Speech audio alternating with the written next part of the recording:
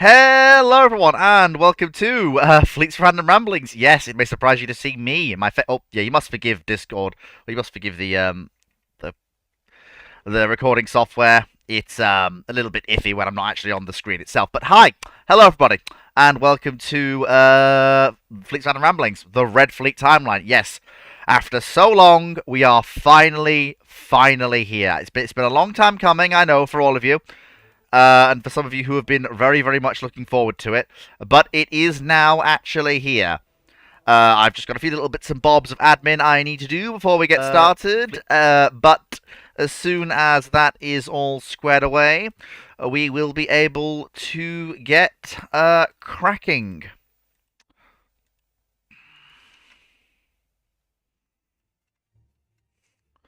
Essentially. Hopefully. Probably. So that's that one done, that's that done, that's that done. Then the last thing I need to do very quickly is, and yes, I have seen you, James, I'll get to you in just a tick, is... Um... Mm-hmm. Do this. Do this. Do this. Boop. Boop. Boop. Boop. Boop. Boop. Boop. Boop. Boop. Boop. Okay, and then the last thing I need to do is... There we go. Blitz and Ramblings roll. And with that, let us actually get underway. Hello, Chandler Lord Chandler. Hello, Hendrik Botha on YouTube. Hello, everyone on YouTube. Hello, Timu. Hello, everybody else. Hello, James. Yes, I have popped out the play. I have to handle it here. That's fine. So bring up the two very important members, if I can do that, if it'll let me. I think I've done it. You should be able to come up, I think. Unless it's not letting me do it in popped out view. I don't believe it is. Give me a second, folks. We're just going to have to very quickly shut this off for just a second while I unpop it, because otherwise I am not going to be able to do this. James, I've invited you up. If you could, that'd be grand. Hello. Right, okay, so we're going to have the good old screen behind us for a minute while we're just waiting for this. You'll notice the Red Alert 3 music in the background. How could we not have music from the Red Alert series, you know, when we're talking about the Soviet Navy? Just makes perfect sense, doesn't it? Command and Conquer is, of course, an absolute classic. You want us all to have face cams here, or are we? No, it's up to you. It's up to you. I'm doing this because it's a special occasion. Just now waiting for the... Like I say, the live stream can't see it right now because we're working on... I'm just going to make sure I get... In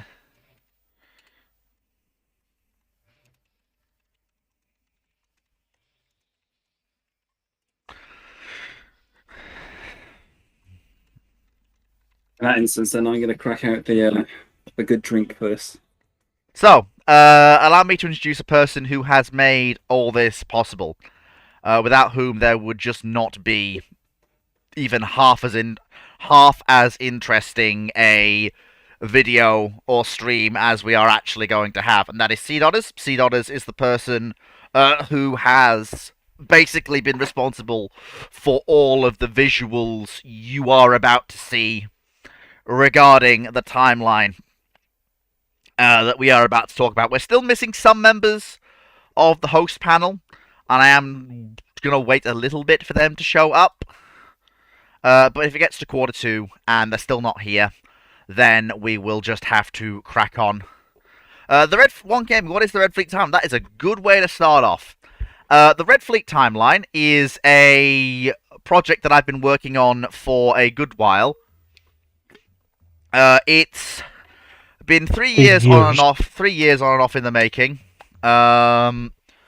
It started from two questions that were asked in the same ramblings, I believe, 3 years ago. First one was, what if Sovietsky Soyuz, well, a Sovietsky Soyuz was more complete? And what if Graf Zeppelin had been retained and finished?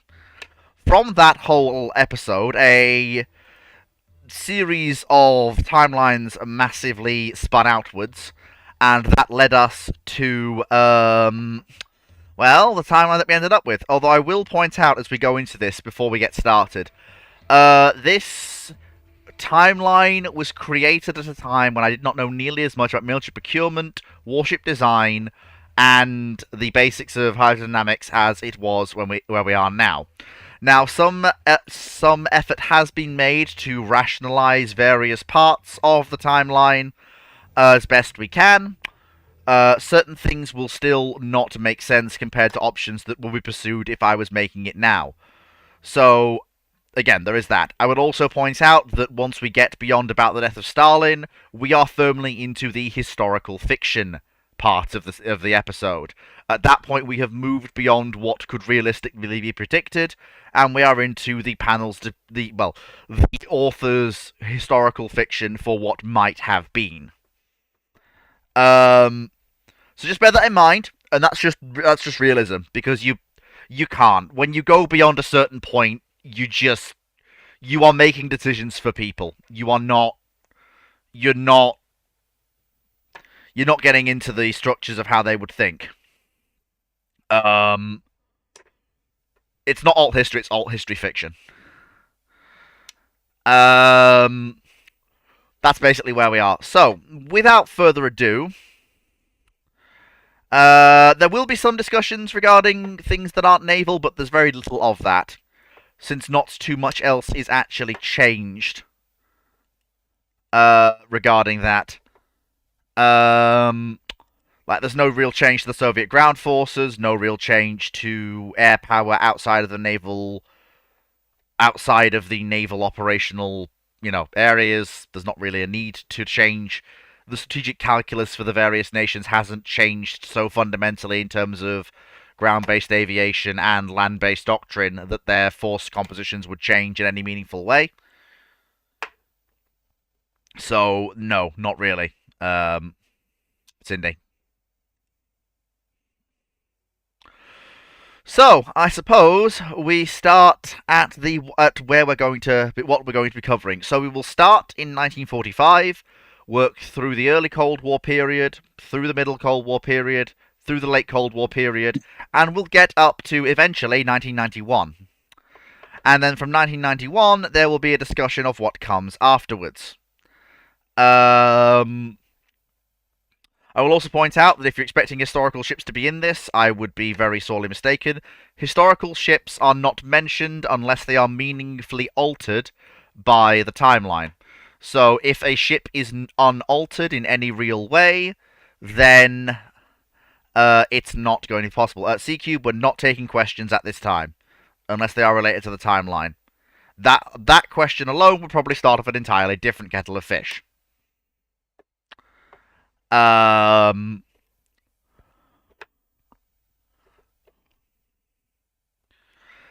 so Svetsky Soyuz gets put into service, and Graf Zeppelin is, yes, taken into the,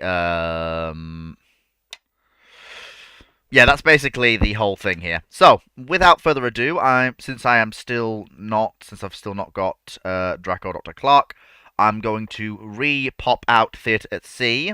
She's others, would you please bring up Graf Zeppelin as originally designed? We'll start with her before we move on to Svetsky Soyuz, because that is the first thing we need to deal with. And I'm going to get the timeline up so I know where I stand in terms of that, because we have the rough information here. Let me just pop that out real quick so I can then bring that back into... By original design, do you mean the German one? Yes. No, I mean as finished by the Russians, because that'll be the first thing that we are dealing with. Okay, so the divergence point for the timeline is twofold. So the first thing that we need to deal with and discuss is how Graf Zeppelin is taken into service. The real thing that prevents her admission into service was the demolition of charges deep within her hull, which wrecked her machinery and very, very badly damaged her. Basically rendering her either both uncompletable within a reasonable time frame and too costly to actually complete. The Russians get lucky and get there before the SS can rig the charges. And she is taken as intact as it's possible to get her. The second thing is that the Sovietsky Soyuz are laid down as a class of 2, with work being prioritized to finish these ships as quickly as humanly possible.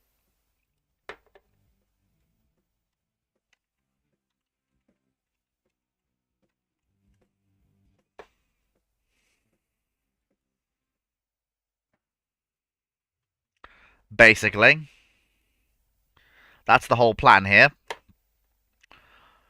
Which means that by the start of the Second World War, instead of one Sovietsky Soyuz being 30% complete, there's one that's about 80 to 90% complete.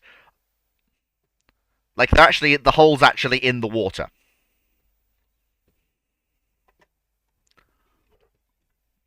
Albeit only just. No. Could you Could you bring it up in on your own screen, please, $? If that'd be appreciative, because then I can zoom in on it nice and easily. Because I've got the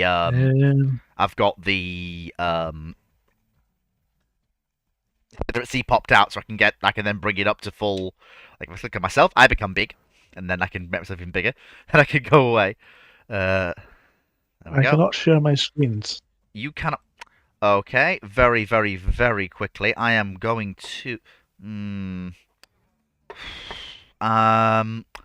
Let me just. That is a problem I had not considered. Oh,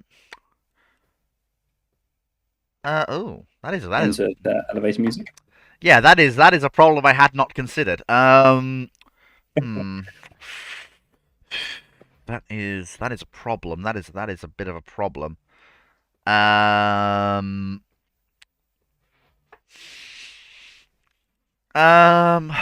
Okay. Let me just. I need.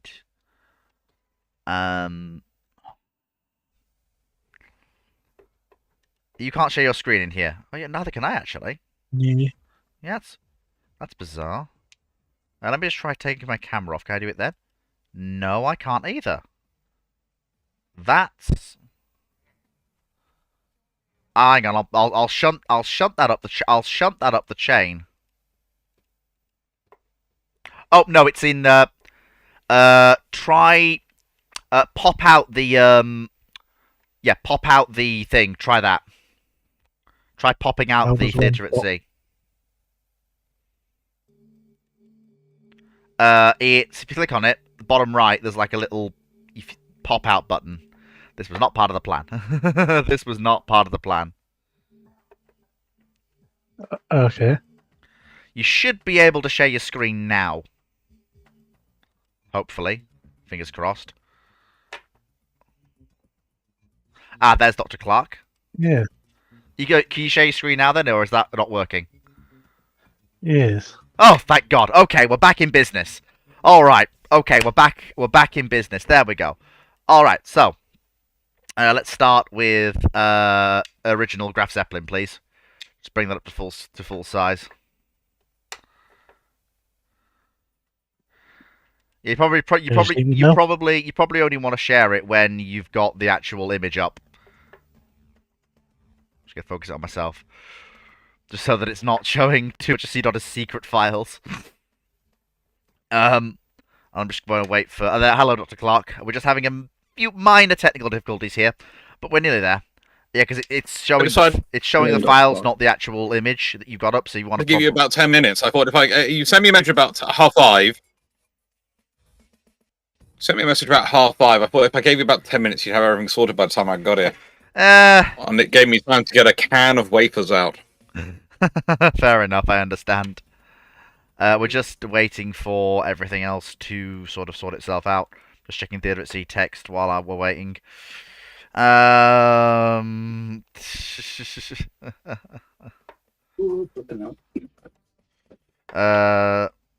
see me now? Yes! There we go. Right, we're good. Okay, so allow me to present. This is Graf Zeppelin as completed. So I've already said how we get to here, but let's actually begin in detail. So let's go over the carrier first, because her design, as you can see, hasn't changed too much. So we're currently in the design phase for Graf Zeppelin. So She gains a completely Russian AA battery. All across the board. Sensible. Just to save time, they keep her secondaries because it would take time to get them refitted. The secondaries, which were ordered by mistake because someone made an error on the typing it up. Yeah, but the problem is they're in place, so they'd have to be removed. They redesigned the ship rather than correct the error because the error was made by someone who's higher up the political chain. Mm-hmm. It's just in a nice way. Every time someone tells me that Graf Zeppelin was going to be an amazing aircraft carrier, I sit there and go, no, it has amazing potential in terms of some of the ideas in it. But the actual execution is a hodgepodge of political stupidity, which means the poor thing is damned for life because of all the things put into it. Yeah. So some of you who are watching this, who watched the video me and Dr. Clark did, will notice that this is not the model that we had before. This is an updated, much better, more detailed design. And I'm also going to give a caveat here. The images you see are C-Dodder's representation on how the ships would look. They are not exact one-to-one how they would look. They are 90% there. They're not exact one-to-ones, so don't take anything you see here as gospel. So, Graf Zeppelin, as you can see, emerges after her rebuild. She is finished. She is finished in... Here we go.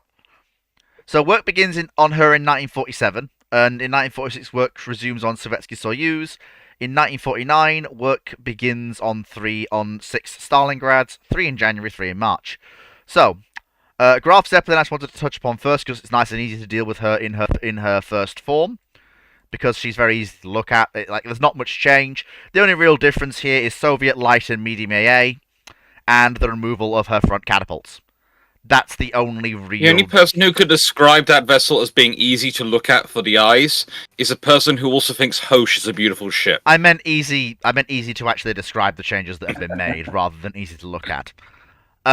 So... You said the words easy to look at. I'm not picking up here, I'm just... Look at that ship. Look at what's happened to it. Yeah. So, very quickly...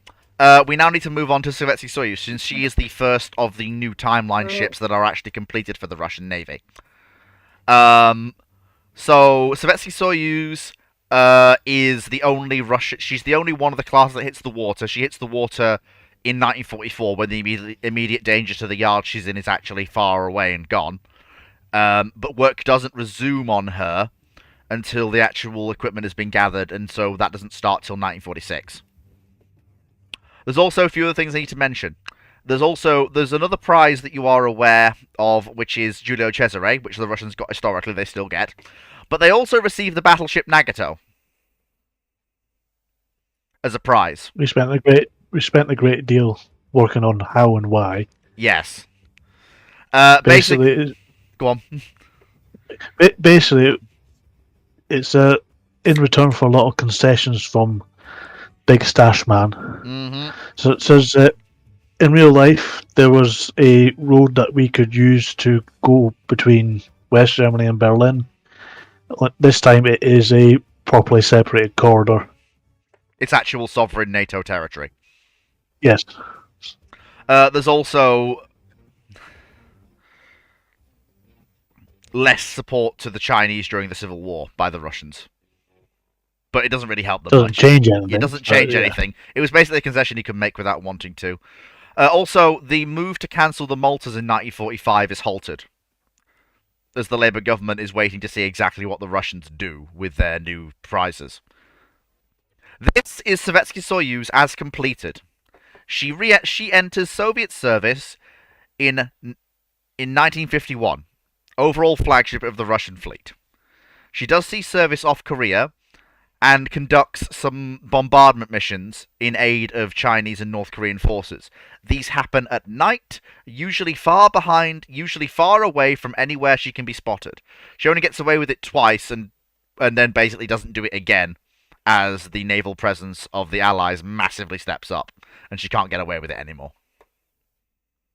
We've discussed this before. how the frigate was she supposed to get away with it even once?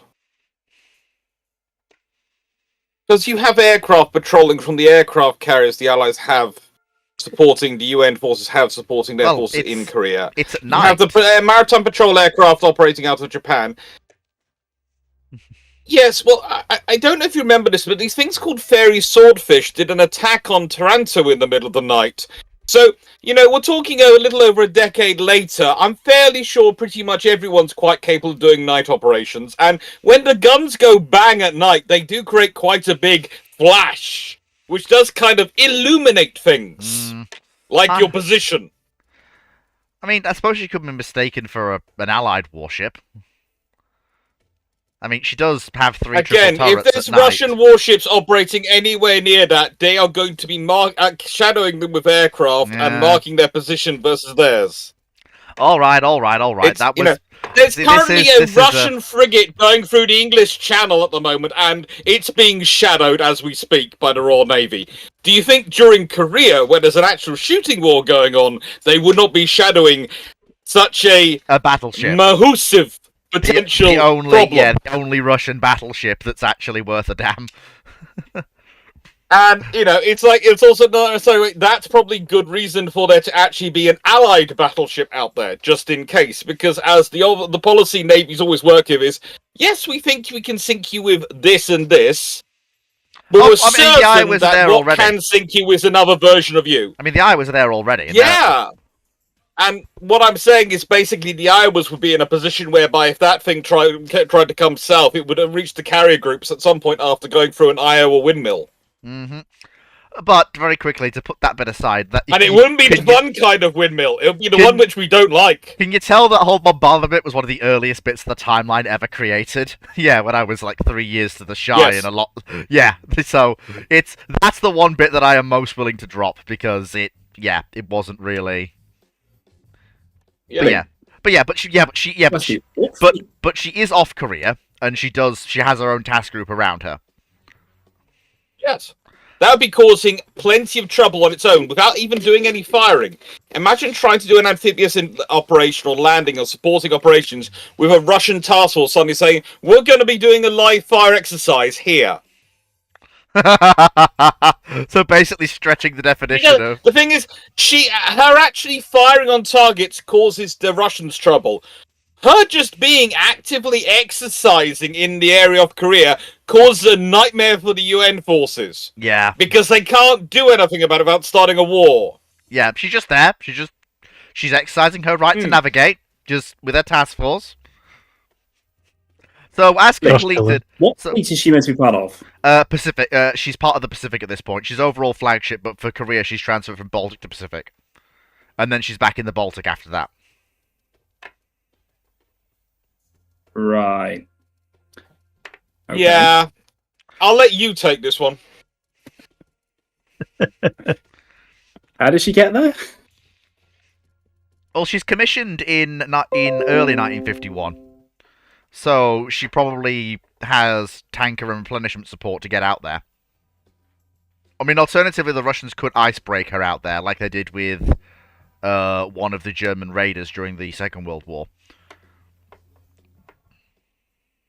But that's unlikely. Like, she can get out there, it's just... It's an exceptional ship, so probably exceptional circumstances will probably be taken. They probably won't want to risk the ice-breaking passage, even though it would be faster. You wouldn't fit through the Panama Canal. No, you'd have to go a long way. Although, bear in mind, the Russians aren't at war, so she could do it in a traditional manner. She doesn't have to do what the 2nd Pacific Squadron does and coal at sea, or oil at sea, as the case may be, because the Russians aren't in a conflict. She can navigate, withstand the diplomatic clearances. She could refuel in India, 1947. They probably let her refuel in India, so as long as she can make it to... Where would she refuel before she was going there? Would she be able to go through the Suez Canal? Probably. They'd let her. The British wouldn't stop her going through the Suez Canal, because let's be honest, from the British perspective, if she's stuck off in the Far East, that's brilliant. She's no longer a problem to us. Yeah. So honestly, they do everything short of a ticker tape parade, sucking her through the Suez Canal. And make sure Vanguard's there, just so that there's something just as big as her, just as a comparison. So she's not the biggest thing there. Where would she refuel to get? She'd need to refuel at least once though before she reached India. Probably. Who? Remind me? Cyprus? No. It's possible, actually. Funnily enough, it's possible she might go from the Baltic to the Black Sea to refuel. Go into the Black Sea to refuel, and then come back out to go. She'd to run out India. of fuel before she reached the Black Sea. Unless she's going Looking at the incredibly actual- slowly. Do the Russians have any tankers that can do underway replenishment in this period? In 1949? Sorry, 1951. No. So they just can't do underway replenishment First at one that all. comes to the service is 1960. Hey. Nope. So in that case, then... There is an option. Spain. What about Ye- Spain? Spain's a neutral. Not in NATO. Spain at this point is a fascist dictatorship. It is, but if the Russians come and offer them lots of hard currency, you know, in the aftermath of the Civil War and such... What about Algeria? Algeria's still French Algeria, isn't it? Yeah, At this point. and that's what I'm thinking. And The that's The French wouldn't be willing. Italy. Italy? Italy's a member of NATO. Italy. Yes, but Italy always has a very strong socialist faction and communist faction, and they will quite happily probably arrange these things because they'll consider intelligence opportunity, and they might consider making good relations with the Russians, get them closer to get their territory. Yeah. Italy is the closest option. France might do it as well, just because France is France Yeah. and likes to show how independent they are. Portugal might do it. I know Portugal's authoritarian, No. but they could do it. No, Portugal has other reasons. Either way, look, there Portugal are and the ways... mustachioed man had many, many incidents of non-love. Yeah. Can we at least all Is agree Syria- that... Can we at least all agree there are ways... No, Syria's not independent at this point. But sorry, they are just about independent, Okay. but they're still very much in France's orbit. Italy. But yes, there are ways you can get out Italy, and they could just about then bunker it through to India, there. Yeah.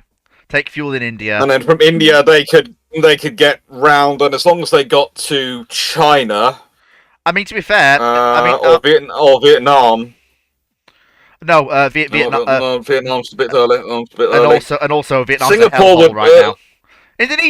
Indonesia's anti-Western, Indonesia. regardless of whatever's going on. Indonesia, they could probably fill up there, and then they could get up. And as long as they can as long as they get enough fuel, they can still get up there, and they've got enough. The trouble is, you don't want to run a ship empty. This is the thing: you don't want to run your battleship empty, because if your No. battleship breaks down, Yeah, probably. that's a massive embarrassment. Yeah, So you basically never want to let the ship go below about a third of its fuel. yeah. So that means you've got to have maximum of 2/3 of its range has got to be used to get it between the fuel stops.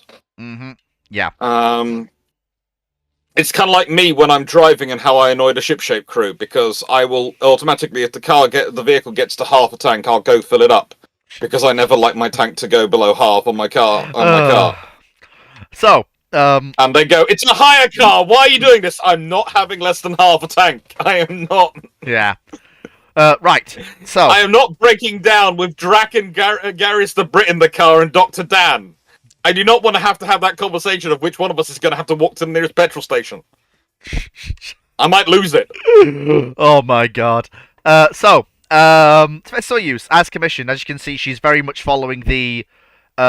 she's very much a mix of old and new design style. She's got a fairly heavy AA battery, but she does still have a mixed battery. She's not got a dual-purpose battery at this point. She's got AA guns, and she's got anti-surface guns. Which is what you would expect, given the age of the design. She's not bad by any means. She's got fairly good directors for her AA guns. She's got fairly good AA guns. But it's not as weight efficient as it could be. 9 16-inch guns, 28 knots. Basically, Sovietsky Soyuz as envisaged pre-war. With a few upgrades obviously thrown in for radar, sensors, fire control. All that good stuff. So that's her as commissioned. She's the first of the alternate ships to come in.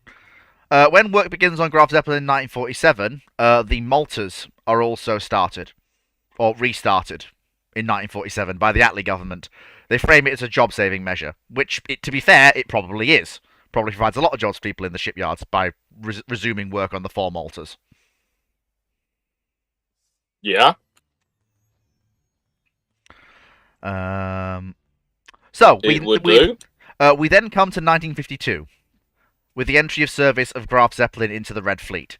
We've already seen Graf Zeppelin, and the aircraft on her were discussed in the previous video in this series, which I did with Rex. But to very briefly sum up, the aircraft she is carrying are IL-10s and whichever Yakov Lev or Lavochkin has the best short-field landing performance. Basically, whatever's easiest to fly. Yeah, it's basically take what works. Yeah. Then we come to the Maltas as completed, because that's the next ship that we need to talk about, because that's the next ship that actually is finished. So the Maltas, all 4 of the Maltas finished working up and enter service in 1952. Okay. Have you got the Maltas, Sea Dodders, you can bring them up? In a sec.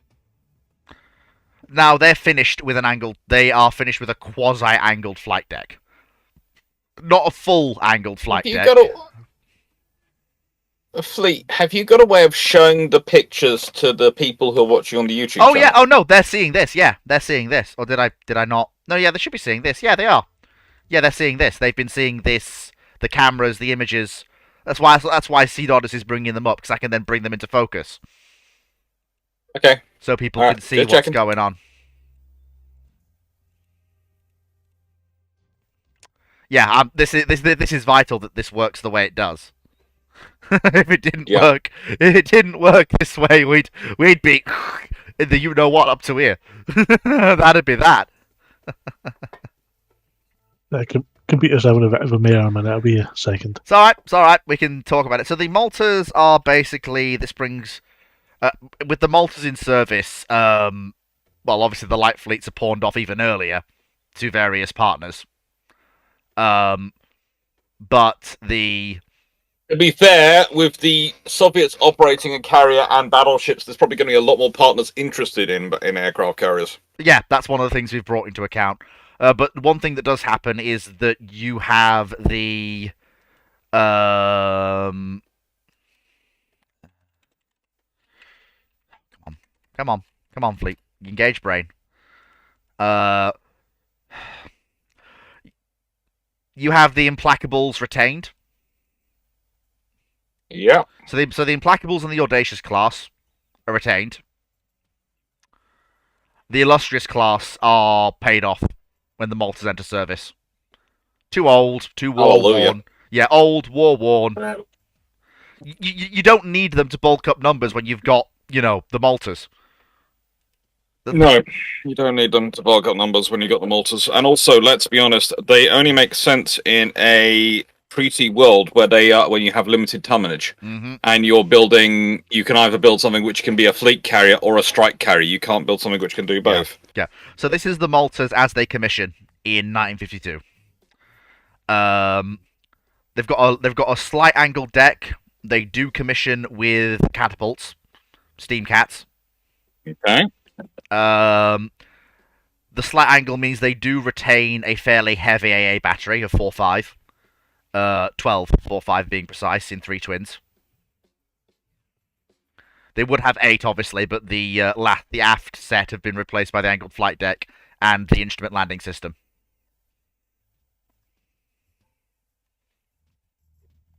They've got a fairly light AA battery, however. I'm going to presume they also had to put in a lot of work into restabilizing the stern design then. Yeah, absolutely. But bear in mind, again, this is the ships as envisaged by Sea Dodders. They haven't had, obviously the design work has been done to get the ships to this point. And they have two. They have 2 deck edge lifts and 2 centerline lifts. Yep, 2 deck edge, 2 center line. Also, I haven't had the benefit of a design in my head. Yeah, like I say, these are representations, not exactly what the ships would Don't be. worry. But yeah, No, it's good, but I'm just trying to ask so I can work out what compromises he's made to the design, if that makes sense. yeah, So, because you've made compromises to make it fit with your timeline, so I'm trying to ask to ascertain that. hmm And if I do sound like a naval architect at certain points or a naval historian at certain points, don't worry. That's just because I grew up with my dad, who used to do cross-examinations of this across the Sunday table. That's fine. That's absolutely as we get fine. older, we all find ourselves turning into our parents. It just happens. Absolutely. Out of Yeah. curiosity, So for Malta's and commission. this is something that Oh, go on, James. you got a catapult on the angle of flight deck, which would put an aircraft taking off straight into the port side guns. Yeah, that doesn't get used much until they're removed. Whoever the designer gets slapped for that one. Of course, it's put in with the realization that the guns will probably be removed at some point, given the way technology's going, but it's not used until they are removed. Oh, well, they are the flat roof 4-5s that are designed to act as part of the deck. And those also don't. I don't mean this in the wrong way, Sea Dodders. They seem to be a little high up on that shit. They seem to be a little proud. I think they'd actually be. I'm talking about more like half a meter lower than they are currently positioned in real life in the design. So it wouldn't be as much of a problem. But it would still be a case of if you dip down in any way, shape, or form, your wheels are touching turret. Yeah. It won't be a case of touch grass. It'll be a case of touch turret. Go outside and not touch grass. Touch turret. Touch turret. So the air wing... Basically, you would know if you had annoyed the air boss because of which catapult you're positioned Yes. on. If you are given another free catapult, That's it, you're done. you are not liked that day. Yes, very true. But yes, so the Malta's... Looking at the designs. Pardon? Looking at the designs, they've got the wrong turret. So in theory, they should be the standard that were on the Leanders. Mark 6? Mark 5? We could call it a cost-cutting I measure. We could call it a cost-cutting measure. I specifically went for those because of the flat roof that I could It makes accompany sense. the Yeah, deck. I think the Maltas were supposed to have the same gun system, but they were going to get the carrier form of it. They were still getting a deck penetrating system, not the UD system. Yeah. Remember correctly. So the air wing for the Leanders get the system which doesn't penetrate is the UD system, the non-deck penetrating one, same as the Darings. Yeah. So basically, you've got the UD mount and you've got the BD mount, and the Maltas were going to be the last ships which were designed with the BD mount, as I remember. Mm-hmm. Which is basically when instead of having, because the UD mount everything's up in the turret, so it has to be quite proud, quite high, because everything's in there. Whereas the BD mount basically goes, we've got space because we've got a larger ship below us, so we can shove it down in a basket. Yeah. And that's why it's called between deck, because it's mounted between decks, whereas the upper deck is just up above the deck. It's not penetrating. Yeah. So I posted a picture of the Implacables guns on in the main chat just to see what I was going for. Yeah, no, I think you did right. They're still going to have the same rate of fire and still be frigating scary for any aircraft at that time period. Yeah. Air group for the Maltas is just a larger version of the air group for the Maltas is basically a larger version of whatever the historical UK carrier at the time was carrying. The only exception to this is the 1980s, and we'll get to that when we get to that. Well, at this point, they're really... It's going to sound terrible, but the British Air Group is going through a period of transition, so they're alternating almost every week, but they're probably going to start off at this point with... They might even provide a reason to actually have more Firebrands come into service. Yeah. Because short term, you actually, especially with the Soviets having a carrier, etc., the Firebrand with its capabilities actually starts to make sense to work through, rather than just going, frigate, we can do, we'll find something better later on. Mm-hmm.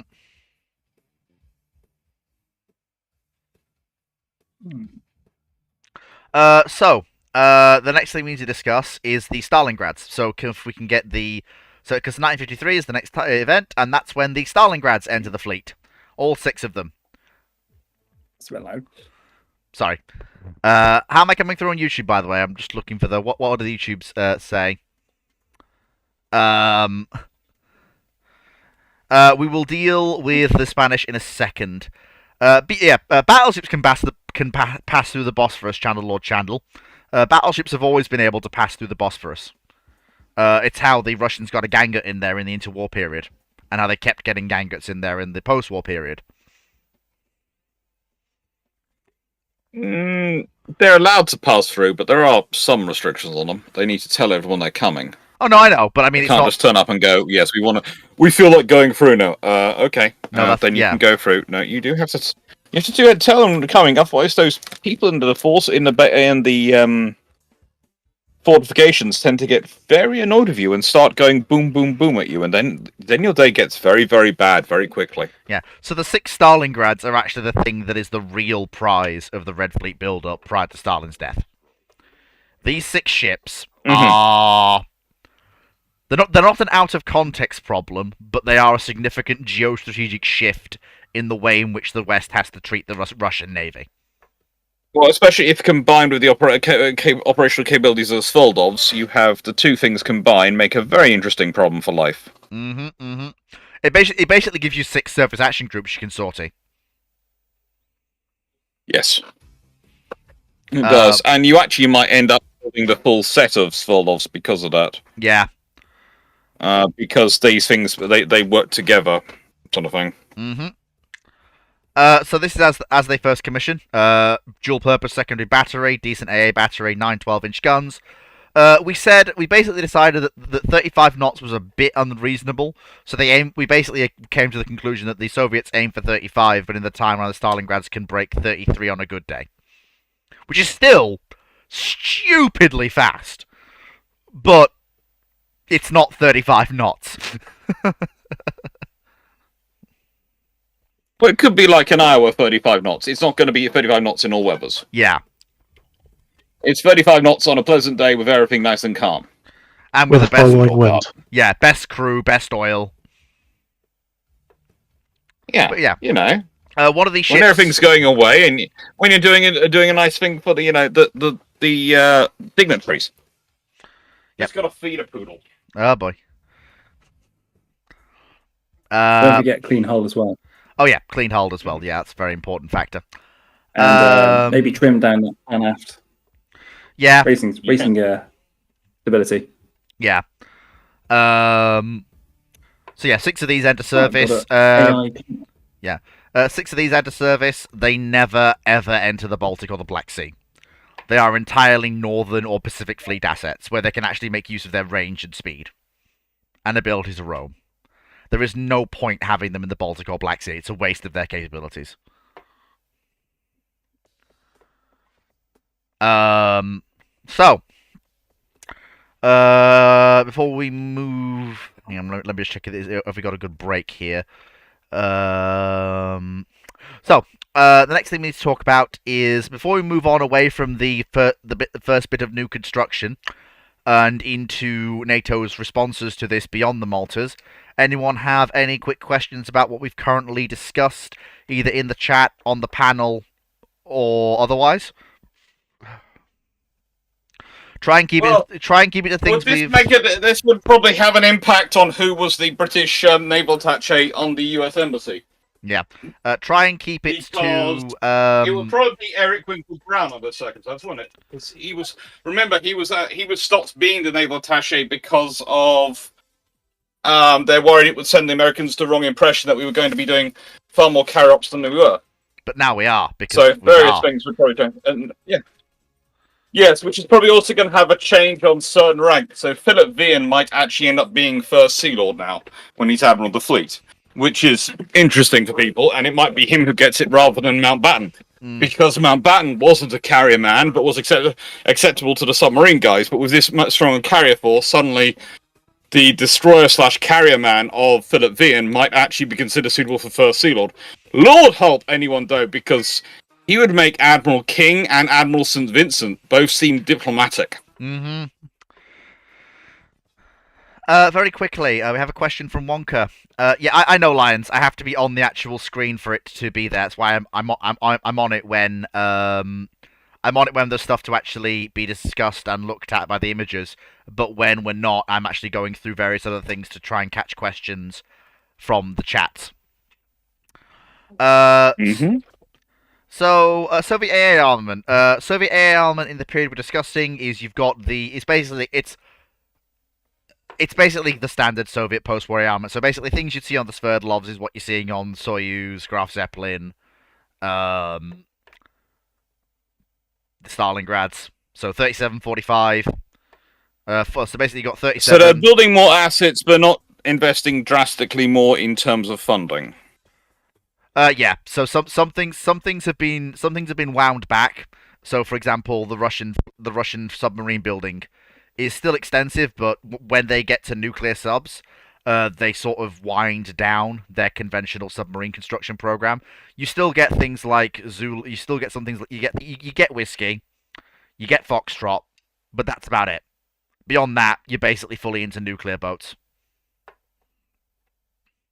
as the diesel submarine program is cut to make way for the carrier construction.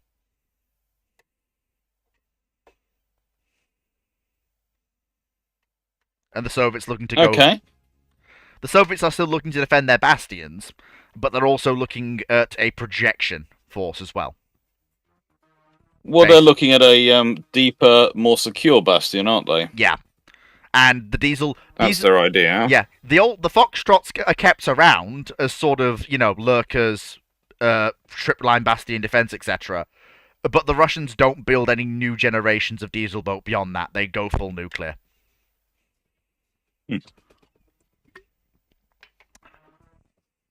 Then. Let me just check anything else.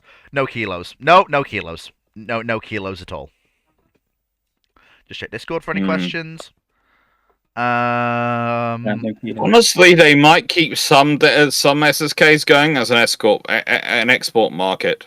Yeah. So they probably would actually keep a low rate export, a low rate production of some sort of things because, well, yeah. Yeah. Fleet. It's an export. It's an export item. Does that mean we don't get Gulf class ballistic missile subs? No, we do still get certain boats. I think the Gulf's a pride of the Foxtrots. Like it's attack subs. It's SSKs. It's the SSKs that get wound down. Because again, you have nuclear attack submarines. Going off that then. You first. Carry on. No. I'd stop. I'd run out of steam. You first. I insist. Okay. So if we're stopping at SSKs and diesel boats, multiple were converted for example, the whiskey single cylinder, the whiskey twin cylinder, and the whiskey long bin. Oh no! I thought you were going to bring up long bins. And the Juliets. Yeah. Like, are we keeping those as well? Well, yeah, because because the whiskeys get built, the Foxtrots get built, because you need those early tranches of diesel boats. You absolutely need. You need the whiskies, you need the Romeos, you need the Foxtrots. Those bulk out the Russian diesel fleet with, well, not just diesel fleet, the Russian sub fleet with modern, capable, easy to construct and maintain boats. Because you don't have the November. Okay. I mean, the Novembers don't come in till what is it? The Novembers don't come in till. Just the urge. The first commission. Yeah. 63. Yeah. So the first Novembers don't come until 59. So yeah, you need the Foxtrots. You need.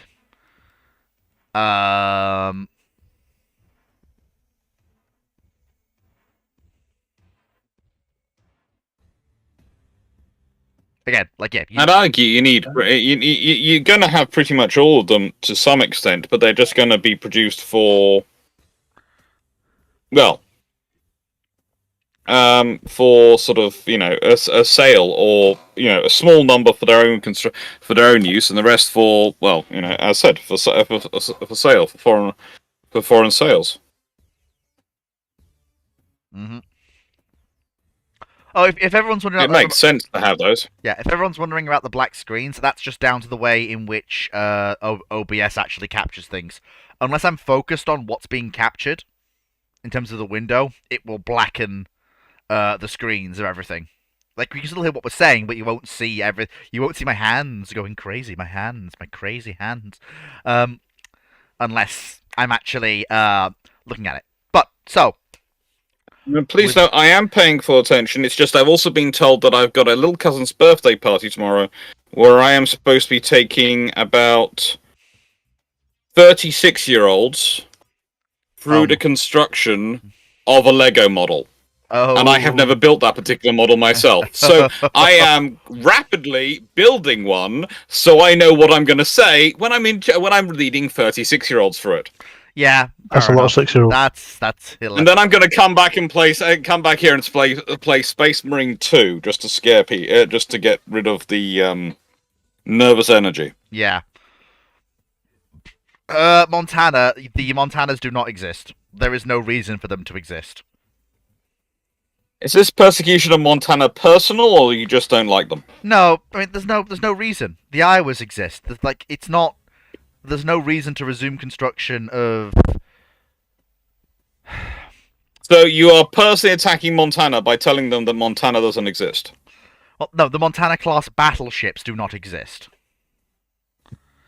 Anyway, so the next thing I'm going to say is what is 1954, which is when we get the NATO responses to what actually happens when the Red Fleet comes in.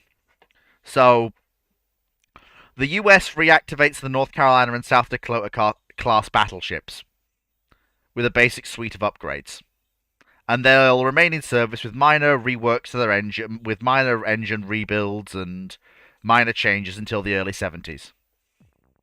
The Iowas, however, are carefully mothballed because the US knows the South Dakotas and North Carolinas cannot last forever. So they put the Iowas away for safekeeping, even more carefully than they did historically. And basically cover everything in grease. Seal up all the electrical connections. Actually, have a proper ordinary crew, Dr. Clark. Like not just leave them in mothballs. Actually have a proper crew that maintains them while they're stored away. That'd be very beneficial for them. So yeah. So those are retained. Renown. Sorry. The Royal Navy decides to also retain Howe as a second-line gun combatant to supplement Vanguard. Howe's four sisters, however, are stripped for any useful spares. Not four sisters, sorry, three sisters, because Prince of Wales bit the bullet. For any useful spares. Well, they could still strip her for useful spares, it's just they'd have to refloat her first. Yeah. So they're stripped before being sold. Everything will be a bit damp. Yeah. So they're stripped before being sold for scrap. The Regia Marina is handed back Vittorio Veneto and Littorio to reactivate as heavy service combatants to help lock down the Mediterranean, and also because, well, they're NATO units, they can serve anywhere. Although they got their shells and powder sorted out. Yeah, probably. I mean, they've got enough time to have a crack at it. Yavuz at so very quickly. We've got some. So yeah, this is Vanguard. You're gonna give something fun for Yavuz. Yes, Vanguard. Yes, we are. So yeah, this is Vanguard as she is. This is the rebuild of Vanguard. The first one she gets. So as you can see, she's lost her 5.25 battery. She's gained a thoroughly extensive 3-inch battery. Just aircraft go home. Okay. She's still got. I was about to ask. Those are 3 inches. Yeah, she does have 4 4.5s per side though for a heavier, punch. It's the fun type of mixed battery. Because there are things So what we're looking at is we've got Because there are things that the 3-inch can't deal with, but you don't want to use the 15s for. Those also the secondaries of a Tiger, but superfiring over the 4.5s. Yes, they are. Yeah. The other 3-inch mounts are the open 3-inch mounts from the US. The scary. Why would you have the mixture of the two? Although then again, well, I'm just saying. Why did you go for a mixture of two? It's a question. Basically, because But why? Yeah, mate. Since the 3-inch 50 mounts, they are in place of the 40mm Bofors, whereas the 3-inch 70s, they are full turrets with below decks magazines, so I put them in place of a pair of these 5.25s on each side. Yes, but if I'm not mistaken, they can't use the same rounds, can they? No. This, to be fair, this refit doesn't. This never actually fired in anger. It is rationalised further down the line.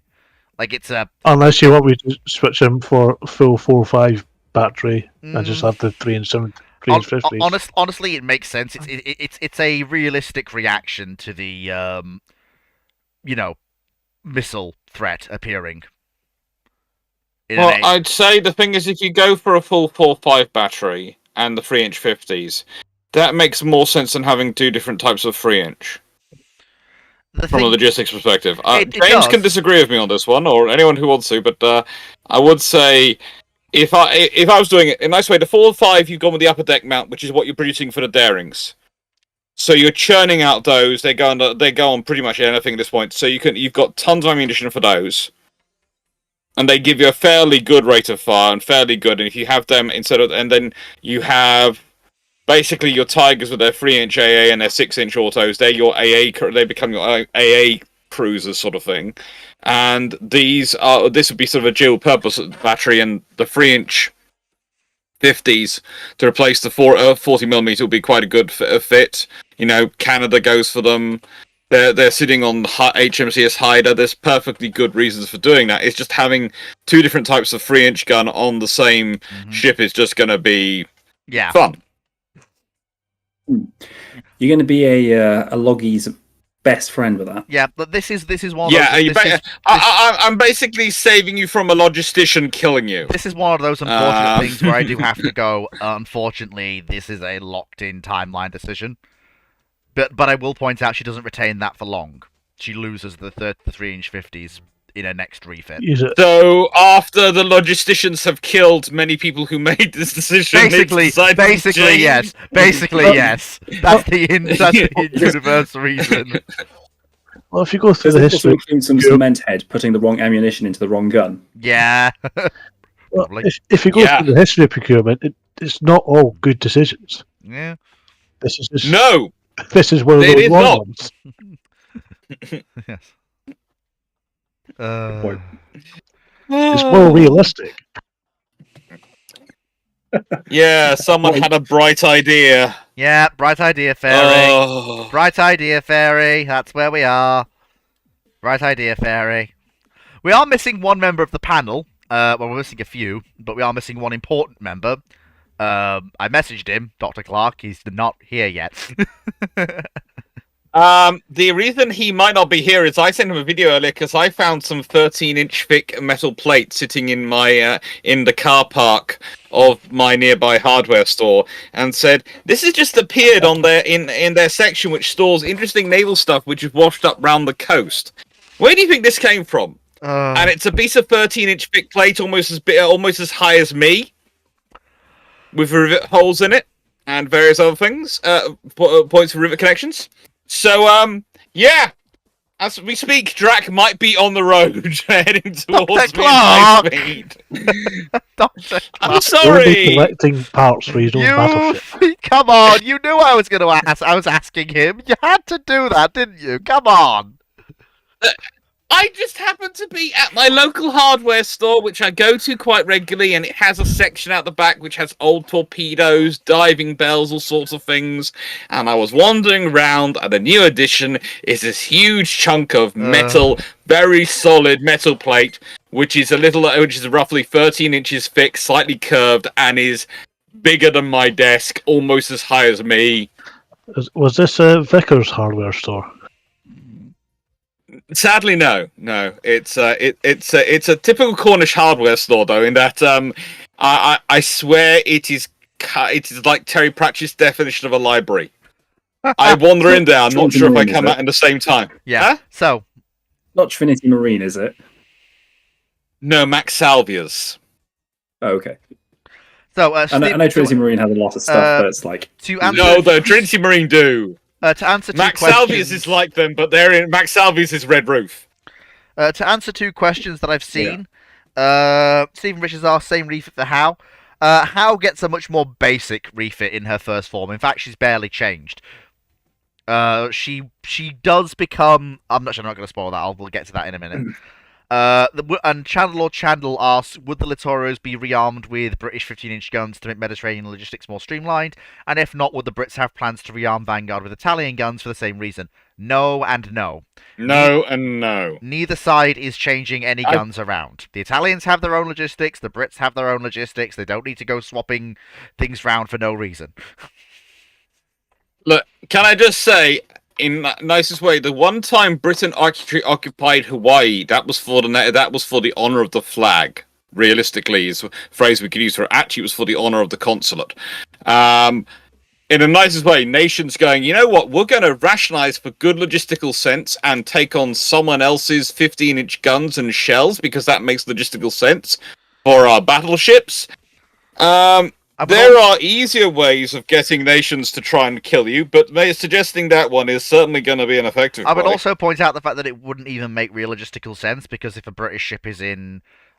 whichever way you go, one side's going to be far from their logistical chain. It doesn't make logistical sense. Even If a today, British ship's operating in the Mediterranean, you know, we supply them. even today, NATO has two different types of 5-inch gun in service. Yes. One American, one Italian. Yes. Yeah.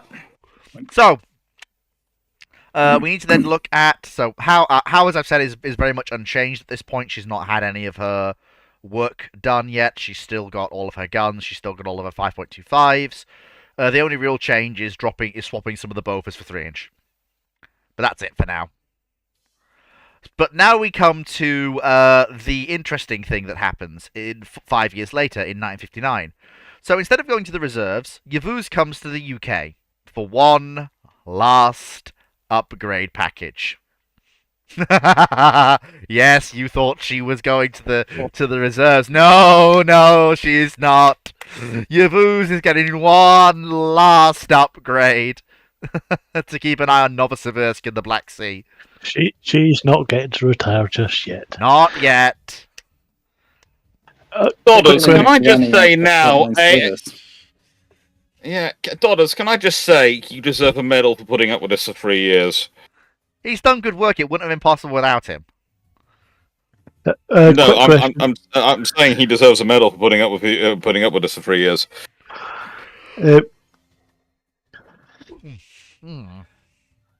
Which picture do you want me to pull up? The Original or one I did a couple of weeks ago? new one. The new one. It's not exactly the right hull, but it's a much more detailed. It's a much more detailed and I can representative. show the other one later. Yeah, if we've got time.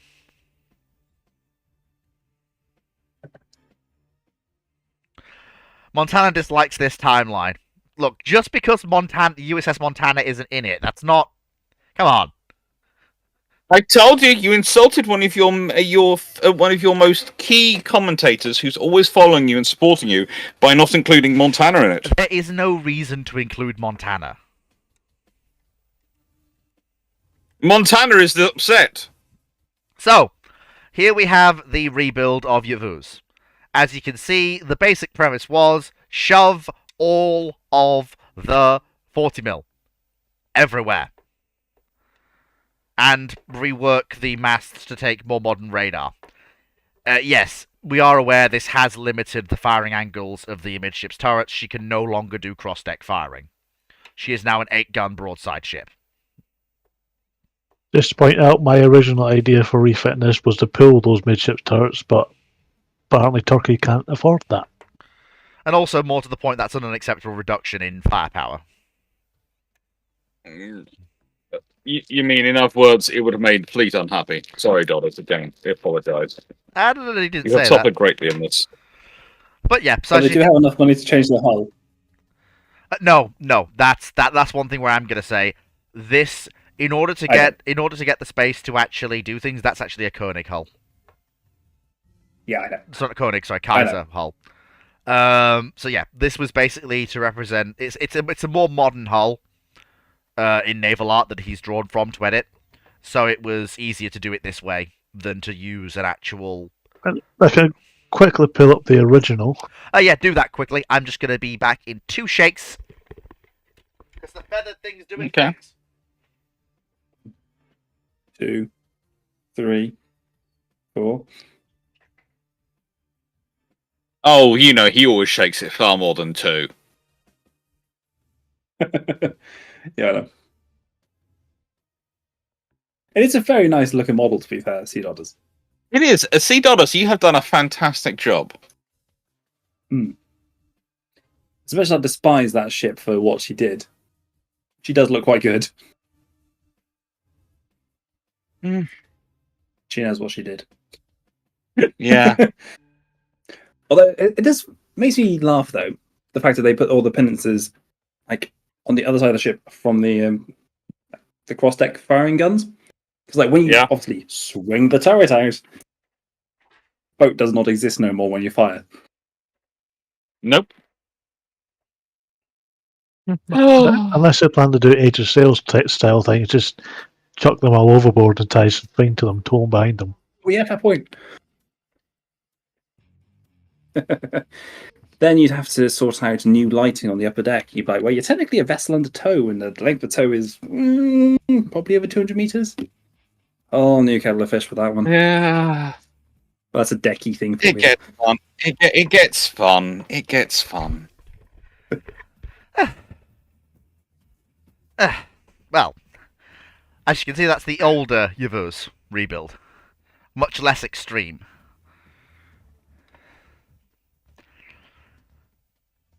This was your Turker Firelock, wasn't it? No, not really. Yeah, it was. Oh, I'm so glad we've got reinforcements here, Foxo. So yeah, so Yavuz get entry. We've needed you. Yeah, it takes a couple of months because it's basically reworking some of the superstructure and bolting additional anti-aircraft guns to the ship, and cleaning out some of the boilers industrially. But she returns to Turkey in 1959. They're going to make her do Does this she hit a till few she's mines on the way 90. back? Pardon? So they're going to make her do this till she's 90. Yes. No, they're not. She doesn't get that far. Does she hit a bunch of mines in the Dardanelles Strait? No. She does not hit any mines in the Dardanelles Strait. Not historically accurate. In Does she still have the concrete in it? No, they removed that. That was during the major rebuild she had in the late 20s. The Turks basically properly fixed her. Right. Yeah. The Turks bought a full floating dry dock and did a full proper rebuild, reboilering, re-engineering, everything. Okay. But that's historically that's what happened. Historically. Yeah, in the 20s, when the Turks rebuilt Yavuz. Yes. Yeah. I know, but so you've got that in, and now they've come and done a rebuild in the UK. Yeah, well, calling it a rebuild is stretching that definition. It's more of a refit with some extra anti-aircraft guns and better sensors. Well, that's nice. See well, it's what's nice going to on. Yeah. It's always nice to know what's killed you. Allows you to scream in vengeance more and more passionately. So at this point, the Graf Zeppelin is in the yards. She went in 1957 for her upgrade to angled flight decks. And Why? Oh, that reminds me. You mean, nice way, we've been over this before. For her to be upgraded to angled flight deck, you are basically rebuilding that ship from the keel up. Yep. Yes, that's exactly what's happening. You and I have done an entire video where I took this, where I explained this in great detail. Yep, and so I'm not going to retread and that. basically said, that's what you need to do. I'm not gonna retread that ground, because we've already done that. So It's the Soviet Union. We do stuff. yeah, It's she's all basically, good. yeah, and also she has her engines replaced as well. So there is one other thing I need to discuss. 1956.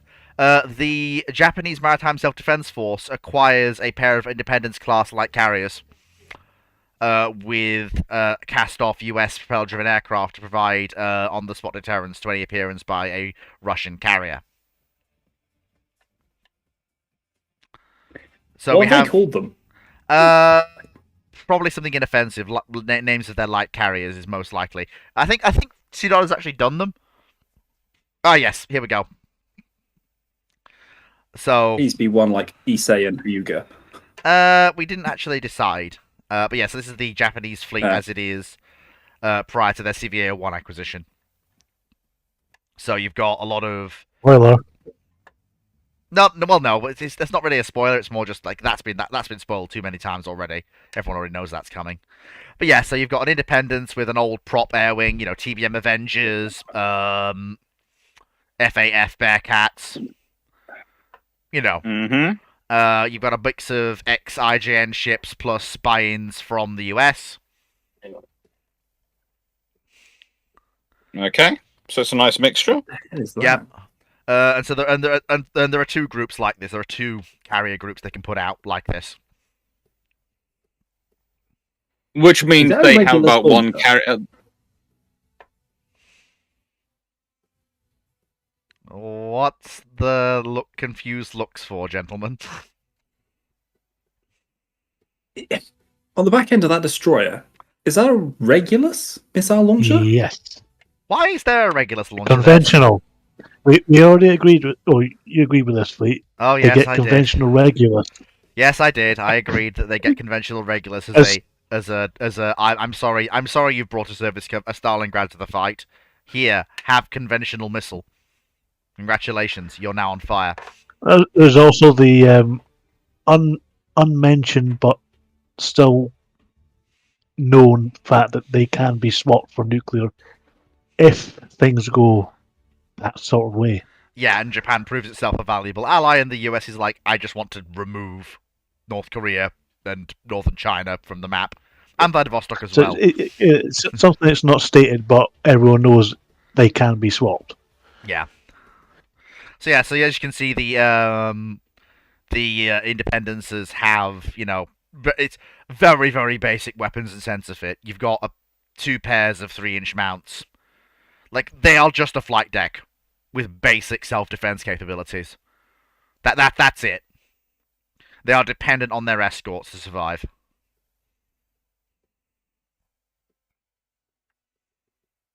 What's the secondary armament on that Pan-Am Sumner that's been frammed? She's third in from the Independence. Third in? Front rank. Oh, 3-inch. Same 3-inch the Independence carries. And the vessel I'm just going to say vessel because I don't even want. I'm worried what you're going to tell me the response is. Second in? I have no idea. Genuinely. Don't know. I'll have to ask Sea Otters. Dodders, what is the vessel which is second in? That is actually a good question. It was one of my many Japanese maritime self-defense destroyers that I had made at some point. I imagine it's rebuilt something or other. Okay. That was a several years old Because the thing is, model. that one, the one which is second in down the bottom here. So second in, just above the regulars. It's got a rather. It's not really got a Japanese hull form. Bit British. Yes, that was what I was thinking. It's a nice design. But Yeah, it's a nice hull form, but it is a very British-looking hull and angle did we do a deal with the and Jets? profile. Mhm. I might have done, but I'm just imagining what we'd have actually sold them. What we actually had available of our modern-ish destroyers to actually sell them at this point. Mm. So, we then come to And the weapons? probably the hull was bought and then fitted with Japanese weapons left over from the Second World War to cheaply get some form of large destroyer leader. Meant the slash- weapon class. To Clark's question. Oh, right. I mean, that is a Possible. pretty big weapon at that point. Could be a weapon class, but yeah, I don't think so. It's not quite. The weapon class are, well, in this scenario, I could see them having the full class run completed rather like the battles, because the weapon class are kind of useful as sensor destroyers, and if you're going to have more of a carrier group centered force, and you're going to have things like the Maltas, you're going to want to have the weapon class as your sensor platforms. I thought the Because they were basically chosen. They were chosen for that role because they were large enough to carry all the power and carry all the sensors, the radars, etc. But they were cheap enough that you could lose them, and you weren't gonna. Whilst you didn't want to lose ships, you weren't gonna cry over losing weapons class. So, this is I thought the weapons didn't have much post-war life in them. Because they're sort of That's the because smaller the- versions of the Darings.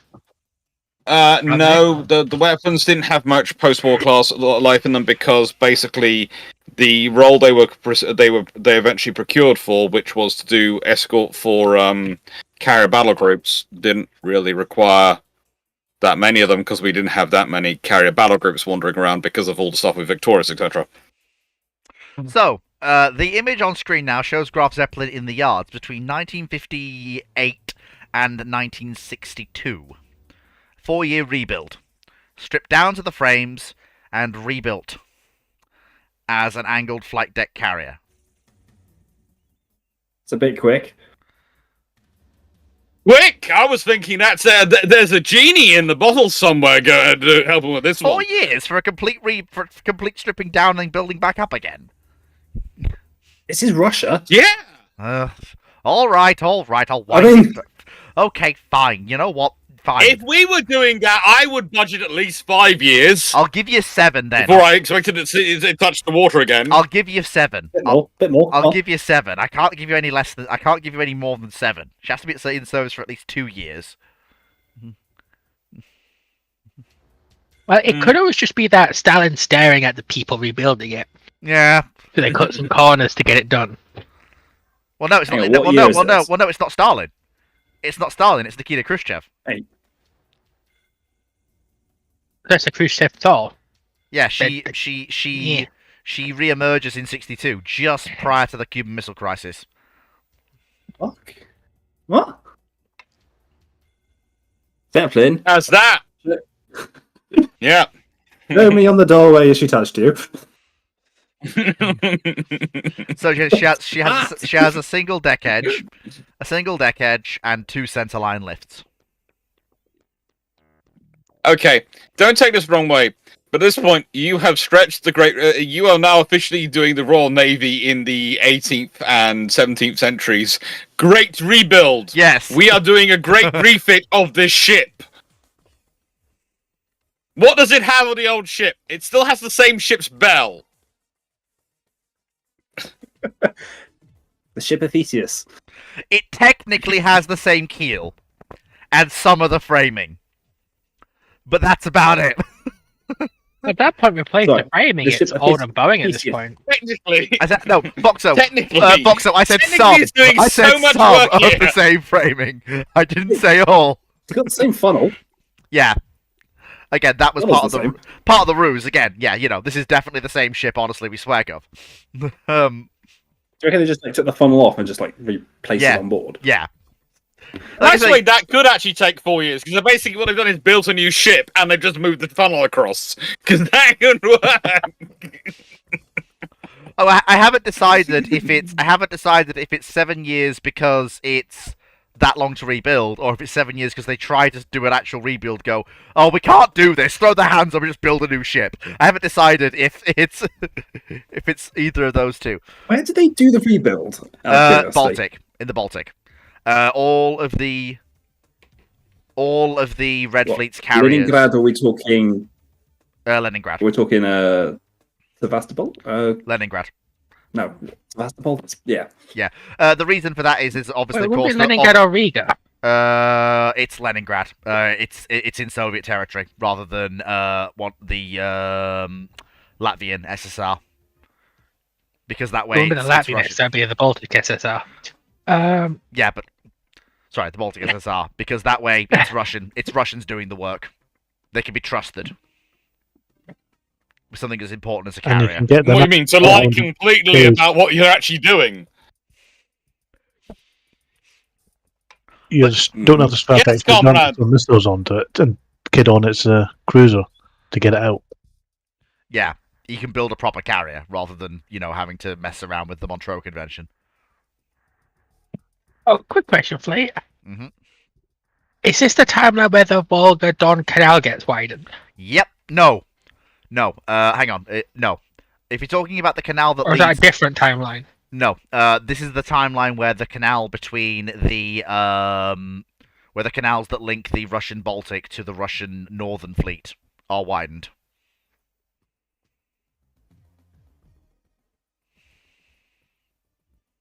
Okay. Wait, say that again. The canal network that the Russians have that mean they can move some assets from the Baltic to the Northern Fleet. Yeah. Oh, that one. Yeah. Through Yeah, the Volga-Don. Yeah. That The gets one that takes you through it uses some lakes as Azov well. to Stalingrad, No, not that. Kazan, No, not that one. Nizhny Novgorod, No, through not, Lake Ladoga. we're no, talking not that one. the Nava River through Yeah. Leningrad Yes. through the Yeah,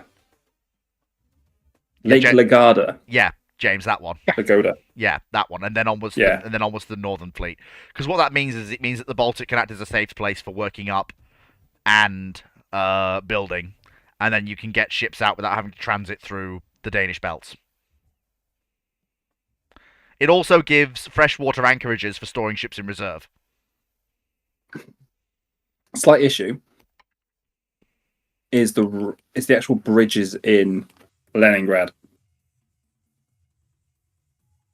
I don't think most of them can take a big ship. Well, They're not. here's the thing. You see, this is Soviet Russia. We've decided we're going to do For the this. cause. Yeah, we've decided we're going to do this. Yeah. So, therefore, I'm sorry, these bridges are nice and all, but we're rebuilding them into masterpieces of Soviet engineering. What do you mean they're old? I don't care. Oh, comrade, it opens. Yes, I Corpus comrade, yes.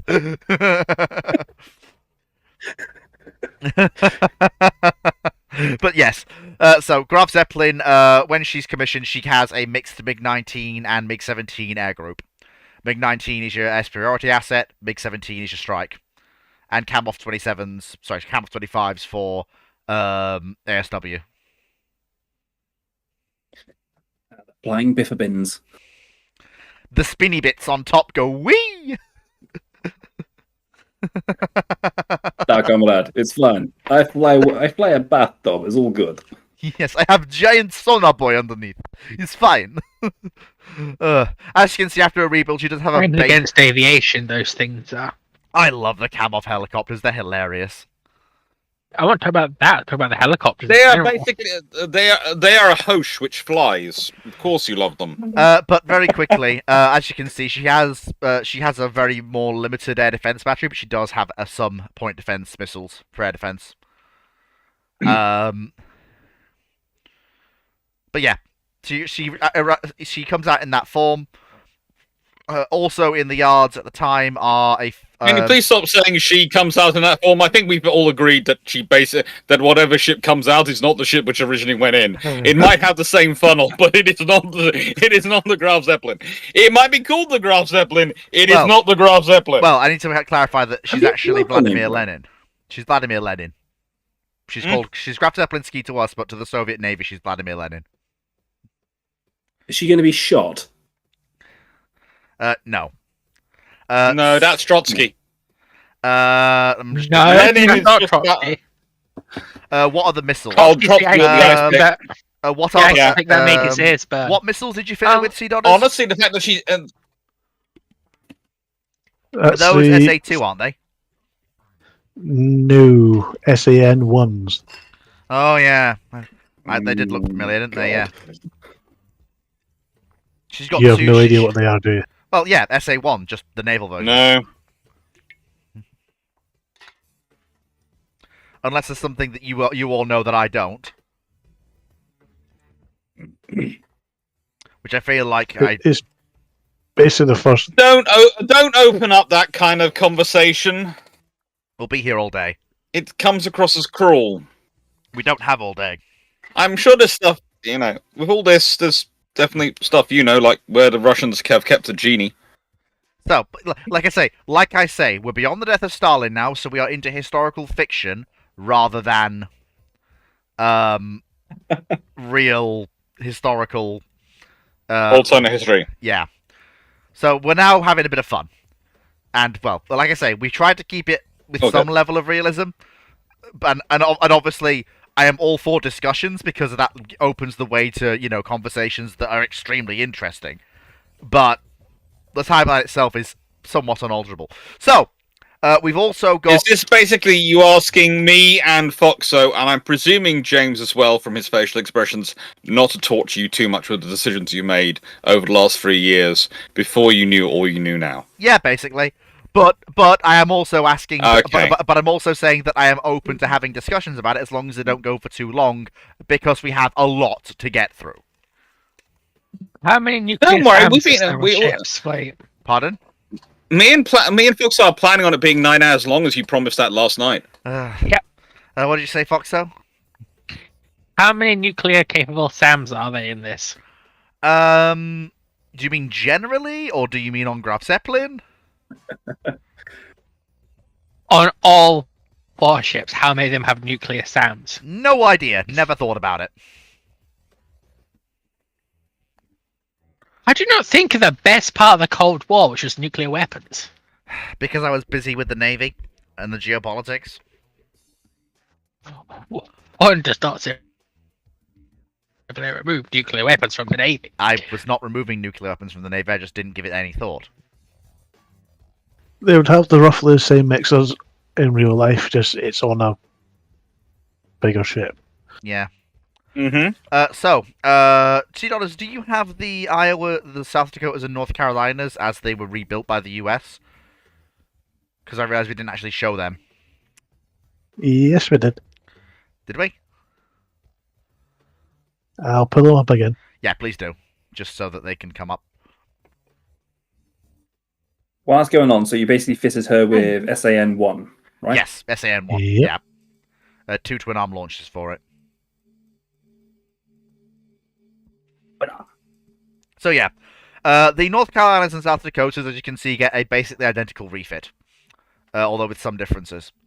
They lose their 5-inch 38s to get single 5-inch 54 autoloaders, and a battery of 3-inch AA, along with better radar and fire control. But that is the form in which they basically stay for the rest of their careers in the US Navy. And they are running to the ground. Yeah, rotated, but run into the ground. Rotato? And they're basically the American response to the Stalingrads Yeah, they're at basically... this point. Yeah, they're basically that means we can put a battleship with every carrier for relatively little cost. That will slow down the carrier group, but, we can put them with them. Yeah, it's basically the carrier can ramp up to run away while or do flight ops. Like, if a Stalingrad comes over the horizon, the carrier can ramp up and go away with its escorts, and the battleship can close and engage. Put itself between, the cruiser and the carrier. Mm-hmm. But again, it's more about cost than saving the Iowas for later use. Will it surprise you to learn the North Carolinas get more heavy use than the South Dakotas do at first? No, probably not, because they're probably better ships for the job. Less cramped. But both ships... There's a few advantages I can think of. Yeah, but both ships have relatively decent... Both classes of ships last into the 70s. Oh, sorry, into the 70s, literally just on the edge of it. They get to 1971, I think it is. But anyway, moving back to the Soviet Union quickly. Graf Zeppelin emerges in 1962 and reworks up just prior to the Cuban Missile Crisis. So does the first pair of Stalingrads that have gone in for the missile conversions. And now we come to the Stalingrad missile conversions and the Soyuz missile conversions. But the Stalingrads are most important for now because they are what's going to have to deal with the Cuban Missile Crisis and where they are. But obviously, CDOT has actually written up a scenario for what the Soviet fleet does differently during the Cuban Missile Crisis and how it actually doesn't change it. But yeah, this is the Stalingrads as rebuilt. Oh, I know this one. This is Project Moskva. Yeah, Project Moskva. There's a reason for picking that name. It means the Moskva-class carriers never have to be built and never make a generation of Soviet helicopter pilots seasick. Because teardrop hulls are a bad idea. Yeah. They were good little boats. If you're NATO. Yeah, they're wonderful vessels if you're NATO, and I don't understand what your problem is with them. But yeah, so as you can see, this. this is the first form. They do get upgraded as they go forwards, but this is the first form of the Stalingrads. So you've got a completely reworked secondary fit. You've got SAN-1.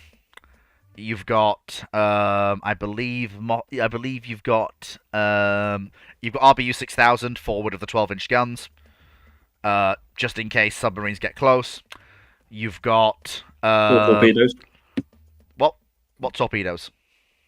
Or torpedoes. Oh, The RBUs can take out torpedoes. That's one of the design things. I never knew that. Well, there you go then.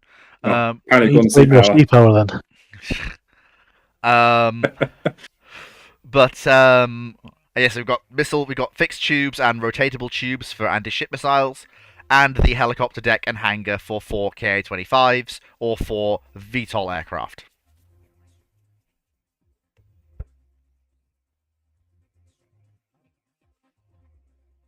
Okay.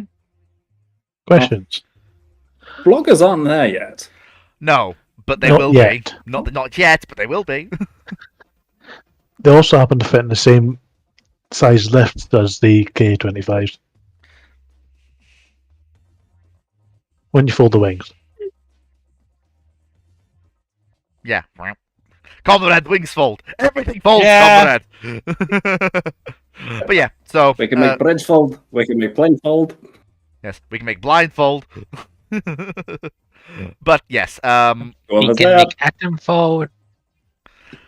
but yeah, so this is the start. Right, This is how all the Stalingrads emerged by 1964. But luckily, two are around for they go in pairs. So 2 go in, then 2 go in, then 2 go in, from 60 through to 66. Takes 2 years for each pair to go through this rebuild process. 2 years. Yeah, for each pair. It takes 6 years overall, and 2 years for each pair. Because you're not doing any work internally. You're not doing anything inside the hull. You're removing a rear turret. The hangar deck the hangar deck is built on top of the main deck, and then the flight deck is built above that. Did you just say you're removing a rear turret? Yes. What's happening in the magazine spaces, the basket space for the turret, all the mechanisms which go for it? What actually happens below it? They put a honking great weight in to stabilize the ship. How's that going to affect your damage control systems? How's that going to affect all the intel systems? And if it's your rear turret, it's a good chance a lot of your power systems, in terms of your shafts and your rudders, etc., go round it or go underneath it. Mm-hmm.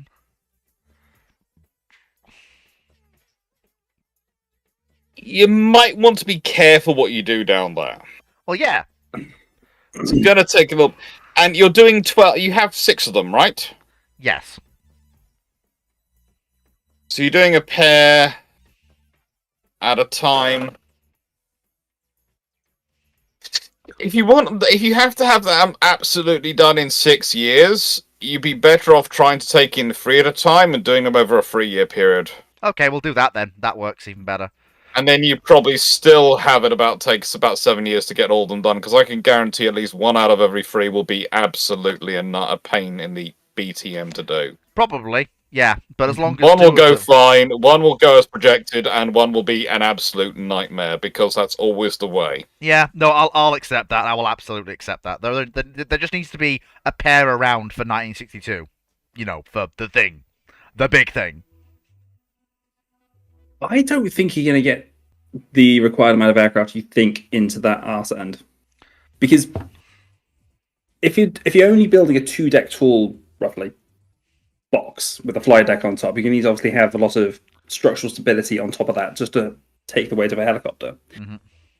Now, KA-27 or KA-25s are roughly about 2.5 decks tall, roughly, give or take. Yeah, You're going to need to cut out a lot of the main deck itself yeah. just to get those in. To be fair, it's 3. Plus, you need to have It's- a lift. And... Yeah, it's 3 in the hangar, and then you see that superstructure forward. That's also a hangar space as well, but it's also a repair. So that's where you do your maintenance. If you see, if you got the angle coming in from the rear, showing that, Yeah, wait a second. you'll see. You've You'll got see a what... split hangar. No, it's not a split hangar. You have a maintenance hangar. You have maintenance hangar space beneath the deck, and you have a service hangar on top of the deck. No, the maintenance and service hangar is on top. It's just a basic aircraft storage area beneath the deck. If aircraft need maintenance, they come up and into that service hangar to be repaired. Which is a split hangar, because you have a hangar space beneath the deck that you're using as storage. Yes, Because where do you store aircraft? in the bottom hangar. All right, yes, it's a split hangar. There we go. Yes, as you can see, you've got the doors to the repair and maintenance hangar because it gives more room for people to work in, and it's a more you got your maintenance spares and supplies in there. I'm aware it's not perfect, but look, you can't fit the maintenance.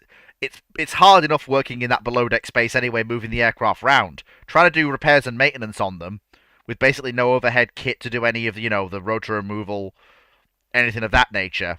It would just be hell. It's not perfect, but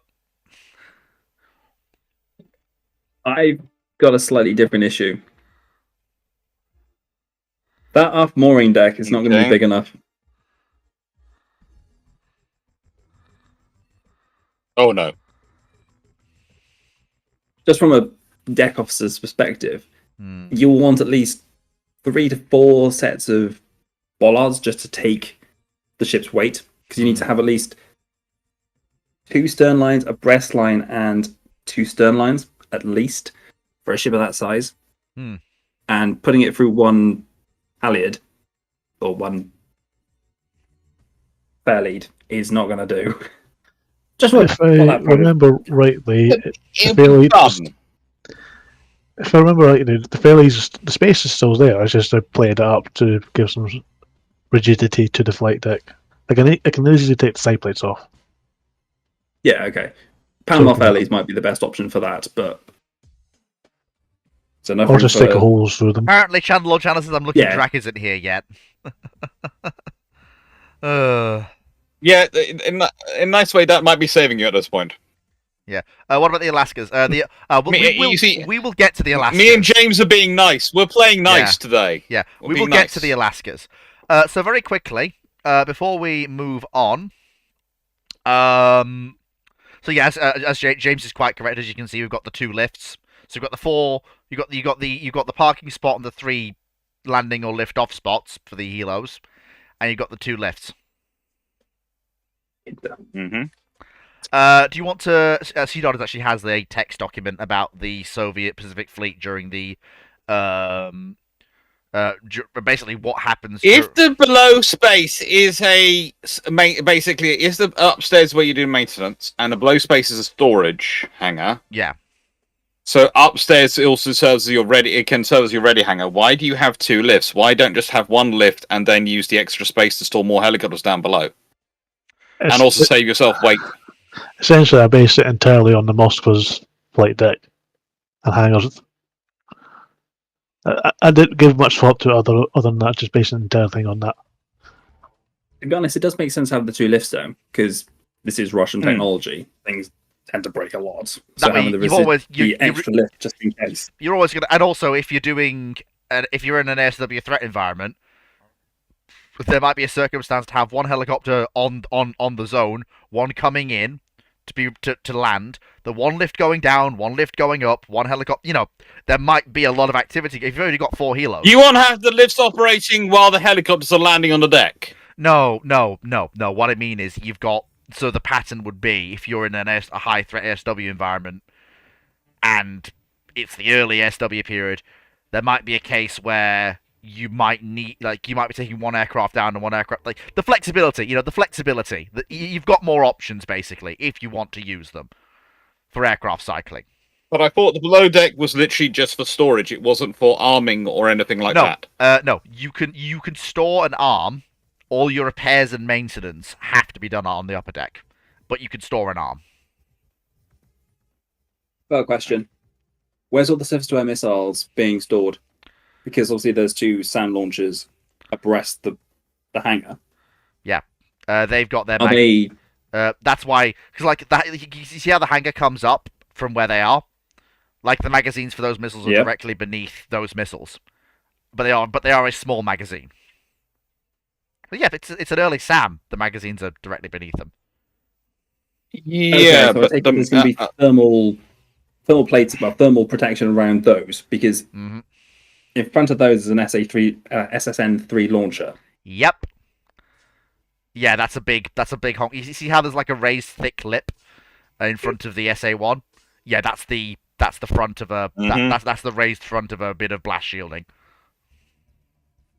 Yeah, but even still, if you're getting Shattuck launchers to be fired, like for example, if you elevate the launchers in the straight ahead format, the back blast is going to go straight into that deflector and into the deck essentially.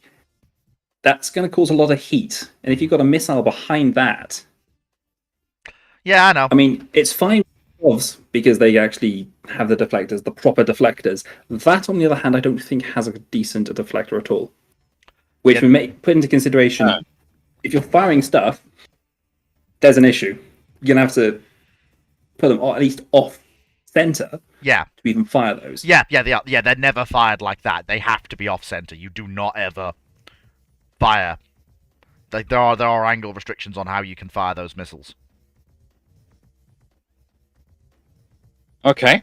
But again, this So they're isn't, trainable this isn't, to. yeah, they're trainable, but you don't have all the angles available. Trainable, but they got a 45-degree angle of fire. Yeah, basically. And again, Cool. again, bear in mind, this isn't the final form of the Stalingrads. A lot of these issues are remedied with the later refits and how they carry their missiles. Also, those guns on top of the hangar. They are non-deck penetrating.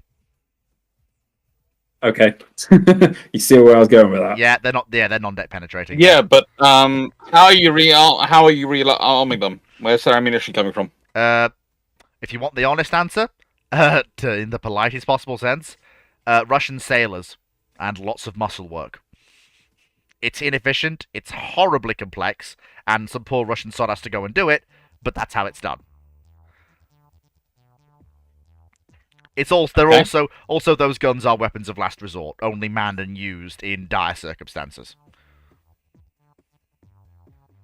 Where's all the crew for the flight deck ops coming from? Where are they getting stowed? You see how you've got the flight deck, and then you've got the maintenance hangar. You got the missiles. Mhm. You see how the superstructure's got big and long compared to what it was on the other. Mhm. It is a bit of a walk, but they live and work. They live in the much lengthened superstructure, and then they walk aft to their machines and to work. It's like they're bunked in the forward superstructure.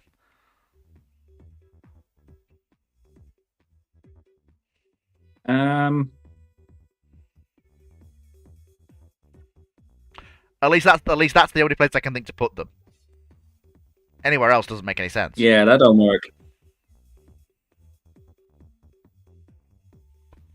Like, it would make sense if it was a mess deck that was the width of the ship, which then you could conceivably take the God knows how many Wafus that would take to, well, Russian Wafus.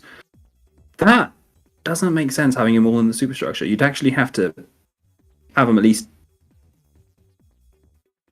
I don't know, somewhere aft, somewhere down below it. Yeah. I mean, there is There has space. to be somewhere near it. In the nicest way, you're going to need them up at all hours of the day and night. You're Yeah. going to need to be able to get run in from their beds anytime you're doing it. You don't want them to have to go through the whole ship. You also don't want to have people blowing up whistles the whole way through the ship. No, that's a If good you don't point. have to. Yeah, I think Especially honestly, if I'm you're going to, or forgetting- if you're talking about a ship which is a flagship as well, so it's going to have an admiral's staff on Yeah, it. Do you really want to break up an admiral every time you need to get an aircraft airborne? No, that's a good point, and also I'm making a lot of noise. And also, I do keep forgetting that ships are big and they have a lot of space internally, so I could just put them in the aft somewhere, just as long as it's nearby. Like, I mean, in the hole that we built out of, yeah, convert the old magazine into a mess pit. that's not a bad Yeah. idea. That's not a bad idea, actually. Yeah. So there's all sorts of space down there you could do stuff with. Even turn it into a theatre. if you want. Especially if you're going to basically use Or concrete to storage. make up the weight differential. Because I presume you're not planning on anything more fancy than concrete No. to make up the weight differential. It depends. I mean, by that point, it's well known what concrete does to metal. So, probably not concrete. But it's the Soviet Union. They do love their concrete. They do, but they also like ships that don't work themselves to pieces or rust from the inside out. And you put concrete inside that ship. So concrete with rebar in it. What difference would that make? I don't know. What would that be? Why would that be better? Would that rust less? I remember reading something about reinforced concrete having different interactions with metal around it, but I don't know if that would affect navies. Not enough, but it might be something they'd try. I mean, But honestly, you could the other option for weight is, of course, good old fashioned lead. I mean, But loading in lead lead's very weights down there valuable is at this point. yeah, but don't Soviet Union have a lead mine at this point? Yeah, but they're starting to build nuclear reactors that require a lot of lead. I mean, honestly, Yeah, that does. That requires a lot of lead. What if we do use concrete, but we basically, you wrap it in almost sacrificial layers of iron and steel. So you have the concrete weight, but you allow for sort of, like on early iron vessels, you would have iron, wood, and copper to prevent there being a galvanic loop and the ship rotting itself to pieces. Why not have the concrete, wood, then steel? So that the concrete has a layer between the concrete weight has something between it and the ship. Or you could go full 1960s but have it in a Bakelite case. There are ways around this. It's not an insurmountable engineering challenge. Better. I think we are thinking a little bit outside the box here. Yeah, I think we need to just move on. If we get too into this, we're not going to get anywhere. I was going to say something before that, though, Clee. Yeah, go on. How much does the gun turret weigh? The 12-inch? Don't off the top of my head. I don't know. Genuinely, that is. Because if you take into consideration removal of that gun turret, say, where are we, 1,000 tons? It's gonna be what, like 150 tons roughly? Mm-hmm. Maybe? Yeah. Take that off. Bit more. Okay, we'll say maximum 500 tons. Take that off. Take the barbette out. Maybe say 1,000 tons, give or take. Mm-hmm. How much does the hanger and all the stuff on top actually weigh? And also, if you account for the aircraft it's going to carry as well. Do you need to fill it with concrete? Probably not, actually. Yeah? But fleet centre of mass. Yeah, you probably will have to do some sort of weighting for... If you're... Would it have negative effects on the ship if you're raising the effective centre of mass? Because the hangar's going to have to be above the water. Most of the way I'm moving is below. Technically speaking, waterline. it will move the center of flotation aft and also move the center of gravity aft and raise it slightly higher up. So in theory, instead of it being dead center, it will be more slightly aft. I've just done a stability course. You'd have to counteract that with a lot of ballasting. Probably wouldn't work. You probably still have a ship that's got a trim maybe like that. No. Yeah. Like that. So you'd probably have to counteract the weight down aft with a lot more weight up forward. So increase armor up forward, slapping plates on the forward end, external belts. Do it. Actually, yeah. I mean, I'm guessing you're making the superstructure out of aluminium, Yeah. or at least a composite. Yeah. That'll remove some of the weight. And probably a lot of very exotic alloys, which may have some interesting properties if you're trying to cut down weight. It's Ruinon. Yes, Yeah? apologies for being late. I was on track to actually be able to leave at noon my time, But, and then my foreman happened. of course, this is unsurprising. Apparently he started browbeating his apprentice while also withholding supplies from me. Which, yeah. I have it on video this time though. Anyway, so, moving on quickly. Stephen Richards says it looks like have included a nuclear 16-inch shell for the Americans. I don't need to. It already existed. What aircraft are the Russians using on their carriers? I would advise you to go and look at the video me and Rex did to an answer to that question. A question. It looks like a Tiger refit. Yes, essentially that was one of the inspirations for this. Because on a ship this size, you can make it work without losing too much capability. You don't really need more than 6 12-inch guns for the, gunfire role in the missile age. Well, you could argue with the addition of the anti-ship missiles has actually gained capability. Absolutely, yeah. And it's also become the ASW centerpiece of the task force it's leading as well. It doesn't have the sonar itself, but it does have the helos. And the capability to control those helos.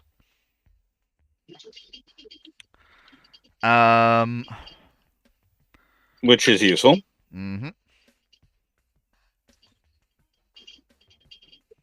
Which is very useful.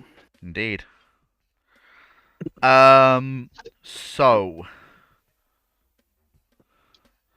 Next Even thing. missile crisis. Oh yeah. So, we do have to discuss what the Pacific Fleet does during the Cuban Missile Crisis. So For which I wrote a little ditty. do you want to read it? Soviet Pacific or Soviet Pacific. Yeah, I'm happy reading it. Go on, go for it. Go on. Basically, Go on, this came Tito.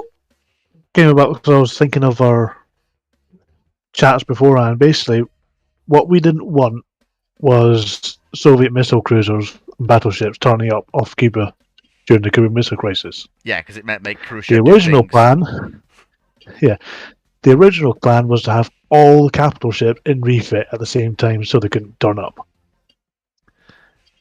Obviously, that's unrealistic. This is why the staggered refit for the Stalingrads and the Graf Zeppelin and all them came in. But the priority for the new built ships was Pacific Fleet, so it's only the Pacific Fleet that's got the new ships. Specifically Graf Zeppelin and one of the Stalingrads, with also one So unrebuilt. Graf Zeptinsky and one Stalingrad called Marshal Zhukov. Yeah, there we go. So Yeah, I wrote a little thing. I'll just read through it. I tried to find a couple of an admiral and a captain that would have been around in World War II for the Arctic convoys, but I haven't got anything back for that yet. But anyway, Yeah.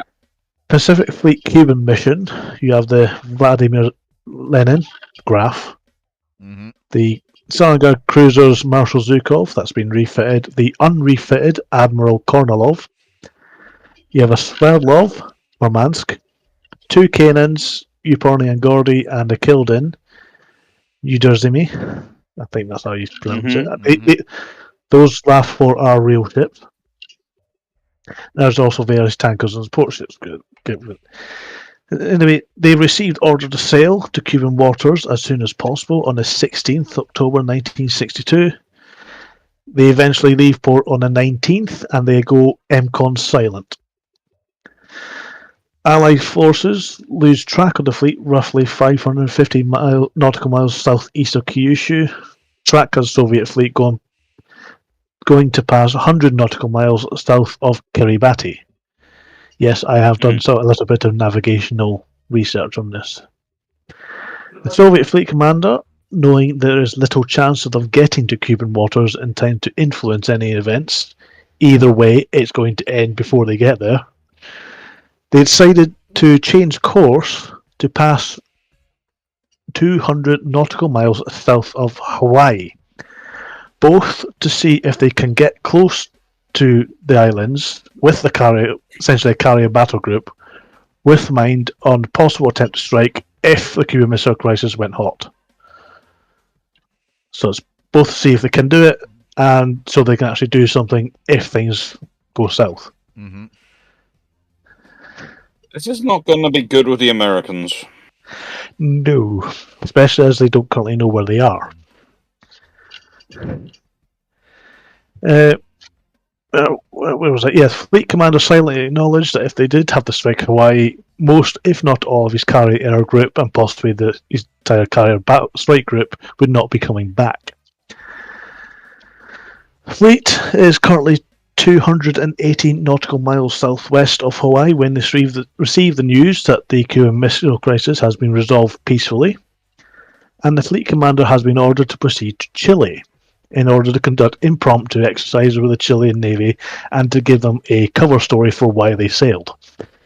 They will conduct goodwill port visits, especially given that Chileans are making noises about buying Soviet hardware. The fleet steps down from MCON silent, and the US forces in Hawaii can shit themselves. As the radar signals and MCON traffic from a Soviet carrier battle group suddenly appears, nearly less than 300 nautical miles from Hawaii.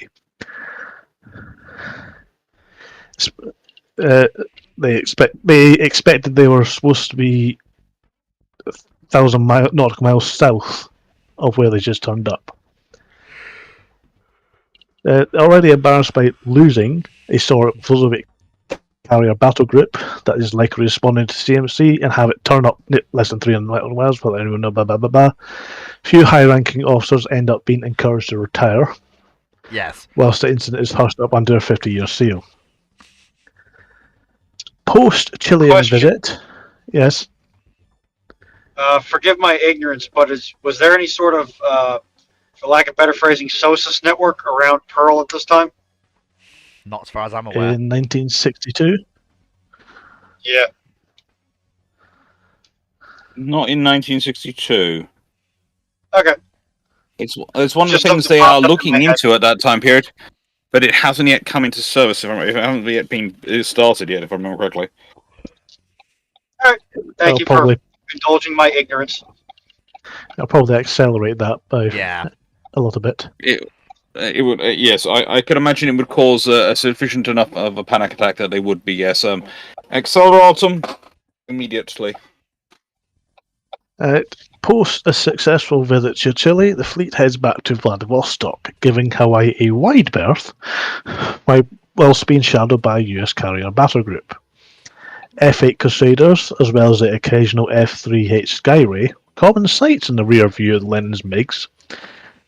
Some pilots report seeing a large unknown fighter. They reported it as It was fast, had wings roughly 45 degrees sweep, leading edge, straight turning edge, and the outer third had a dihedral angle, had rectangular intakes and a long canopy, possibly two-seater. Also seemed to bristle with missiles and external fuel tanks, and could keep station for ages. The F4 Phantom. Yes, this is the first time the Soviets have encountered the F4 Phantom. It is just in the timeline for F4 to be deployed on a carrier. Yep. Soviet Politburo managed to secure a rapprochement in form of the Marshal Zhukov making a goodwill port visit to Pearl Harbor. Ship arriving under escort on the 5th of December 1962. A prominent berth was carefully chosen by the USN that satisfied guest rules as to not in any way slight the Soviets so soon after the successful days of the CMC. However, not by accident, directly across from the Zhukov was the British Daring-class destroyer HMS Diamond. Her captain had been asked to keep the Zhukov under careful watch and has secretly ordered that the torpedoes be set to target the Zhukov with all but the mounts and firing devices ready to go at a moment's notice. I'm sure the captain of the Zhukov was well aware of why that ship was also directly across from it. Probably did. The battle cruiser received pre-booked and vetted visitors, taking on a sanitized tour of the ships, with the ship's officers taking care to show off the newest additions. Again, in a sanitized manner, such as the missiles and the new guns, and the new helicopter flight deck and hangar. US admirals and senior officers, along with the captains of British and Australian ships in harbour, are invited to dinner on board, and there's a cocktail party hosted on the flight deck. The captain requests to participate in the 7th of December ceremonies, in solidarity with another great nation who was suddenly and violently assaulted without declaration of war. And but this is a captain who was supposed to be junior officer during the Arctic convoys, so he has some appreciation. Mm-hmm.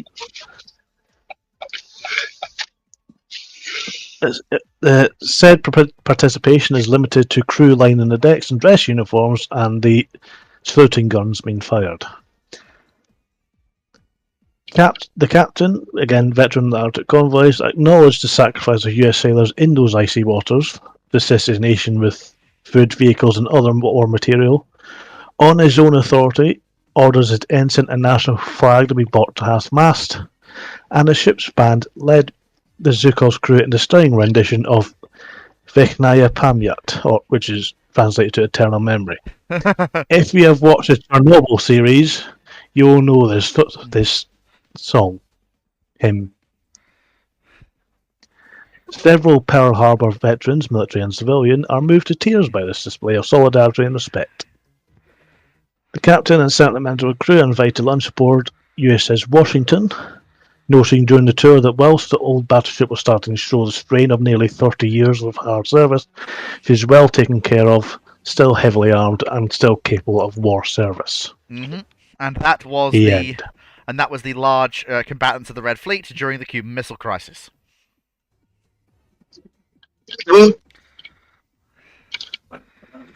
So we now. Any notes? Well, it sounds pretty much sensible.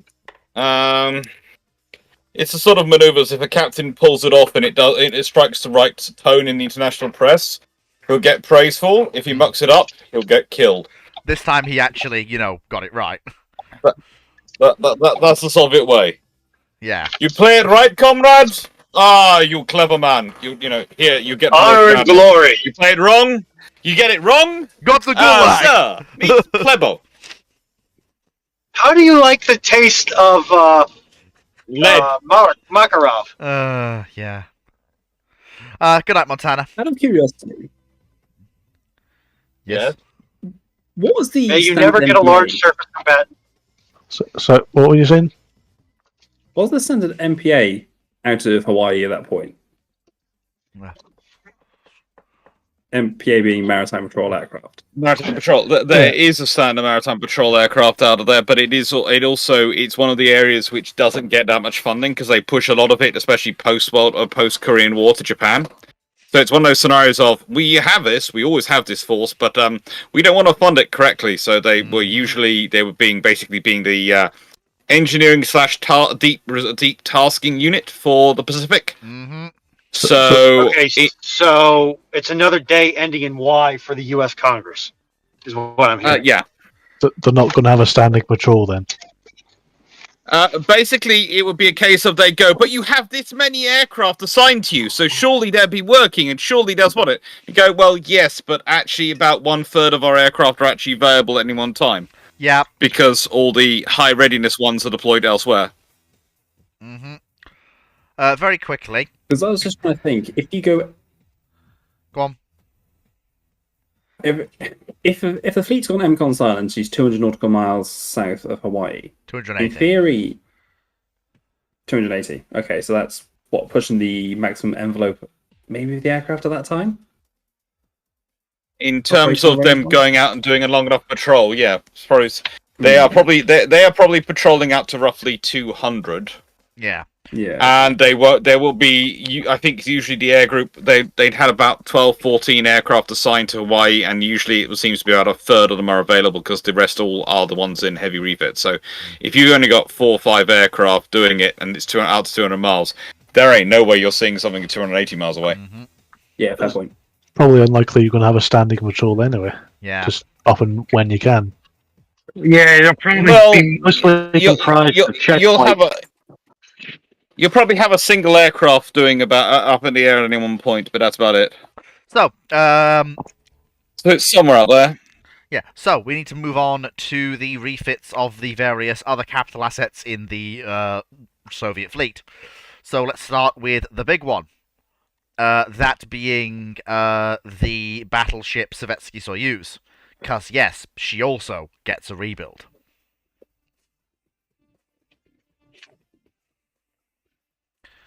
How are we funding all this? You're just Basically, a the problem with wing and a prayer. the problem with the Soviet fleet was never a lack of funding. It was always a lack of political will to release the funding. We have decided to provide that political will,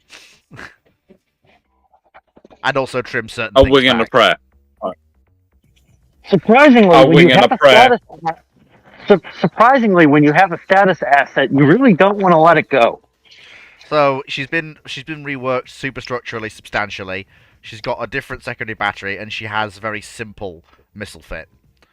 She's only got 3 tubes per side, and she has a helicopter landing deck rather than any form of actual permanent hangar. She doesn't carry a helicopter. She can take one aboard if necessary, like the Iowas could. Yeah, I was about to say, so kind of like a slightly leaned out Iowa refit. Yeah, she's and this is basically the last refit she gets. She doesn't when the next refit cycle comes up to change the weapons and sensor fits again in the early 70s. Soyuz instead goes into the reserves. So she's packing SA3s. Yep. And I take it still packing Styx launchers? Yep, sticks. Yeah, it sticks in armor box launchers. They look armored to me. It does limit the rear firing arc of the rear turret. She can still do broadsides, but she can't fire over her shoulder anymore with the rear turret. That Not unless you want Styx to- launcher looks a little bit close. You can to do that broadsides? launcher. No. That aft turret isn't working with those missiles. You've got basically a 45-degree angle of fire before you start sending those missiles off with the effects of your going boom. To be fair, the Styxes could have been elsewhere. But again, like I said, she has Styx launchers. They are To be somewhere fair, on the you ship. could have removed the aft turrets and put. You could have removed the aft turrets and turn it into a missile farm back there, and actually put in a decent hangar, and you would probably be justifiable in doing that. The thing with Yeah, you could Soyuz, the thing we figured with Soyuz is by the time you get into the late 60s, the Soviets are looking at her and going, where does she fit? The Stalingrads can do plus 30 knots. They can fit with our carriers. They can lead surface action groups. Savetsky Soy uses 28 knots, flat out, with the following wind. Where does she fit in our open sea doctrine, basically? And they go, Yeah. she's useful as a show the flag asset. She's useful as a asset in somewhat more confined waters. But she's not really an asset that we're going to be using to work with our carriers or on the high seas. So they give her she's got a more self-defense fit, and her Styx launchers are basically there as, oh, I have some anti-surface missiles. But that's about it. And to be fair, like I said, these ships are representations of what might have been, not what was in the timeline. So those Styx launchers could be reworked in a different place in a way that lets the rear turret actually move and function. So where those Styx launchers are may not exactly be where they be. What do you want? If that makes sense. Okay. Dr. Clark, How do you shoot? do you Yes. have range of those guns? The theoretical maximum range those guns could fire out to. Well, the thing is, they never actually built their guns, so we only have it would be a rough one. No, they did build. I think they built a few barrels that were used during the defense of Sevastopol. I didn't think it was a Leslie Sawyer's one. So I thought they 16-inch guns, I'm sure. I'm just going to check. Navweps has one gun being proof-fired. Yeah, that's it. It's not one of the ones which were actually built for which were actually their guns. fair enough. But theoretically, and I do say theoretically, they were supposed to be able to elevate it up to 45 degrees, which is going to give them probably a range of... Well, their claim was 46 kilometers. I'm going to go for about 42 kilometers in practical. Yeah. So roughly about the range of a Styx missile, then. Yeah. The reason for the Styx missiles being fitted was basically a post-Cuban Missile Crisis decision, and a thoroughly political one, that had less basis in reality and more basis in what the Politburo thought the future was. If a Soviet heavy asset was to be retained, it must have some form of ship-and-ship missile capability. You'll notice that Soyuz has a very, very small amount of Styx, and they're placed in a manner that, oh dear, well, the shock has damaged the firing cables, and we can't use them. Whoops, oh well. Well, no, actually, the shock could actually set off the missiles in the position they're in. Why do you think she never carried any in service? She was fitted The first thing is to fire. The first thing is to fire an engagement, get the Styx off, then start with the guns. Yeah. And if you're doing a mission where you're not going to be doing naval action, she just doesn't carry them. She just doesn't carry Styx. Like, if she's doing a shore bombardment mission, she just doesn't carry Styx. Okay. Or you just use the forward turrets. Yeah. Like I say, she ends up... feel like it, Like, after this rebuild, she is the Baltic Fleet's flagship, and that's where she serves. She's in the Baltic. I feel like you got very attached to the idea of putting Styx on her, and I'm not sure that was necessarily Like I said, it's a locked-in part of the timeline. It's the ship as she is, so we have to kind of work around it. Like I say. I'm mildly surprised that you didn't put them just rear of B. Like I say, it wasn't. Bear in mind, all the images, Sea Dotters. I used to have P500s there. But we got rid of them. It's quite rude the way you keep every time you're worried you're going to get pushback on something, you keep putting onto poor Sea Dotters. Well, I mean, I didn't. Sea Dotters was executing your vision and did it very, very well. He did. I could make a very cruel comment here, but I'm not going to. I will also point out that, like I say, these are the ships as we've imagined them. They are not exactly probably what they would have looked like. So we've had Soyuz. When Runon does the Minecraft server, Bob, 10 grand.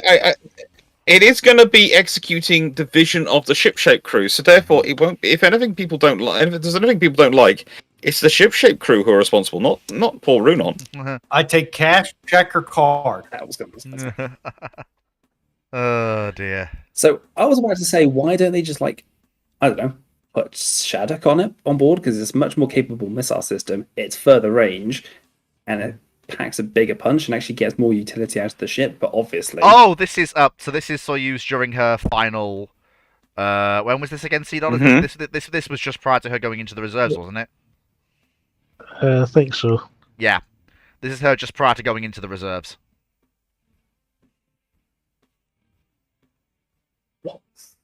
I'm seeing an abundance of Peter Capaldi and Hugh Laurie memes in chat.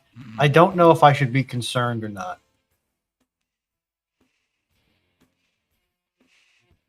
I'd say that's people suggesting that me and James are both dashing, wonderful people, and that we are here to torture good, our good friend Fleet in the best traditions of Doctor Who. Yeah, That's what I'm taking as. yeah, probably. But yeah, so that's how she enters the reserves, I think, in the late 60s. But we have to now come to the other rebuilds. That actually looks pretty good. You got a shock shield for the B turret. What are those, torps or more missiles amidships? Those are the same tubes that the Kievs carry. They're Some P500s. That looks pretty good. Honestly. That's looking better. I'm happy with that. That's her when she enters the reserves. That's her final rebuild she ever gets. I still think that the radar mast above X turret is a more of a hopeful thing than a reality thing in terms of operational capability. What year was this again? So this would be absolute late 70s, bordering on 80s. She's going into reserve, but they want her to be useful in case they need to activate her. Yeah, she comes out of this refit in 78, and then is literally shuffled off to the reserves immediately afterwards. Okay, so she might do a tour. She might do a tour. Yeah, she does a single. She does a single year in the Baltic, and then she's into the reserves.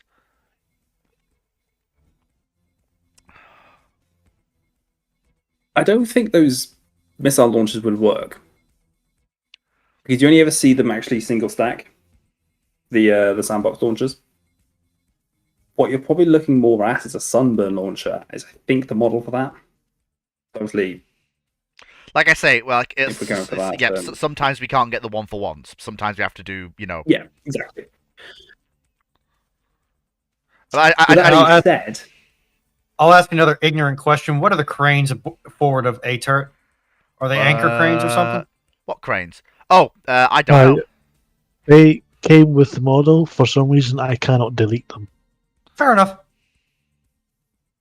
So that's just they get a couple of mods that are broken in that sort of way. You place them, but you can't delete them. Yeah.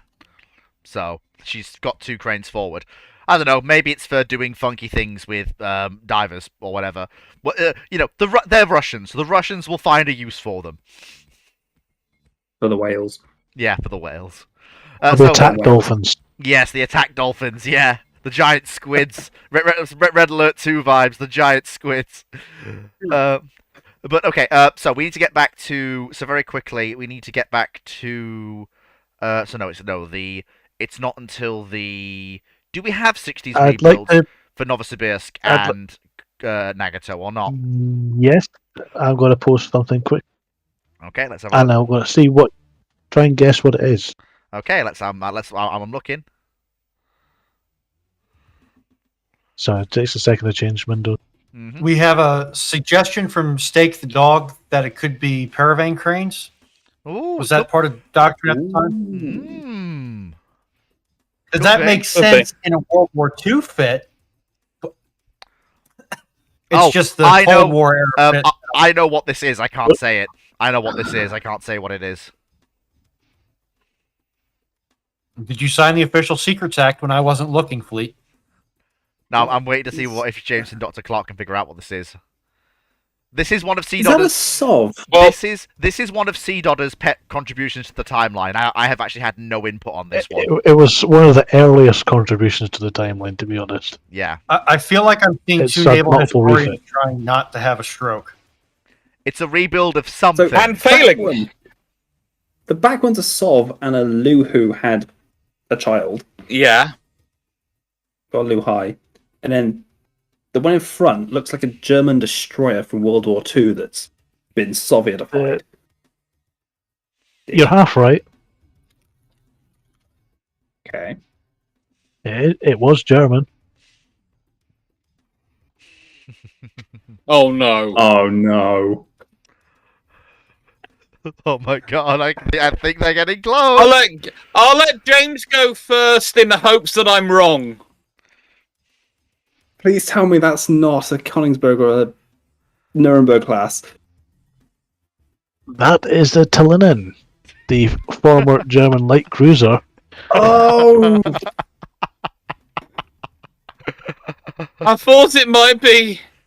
What in the name of all things unholy have you done? Who hurt you? Alan, where did they touch you? This was not me for once. For once, I get to sit and watch the fireworks because this had nothing to do with me.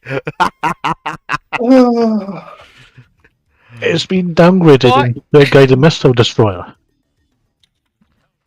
Hang on. Yes, So those are you're talking 130 about- mil guns. So, Again, I'm going Just to want ask to the confirm. question, C. Dollars. Who hurt you? At this point, who hurt you? It's just no. You've taken a ship that, if my memory serves me, was always eager to join the U-boat fleet, and you put torpedoes as the highest thing, or missiles as the highest thing on the vessel. That is not radar mass. I mean, to be fair, it's been massively cut down and probably has a radically different metacentric height to what it used to have. It's not got 150 mil guns anymore. Please tell me it's never leaving the Baltic, because if that goes anywhere which actually has waves, it's in trouble. And even in the Baltic, it's not going to be in a good position. This It is a has- Black Sea. This is Black Sea Fleet. Black Sea Fleet. Well, it's slightly better than the Baltic, but that's It's still. It has mainly a very, it has a very, very, very, very, very short service life. It does not I last have long. all the How questions. did it? You haven't seen Julius Caesarea. You can the- take as the many Gatsby. questions as you like, because frankly, I would like to stop looking at it. Can we move on to the rebuilds of the prizes, please? Starting with Novosibirsk. Well, let's see what shipyard I want to ask first. I need more rum first. He's got the hard liquor. You need more rum. I need more own brew. Fleet, Is I know I that usually all say right at side? times like these that I'm glad I don't drink. Is it? I think at this point, it's a great render, Sea Daughters. Don't get me wrong. It's a great render. But I am majorly concerned about the stability of this vessel in anything more than a flat calm. So are the Again, Russians. is this the same hull as Admiral Hipper? Although, 'Cause it I looks guess very- if you took a lot of the weight that you've trimmed off of the superstructure and just put it as pig iron ballast at the keel of the ship, you might get away with it. Because you have trimmed a lot off the superstructure. I just hope you've trimmed enough. Right. Onto the Novorisks, or however you say it. Novosibirsk, I think is how you say it. Oh, Look, in a nicest way, the German light cruisers suffered enough through their sheer existence. This is just cruelty. Well, no, this is punishment for existing. That's what Sea this is. Daughters. Sea Daughters. I have. It's a great render, but I'm honestly I'm honestly starting to worry. Is this because Did Fleet talk to you so much about the Hosh? This is what came out as a sort of rebellion? That's your only Or to try and response. excise that That's whole all image you've from got. your head? That's all I you've... have no other idea for where it would come from. No, Look no. at it! Dr. Clark. Look Dr. at what Clark, you've done to James! Look Dr. at Clark, James! The man Look is at that God. man! Well, at Clark, least Drax's not here to see this. Doc- Yeah. Dr. Clark, Although saying um, that and knowing Drac, he's gonna do what he always does. He's going to do what Drac always does. He will arrive, he will wait for the opportune moment, and then, like a bat out of hell, he will drop like a comet out of nowhere into the conversation. Because that's what Drac does when I invite him.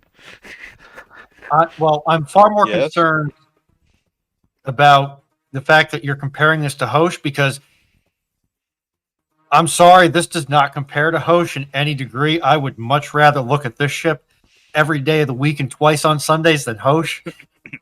I'd probably much rather sail in the Hosh because I'll probably make it to my destination. Wow. Right. Yeah, And if you're If you inside want, the Hosh, you don't have to look at the Hosh. true, very true. Right. right, Right, if you well- want, I'll moving- tattoo images of the Hosh behind your eyelid, Moving on. which means you'll see her whenever you close your eyes. Moving on. Quickly to the Novosibirsk and her rebuild. Before I switch over to the image, just like to point out my vision for this ship was mainly as a training battleship, Well, not She's battleship, already- trading ship. a training ship. She's already old, so the Soviets would turn her into a training ship. It's why she's got a Well, little bit of brace- everything. Okay. Brace yourselves. You didn't say brace yourselves before that. Okay, I'm going to close my eyes. James, tell me if I should open them or not. I trust James. She's I don't got a little, trust she's anyone got a else on little this bit one. of everything. Yeah, I got a little bit of what? everything, all right. Dr. Clark, I don't know if you James, want to go open your eyes. Smell past the abomination. Well, you saved weight by dropping X turret. And putting a triple automatic 45 on for anti-aircraft training.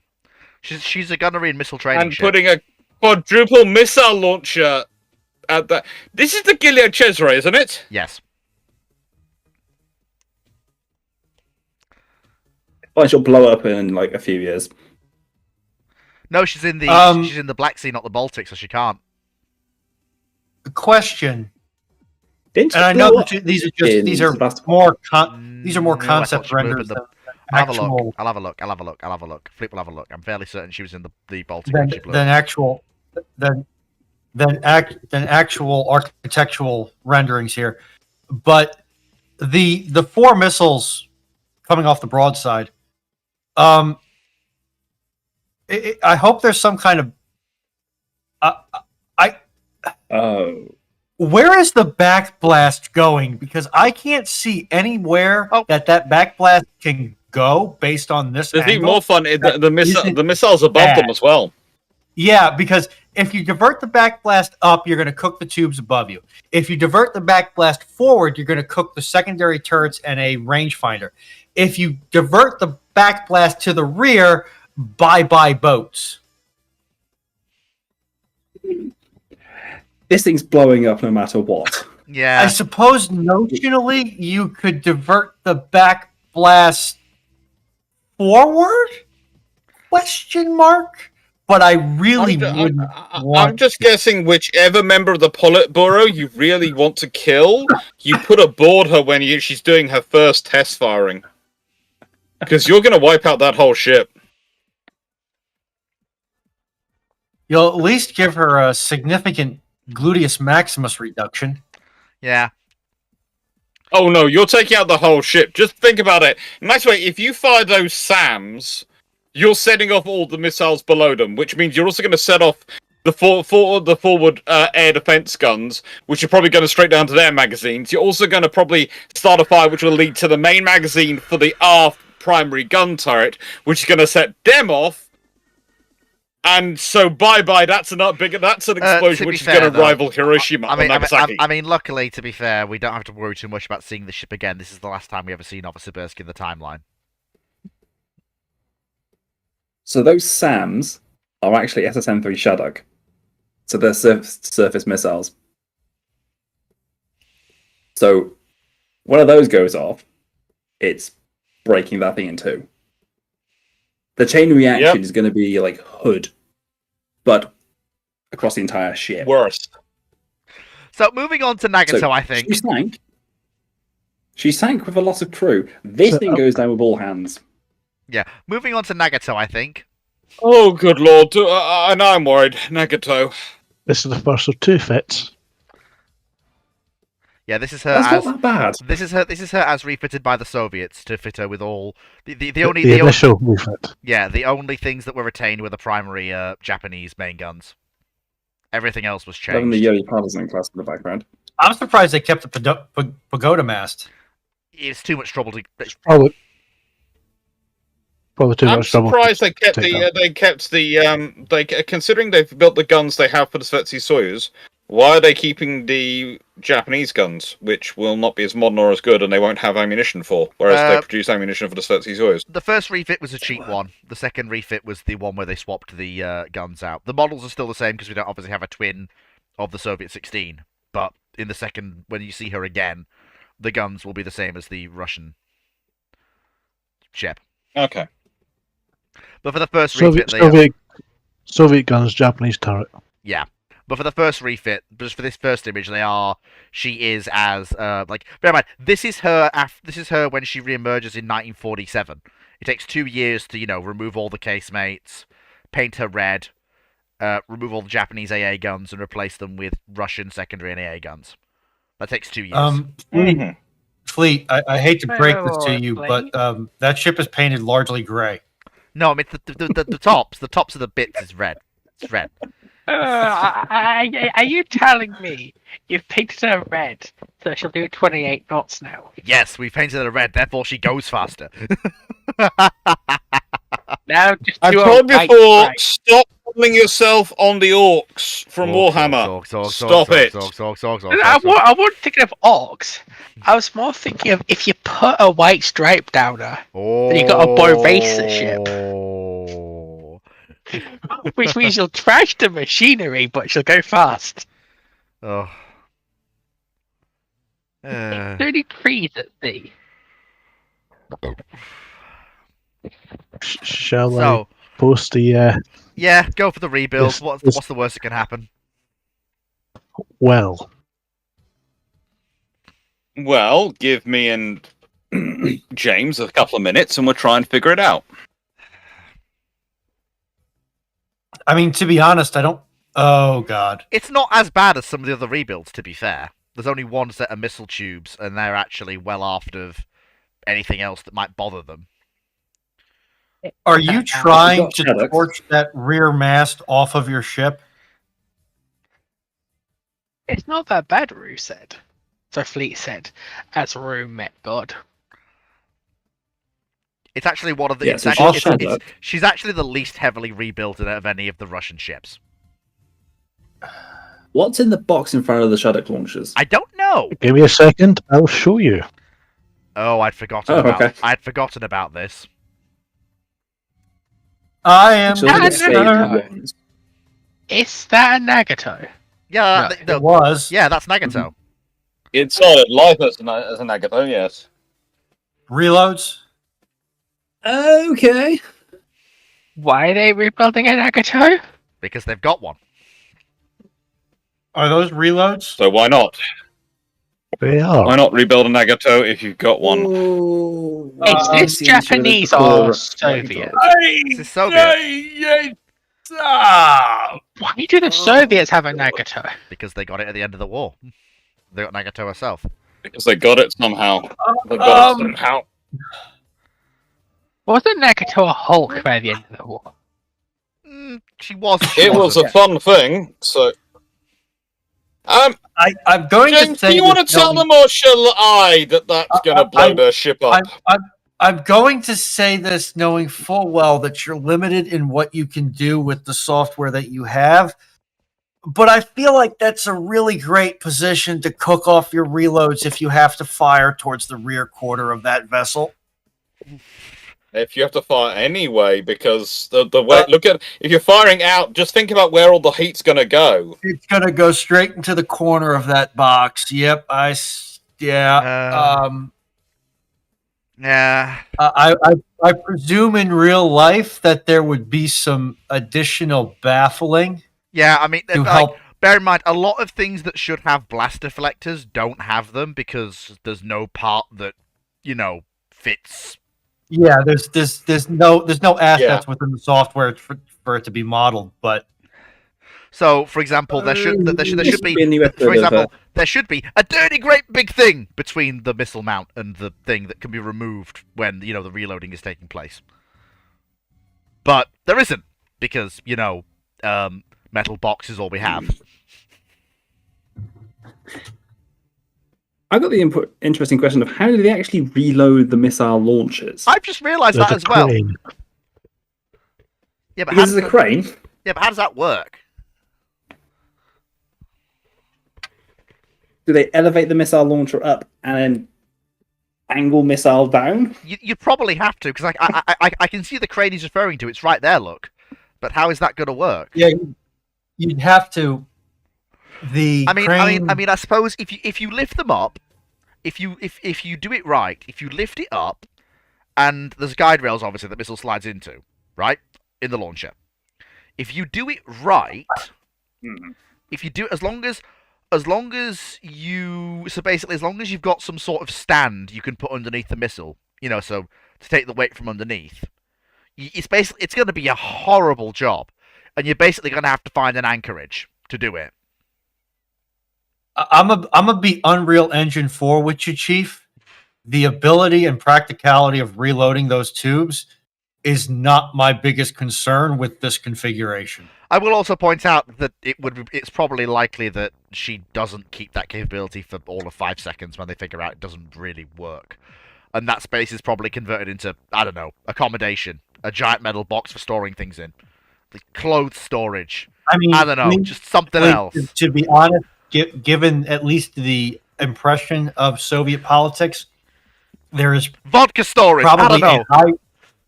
There's probably a high-ranking political officer who really pushed for that, so that capability will be baked into that ship until the day that ship is sent to the breakers. Yeah. I mean, there's a great deal of work gone into it, as you can see from what CDOS has done. There's a great deal of work actually gone into making that, but... Oh, yeah. Like, again, the render is 10 out of 10, no notes. Yes. It's just the fact that he's missing some components in the software. Yeah, to do it right. That's making me and James have a panic attack. But yeah, I'm having a stroke over here too. But yeah, that's Nagato. She's actually one of the. She's the least egregious of a lot of the refits because she's actually the simplest. But you're having a stroke at electrician. Yes. She's a battleship, right? Yeah. Which means she needs to get in and use her main guns. What happens when you fire on a battleship? You tend to go for center of mass, don't you? Yeah, I can see where this is going. Oh, yeah. Is that box armored, Sea Dodders? Not enough. Probably not against battleship grade shells. That needs to be removed then immediately, or that box needs to be changed into literally anything else. And I think it will be probably because the Soviets are many things, but they're not stupid. I mean, funny thing is, looking at the length of that, you could actually store a ship's boat in there and use the crane to get it out. You could store a ship's boat away from the elements in there. Yeah, but why? Pardon? Boat in the box. What did you say, James? But what happens when you start firing Shaddocks? I mean, the boat will get warm, I guess. If you keep that boat fueled, that boat will definitely get warm. You'd probably store warm is one description you can use for it. Honestly, you'd probably store a metal yacht in there, like a sailing yacht, like a captain's sailing yacht or whatever. Oh, like the KGB communications vessel. Yes, Yeah. yes. If that You get- mean the ones which have petrol and etc. engines in No, them? no, no, in no, this no, no. time period. Yeah, but also look like a yacht, like a nice white Sunseeker yacht. Yeah, Yeah. Come Gonna look great with black streaks on it. Comrade in the KGB, we have your yacht ready for you. I'm sorry, the engine's burnt out, the sails are gone, but we have some oars.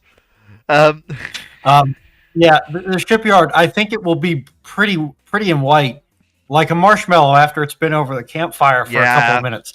But yeah, so like so that's Nagato. Now we actually come to some of the western. Does she get another rebuild? Nagato, I think, does later on. Minor, I think. She does she get a D build? No, she's in deep reserve at the end of the time, but we'll get to that. We'll get to that. The next thing we need to do is we need to talk about some other things that have gone on. So we need to talk about the Alaskas. People have been asking about them, and we've got to them. So there are 3 Alaskas going, and we're going to deal with 2 of them for now. So Richelieu is taken out of service and scrapped. Anything that's useful is taken as spares to keep Jean Bart going, and Jean Bart is also refitted at this time to extend her life. But that leaves the French with only 1 heavy service combatant, and the French Navy deems this unacceptable. So they go shopping. And they buy 1 of the Alaskas off the US. It receives a refit and is given to them, replacing Richelieu. The Netherlands also wants a big gun service combatant. And so that's the French Alaska.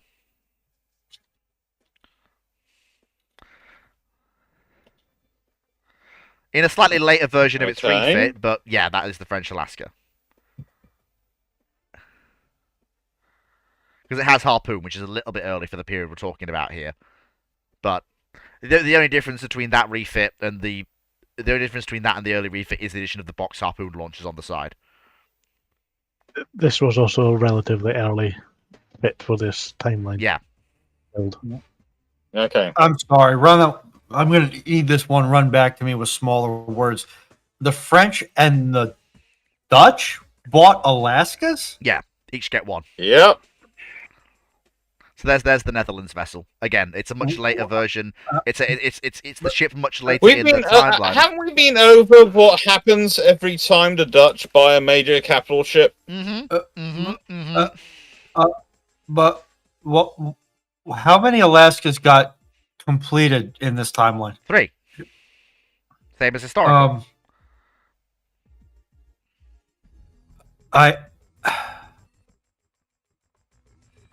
That's a very large, kind of starting to go stale asset to only have 1 of when you have to get all your parts from overseas, I feel like.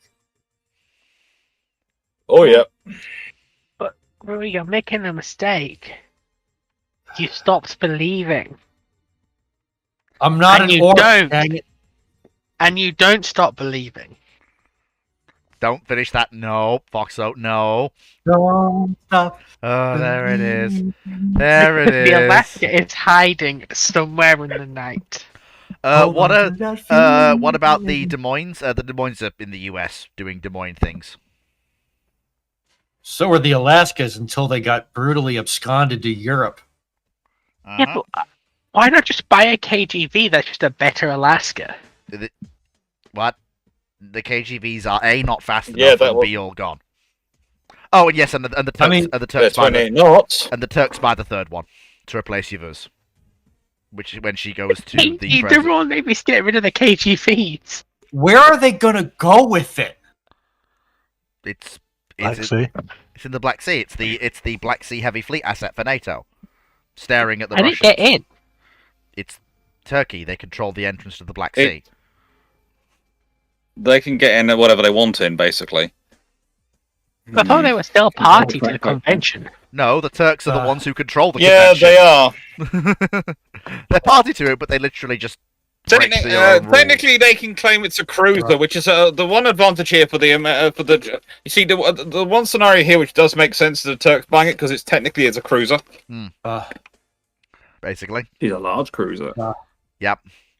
So yeah, like I say, these Alaskas were some of the earliest things done for the timeline, and they are depicted in their 80s configuration with Harpoon and other missiles. I feel like you really want to piss off some Treasury officials across these countries. Like, I would point out the fact that Dr. Clark has made it clear to me countless times that Treasury officials can moan all they like, but if the Soviets have big scary monsters, and we don't have big scary monsters, what are the public going to think? Yeah, have a look at the current debate we've got going on about defense spending in Europe at the moment.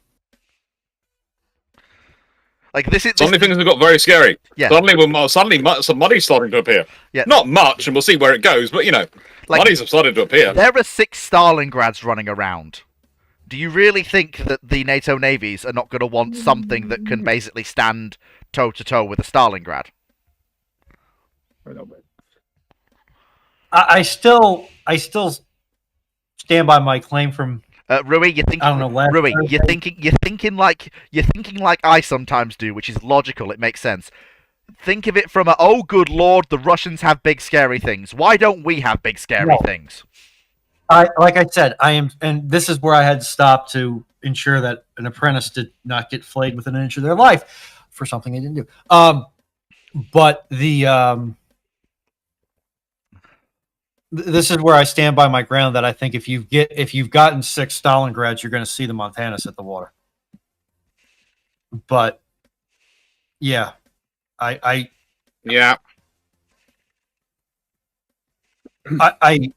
almost okay. I can see what the French are doing with their Alaska. Again, I question why they only have 1. I can see what the Dutch are doing with their Alaska. Again, I question why they only have 1. To be honest, the Dutch getting 1 is believable because the Dutch are the Dutch, and occasionally their government just is annoying. For the sake of being annoying. I would also point out that the French... Dutch also being looted to the ground are pretty poor right now. Yes and no.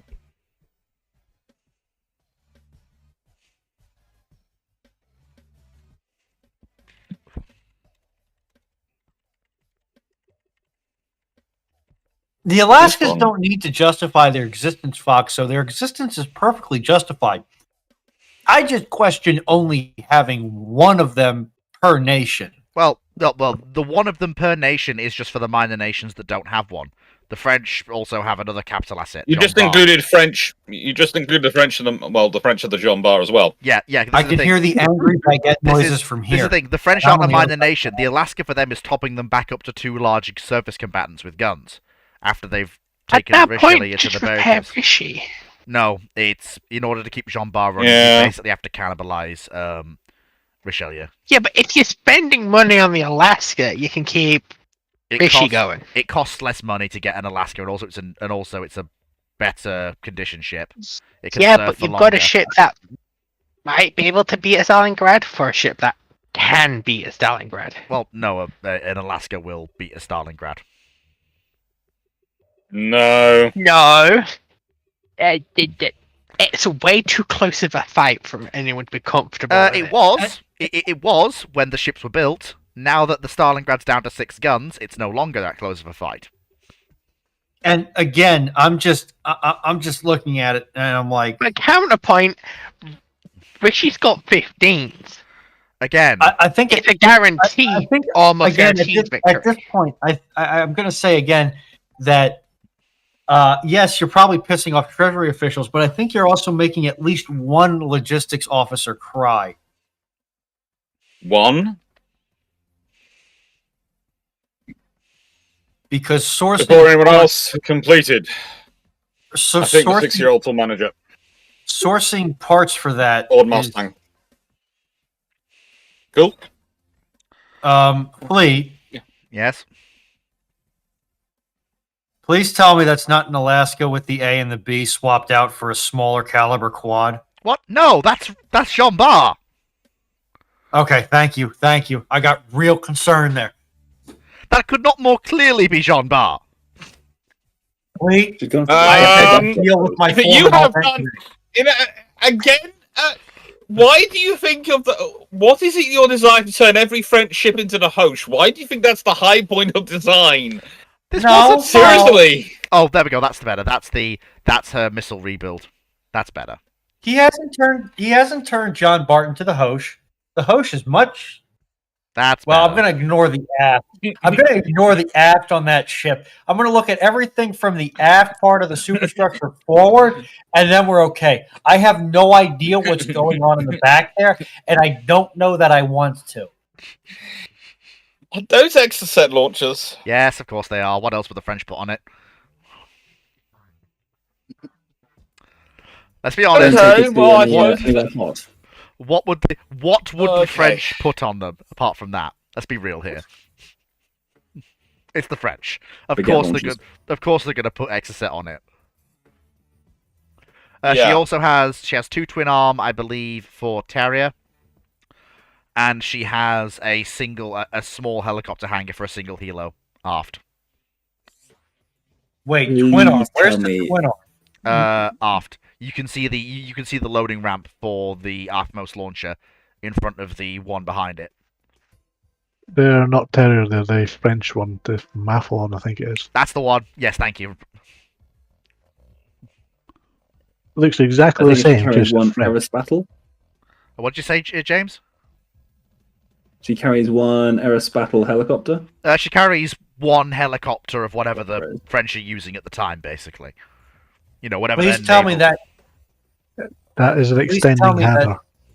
probing box structure on the back is a hangar. Yes, that's exactly what it is. Okay. Done. Okay. But yeah, that's Which her. port is it meant to be based out of? Exocet launches. Jean Bar is because she's going to be facing because she's the more capable ship. She's Atlantic facing. Jean Bar, she's Atlantic facing. Okay, what's her operational range? She going anywhere closer to the equator? No, the NATO surface so Vanguard, Howe, the Dutch Alaska, and Jean Bar are the force designed to face are the ships that are going to be expected to provide the heavy gun components to NATO Atlantic and Northern fleets. Okay, that's good because those Exocet launchers have an issue if you go anywhere close to the equator. They get hot and tend to blow up. Yeah, she's not going anywhere near the equator. Yeah. We found that on the Type 22, Type 21s. Unfortunately, the French Alaska does have Exocet launchers, might go near the equator, and so might have the exploding issue. Please tell me those not a ballistic missile launchers. I don't think they are. Why? She is one of I'll the. say Brothers, so. can I get confirmation they're not? She's one of the earlier ships in the timeline, but they're not. They're not ballistic missile launchers. Well, if the Italians can put some on a cruiser, the French can put some on a We've battleship. talked about Oh, no. this. We've talked You about just- this. You've got to stop putting ballistic missile launchers on things for no reason. We've talked about this. Are you telling me she's Polaris capable? No, she's not. It's just they're not ballistic missile tubes. Mhm. I don't care what you say, That Sindonis. feels like quitter mentality. My timeline, Make her no ballistic Polaris. missiles on battleships. No. I don't care. Oh. No. A fleet, you're gonna make everyone go ballistic. Okay, all right. You- I you're gonna gotta, make I gotta probably show my. I got the reaction. I got the reaction. Hey. I probably got to show my greatest asset here, and ask what could be an exceptionally stupid question. But does French still maintain their overseas colonial possessions in this timeline? The Yeah. the geopolitical situation does not change up until right at the end. Why in God's green earth are they going to take their greatest strategic surface asset and make it so that it can't get to half of their colonial possessions? I mean, it can. Yeah. They'll just have to fix the exploding Exocet issue, but that will be an issue that it is fixed, James, isn't it? Eventually, they do fix it. I think they just take them off. I think what they did was they got blankets, wetted them with high pressure salt water hoses, and just draped them over them. Hey. All right. I guess it'll have to do. I guess it'll have to do. I guess we're doing the kitchen sink fleet. Sod it. You know what? Fine. If the Navy solved the problem historically, then so will the Red Fleet timeline ships. Like we can't we can't look. We can't benefit of hindsight them and not put them on when they would have put them on, not knowing the flaws. How soon was that spontaneous detonation of large anti-ship missile thing figured out? Well, Let's hope. have a look at the What was it? The character. have a look at the first ship which was fitted with them by the French Navy. Then look at its first deployment, and look at how quickly it decides to come home rather than continue with the full deployment. That'll tell you. Yeah. So almost immediately is what I'm hearing. Yeah. Oh, Yes, Moe's because here. believe it or not, it gets hot enough in the Mediterranean as well as in near the equator. In certain summer days in the Mediterranean, it gets hot enough. Realistically, it's not going to be fitted to this type. In my novice opinion, it is not going to be fitted to this vessel until that problem is at least rendered manageable. Yeah. You have This to fit is- with some sort of This is Bear in mind. This is Jean Bar. Wait. This is Jean Bar in her. I believe this is her 1980s fit. What do you want, boy? After something I can't talk about because spoilers. We'll get to it. But it's a big I just want to confirm thing. what Dr. Clark said. What? Did you just say that the French built a weapon system they can't use in half of France? Like metropolitan France? No, half of their colonial territories. Because Which you they said consider that metropolitan they France. had a Yeah. habit of exploding in the Mediterranean because it could get hot enough. Yeah. Oh, it did get hot. You would have to do preventive measures even in the Mediterranean on a certain when it was hot enough days. Yeah. It's usually equatorial gets hot enough, but when happens when the Earth tilts on its axis is that sometimes parts of the upper, sometimes it's part of the northern hemisphere, sometimes part of the southern hemisphere, also gets pretty darn hot, especially in summer. The joy of seasons. Especially if they made weapon systems, you have to read the Zodiac to understand if it'll blow up in your face or not. Yeah. So, we now need to talk. Yeah, but it's the French, okay? To be fair, the British can't really talk because our first surface-to-air missile we put on a ship that went to sea had a problem whereby if it came into contact with salt water, its electronics had corroded. But so yeah, I can't be rude about the French exocet, but the British also. Oh my god! I'm getting mugged. I saw that. That was just. All right. So we now need to talk about the next Russian carrier, laid down immediately after the Cuban Missile Crisis. Do we really need to? Yeah.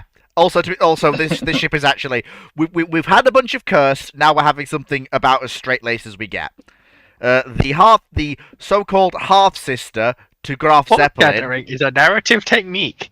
I will believe that it's straight laced only after I see it. Can I finish? Yeah. So the half sister, so-called because Going in a half sister, but actually considering how much we've talked about how Graf Zeppelin was actually not a rebuild, but was actually a new build. This is actually her full sister. They just claim it for half sister. No, but the reason it's called it still applies because again, she's the only reason she's called a half sister is because she's a carrier of the same displacement, but the design is radically different. It's much more up to date. It's reflecting the doctrine they've learned. Okay. So again, we now come to All the right. carrier Ukraina and her task group, which is seen in the 80s.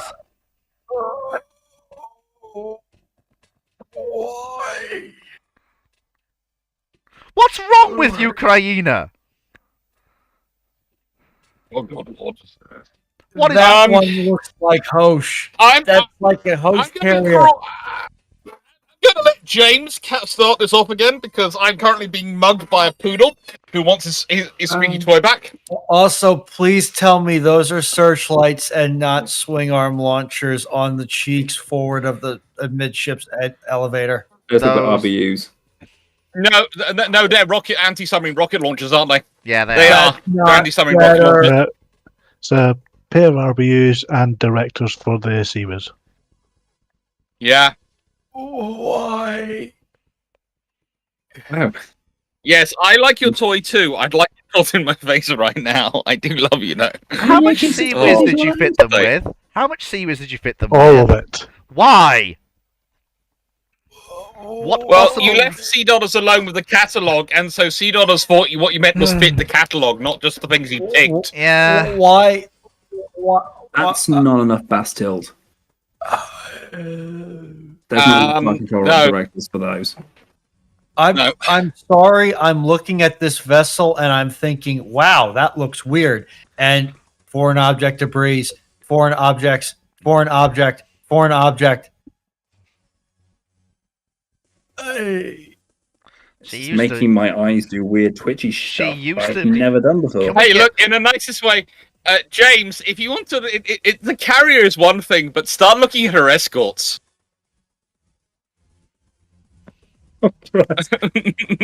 Oh, I didn't even notice those. What's that little cheese wedge? Cheese knife. The cheese wedge is one The thing. cheese Honestly, wedge. in some regards, the cheese wedge is understandable. There's, I'm not sure. Stern and port, stern starboard of the, stern starboard. I can't decide between stern port, stern starboard of the carrier, which is the more interesting escort. Okay, so Can we get you've one? got- Can we get one with just That's a the Rapuka. carrier, please? That's the biggest. That's a Rapuka. No, That's a Yudaloy. That's the actual yeah, AOR they actually built with. What the hell is that Yeah. radar? Is that a topsail? Okay. There's a Poti in the corner. There's a Sverdlov in the. Yeah, which is fine. Got the mosque for itself. Different color. Although, deck, but there you go. That's in a- this case, it's Slava because she's still Slava because it's Soviet Navy. Yeah, but she's 121 though. That's a Kinder. There's a Tarantul. The wedge. Wedge. I guess. Do you really hate your aircraft maintainers? I will point out that again, this is as Sea Dodders imagined, not as they actually would be. So I don't think there would be nearly that much sea whiz, and I don't think you'd have those overhangs. The Sea Whiz is fine. I have no problem with the Sea Whiz. It's Or the the most missile Russian launchers accurate which thing. will widely distribute crap all over the flight deck that I have a concern with. The problem is Has with she the got size. VLS? No, she does not. No Russian carriers in the Red Fleet timeline have VLS. God. Yeah, that's the first So thing she's we got rid technically of. not a heavy aviation missile cruiser. Nope, she's a carrier. She's built in the Baltic. Hang on. That raises another question. Graf Zeppelin was Ow, built in which the one? Baltic. Graf Zeppelin was built in the Baltic. 3 of the Stalingrads were built in the Baltic. Ukraine has been built in the Baltic. There is a big push in the Red Fleet timeline to build up shipbuilding industry in the Baltic to get around the Montreux Convention. Okay. Wait, By the time they get into Ukraine, it's a mature industry now. Like the supply chains are in place. That everything that feeds into that industry is mature now. Right, okay. okay. So Ukraine has 2 deck edge lifts. That's her only lifts. She has 3 cats, as you can see. Yeah. Can we get her? Can we get her from a different angle if that's possible? did they keep the Why not? German discarding carriage catapult design? God no! No. No. They never used that. No, Graf Zeppelin didn't have that when they finished her. no.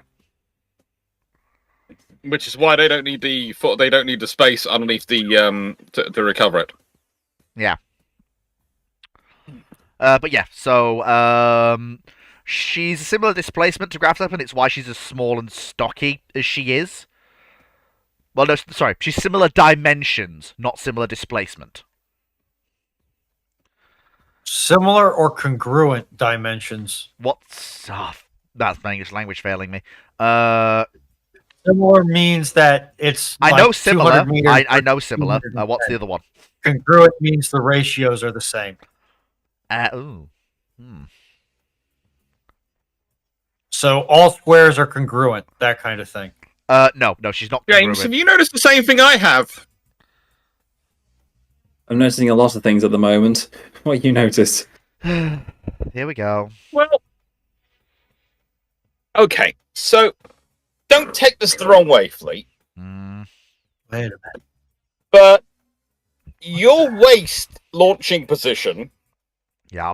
is going to incinerate your landing control position. That's what the exhaust flap is for. Yeah, that diverts it either side. Uh-huh. Or and Yeah, up. right into Right? that. Right Ow. into it. You guys really like to barbecue your crew, don't you? It's fine. Look, it's fine. We'll just look. There will be systems to get around it. Look, but there will be systems to get around it on the actual ship. It's just not featured on it right now. Okay. I guess. Change the design of the jet blast effector. Something more British. Yeah. With the petal design.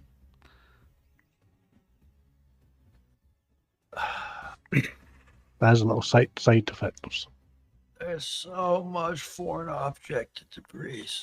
Why? I know what this now looks like. I've worked it out. Okay. What have you called It's it? like a French aircraft carrier, an American aircraft carrier, and the back end of a British carrier are all smashed into one. Yeah. I don't know why, but those It's lifts one. do not tickle my brain in a good way. I like her. I cannot describe why. I can't describe why. I freely admit I have no rational reason. They're two for double that deck statement. edge lifts. They're supposed to take 2 aircraft, aren't they? And they're literally just slab lifts. Yeah, they are. That's literally what they are. Okay. Just no nonsense. Okay. So has she got an SA3 on the aft end of the island? Yeah. You'll have to ask Sea Dodders for that one. Yeah. Okay. Oh, SA3.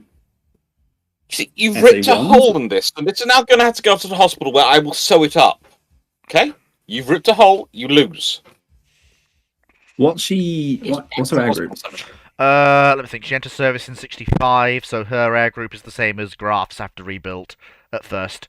MiG-19K with MiG-19K and MiG-17K at first. Lads, lasses, and all those not contained therein. I will be back in about 5 to 10 minutes. With I feel like KA-25 for ASW work. There is no such thing as MiG-19K or MiG-17K. They're aircraft that we've made up. It's fine. I just wanted to make sure I knew which. I was thinking about the right aircraft. Basically, I picked aircraft that have decent-ish performance, but are also fairly. I know the MiG-19 has issues with takeoff and landings. I'm aware. I know it has its problems, but I couldn't think of anything that was robust enough that you could cold soak it. As in, what I mean is, I needed an aircraft that wasn't completely up to date, that was reliable enough that the Russians could go, we can make this cold soak capable, or at least spray capable. Okay. And that was why I went with the choices What I speed did. roughly? This ship, 32 knots. Oil-fired steam turbines. Is she using Mazat? Not sure. Probably not. Probably using proper oil-fired steam engines, not Mazat. Okay. She's not Kuznetsov. You may be happy about this, but there is someone who I'm just trying to pull up here because who? If you could grab Dan and pull him up. I can grab Dan. I can grab him. I can absolutely grab him. Yeah. I have grabbed him. Yeah, he is offered to come up and help us with this and help us. He is here. Oh my god. Hello, Dan. What? How are you doing there? I was going to ask what is wrong with you after seeing some of these things.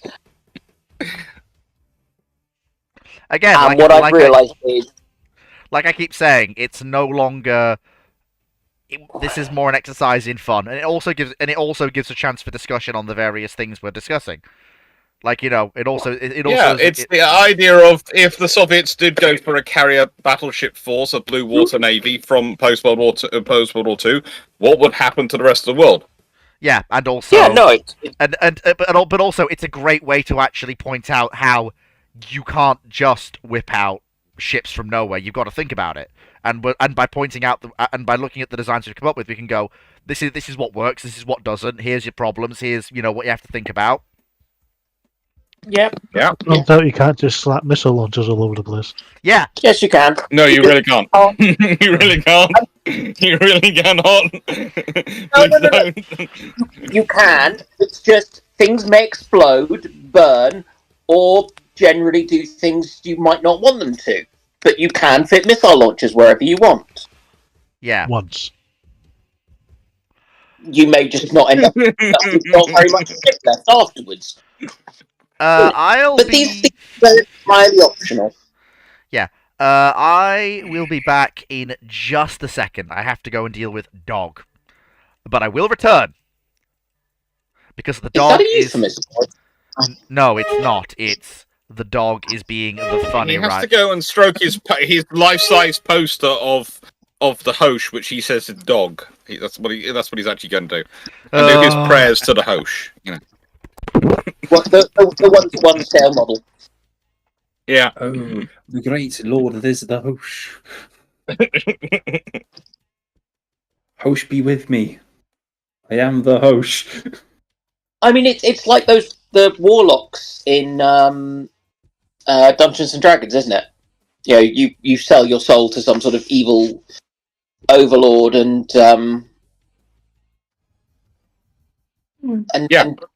get demonic powers. No? Is that not the case? I'm sure it is the case. I don't know. On the bright side, some of these designs look better than the Hosh. That is Yeah, good. they absolutely do. I think that's mostly thanks to $C. Yeah. To be fair, even that abomination of the Admiral Hipper thingamajiggy that looks better than the Hosh. Right, let's not Paul talking about Hosh before he comes back. So, yeah. Listen. I'm a Frenchman, and even I don't find Hosh particularly nice. So we're not quite sure what happened to fleet on that front. But this is the thing. We know that the French can do style and gorgeous, effective, functional. Yeah, but this is a different era. Yeah. Yeah, so a very special era in French history. We always know the French go either for great style or great, oh good lord. Yeah. So they're never in between. French ships are always either gorgeous or disturbing. They cannot do a simple meh or a that's okay, I suppose. Everything is always either amazing or oh lord, what did you just do to my eyes? Okay. Just the French way. Why can't I share my screen now? I need to share my screen and I can't do it. Stop licking my chair. It won't let me do it. Why won't it let me do it? That is annoying. It won't let me do it. Because you have overwhelmed your computer with saved images of Hosh. Never mind. It's fine. I'll have to do it the old. I'll have to do it the old-fashioned. I will have to do it the old-fashioned way. No, that won't work either. With that mention of Fleet's computer, I will say we are still, because of various things, still collecting in people's offers of parts and things on my server. We have a special thing. We have two of my admins, Steve and Leslie, are acting as coordinators for seeing if it comes on. And the eventual idea is that once we've got the components in, we work it out. I'll invite Fleet down to my place down in Cornwall, and I will build his new computer, and we'll do it live on video, so people can see his new computer and it working, and so they know that he no longer has a steam-powered ironclad computer, but actually has something which is, I'm gonna say, We are going to improve it, but I think we're going to go for Type 45 generation rather than Zumalt generation. We're going to go for something which is solid and works, rather than necessarily reaching into the future. Okay, so and I do say that I do say that knowing that the Type 45s eventually needed the refit which my father proposed when they were actually being built in terms of the extra power supply. So all I will say is my dad was right. It's the fun thing whenever I meet so many people, I can just go to them and go, so my dad was right, wasn't it? Yes, he was. Okay. So I now have the appropriate amount of exploded maize products with which to continue to ponder fleets. Very quickly. So MiG-19K, we've all seen. MiG-17K, you can all imagine what that looks like. But the Soviets run into a problem. MiG-17K starts to struggle when it comes to naval strike. But me and Rex, when we were looking for aircraft, did find something that could not only go supersonic... Can I just say, you're talking about all this with some American ships up in front of us, which I know. Oh yeah, that's the what have you done to them? Oh, that's the NoCals and the Sodaks. That's the more up to date versions of them in the actual. To be fair, it should have been these first that we should have shown, I should say. But yeah, so that's just the North Carolinas and the Sodaks. The other two are actual already existing ships that are in real history. But anyway, so if $dollars will please flash up the first image, so not the line drawing, just the black and white picture. This is the T-58. It was they had a VTOL version, but we picked the one without the VTOL to give extra performance and remove weight. Because you don't need it. We have Catabar carriers. And this is a supersonic aircraft that could function in a strike role, and that's the role we've picked. It's the replacement for the MiG-17, and it gives the Red Fleet something that can reach out and touch things. It has the landing gear clearance to carry missiles, large anti-ship missiles, under its wings. If we go to the actual line drawing, you'll see what I mean. It doesn't look like it's got the clearance, but if you go to the line drawing, you can see that it actually does have the clearance to carry large ordnance under its wings. It's a large aircraft, but it can be made to fit. So is A4, A5. Yeah, but it can be made to fit on the Russian carriers. It's also twin engine, so it gives redundancy, given Soviet engines being what they are. I now want to insert some sort of comment about in Soviet Russia redundancy happens to you. Yeah. Oh, relax, Poseidon. You're here every week. You do just I'll fine. be back in a minute. But yeah, it's also got the launching style as a Phantom, like Fleet Air Arm Phantom. Yeah, yeah, it does. But that's just the way it's designed. But yeah, this will lug a pair of either a pair of anti-ship missiles, or it also fills the role as the fleet's tanker, carrying buddy tanks under its wings. Lions, ping me in Dr. Clark's server on Discord, and I'll get you hooked up. These have fairly long service lives, so they come into service in '68, finally phasing out MiG-17K, and they last right up until the end of the timeline in various forms. They're very long-lived aircraft. The fighters they work alongside change, so you get MiG-23K coming in to replace MiG-19K.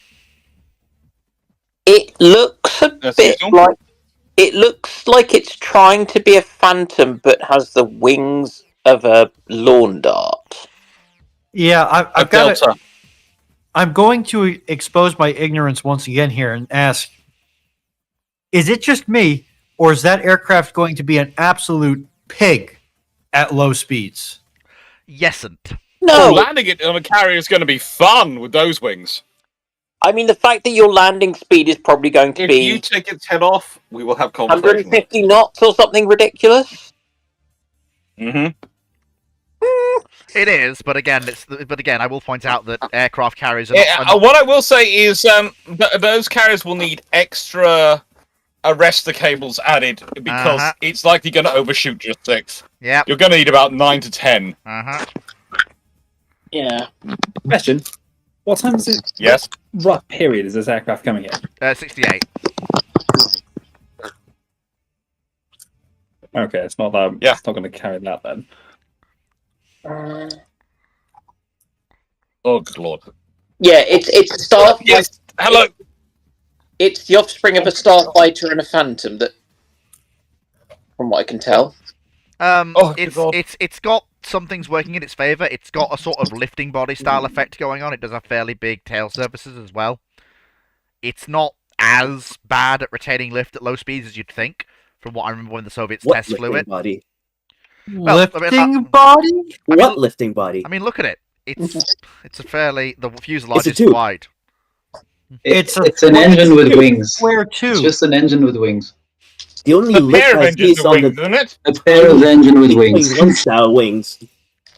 Actually, are they literally just MiG-21 wings stuck No, in a they're really not. big airframe? They're not. They're absolutely not. It looks like it. And to be fair, again, as I say, It's an actual real aircraft which did fly, disturbingly enough.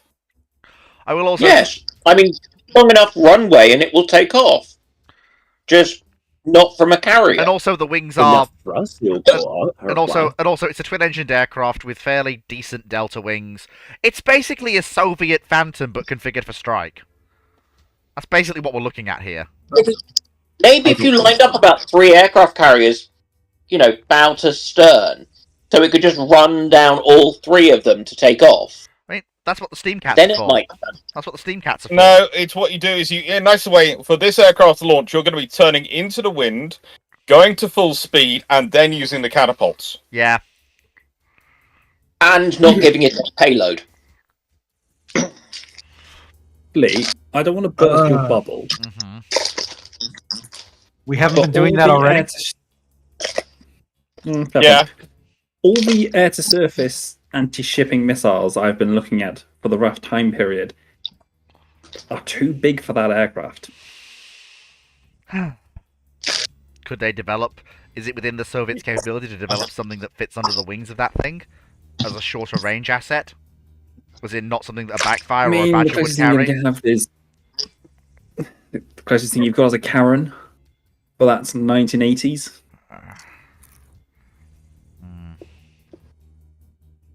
Sorry. And is that the missile which turns up and asks to speak to your manager? Yeah, probably. And then starts to complain? Yeah, probably. I didn't want to make. No one else can make that joke because my sister's called Karen, so I had to make it because she would accept me making that joke. But seriously, the Karen missile turns up and goes, "I want to speak to your manager or your nearest admiral." I mean, presumably, the Soviet Navy is going to put more money into air-launched anti-shipping missiles if they've got if they have to fleet carrier. And they're planning. Yeah, and they're they should planning. do. And they're planning more. Like we can't like it's like Dr. Clark says, just because like something's changed, not everything else is going to stay the same. And in this particular case, we've got this.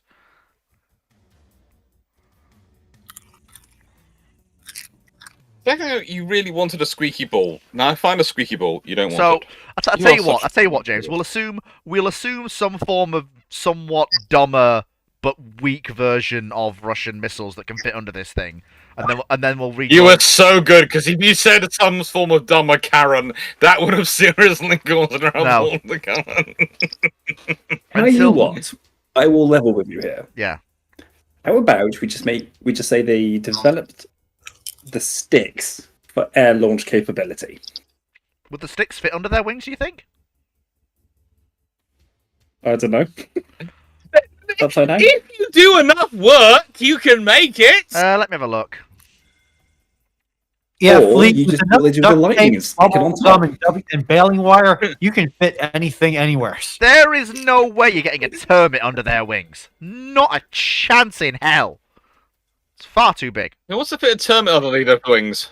Termite is sticks. Who is trying to fit a... Termite is sticks. Okay. Let me have a look. Surface to air. So not surface to air. Ooh, Surface to hang sea. on. Oh no, Oh. We might have Oh, a good kipper. lord. Poseidon, you are playing with fire with that one. Let me have a see. Just because you're on my side of the Atlantic doesn't mean you're safe. Hang on. Kipper. Let me see. Kipper. Length 9 meters. Diameter 1 meter. Wingspan 4 Oh, wait. meters. Oh, that's too big. Hang on. It's too big. Kangaroo. And then you go on the badger. Yeah. Kangaroo. No, still too big. Kitchen's too big. I have PTSD about kitchens. No, How about a kelp's too kangaroo big. court? Kelp's too big. Kingfish. Too big. That's on a badger. Yeah, kingfish still too big. Kerry? Oh yeah, fair Hang point. on. Yeah, The, Kerry. Yeah, Kerry might. Yeah, Grom might. KH23 might. Yeah, but look at the time they're in service, roughly. Yeah, the first version, KH66, comes in 20th of June 1968. Ah, you have an issue. The first one is line of sight. Second one is radio command guidance, and the Bravo version is TV guided, which means you need to be at least line of sight, which means that thing's getting shot down first. Well, first And of its all, range is 2 to 10 kilometers.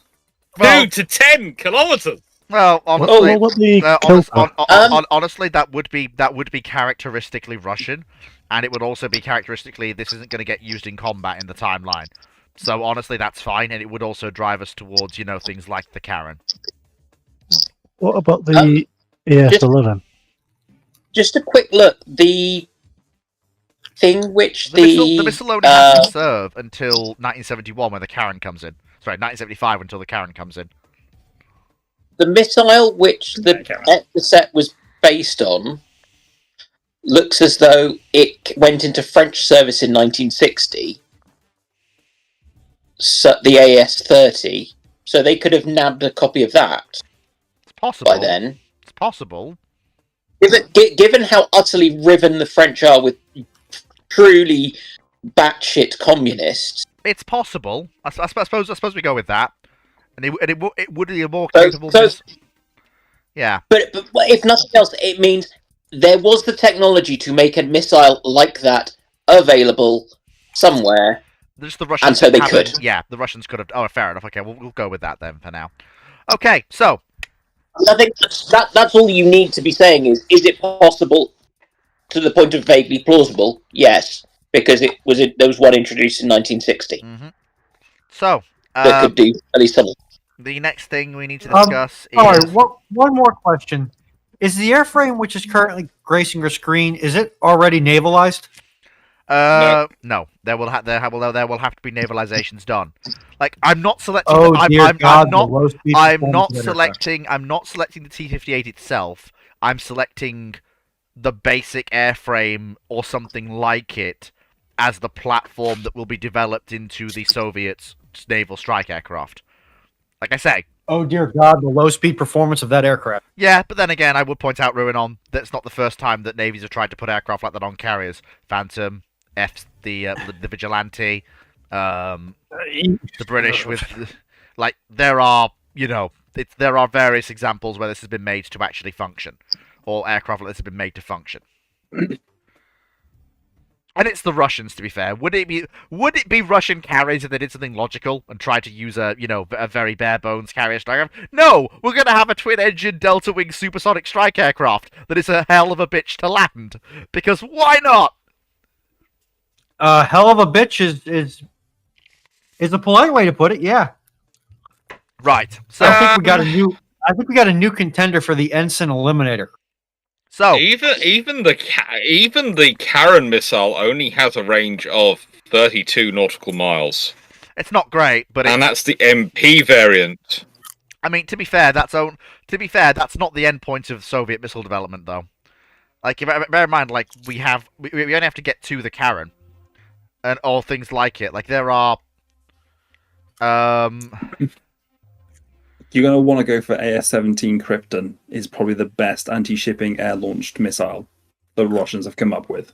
Oh yeah, make no mistake. KH-31, AS-17 Krypton. We will get to that. Believe me, we will get there.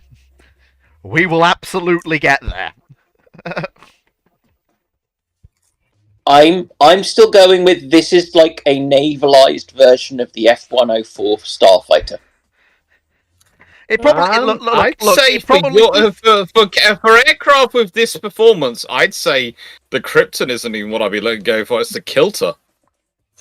Honestly, with this aircraft, I'd be wanting a Kilter sort of thing, something which gives me roughly 130 nautical miles of range. In terms of my strike range, might actually make me somewhat remotely survivable. But that doesn't end of service till 1982.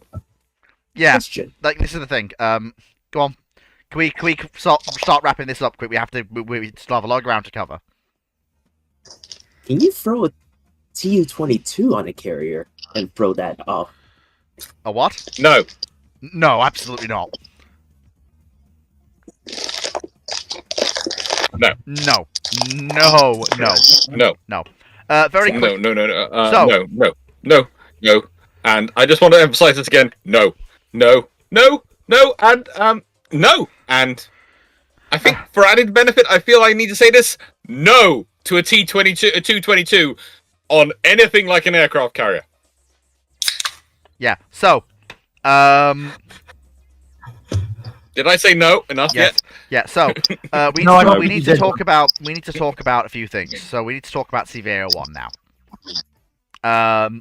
So the CVA-01 program in this timeline starts out with obviously the British are consulting on it, but in the early phases, Japan expresses an interest in the program. Graf Zeppelin has just come out of a rebuild. The two Independences are no longer going to be able to even scratch her, and the Japanese want to build the ships domestically, which is a win. By that point, the buy-in is up to 2. India expresses an interest, but eventually decides against it. They will eventually buy one of the Audacious class that's been rebuilt, which is replaced by the CVA-01. The UK government buys 1. However, with the buy-in now up to 3 and the unit price coming down, Australia and Canada opt in for a single carrier each as well, which brings the total buy-in up to 5.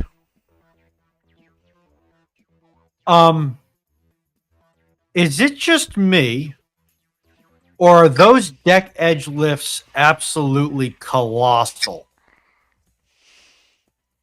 It's future proofing. That was actually CVA-1's deck edge lift were pretty darn big. Okay. And that's the. I'm not sure about taking 2 Hawkeyes, but that's pretty darn big. That's the Japanese carrier, by the way.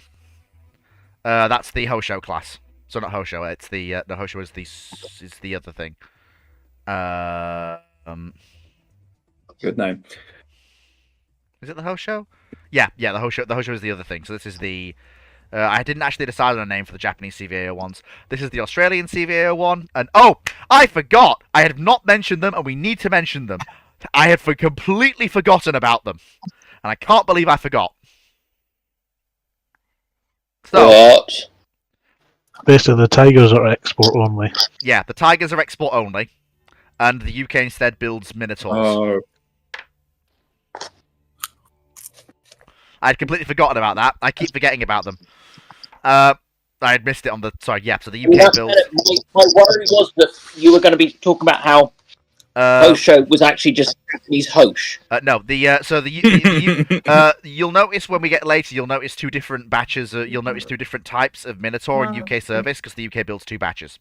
4 of batch 1 and 4 of batch 2.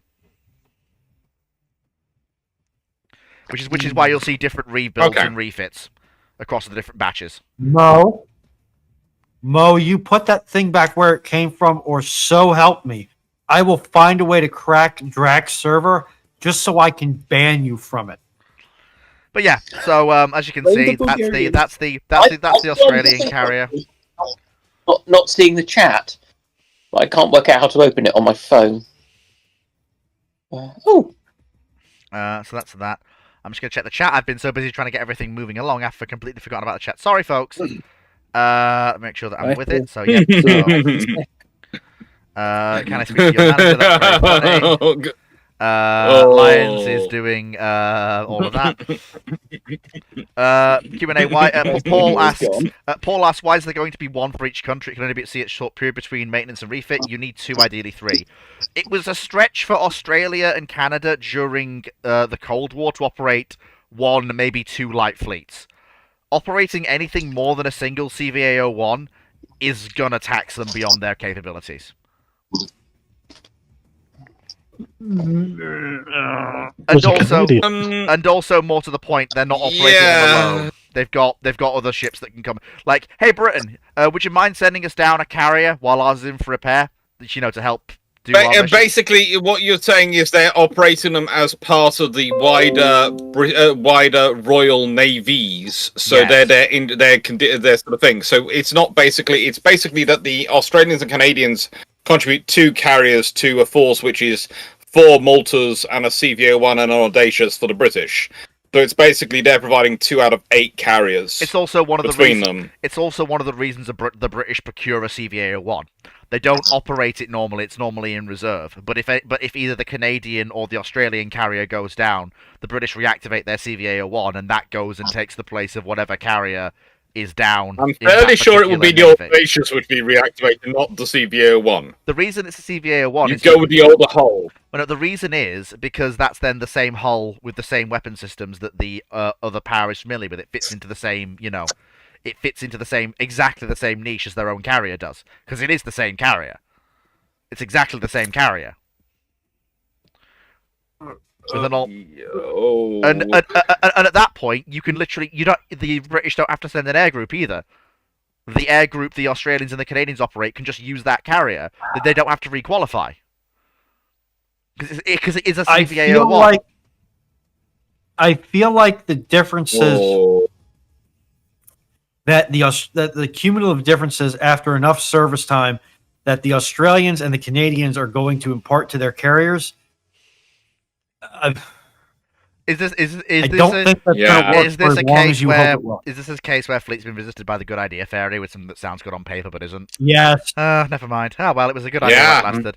But yeah, you would be to be honest, fleet, you would probably be better off sending a different class of carrier because that means that the recipient nation is not going to expect the same thing out of it as they would their CVAs. Yeah.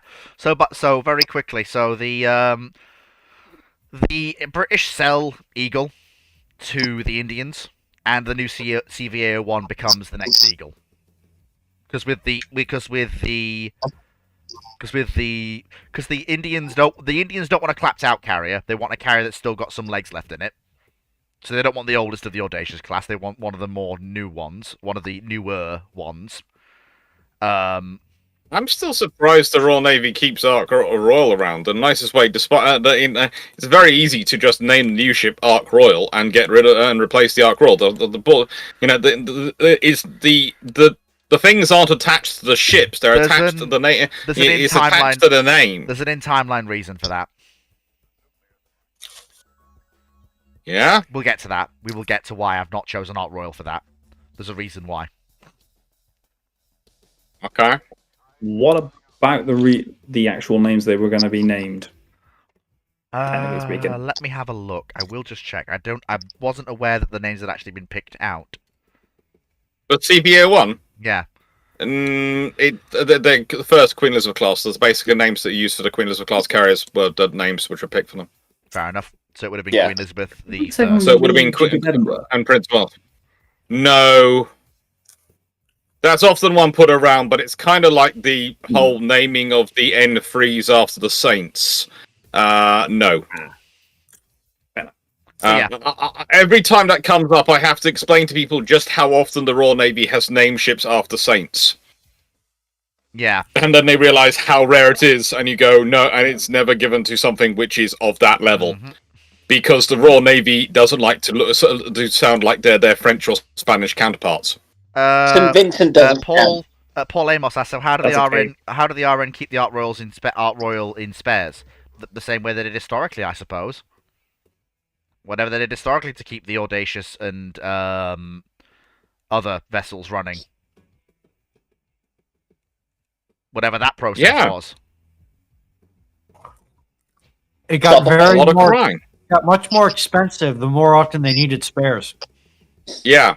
But of course, you have to remember at this point they're not going to need spares as much because they're in deep. The Audacious class are in deep. They're in reserve.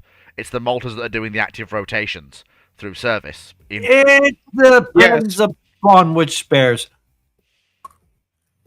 Yeah, and also I would say this. The other thing is the reason I'm talking about the CVA ones and I'm going to replace them with the CVA ones, the Audacious and CVA ones, is because then that gives you some modern carriers to cover while the Malta's going for a major refit, which is an advantage. Yeah, they've got a CVA one to do that. Yeah, so they can actually send. That one that isn't necessarily enough when you're talking about the Royal Navy being the anchor fleet for a 8 carrier force, and the Royal Navy is supposed to provide 6 out of 8 carriers towards that force. The problem I have is that again, this is one of those things where we're running into timeline issues. It makes sense, but I can't. Okay. I can't. There is something else we need to talk about.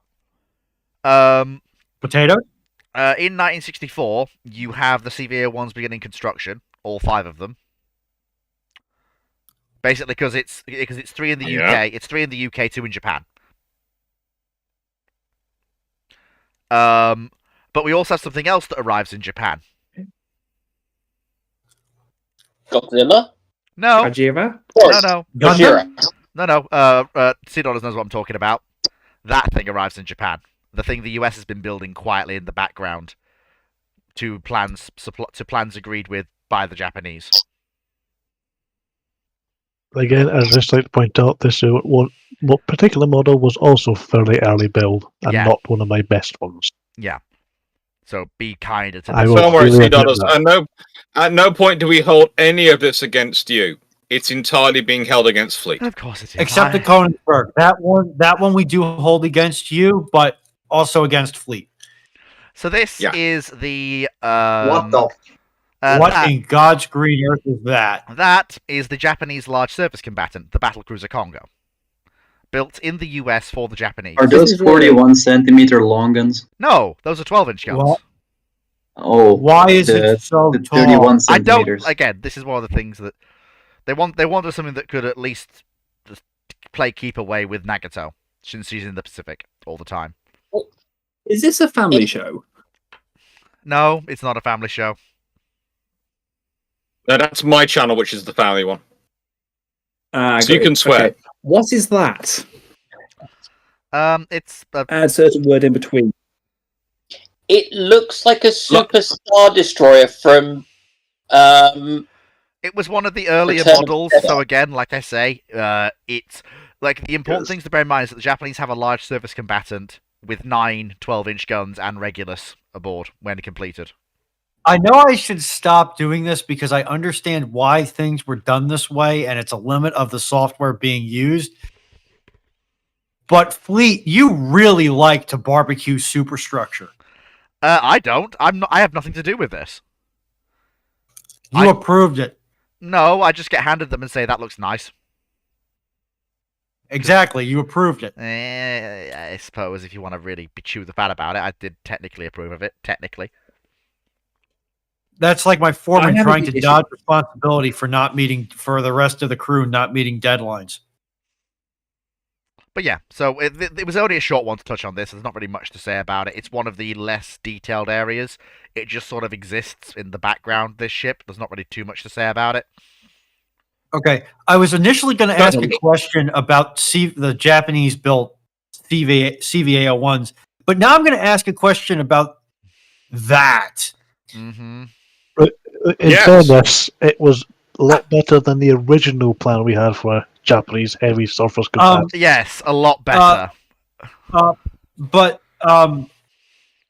where are they gonna build it? In the 60s? It's in the United States for Japan. And the Japanese have, and to be fair, even by the 60s, Japanese commercial shipbuilding is beginning to recover. They have the yard space. Yeah, they but can there's actually a huge gap between beginning to recover and I can build a frontline carrier asset. Yes, that would be And the case also, if they were trying for to. an American, that would be the case for Renon if they were trying to do it from the ground up. However, it's a joint program with the UK. They have people coming over to help them. They've been walked through the process. The plans have already been made elsewhere. A lot of the equipment and special parts are coming in to, supply it. They're basically being handheld through building a new carrier. And what ship did they salvage the 12-inch turrets from? Well, no, those are new turrets. Okay, why are they very Japanese if it's American built? Because they're Japanese weapons. They were the ship was built to Japanese specs, but in America. Partially so the Americans could have oversight on it. Because the Japanese have been trusted to have carriers because they've operated the Independences and not done anything stupid. They haven't been given a big thing with guns. It's not supposed to, Poseidon. And Brandon Larson, that's just a nice way to say that it's ugly as sin. It is, to be honest. There is a lot of shit. It's there, not. but It's much just. game. I know. Well, This is one of those things that falls into early timeline model. Not really. It's about the furthest from the actual ship that any of them get. If I'm going to be completely honest, It's one of the few I haven't had. I would still like to know why you are so obsessed with barbecuing your superstructure with your missiles. What are you talking about? I'd like to know why he doesn't like his crew. He always hates his personnel for some reason. If those missiles fire anything other than pretty much square broadside, they're regular. You are cooking. Well, yeah. Superstructure. The thing is, it's Regulus. You basically have to fire it square broadside.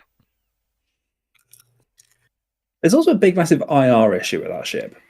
Yeah, I know. Because if you have an IR, for those who don't know, IR missiles being anti-infrared radar. Sorry, can't speak. Infrared missiles. As soon as it sees the heat bloom coming out of those funnels, or even actually the entire funnel mast, the Whoopee. Mac. Yeah, Mac. Yeah, they're Macs. Yeah. Missiles going straight for the base of that, or at least the middle of it. And as soon as that hits, detonation, those Reguluses are going up, and boom, ship's going. Bye-bye. How big is Congo? She's about the same size as an Alaska, with a little bit more. About 4,000 tons heavier than an Alaska.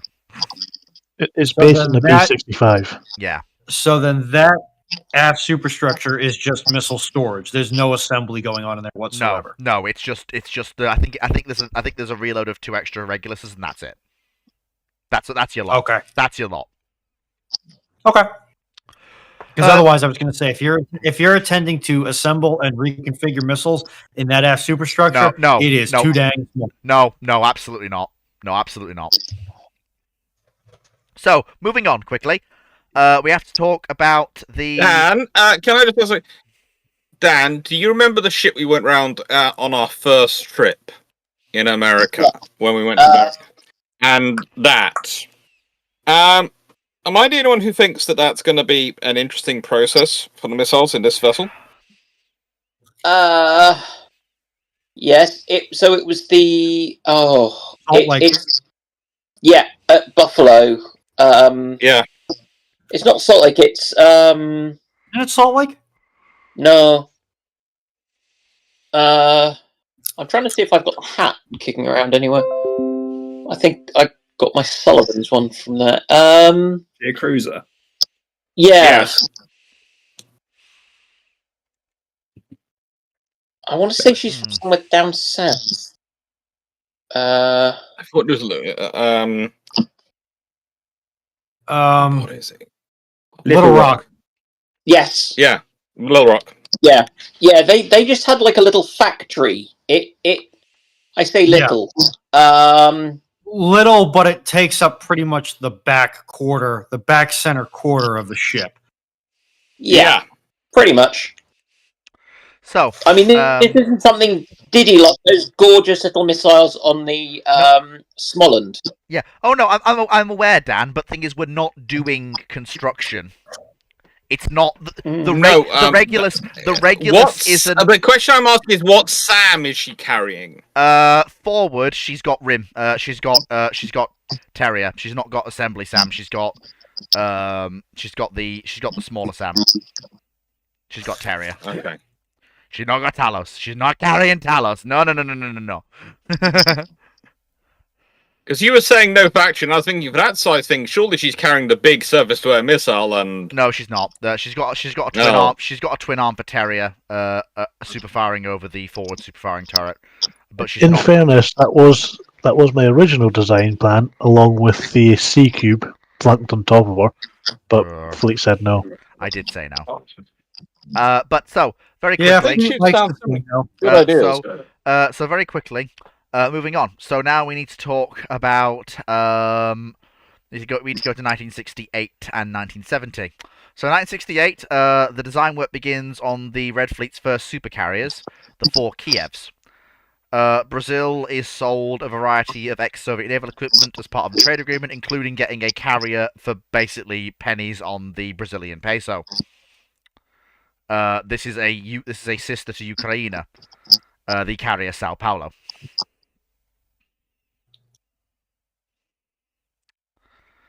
If we can get, there's a reason this is all going on. It's the start of spiral in South America, and it does spiral. So here's some of the stuff they get. A lot of this is so the South Americans are having another dreadnought race. They're having another arms race. Yeah, they are. Yes, it is. Yes, they decided to get rid of it and to get some money for them for their trouble. I think we're giving. This is another one which is all Sea Dodders. I was only going to send him the carrier. He wanted to send him other things. This is a Sea Dodders moment. I feel like we're giving the poor Mr. Professor Human James Phillips a bit of a migraine. That too. I think the correct term is brain aneurysm. Yeah, that works as well. Let's get to look. We never see these ships again. They're not really that important. Let's get to the carrier, shall we? The Brazilian carrier. Are you not going to flip that destroyer over if that missile fires broadside? I feel like that's a lot of them. Look, in a nice way, if you're going to just flipping the destroyer over, it would be a lovely thing to do in that scenario. What's going to happen to that destroyer if you fire those missiles after it? It's just basically, you're going to see the flame come out the guns at the front. Is mostly what I'm thinking. Because I'm thinking the heat of the missiles and the chain reaction along the vessel will have an intriguing effect. Oh. No, you need to have one of those things so that the missile you press the fire button, but it doesn't fire until the ship is just tipping at the right moment. So that she's just tipping the other way, so that she won't. So that when as the missiles fire, she kind of goes with the roll. You are only firing those missiles broadside. You are not firing those missiles in any way. And even when they go broadside, then you're going to have the trouble of the vessel is possibly going to be maneuvered in the water. And but yeah, so they because to get those missiles, they had to be a certain distance. You do it on the correct bit of the angle, so that you don't just broach. Yeah, so the Brazilians get get a carrier, Sao Paulo, and they get sold MiG-19K and MiG-17K as their air wing, along with some Ka-25s. So you're telling me they buy a American carrier and they buy Russian aircraft? No, they buy a Russian carrier. No, that's Ukraine carrier. Which carrier do they buy again? Ukraine. No. They didn't buy Ukraine. They got a half sister built for them at rock bottom price as part of a strategy to secure lucrative trade deals for the Russian government.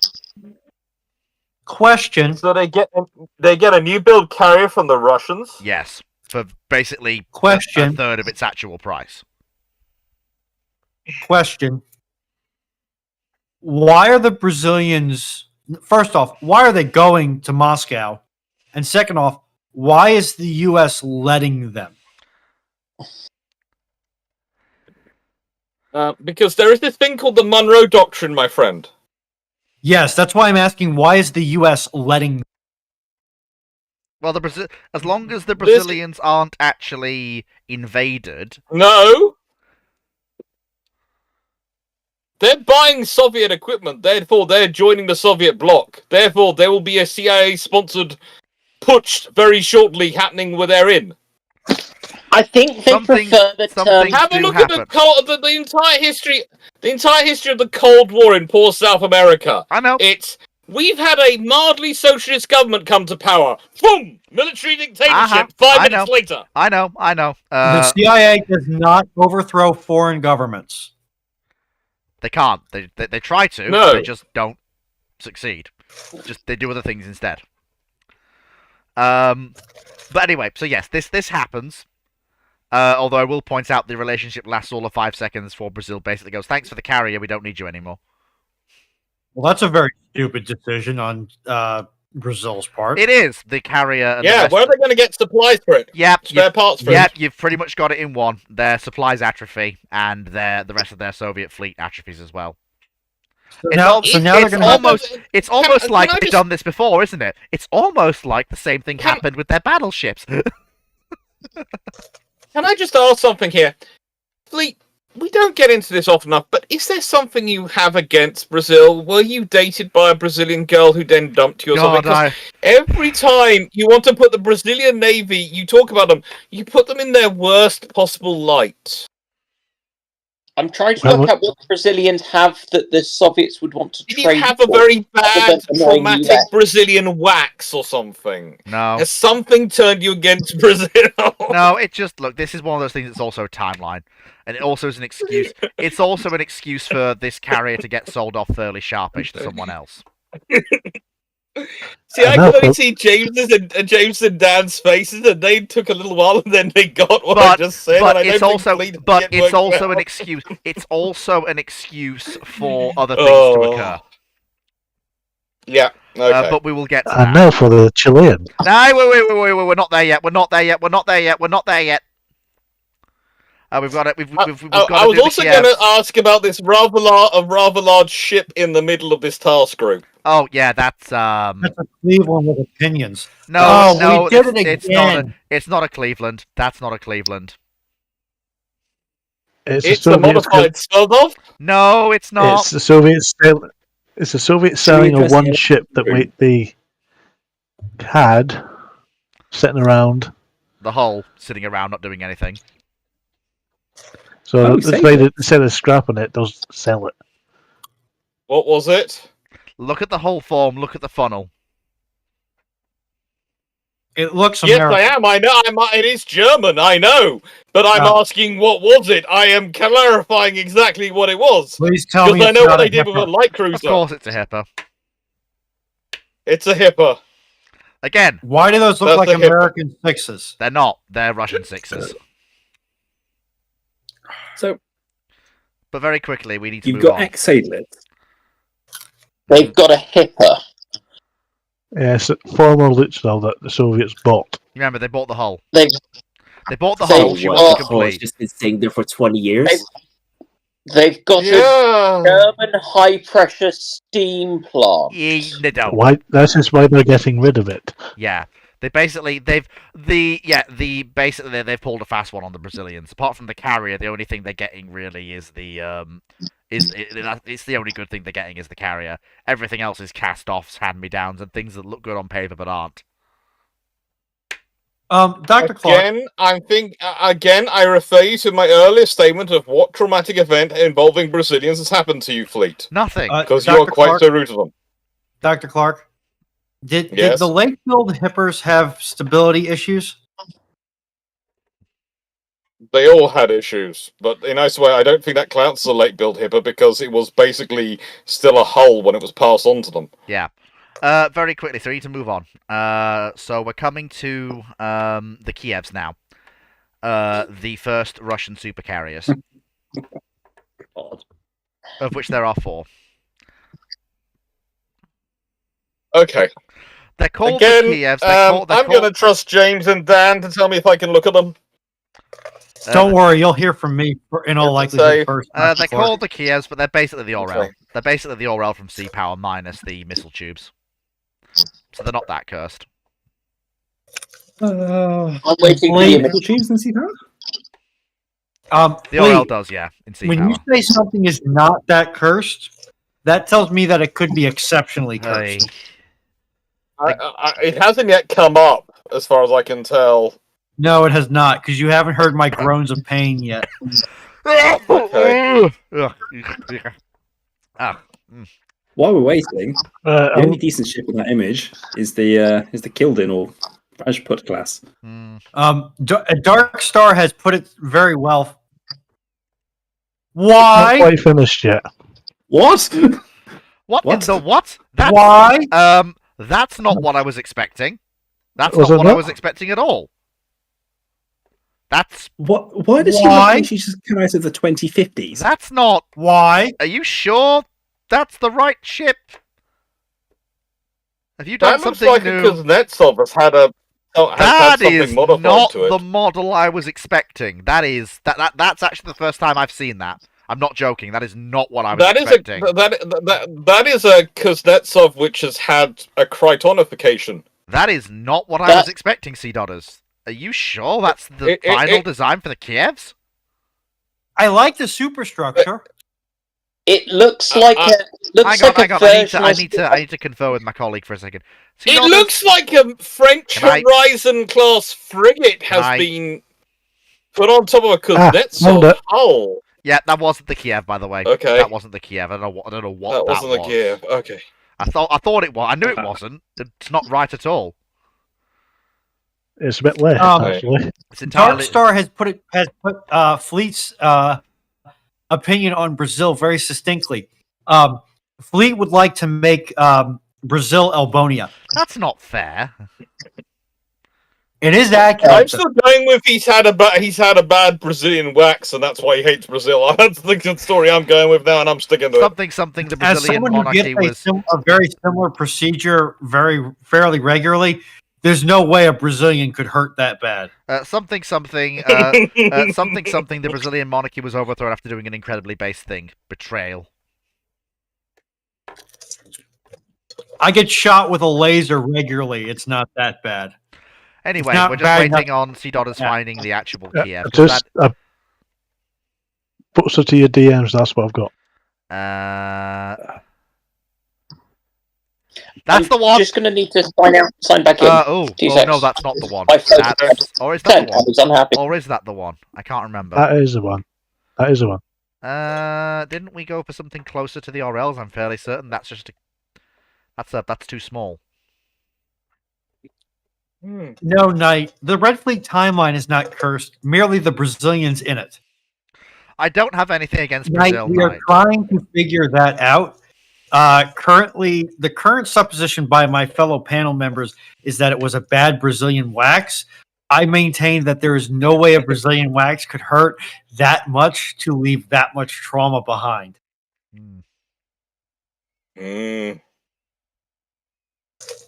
But this is Fleet. He also likes to host, so therefore, That's the one. This could have had an impact on it. That's the one. I am just mildly That's the concerned one. about why That's you the one. hate both your.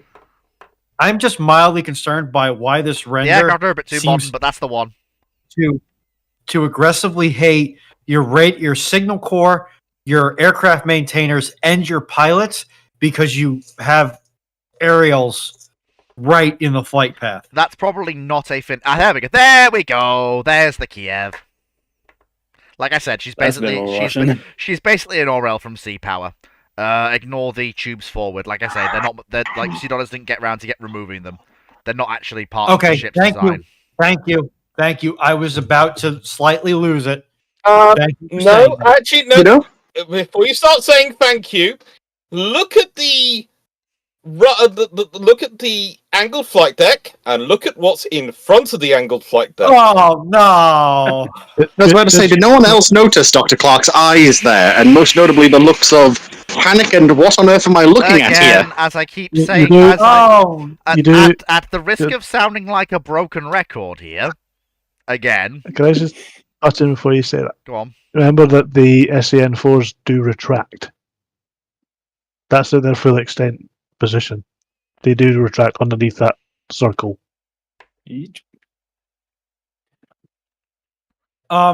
I That's hate good the because after. also there's the ones the other side, which when you're going off on full afterburner are gonna get cooked off. Yeah, but they retract. So we're all. I'll post a video of it. But yeah, they do. Oh, yeah, I remember now. I know they retract. I just But yeah, so that's given so the this is last the time- so there's 4 of these built. They serve with distinction until the end of the timeline. The Soviet Union. No, you'll see. No. We haven't got to that bit yet, but there will be. I can't spoil anymore. I've been keeping that bit very secret. It's the one bit I've not spoiled. Fleet. I am concerned to ask this question, given how the answer has come back the other times I've asked it. Mm-hmm. What are those boxes on the port side? Tell you the truth, I have no idea. No idea. Just presume they're whatever. Again, this is a case where the model is very much loose. This is a very loose.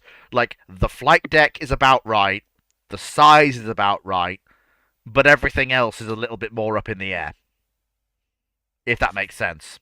So the weapons fit. Like again, also, just ignore them, Ruinon. Ignore them. They're not important. Like I say, then why have you put a hamburger on top of your superstructure? Oh, that's the. I forget what it is. It's an IFF. Okay. But yeah, so there's not too much. The IFF system for the ship. Yeah, there's not too much to The add. thing is, whilst I accept that they're retractable, you still don't want to. Why are the ones aft mounted on the deck? Oh no! Again, I would also advise. Again, like I say, this is one of the loosest models that we have. I wouldn't. Because can we zoom in on the stern of that vessel? You're putting too much thought into this, Dr. Clark. Like I said. Why does it only have one lift? Oh, that's standard Russian stuff, that is, but... Oh, that's an interesting one. Sea-Wiz. Yeah. The duet. Yeah, it's the twin barrel. Mm-hmm. Yeah, it's the. But yeah, like I say, cool. don't read too much. Don't read. Like I keep saying, don't. This one is one of the looser ones. Don't read too much. I'm still not sure what are in those boxes. Wait, worry me. Can you zoom into just forward of the bridge for me, please? Okay, so you do still have 2 elevators. Okay. Yeah. Yeah. But yeah, like I say, don't read too much.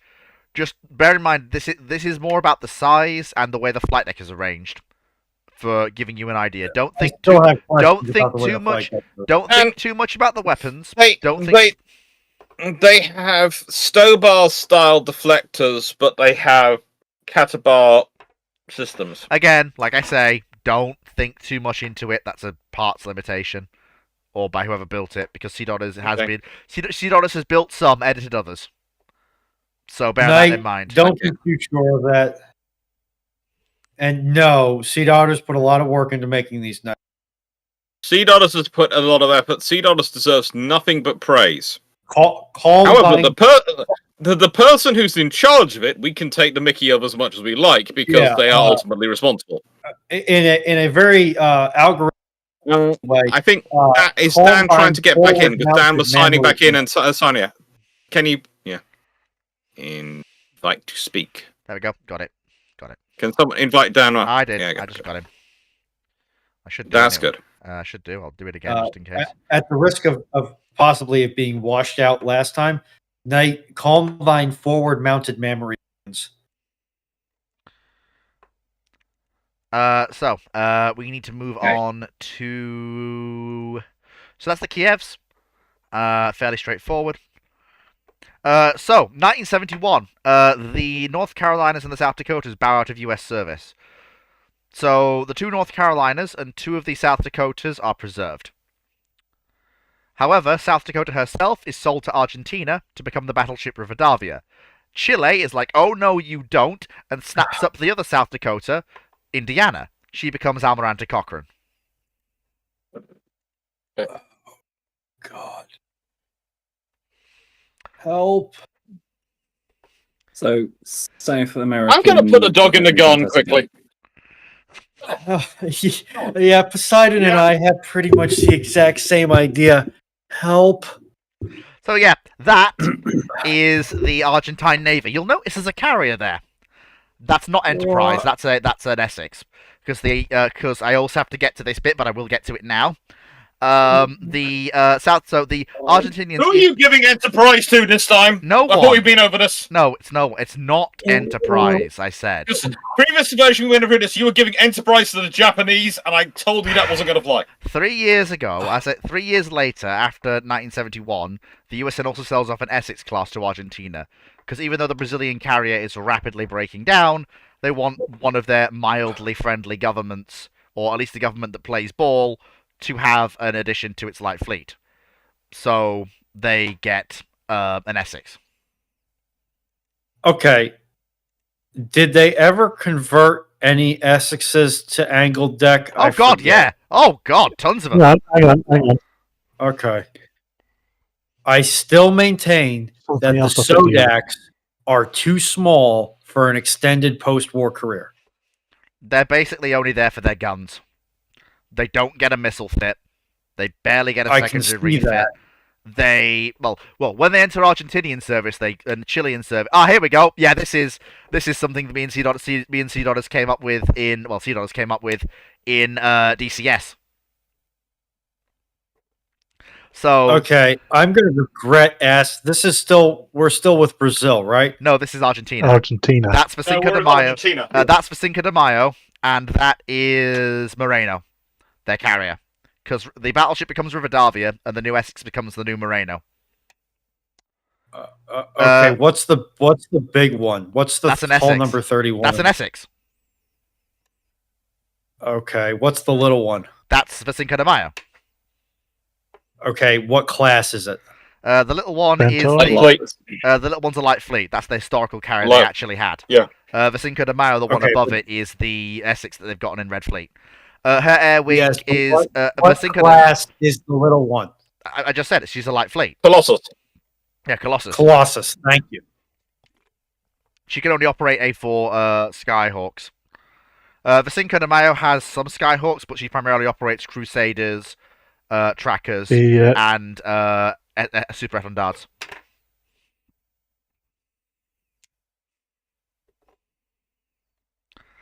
Which gives the Argentine Navy some actual teeth when it comes to carrier operations. Because they now actually have a fleet air defense fighter in the form of the Crusader. They have more AWACS in the form of more trackers rather than just the few that Cinco de Mayo carried, and they also have missile armed strike in the form of Etendards. I'm going to ask a question that betrays my ignorance. Oh yet yeah, again. that image is a spoiler, but I'll let it stick up for a second. I'm going to ask a question which is going to betray my ignorance again. When did relations between Argentina and the UK start to sour in the run up to Falklands? They didn't really. That was a strange thing. Okay. So, it's worth pointing out that the RN takes notice of what's happening in Argentina. Her Majesty's government doesn't. Mm-hmm. Are you telling me that that British Parliament ignored a giant red flag being waved under their parade? Yes. I'm shocked and appalled. So, leaving Argentina alone for now. 1975. Various NATO heavy gun combatants end a refit and life extension under a joint program called the NATO Big Gun Life Extension Program, a unified development program for improved fire control systems, hardened electronics to resist the blast effects of the ship's guns, and small-scale missile systems to bring the cost of life extension down for these elderly vessels and to make sure all NATO navies retain either at least one or their only big gun asset into the 1980s. Wait. Before we do that, can I post a Chilean one? Oh, hang on. We've also missed. Oh, yes, we'll get to that in a minute. Yes, yeah. We'll do the Chilean one now. But I've just realised we've actually missed the. Oh no, we haven't missed. It's a good time to talk about the Italian battleships. But yeah, let's get that Chilean. So the Chileans buy a small aircraft carrier, and I do mean small, very small. I'm sure you're all familiar with the sea control ship concept. This isn't it. Oh yeah, sorry. Well, yeah, this is the Chilean. This is the Chilean Sodak. Knight, you're saying that with the benefit of hindsight, if relations between Argentina and the UK stay reasonably cordial, they're not going to bat an eye at them getting Essexes. And of course, let's not forget that the Brazilians have gotten a full-scale fleet carrier from the Russians, brand new. So of course the Argentinians are going to buy an Essex. Why wouldn't they? Scoot, I don't like that. I don't like that. Why are the Chileans Why do these getting ships have Russian Texas equipment? flags? So what is this ship? Or am I stupid? Those are Chileans' flags. They're Chilean. Okay, I'm stupid. Got it. Sorry, you had a question there? Yeah, so why is the Chileans getting essentially a Sverdlov and a Kilden? I've only just know what You the... might have remembered previously when the Soviets did a goodwill visit to Chile, in the hope of buttering yes. them up to sell them stuff. They bought a bunch of Russian systems, but they were very careful. But they were very careful not to buy a relationship with them. They are older ships as well. Yeah. You can't really do that, Fleet. Not unless you also buy all the licensing and tooling so that you can keep up and maintain. Oh, target practice has arrived. Yeah. What are those guns? I don't know actually. Those are the Vickers 4-inch that only Chile operated. Oh. The automatic Vickers 4-inch that Chile operated. That's a little bit of trivia for you. It's a very big gun. Yeah, that's a little bit of trivia, isn't it? Yeah. Hey, you never know. You live and learn. It's good to know. You learn something new every day. Yeah. How is Argentina able to afford an Essex? It was actually from memory, it was a pretty decent weapon. 1961. How is Argentina able to afford an Essex? Because I said so. If you want the honest, brutal answer to it. A nice way in this scenario, if Brazil really has decided to buy Soviet, then honestly, the Americans possibly gave it to them as a song, as their way to make sure Argentina stayed on their side, where they plotted their nasty revenge to whoever's in power in Brazil. Yeah. Yeah, and like I said yesterday night, because I say so is a completely valid reason for the Red Fleet timeline. Like I said this yesterday multiple times. Like we are well past the historical realism here. We are past. Alternate history rules would be we'd have stopped ages ago in this system, but we're carrying on to see what things are like. So this is the Chilean carrier. What is that? That is a sea control ship. That is a real life concept. Yeah, the Chileans. Who hurt? The Chileans needed a cheap carrier to handle to have a handful of fighters aboard, and I mean a handful. So I think I'm looking at the entire air group right now. You basically are, pretty much, with one or two spare. Yeah, you basically are. Now they don't buy F-18 at this point since the ship. Again, I am contractually required to ask you, who hurt you? It is now becoming a contractual requirement, $C, who hurt you? Oh, I like my it. original I like idea. it. It's a cute little carrier. I did have a different idea. Yeah, he did. He did. Was it they got a CVO-1? No, that was one of his ideas. No, this one is turning Independence class. That would make more sense. Carrier. Yeah, he jumped in Independence and had them buy that, but I wanted something Cato Bar. But I also wanted Not Independence. What's the American assault ship called? Tarawa. Or in Tara class. Yeah, Tara class. Oh, yeah, that one. Yeah, that's an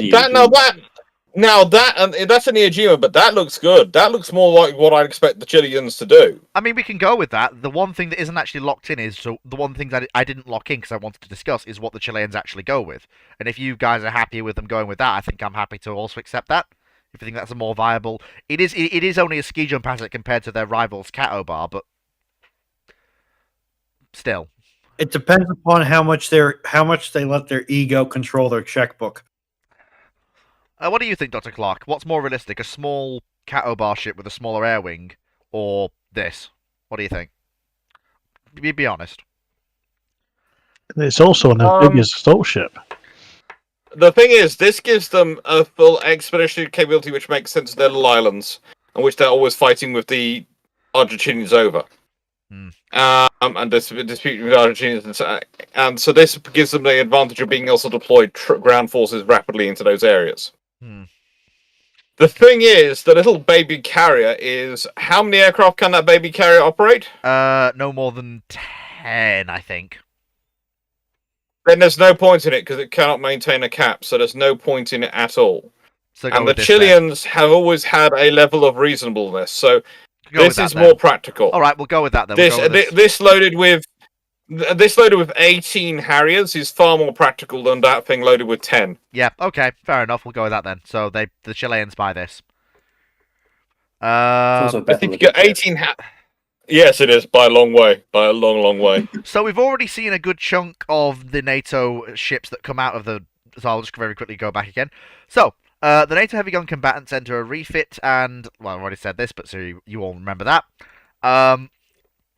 We've seen what the French do, and the Dutch with the Alaskas and Jean Bart. We now need to touch upon some other ships, including their final finished forms and the rebuild forms, because we haven't touched upon them. The Littorios first, we need to go to. Brace yourselves. So, Dr. Clark and Shipyard, you may want to avert your eyes based on what you're seeing in chat. Can't be that bad. Carry on. Quick notes. They're sending SOS and CQD. I wondered why I was. I just realised it's been silent for ages. I wondered what was missing. I was missing me Soviet tunes. There we go. I was missing me. I knew I was missing something. Before I took this screenshot, I did forget to adjust the height of the vessel, so it is a bit riding a bit high.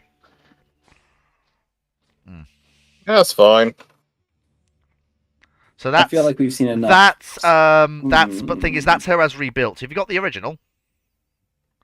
What, the original Littorio? Yeah, the original was in when she emerges from in the mid-60s. You sent it to me a while ago. That's not that different, actually. Okay. I'll just link it actually in our DMs because I actually was looking at it. Oh.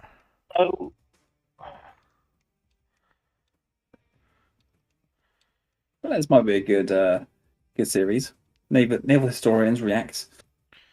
Yeah, this one. Yeah. This one. I've just done that. Yeah, this one. The 65 Italia. And then we move to Italia. Something I forgot to tell you. I decided after some discussion from other people that the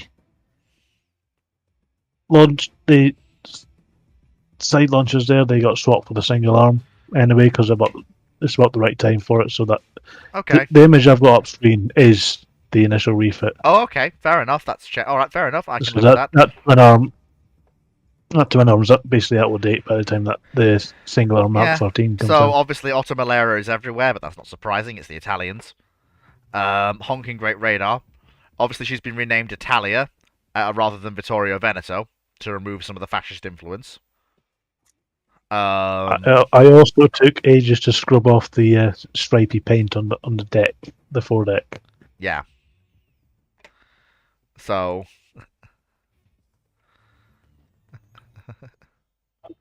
A bit worried. Is this going to all end up more or less defensive than putting pineapple on pizza? Dan, you just went robot status there, my friend. He's asking if this is going to be more or less offensive than pineapple on pizza.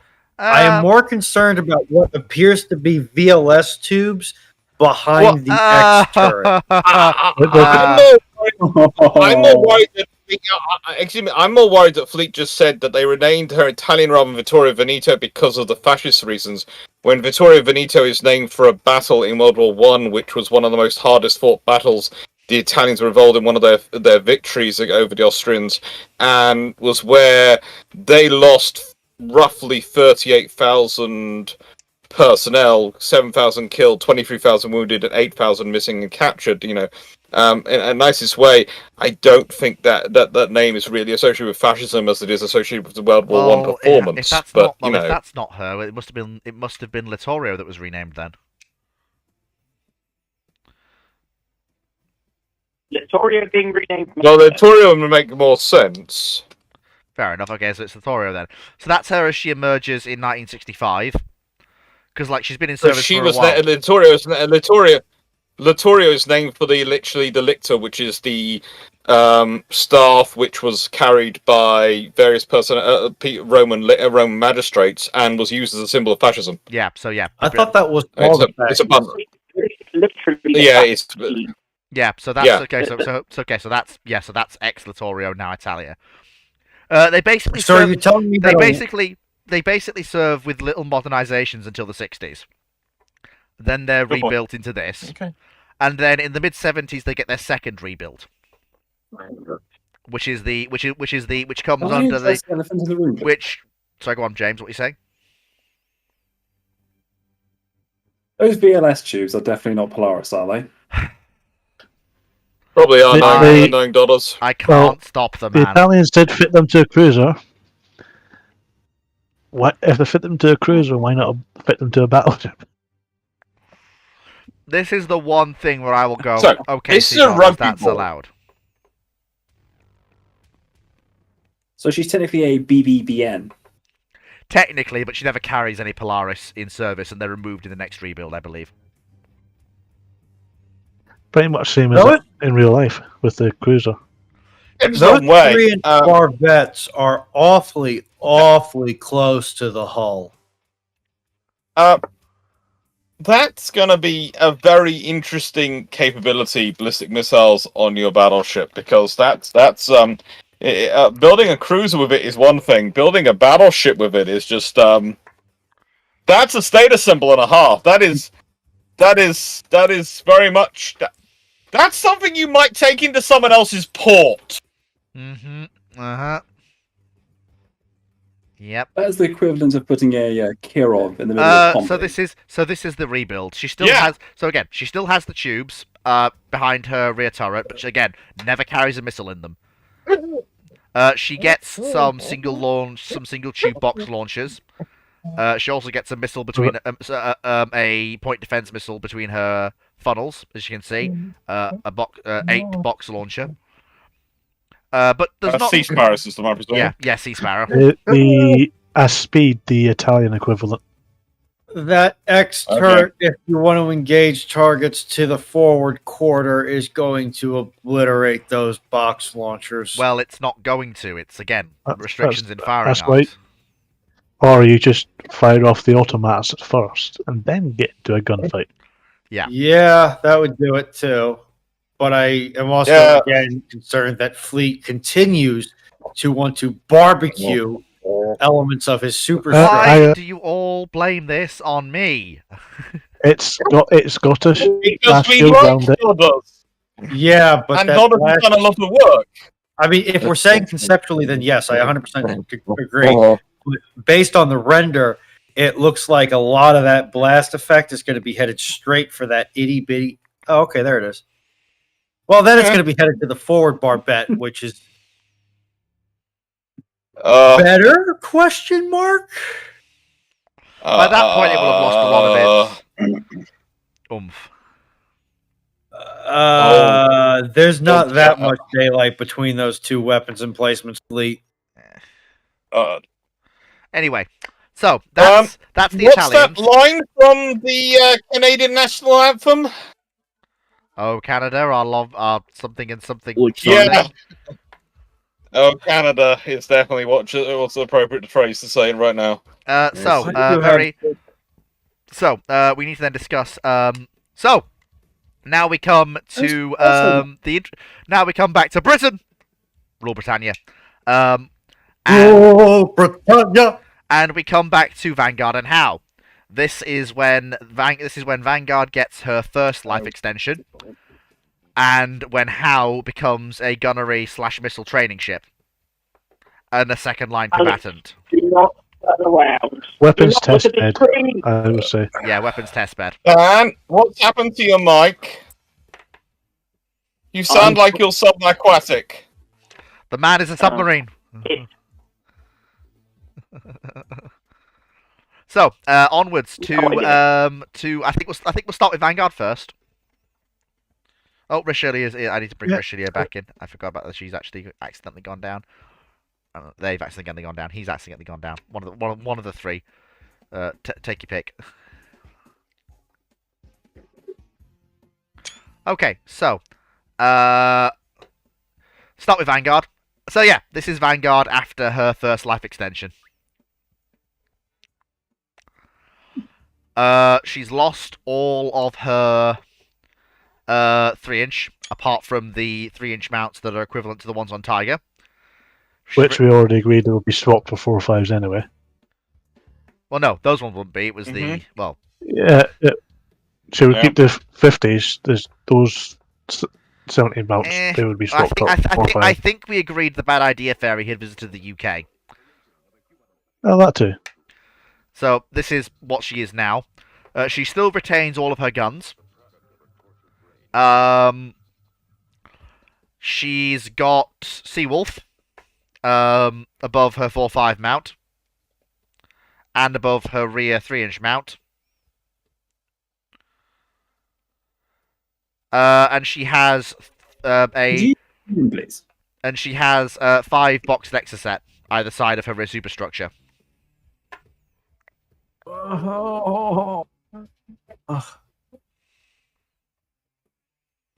She is the only ship that really allows enough distance for blast effect to dissipate before it reaches any of her missiles.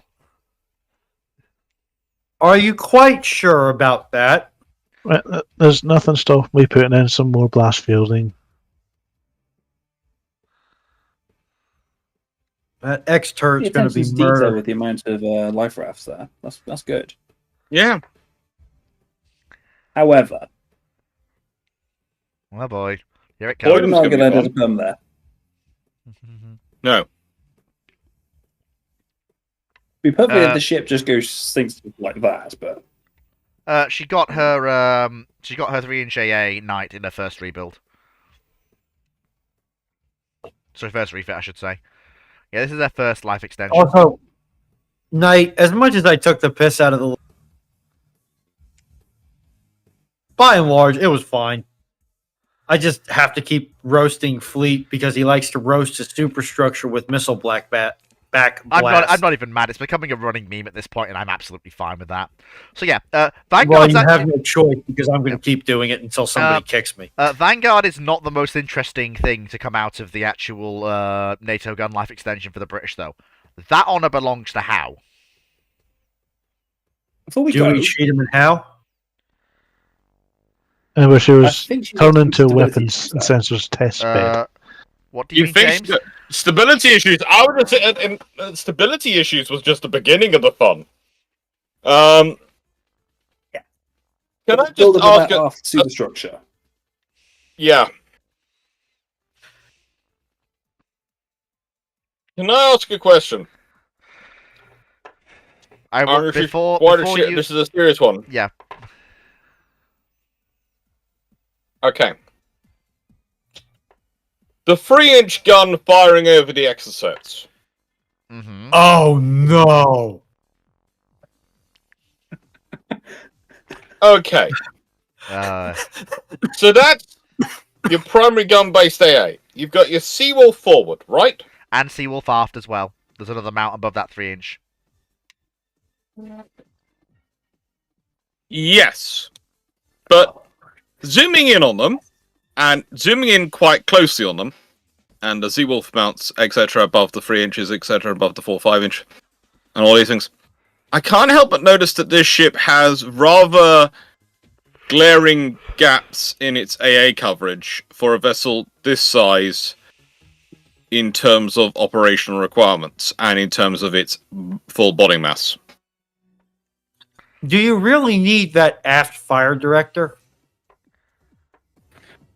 You possibly do, but what I was more wondering is when you've built up all the superstructure you have aft, and you've also got the fire director there, etc. I would have almost said,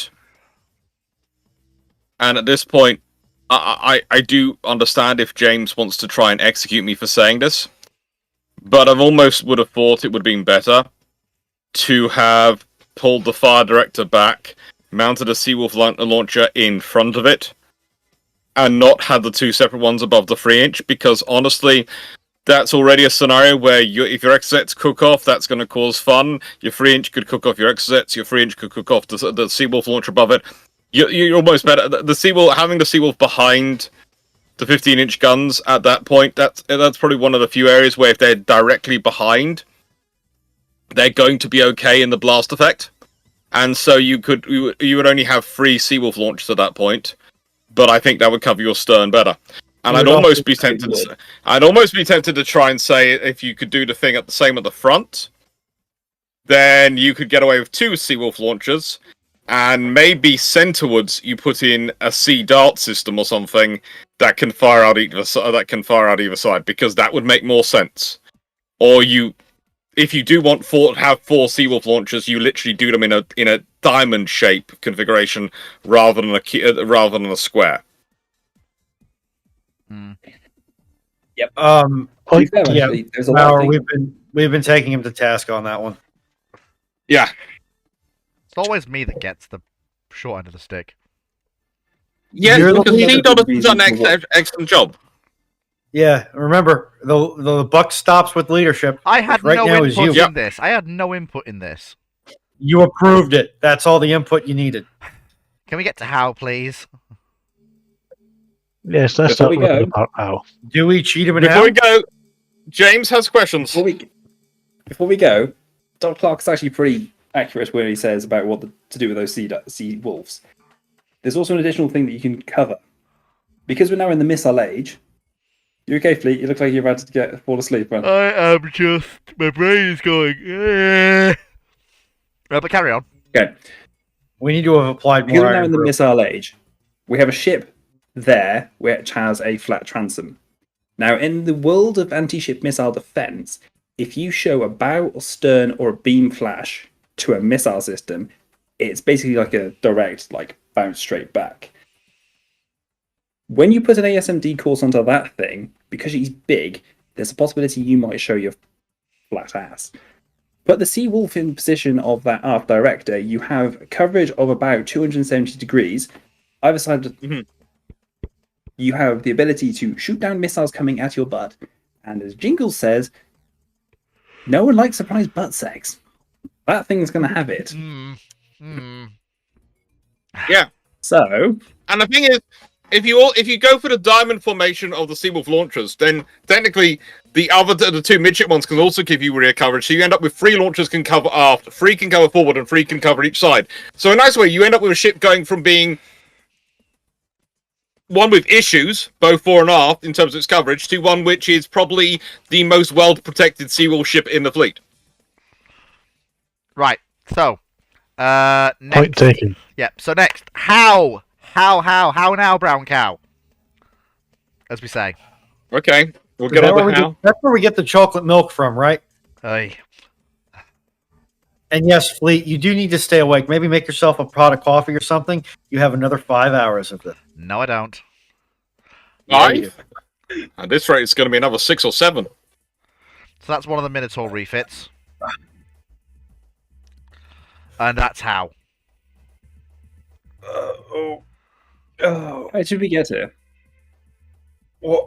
How did you think that was a good idea? So how is it this Okay, I'm going to restate the previous question of who hurt you, and who hurt you. Okay? Yes, how is missing her rear turret? Okay, I do like the blast deflectors on the number 1 twin arm mount on the cruiser. I'm very happy with those.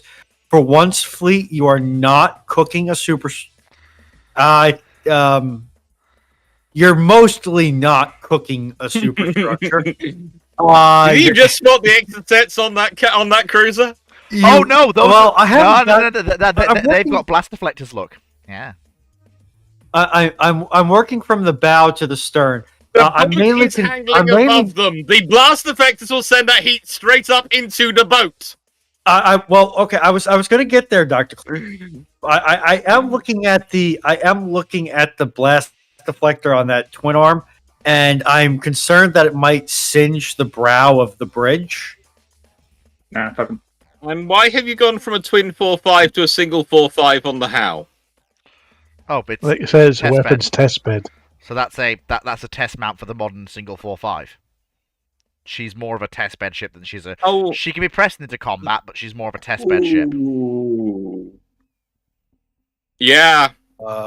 James is thinking exact same thing I am, but it gets even better. What are those missiles? And I'm presuming they're missiles mounted aft. I'm presuming Sea Dart. Yes. And that's Exocet mounted forward, and that is a radar dome directly above the Exocets. Yes. You really hate your electronic technicians. Please.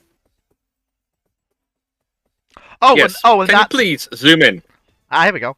Ah, there we go. That's better. We'll do that. Right. You don't have enough 909s. Why? No.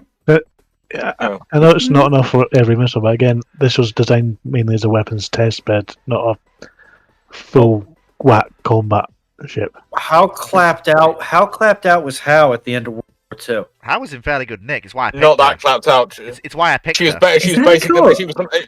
She was the most recent entered in service. No, that's Sea Dart after, isn't it? Yeah. No. I think there is an Ikora on the waist. There's an Ikora launcher on the waist. Oh, pal. And are those helicopter hangars below the Exocet launchers? Don't believe so. Yes. Oh.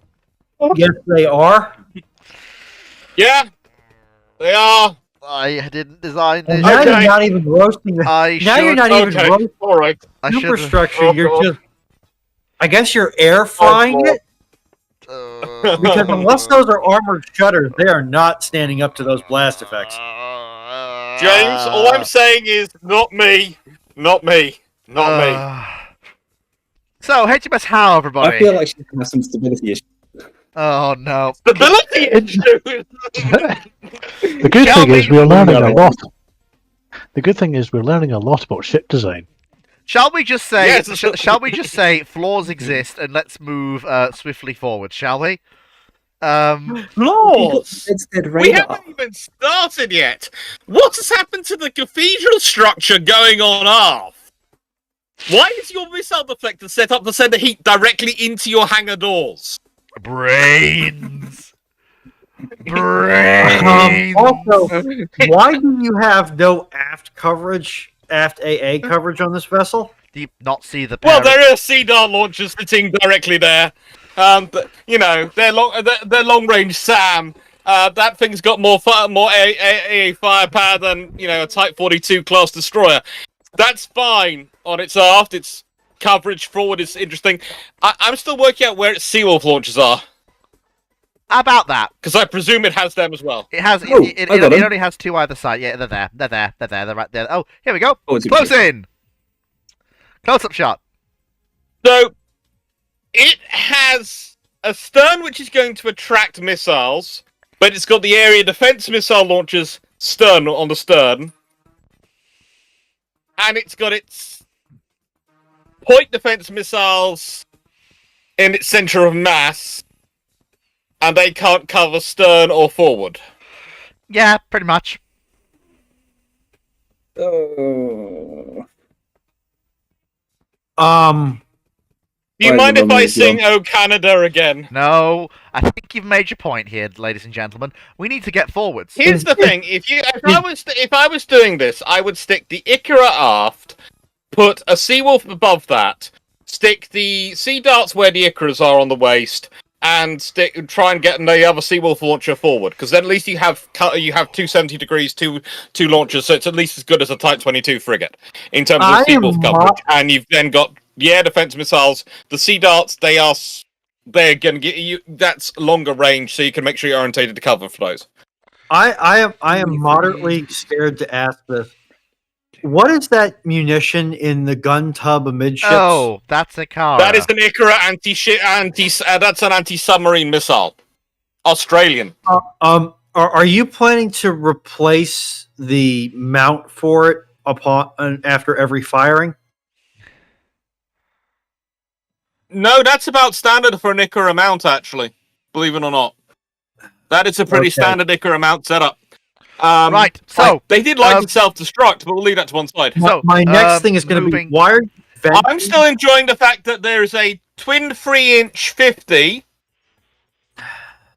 sitting on top of that forward turret. I'm also going to point out that that's not a twin 3-inch 50. That's a Bofors mount. That's not, but so much better.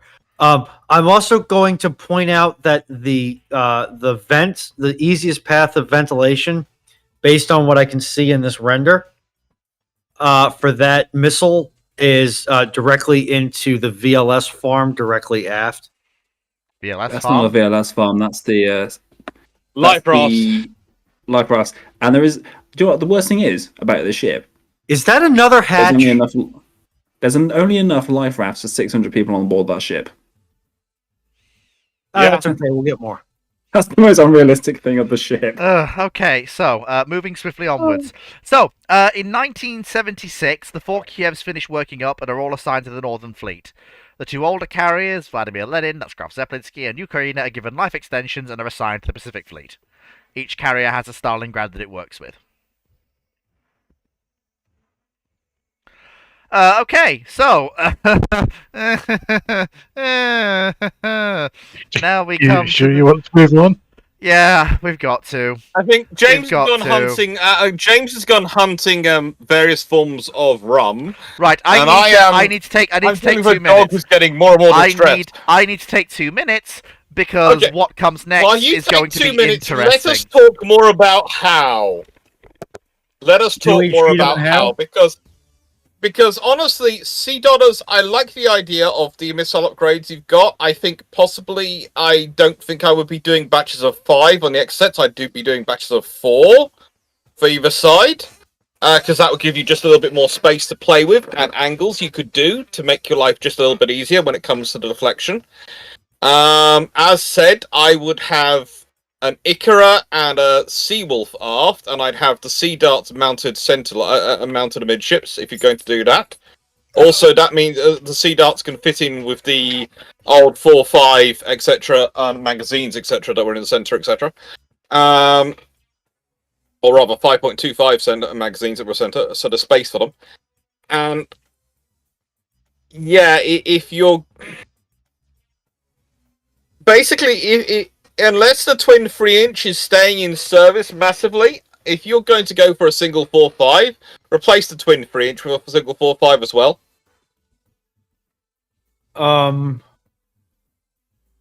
What did that Bofors crew on top of B turret do to piss you off? Oh, they're right. No. The only reason that there is because of a certain thing that happens later on, that they scrounge around for whatever they can slap on her. They found that Bofors mount. Falklands War scenario. Yes, so especially like everything else, is find what we can, slap it on, crack on. I will again point out the placement choices are mainly down to it not generally meant to be a frontline combat ship. It is a weapons test bed for all the new stuff that's coming in. So it's not perfect. It's not designed to be. What is that octuple box launcher looking thing on third deck by the twin Bofors? That's the Seawolf. Fleet, you've done it again. You've cooked your superstructure again. We've already been over that. I think I've already persuaded Sea Dollars they need to be moved, or it's better to try and have them fore aft sort of scenario. If you're going to have them, Can I make a suggestion, please? Yeah. Can you move the navigational radar from directly in front of the Admiral's bridge to maybe atop of the mast? Okay, so Yeah, now a lot more comes. easier. Okay, so now comes the 1980. Fleet, I will give you props for being a good sport. And while admittedly, yes, you did take your pound of flesh out of Drake Strum, you are now allowing us to take our pound of flesh out of you. Yep. yeah.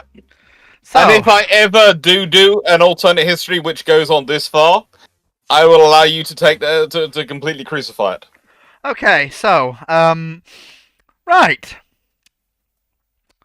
1980. The design of the 4 Kirov-class nuclear battle cruisers is completed and the ships are laid down, designed to thoroughly trump Western surface combatants. In response to this, the USN carefully unwraps the carefully stored and maintained Iowas and takes them in for full conversion to dedicated guided missile battleships. The British and the French also draw up plans for a second major life extension programs for Jean Bart. For Jean Bart and Vanguard. And whilst Jean Bart is completed as planned, events yet to come will see the RN radically expand the scope of Vanguard's rebuilds. So I'm going to. I'm just going to leave that there. We're not going to look at the Kirovs and the Iowas Come give me a yet. hug now. We're Come not. give me a hug. We're not going to look at the Kirovs or the Iowas yet. You all right, Ruinot? One misconception is Kirovs are not battle cruisers. They are large guided missile nuclear powered cruisers. Normally, Yes, but they are called battle cruisers because they are such an out of scale scenario compared to other cruisers, and the whole phrase of heavy cruiser doesn't really fit them because the Soviets always call everything heavy aviation carrying cruisers, etc. So they were given battle cruiser because that was the next thing up larger they could just normally you would be correct, but they are if Ooh. if these were the Kirovs as we know them, but they are not. Paul Amos. God. Paul Amos just attempted to commit war crimes by saying, as a test bed, shouldn't you make sure the platform survives the first test?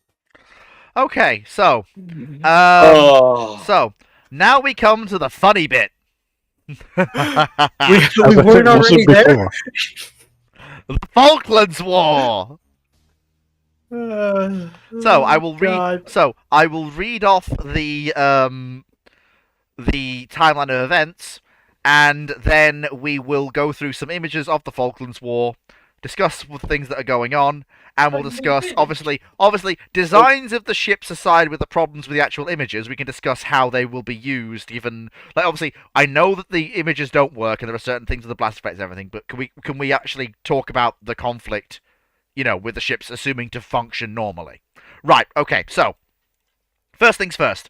The Falklands War was notable for 2 major things. First, it was the first major test of British naval power since the end of the Second World War, and it revitalised interest in and funding for the Royal Navy. Secondly, it silenced the critics of NATO's retention of heavy surface assets, when in a stunning duel caught on camera from multiple angles, a task force led by HMS Vanguard caught and engaged the Argentine battleship Rivadavia and her task force. In an engagement that started with missiles but ended with both battleships exchanging gunfire, the British vessel suffered minimally but put the Argentine vessel down with heavy body blows. This was followed by an exchange between both sides' carriers, with the RN's 2 fully in-service Maltas, an RN pause at the time being 2 in service, 1 in refit, repair, 1 in reserve, complement of Phantoms, Buccaneers and Gannets, proving their worth in the conflict, and resulting in the sinking of the Argentine carrier Cinco de Mayo. It was the RN's performance in this war that not only saved it from further budget cuts, but led to the Thatcher government funding the RN's ambitious modernisation and re-equipment plan of the mid to late 80s, the plan that got the RN ready for the events of the 1990s.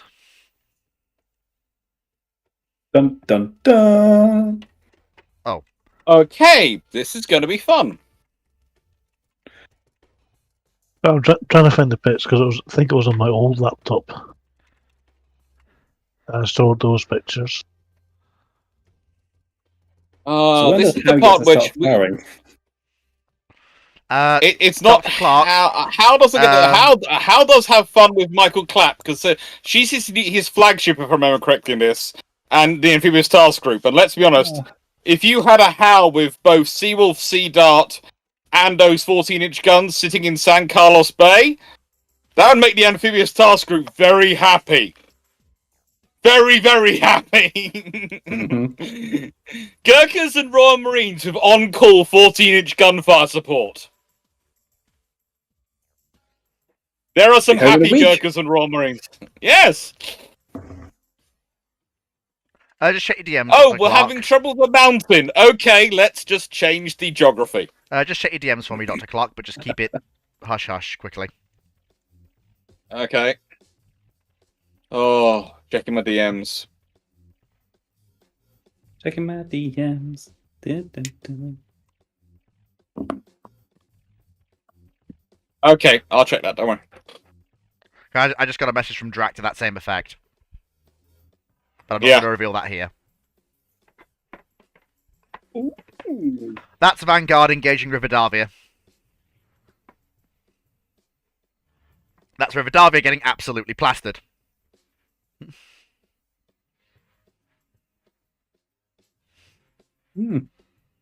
But first, we need to talk about the task forces engaged in the Falklands operation. Yeah. So let's start with the big one, Task Force Malta, which is the carriers.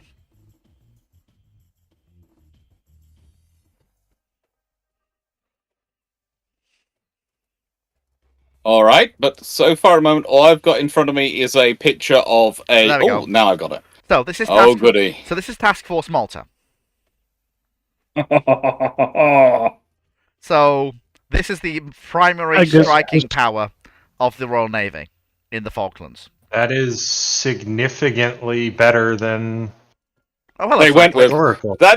Yeah, that is a proper carrier strike fleet. I thought you wanted That no is a part strike in fleet this. which scares the bejesus out of us. Cyclic. I thought you wanted. Yeah, but that's all you actually gave the Royal Navy proper carriers. Just to note, these images were made in a earlier version, so some of the models might be of an older model make. Yeah. So that's fine. So you've got two Particularly Maltas. the Minotaur. So you've got two Maltas and on her last legs Ark Royal. You've also got one. You've also got one of the rebuilt Minotaurs, and you've got one of several brand spanking new, almost rushed into service for the conflict Type 83s. Okay. You've also got a county, some of the frigates. Yeah. Which is the 83? That ship there. It's 43. So 43, sorry. Yeah, that's a 43. 43s. You also do That was have my suggestion. the Royal Navy does still build the Illustrious class in this timeline, basically because they wanted something that wasn't the Maltas to do things that the Maltas would be far too risky to do. You don't want to send a Malta out looking for Soviet submarines because you might find one. And Yes, it's an ASW carrier that they can. Yeah, you might ASW find an carriers can Oscar. take Harriers. It's worth pointing out by this point that Ark Royal hasn't operated Phantoms ever, because they're not modified for her. They operate off the Maltas with not too much modifications. They don't have that high nose wheel. They don't need it. This is why I do not understand why the British are still operating her, not operating two CVO-1s. Basically To because replace their Ark Royal and Eagle. the government. It just doesn't. It doesn't.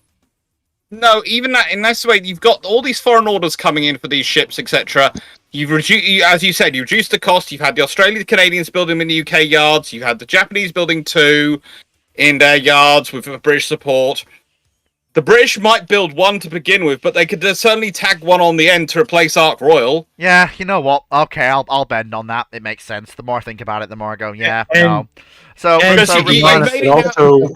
also means they don't have to keep older aircraft around in service, which gets exponentially more expensive. yeah.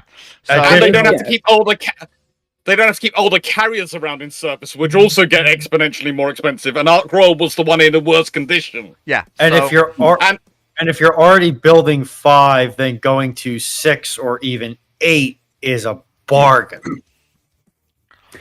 Don't forget how 6 is a bargain in real life Ark Royal was, but that was in 78. Yeah. Okay. Fair enough. I'll.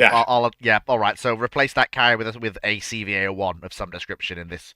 So that's Task Force Malta. This is Task Force Howe. This is the amphibious group that's sitting in San Carlos Bay. That would make Michael Clapp an absolute ecstatic gentleman. Not only because he now has Seawolf, Sea Dart, and 14-inch guns. He would be crying with joy. Do any of these ships have the? Yeah, I was about to say, do any of these ships have the 3-inch guns on board? But They do. How does 3-inch guns? And also, cycling gets better. Look what's behind Howe. That's a Minotaur rebuild with auto-loading 6-inch guns. It's a little in close for those 6-inch guns. But it's also carrying. It's also 3-inch guns as well. Guns, yeah. Lee, any of these ships have any other point defense setups? They have Seawolf. Beyond Seawolf. Yeah, but that's it. Beyond They have Seawolf. Seawolf. They have 40mm. They have Seawolf. They have 40mm. They have 4.5. They have 3-inch AA. Even a 6-inch AA. And let's be honest, Howe actually has a few Oerlikons as well. Still manually operated, but still. Lee. Yes. There is an issue if that's going to be the fleet sat in San Carlos water. Yes.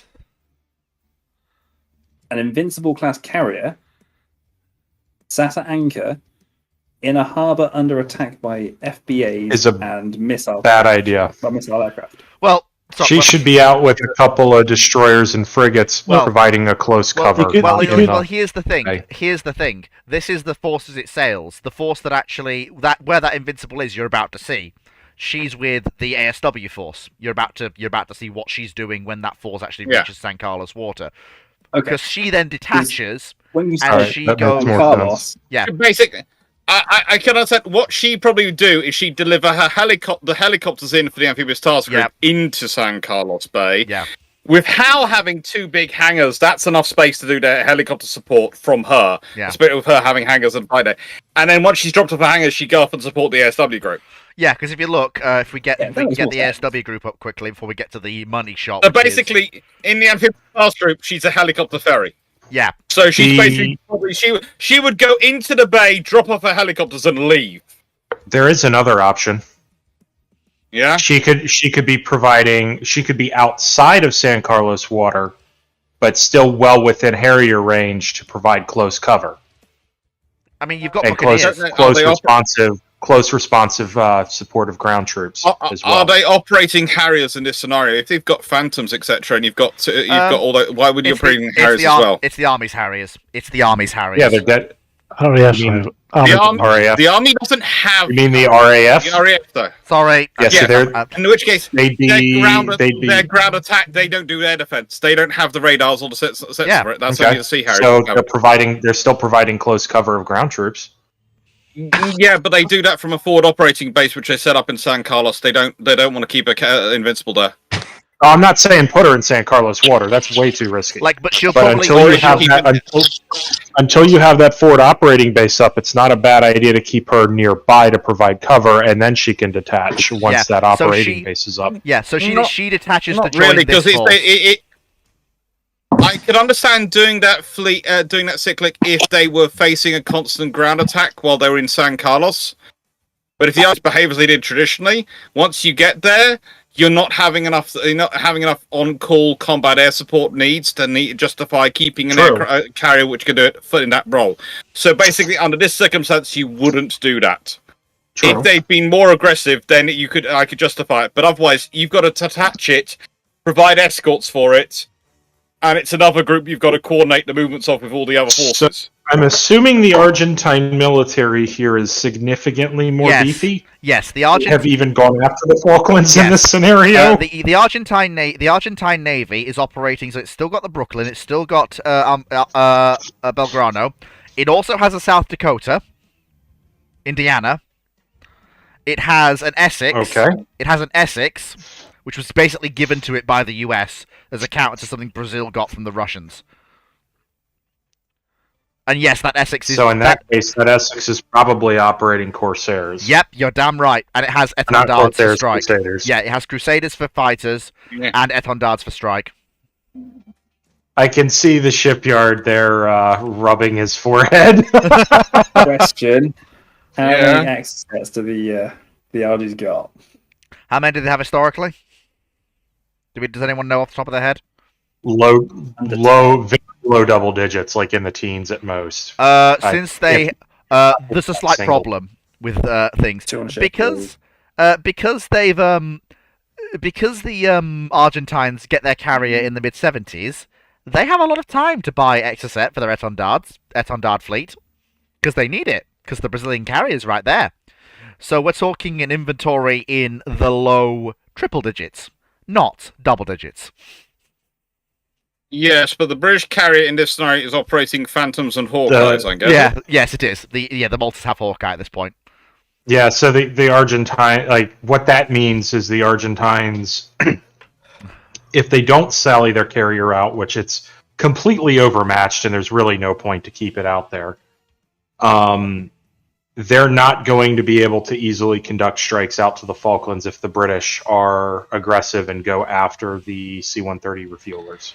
If you look, and with two Maltas providing that cap, then in the plus nicest CVA-01, way, plus a CVA-01, yeah, plus a CVA-01, which would be able to support Phantoms. Here's the thing. Like, the Argentines try. The Argentines send surface assets first. Vanguard slaps the battleship Rivadavia, which is their South Dakota, to the floor. So the Argentines then deploy their carriers. They get incredibly lucky in that you can see here, the Phantoms chew up an Etendard strike before it reaches launch distance on the UK carriers. But it gets a warning off. The Argentine Essex, Moreno, turns and runs. The Cinco de Mayo tries to. She suffers an engine casualty. Buccaneers come back the other way, find the Cinco de Mayo, and oh dear, that's a sinking Argentine carrier.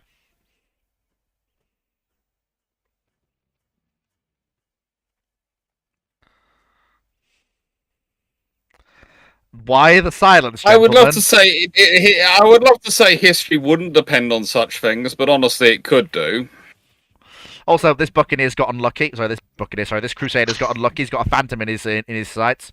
I mean, in a within visual range fight, the Crusader is a superior aircraft to the Phantom. The problem is closing. But yeah, once you're within visual range, the Crusader is superior. The problem is the Brits have more aircraft, so you can actually do team fights. Mm-hmm. Because what we're not seeing in that image is that Phantom's wingman. That's what we're not seeing in that image. Yes. How has nobody made the joke about sinking De Mayo? Well, there it is. You've made it. We were leaving the low hanging fruit available. Where were the British subs doing what they did historically? Belgrano still eats a torp from Conqueror. That still happens. Knight,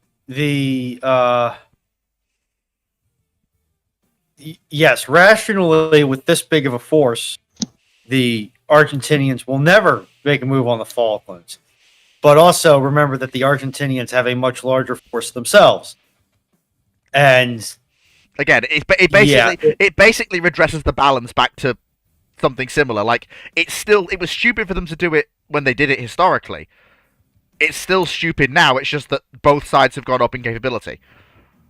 I'm assuming if you have the 10,000-pound gorilla that is the U.S., the United States Navy, sitting very, very close by.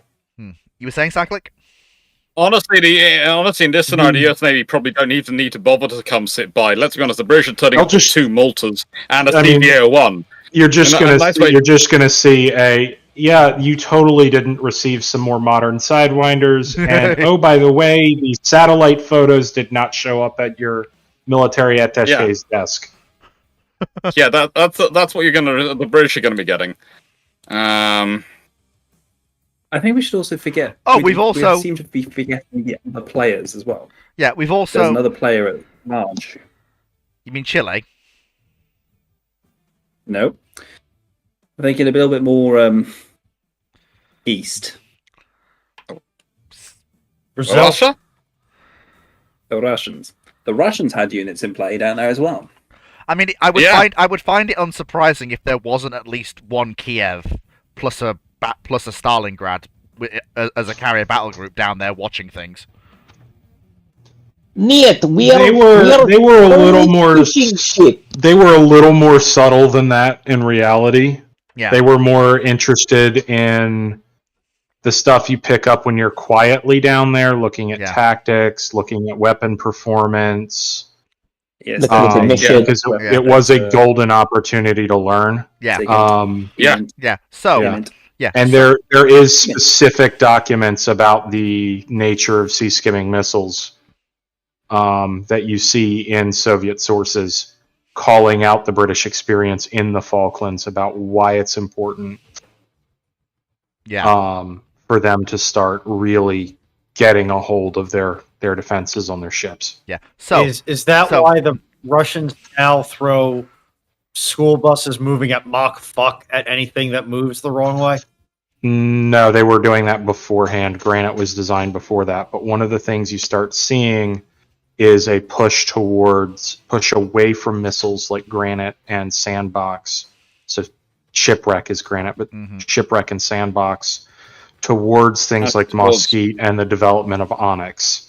Yeah. Onyx was slated to basically replace pretty much everything that wasn't Mosquite. And Mosquite was going to be used sort of in an interim capacity, but the more rationalized fleet concept the Soviet Union was looking at doing before it suffered a sudden and rapid existence failure was much, much more standardized around the use of Onyx, with Mosquite effectively just being the replacement for Termit. Yeah.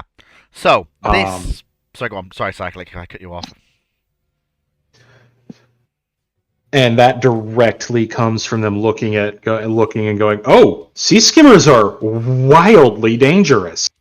And Mosquite, by the way, in the late 80s, is probably the singular most dangerous anti-ship missile on the planet. It comes in below 30 feet terminally. Mach Jesus? Yeah. Yeah. So, to quote an Aegis Roman I know. Yeah. So, what we're looking at Only here... beaten by something going Mac, but Jesus. Yeah. So, what we're looking at here is the... What we're looking at here is the Surface Action Group the British sent to the Falklands, Task Force Vanguard, led by the titular ship. You've got both batches. You've got an example from both batches of Minotaur in the force. The one at the front is a rebuild Batch 2 Minotaur. The one at the back is a rebuild Batch 1 Minotaur.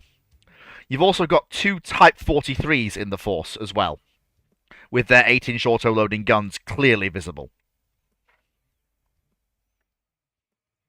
Oh, like major caliber lightweight sort of deal? No, literally major that's caliber. what it looked Literally like. major caliber. Yeah, I know. I'm looking at it now, and I see major caliber lightweight on there. Yeah, but yeah. So, I guess they worked through the problems of that gun, but yeah, this is the So this is the force that slaps Task Force Rivadavia.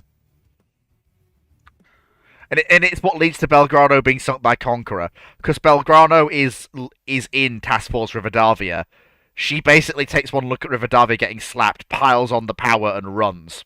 And Conqueror is dispatched to make sure she doesn't make it home. Runs straight into Conqueror's loving arms. Yep. Do we have Task Force Rivadavia? But like Pompey Reds, but yeah. I have seen my enemy. I have to try and find it. It's been a while. Yeah, I'll also, I might have it. Let me just have a look. But yeah, so the whole thing with the Falklands is that there are a lot of lessons taken away. Everyone goes, oh, yeah, battleships, big surface combatants absolutely do come to blows with each other in major conflicts. This happens. I've got it. Actually, no, that's not it. Let's be honest, it's a typical thing of politicians going, this has worked, this looks powerful, we must get this. Yes, basically. It's here somewhere. Ah, here it is. I've got it. I found it. I have actually found it. I mean, for a South American Navy, if you can afford to buy a battleship, I know I'm asking a lot. A Sodak isn't a bad purchase, particularly if it's one of the later ones. You're not getting one of the Iowas from the U.S. in the 50s. Nope. But Well, you it's have a not good the. shot. You have a good shot at a Sodak. The problem you've got, Cyclic, is they don't buy it in the 50s. When do they get it? The US bows them out of service in the 70s because the Iowas are wrapped up in bubble wrap. And not being sold to anybody. Okay, that's a choice, but... basically because the US decides that they're going to need to keep service combatants around for a while. They may... I guess if there's a Soviet battleship threat, then... The 70s are where you start seeing true all-weather, day-night, maritime strike capability come in. Yeah. They also know the advent of the air-launched anti-ship missile. Yeah, they also know the Iowas have a lot more room to... the Iowas have a lot more room to upgrade. They have a lot more life left in them. So it's better to save them for later and almost run the clock down on the Sodaks and the NoCals for now. They're basically... Actually, it wouldn't be the advent of air-launched anti-ship missiles. It would actually be Walleye. Yeah. Did you find the image in Theatre at Sea, Sea Dollars? I put it in Theatre at Sea, Task Force Rivadavia. Because I tried to share my screen. It's not letting me, so I'm gonna have to put it to you. I'm afraid.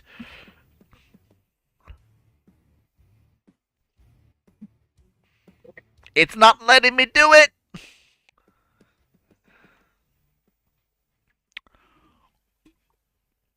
But yeah, Chile also gets one. Yeah, here we go. This is Task Force Rivadavia. 3 frammed. Older models for a couple. Yeah, older models for a couple, but it's mostly accurate. 3 frammed destroyers, a Type 42, Belgrano, and Rivadavia. Now my question here is: Dash or ASW Huey? Small body Huey, like the Italians. Small body Huey, I think. A man of culture. I can't tell. Has that 42 got Mickey Mouse ears? I think so. No, it doesn't look like it. So, now we come to the controversial elephants in the room. You've already Which seen one? Jean Now? Barishel, yeah. Well, yes, we've got the last generation of service combatants that aren't British, basically, is what we're getting to now. So, 1984. Okay, have we done the Kirovs yet? We're about to. 1984. The Kirov class. Okay. The Kirov class and the Iowa class enter and re-enter service, respectively. The Kirovs carry both a battery of 12-inch auto-loading main guns, but also a punishing salvo of shipwreck missiles. The Iowas retain their 16-inch primary battery from their original loadout and precisely little else. Hardened VLS cells line their sides, and a simple but effective sensor suite sits across their mast as their secondary battery is also reworked. Oh, God. Yes, I know. We tried to be conservative and not go completely overboard with the Iowas. We tried to take into account blast effects as best we could. James, I've done this a couple of times now. If you want to cover your eyes and wait for me to tell you, you can. It's your turn. It's worth not seeing it. It's worth not seeing it. Trust me. I'm gonna go look at my burger. Yeah, Cyclic, you chose to be here. Go look at something. I can always hide the stream in Discord. Fleet. Yeah, he can do. Yeah, but that yes, Cyclic, you can do, but then you'd be missing a chance to rip me a new one, which is, more appealing. I was trying to be nice on your one day. It's fine. Look, they've all been ripping me a new one. You're trying to be nice. They've all been ripping me a new one. What's one more?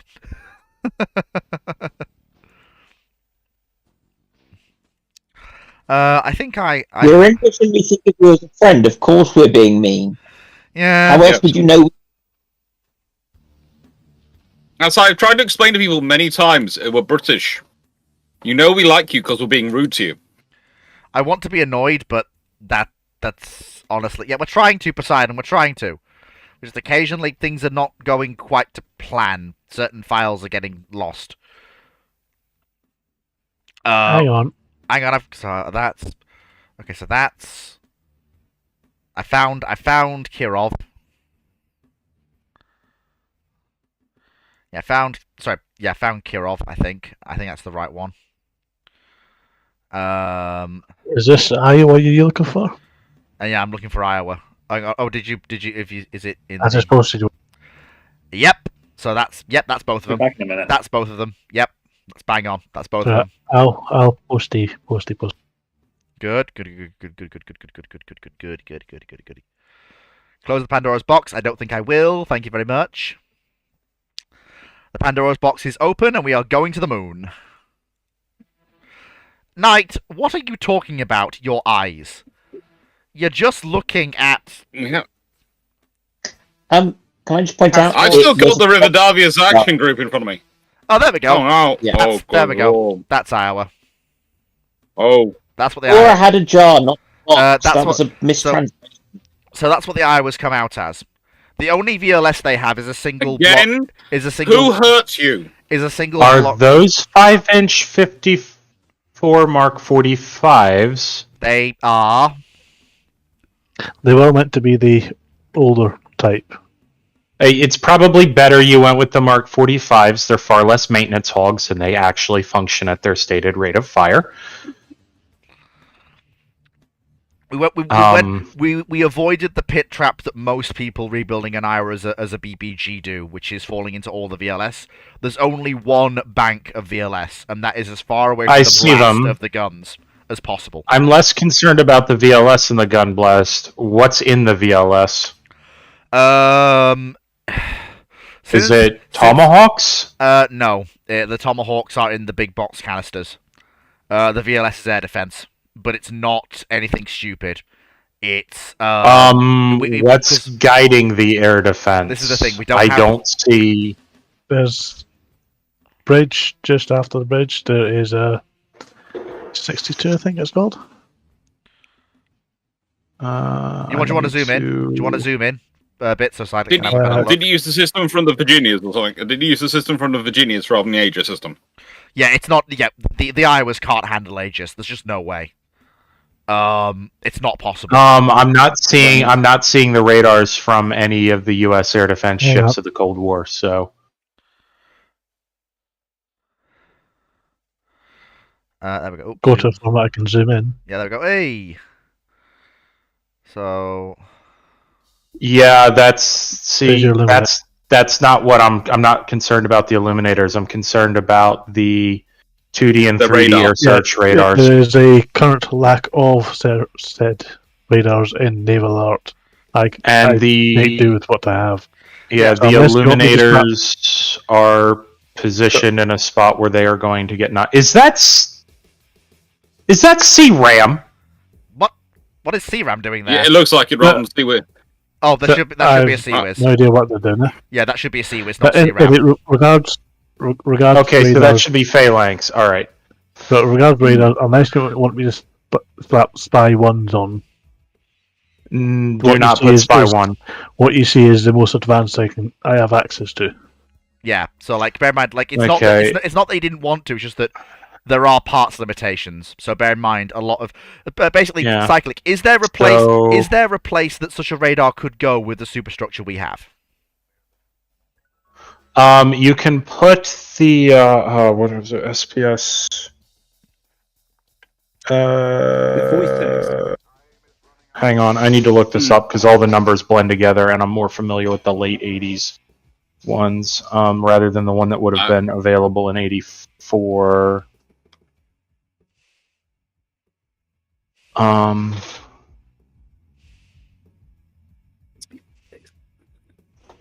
How many VLS does she have? Looks like 32 per side. No, I think it's. Or is it 16 per side? 16 per side. So she's got 6. So she's got 32 SM2 medium range then. Yeah. Okay. So you're going to want her to have. She's going to need a 2-dimensional long-range air search radar in the U.S. thought process of the time. And then she's going to need a 3D air search as well. The problem that concerns me is with all that in mind, even with the mass we've got on it, I'm just thinking about, can we get them far enough away from the guns that the shock of them going off, reverberating through the ship won't shatter? No, you can't with the illuminators anyways, so particularly with where they are there. Just a thought, Cyclic. If she's part of a task force with an Aegis cruiser, could she not basically offer up her VLS cells to that cruiser as an extra, You know how rare the Aegis cruisers are in this time period? Yeah, I know. Yeah, you're right. And that would also require some very, very sensitive data links on the ship. And then you've got the big guns going off, which is going to ruin that. I think honestly, you're better off if you can if you can find some way to raft the sensor system, the radar systems. That might provide if they are far enough away from the guns and they're rafted, then they'll probably work. But that is going to put weight in your ship wherever you put them. Yeah, it is. Because rafting works for harmonics, but it also works for reducing shock. Any complaints with the box launchers? We've got Harpoon. Yeah, you'd be looking at a SPS 48 and SPS 49. On Most of the advance I got in naval out is 42. To be honest, what I would do is I wouldn't put the SM2MR on her. To be fair, given the way in which we do things here, these ships are meant to represent a possible variant, not the final. Yeah. Part of this discussion is the final, so we can just say that's not there. We can just say that's not there. I'd say she'd be more likely to carry Sea Sparrow, and because that would fit. Sea Sparrow would fit far better with her. So the illuminators are even more fragile, though. Frigate, of course they are. So should we just say that? Could we put a 3-inch mount where the SM2MR is and have that be close in air defense? Given that I mean, you've got. If you're gonna go with the 5-inch, I just put another 5-inch there and call it a day. Yeah, do that then. We'll say that. So we'll say there's another 5-inch where that BLS is. Because between the phalanx and the 5-inch, you're pretty well covered against what is a fairly decent air defense issue in this period still of strike fighter pilots with certain equipment that's so dense they shouldn't be able to fly. Coming in at very low level with bombs. Yeah. Any complaints is where the box launches for Tomahawk and Harpoon are? That's pretty much where they were originally. That's almost exactly where they're at. The box Harpoon could use a little tweaking, but not enough to. I mean, the thing with the Iowas is that, bear in mind, this is the first in the Red Fleet timeline. This is the absolute first time they've been reactivated. They've been in loving mothballs since the end of World War II. They've not turned they've had their engines turned over to seizing. When I have disagreements with that, but if that's what you want to do, that's fine. Yeah. I am of the opinion that would be a very bad force design decision for the early 50s, particularly if there are Soviet battleships around. Even with the Soviets and NOCALs knocking about? Yes, because what speed range are the Soviet battleships and cruisers? So Sovietsky Soyuz is 28 knots, but yeah, you have got 633 knot Stalingrads knocking around. You have to have the Iowas out. Yeah, that's the trouble. This is what we have talked about. Yeah, you don't have a choice. Yeah, the problem is that I've basically timelined myself into this quandary, so I had to basically stick with it.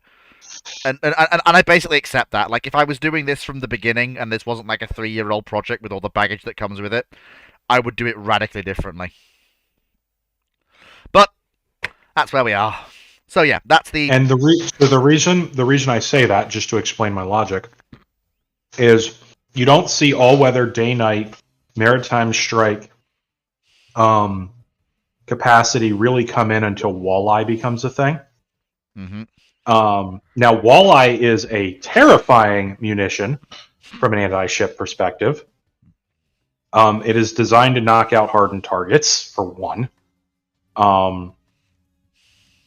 2, it allows a very good standoff as a glide munition. And 3, it can be aimed through data link by an air crewman or locked on good enough and go for the waterline. Yeah. Or anywhere else on the ship you want, like if you want to aim for a turret. Yeah. Well, that went... And that comes in the 70s. So you need something that can provide a screen of your carriers from these fast assets before that. So if anything, the Iowas are going to get run into the ground doing that job. Yeah. And then now, what you also might see is you end up with all of the Iowas. Yeah, we also said that as well.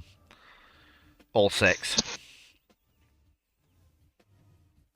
Because that would make a lot of sense to do that. And honestly, and I think under that scenario, you would possibly also see potentially the long tanners, because that's the thing. You might slow build those as your replacements for the Iowas who actually saw war service.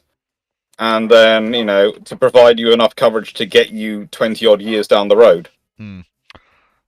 Yeah. Good question. If Kentucky and their unnamed sister get built, are they getting completed as the... I just can't remember what her name is. Illinois? Yeah, I believe it was. Paul, they're probably going to be completed as gunships because of the concern at the time. The missiles weren't ready yet. Yeah.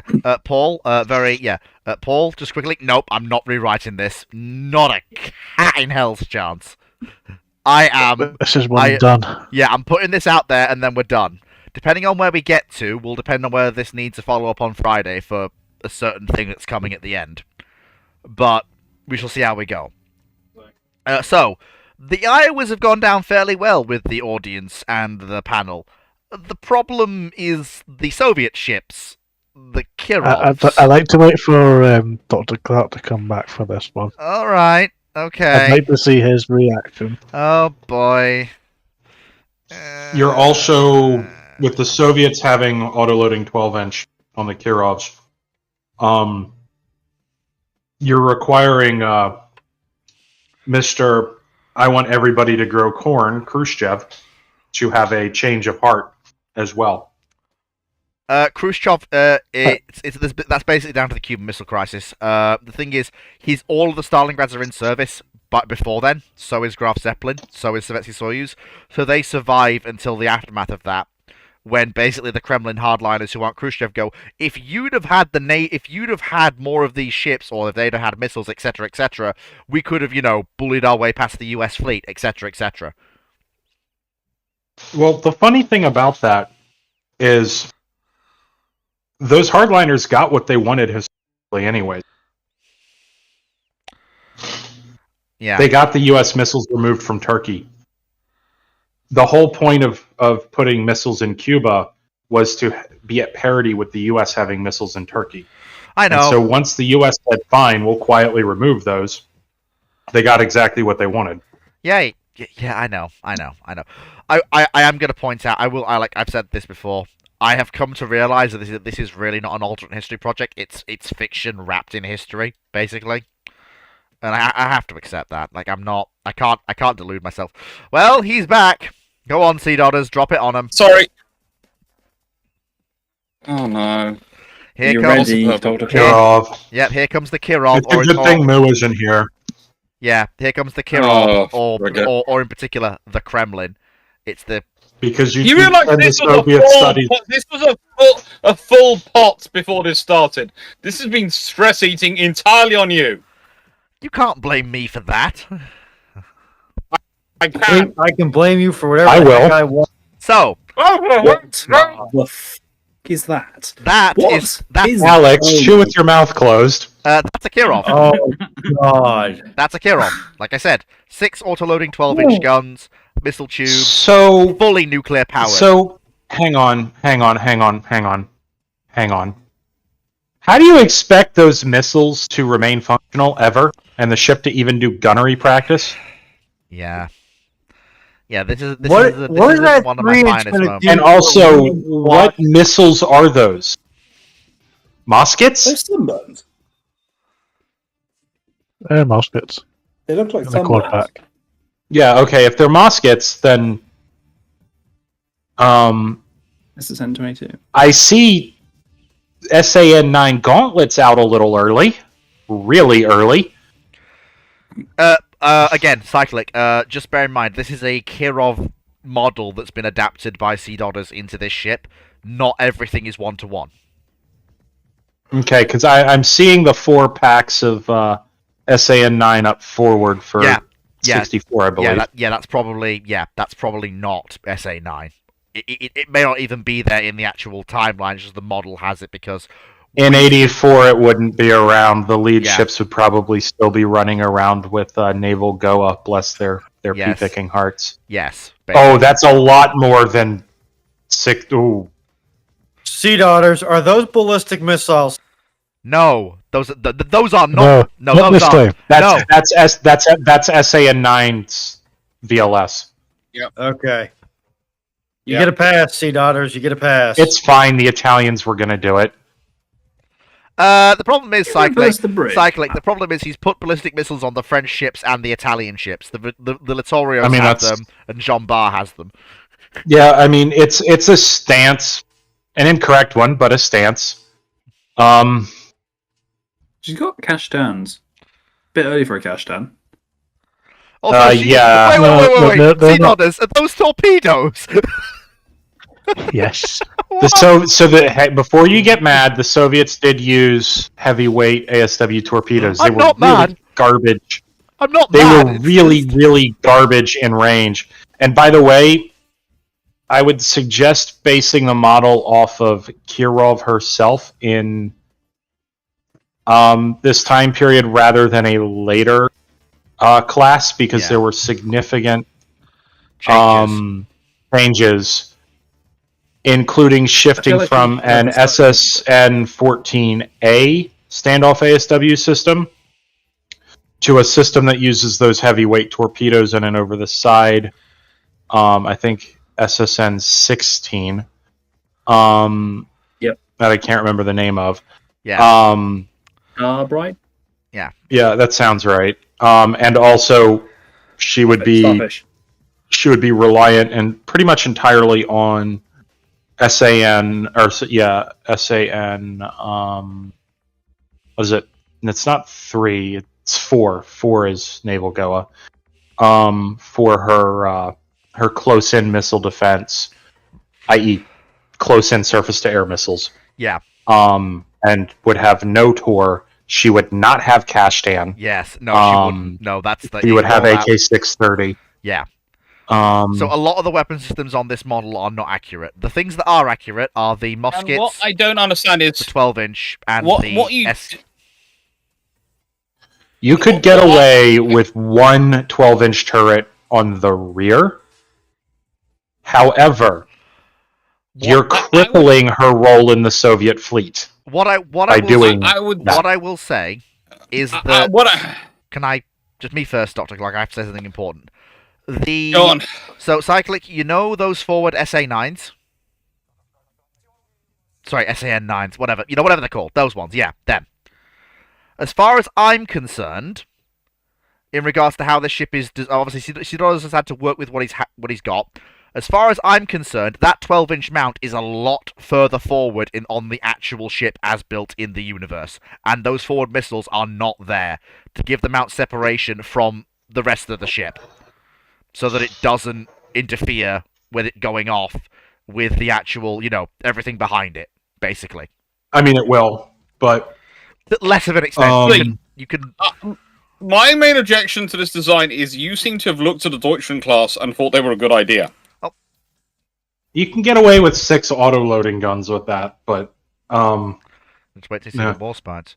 But so you've still crippled the roll of the ship. Come on then, lay it on me. What weapon system are you missing that is absolutely critical for the Soviet fleet to operate in a carrier environment? Shipwreck. No. Grumble. Yes. Yeah. Grumble. Wait, so you know there's Grumble's not on there? Well, technically speaking, those VLS are Grumble launchers. Okay, so those are Grumbles. So the forward pack has to go. It will not fit there. Yeah. Again, they are were stand-in for the SAN9s because again, I don't have the model for them. And again, these I can get rid of them. and these ships are dedicated. Well, they can lead SAGs, but they're considered more valuable as escorts for the Soviet Union's supercarriers. So let me double check those launchers. She may not have anywhere near enough Grumble to do her job. She should have 96. Even as an escort for In a those Soviet 6 carrier. launchers there. Yeah, they were on precious few ships.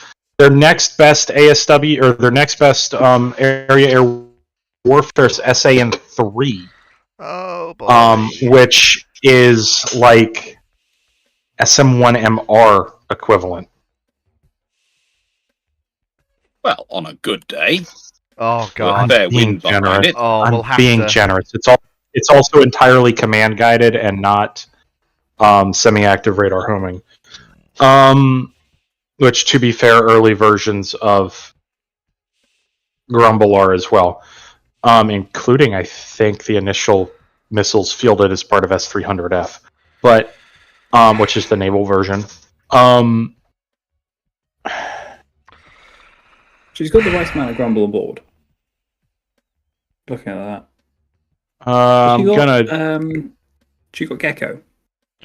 No, sadly. Yes. Oh, yeah, she does have. Yes, she does. I see the launchers in there. Yeah. But she would not have those plus Gauntlet. She would have one or the other. Yeah. What do you reckon? I mean, given that a lot of this stuff is flexible, I'm gonna. What do you think? Drop the forward turret. So hang on, I'm trying to. No, I would reckon in a scenario where you've got the Iowas and you've got all those battleships as a constant, where your number of guns, the minimum turrets you're going to drop to is 2.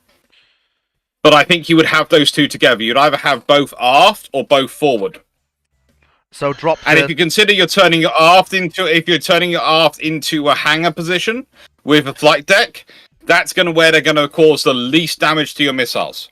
Also, she does not have 96 Grumble in that setup. She has 48 with that VLS. With that VLS system and arrangement, because that's what's on the Slavas, she has 48 Grumble, not 96. She is down by...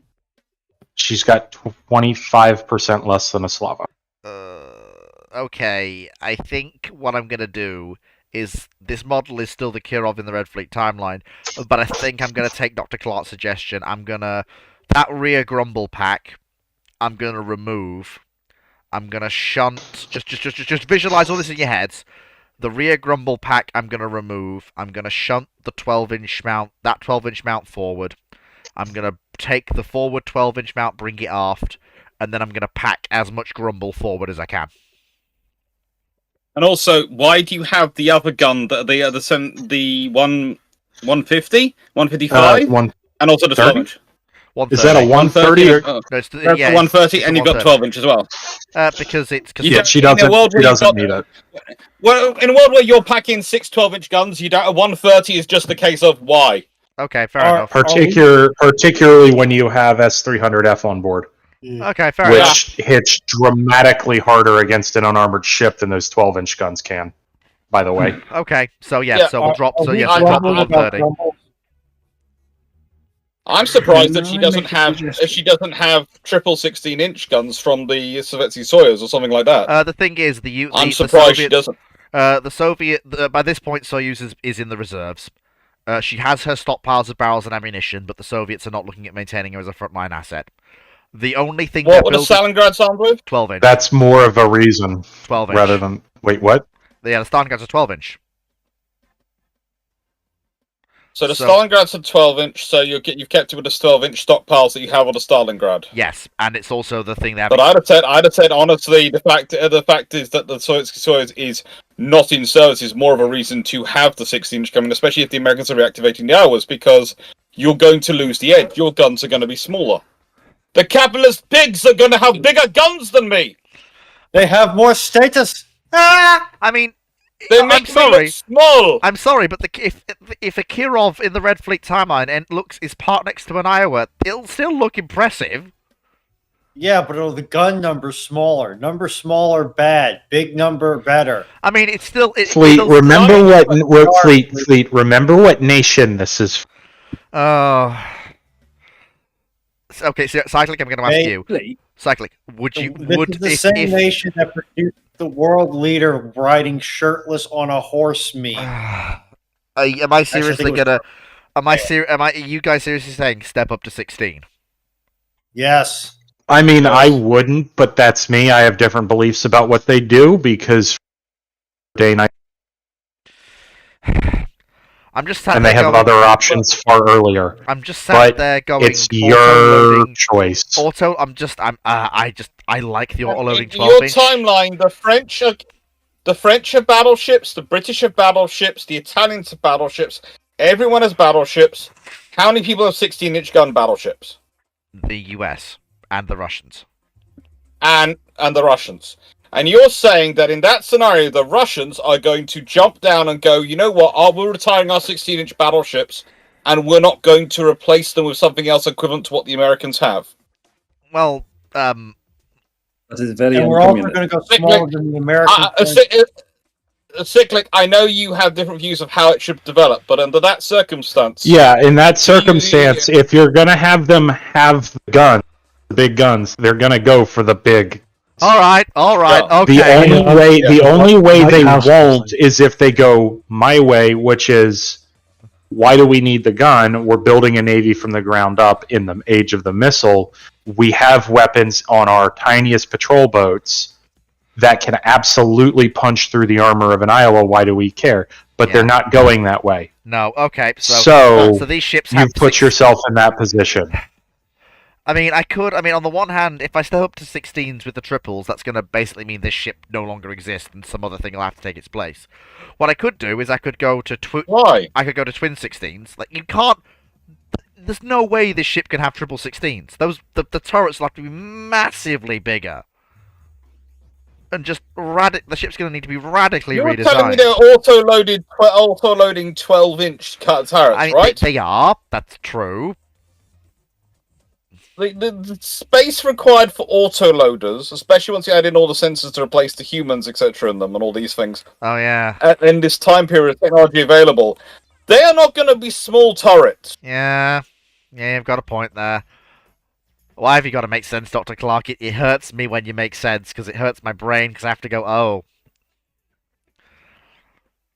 I'm sorry, I've just seen what Scoot has said in Discord. Fleet not putting 16-inch guns on the Kirovs. You were accused of anti-Soviet behavior. The court finds you guilty and sentences you to be shot. Okay, so So non-auto-loading 16-inch Kirovs it is.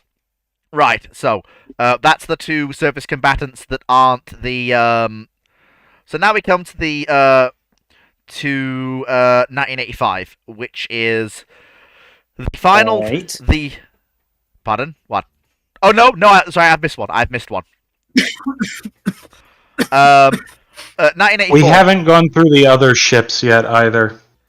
We have. I'm sure there's an aircraft. I see what. Not in this task group. No, in this task group. But I was trying to avoid the escorts. Why Why, Cyclic, are you making me go through the Because I have a feeling they're an attempt at actually making some of the ones that they built, because I see what looks to be either Cresta 2 or a Kara there already. Back in a Just tick. Carry for on. reference, Keep going. historically, the cars were built primarily for the Black Sea and Pacific Fleet and not for the Northern Fleet. The Cresta 2s served there. So they were continuing that lovely Russian tradition. I see what appears to be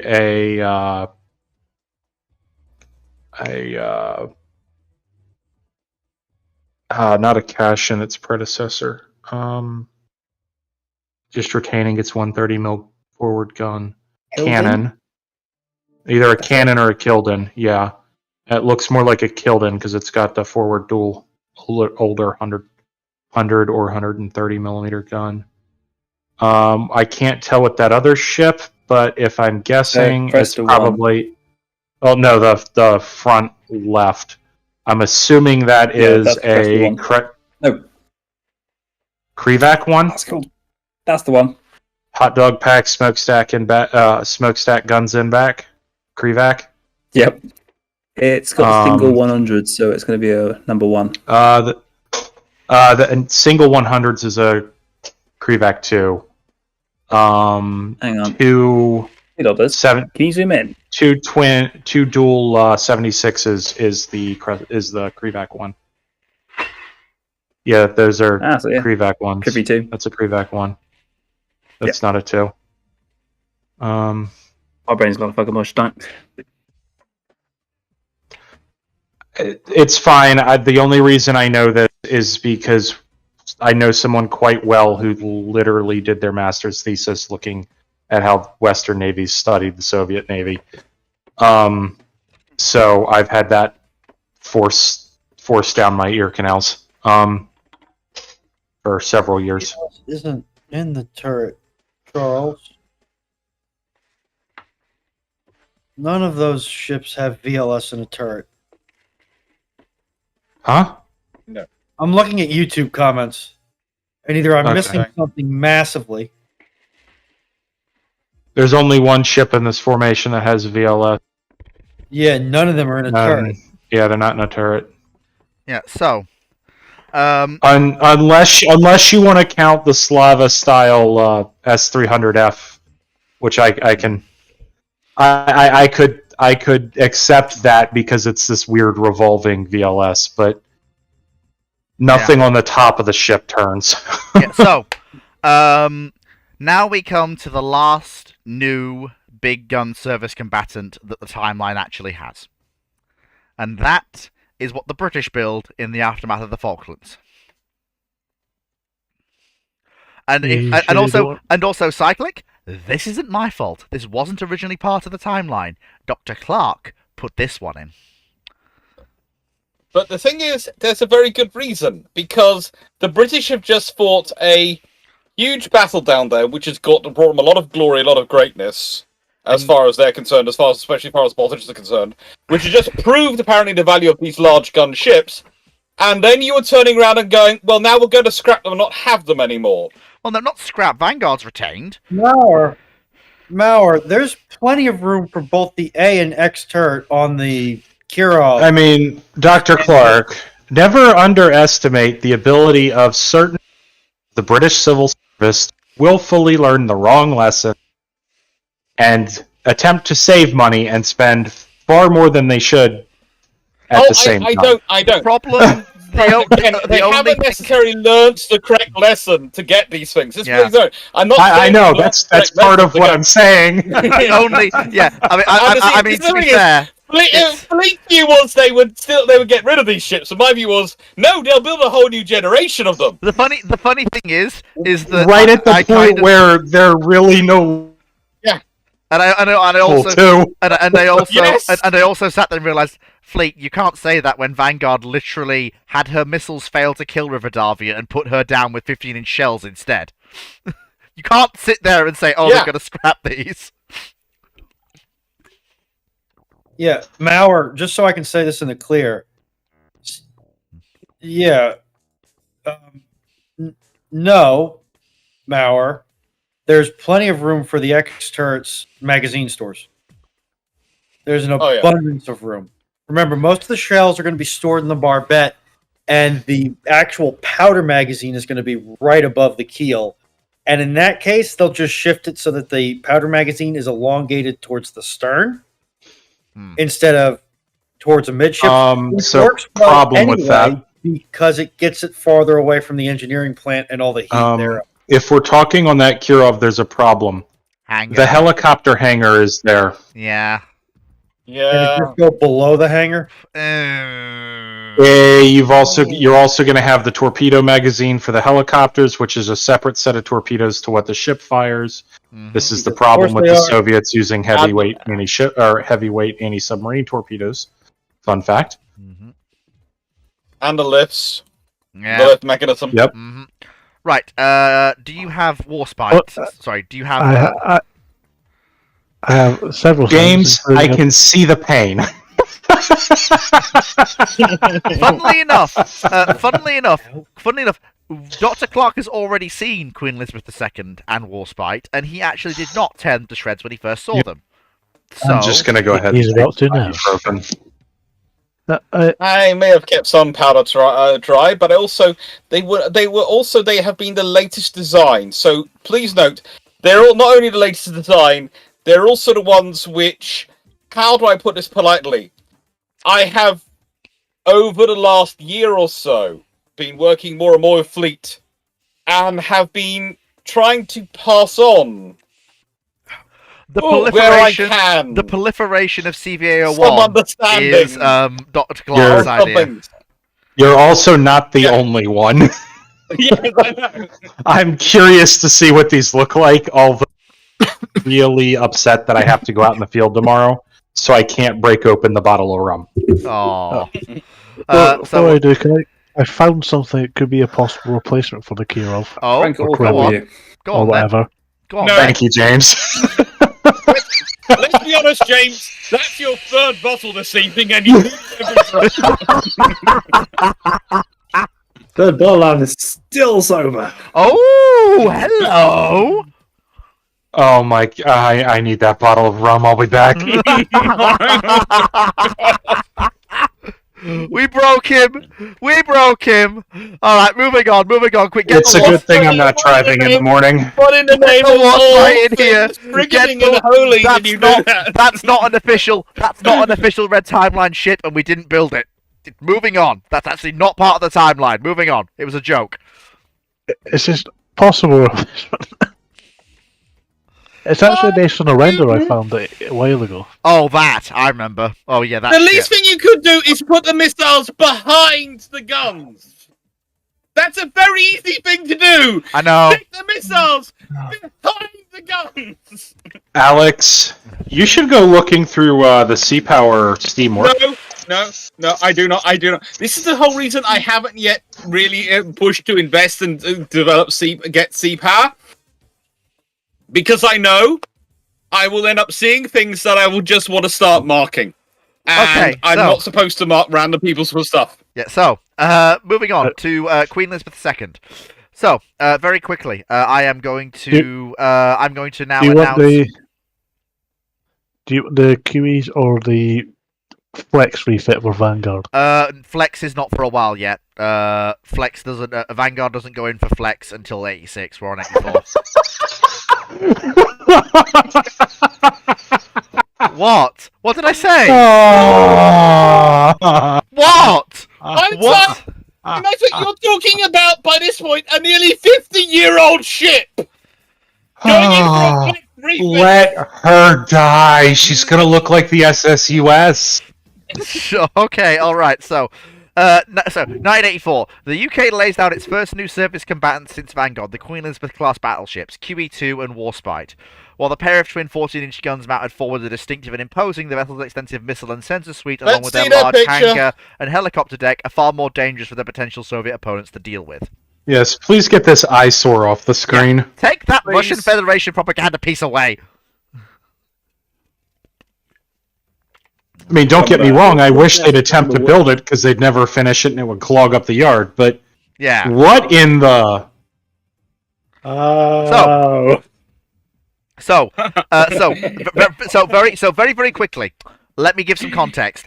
Dr. Clark wanted 16s, which is the ship in the back. I put my foot down and said, no, if the Royal Navy is building some new heavy service combatants, the guns are the main guns are the tertiary battery. They get a pair of old 14-inch twins from the KGVs, and they're gonna like it. Again, darling, and I'm saying this the nicest way. What have we just discussed with the Soviets in this time period? No. I got you to agree to this. You don't get to change your tune. You did. We did, but I was saving some discussion. And who is arguably the most macho British Prime Minister we've had in the last 50 years? I'm also going to point out that even if Margaret Thatcher wants 16-inch guns... No, that was not a question. Yeah, Margaret Thatcher. And in the nicest way, who is going to be the most obsessed out of all the British Prime Ministers for the last 50 years in the size of those guns? I'm going to politely point out, even if these ships would be entirely built during her tenure. Even if she wants those guns, the foundries do not exist. The options are 1542 or 14-inch. And I'm sorry, there are more 14-inch barrels going spare. Alex, I gotta say, as out of line as he is, he's got a point. I know he's got a point, but I love why are you inflating his ego's sake? Like, he's got to be able to... No, I'm not, because I'm about to rip him apart. Oh, for God's sake. Here it comes. Brace yourself, boys. Prepare the aft hatchway. Where are your illuminators? On the hatches, boys. What are their arcs? It's not a complete model. It's not all things are represented because You're models asking don't for exist. illuminators. Why do you have the forward sea dart in that location? Because why is its magazine terribly exposed? Because Fleet likes making his ships go up like a for a solid fuel ramjet missile with a rocket booster in a period where these things are decidedly not insensitive munitions. Hey, look, we haven't got better. Look where the Seawolf VLS is. Oh, I know. This thing is going to go up worse than Moskva did. I didn't design this. Yeah. To a lightweight helicopter-launched anti-ship missile. Not even something in Neptune's category. This thing could go up. Lee, you're roasting your superstructure again every time you fire the missile. That reminds me. So, should I propel post a picture of a certain German guided missile frigate after a missile blew up shortly after it launched because there was a problem with the booster? Oh no! Nah, you don't need to. We remember it. And what happened to the bridge? So, here's the thing. You want a pair of Sea Dart launchers? I accept that. Put them on the wings. That's probably a better position than putting them in those positions. Get rid of the. If you're going to have Seawolf VLS, again, the VLS. No, they do not go that far forward. No, in the VLS, you can actually, in a nice way, the Seawolf VLS, you could mount it in those positions where the Sea Dart is. Because the Seawolf VLS would actually be okay in those positions. Okay, so yeah, I wouldn't want to put it near the bridge. You could. It is an allowable choice. Looks at Germany, but basing your ship design off of what the Germans are willing to do is a little questionable. What I will say is, like I say, these ships were. You could move it. You could put a Seawolf VLS in there in that position as long as there's enough break of it between it and the bridge. If you've got room, you could put a giant Seawolf farm amidships too, and put your angled anti-ship launchers that I see amidships somewhere else. That could work. Yeah. Yeah, because there are Seawolf lots is of a places- vertical launch missile with very high tip over authority. Yeah. Honestly, just gonna ask a question. Given when these ships are being built, so these ships are built, 84 to 1989. They entered service in 89. The main question I have is, if you have these two ships being built, why are you keeping Vanguard in service? Why? Dr. Clark. Why? Yes. Let the poor guy finish. So, okay. My thinking is this: given everything I've learned over the past few hours, delete forward Sea Dart, remove Wing Seawolf, move that amidships, replace that with the a harpoon. So basically, swap them round. Remove basically the 3-inch wing mounts. Put one of them where the forward Sea Dart is.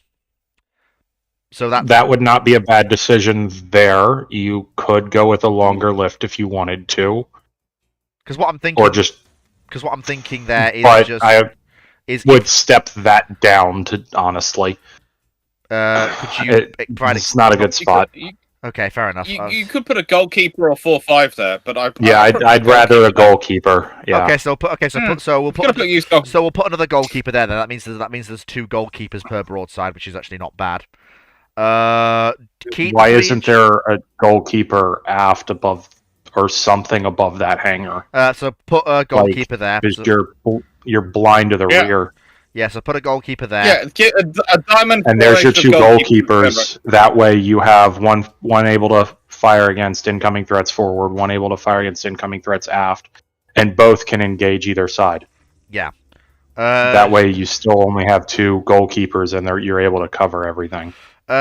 Would you step down from 4 to 2, or would you keep the wings? I would, because you have Seawolf, I would honestly only go with 2. So get away with it. we're having the 4-5s because we have non-auto loading 14s. So having some form of actually, if you can mount 2 port and starboard on the stern on the hangar. So if you can mount them high, 2 goalkeepers up, you could have 3 goalkeepers, and then that gives you coverage. If any one of the goalkeepers goes down, you've still got a coverage from the other 2.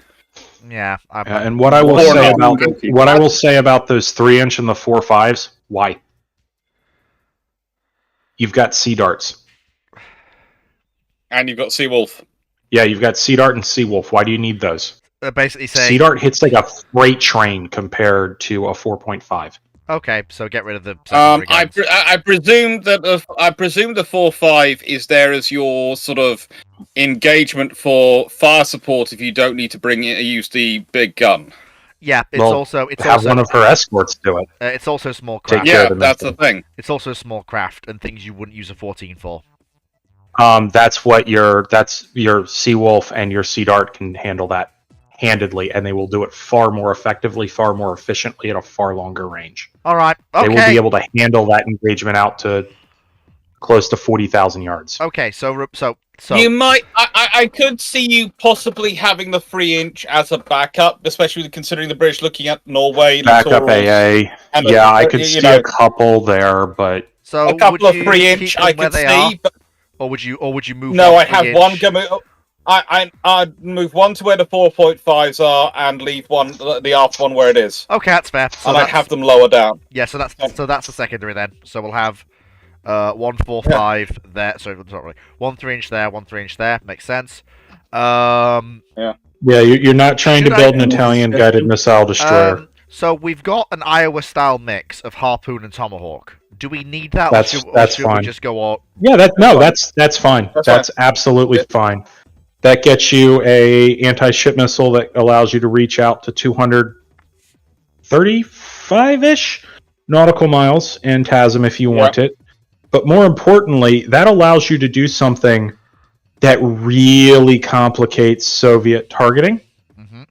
Because I presume the Brits would also be going for a TLAM-N to help augment their nuclear strike capability. And what that means now is every ship that has Tomahawk launchers, because the Soviets will not be able to tell whether it is a conventional Tomahawk or a nuclear-tipped Tomahawk, they now have to tax their satellite targeting and tracking system to attempt to follow.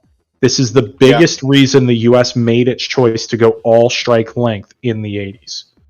By the way, I've just realised something. There's no point buying crews for the UK in the 80s. You've got these ships coming in. The land-based crews, why do we need it? We've got sea-based Tomahawk N. TLMM. Yeah. Yeah, the cost that imposes on the Soviets is massive. How many... not to mention, it gives you a conventional long-range strike capability out to, I think in this period, roughly 1,000 miles. Yeah. So these ships. So obviously these ships are not ASW ships. They don't have a tail, but I do want them to carry helos. What sort and how many do you think in that hangar? So to be honest, I wouldn't have them. I mean, you can have them capable of servicing Sea Kings. They're certainly big enough, but you'd probably be better off having them carry more. What was it in this period? Wildcat or Lynx? Lynx. And the reason why is the Lynx carries something far more useful to them: a surface search radar. That helps them conduct targeting for their harpoons, for their tomahawks, for finding and fixing Soviet surface action groups.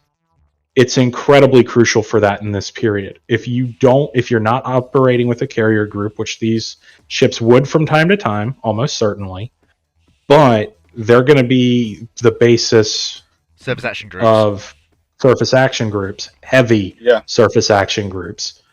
You need them to have that capability. They're going to be operating without carrier support. They need that capability. Yeah, okay. And with a hangar that large, you could be actually supporting a group of roughly even 6 Lynx. You might go to 5 to keep it easier, or even 4. But you could probably definitely 4 in peacetime, but in wartime you could up into 6 quite easily. So very quickly, what you probably have is you'd also probably install an alternate landing spot forward. And this helps you. This helps them in defense against small craft too, because guess what Lynx carries in this period? Penguin, isn't it? Sea Skua. No, not Penguin. Something far better. Sea Skua. Yeah. Sea Skua is very useful for keeping, because you're up off of Norway, the large amount of Terran tools, some of which are remember, the latter half of the Soviet Terran tools got Mosquet.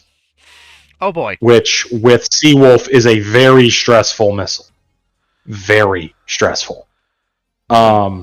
It's stressful for the US up until the late 90s, early 2000s with much more modern SM2. Mm-hmm. And really, it's stressful until ESSMs. It's still stressful to this day. Any Aegis Fire Controlman will tell you that, because it's a scary missile, and it will not care for the belt armor on these ships. It doesn't matter. These ships are modern warships. They have armor, quote unquote, but they're just okay. So they're built more. I got you in that sense. Yeah. Yeah. So the press good call, because the press calls them battleships. They're not. They're not. They're large light cruisers. Got it. I didn't even get a twitch out of Alex. I'm not wrong. I'm not wrong. You're not wrong. You're not wrong. But yeah. The large I'm just so upset that the Vickers salesman has turned into fleet because they've got 14-inch guns. I mean, it makes sense, but anyways, it's just the Vickers salesman. The fact that my friend Fleet turns out to be the Vickers salesman is just disturbing me. But yeah, and the other thing about Sea Skua is you can give these ships or the other thing about Lynx is you can give these ships a lightweight torpedo magazine if you want. I probably would. Yeah. Even if they have no ASW sensor, because what Lynx can do is if the escorts pick up a contact, they can vector a Lynx to a drop point. Yeah, and this is what I was thinking. Oh, yeah. Like I was absolutely like my point was going to be they can't do it by themselves, but if they're the center of a SAG, they can absolutely beef up the firepower. That's like And like, if you've got 4 links in peacetime, that's going to be scary. 6 in wartime, that basically means you have half a squadron of links aboard. Hey, Fleet, you know what you just what you've created? What? A large light helicopter cruiser. Oh my god! I hate I you. have, haven't I? That's what I've done. Why is it that And the Japanese and Florida- Italian guys, Yeah. particularly the Italian guys, it's Yeah. just got 14-inch guns. Why is it that the Florida men always cause me the most? You will not. I will not accept that name. Very. Hey, I am Seaskewer. going to get you for that. Hey, you are Seaskewer. you are masculine and you live in Florida. You I are a am not Florida from man. this godforsaken place. Also, cycling. That's Seaskewer, right? Yes. Yes. To be fair, being called Florida man does not mean you have to be born in Florida. Just currently be there as your residence. No, it does. And of course, I refuse to accept that. I refuse to accept do you that. I do spend- not sound like these people. I Yeah. do not act like these people. do you spend large portions of your day mucking around on boats? No, come on, don't bully the poor man. This is my show. I'm not going to stand for it. Mucking around? No, I do science.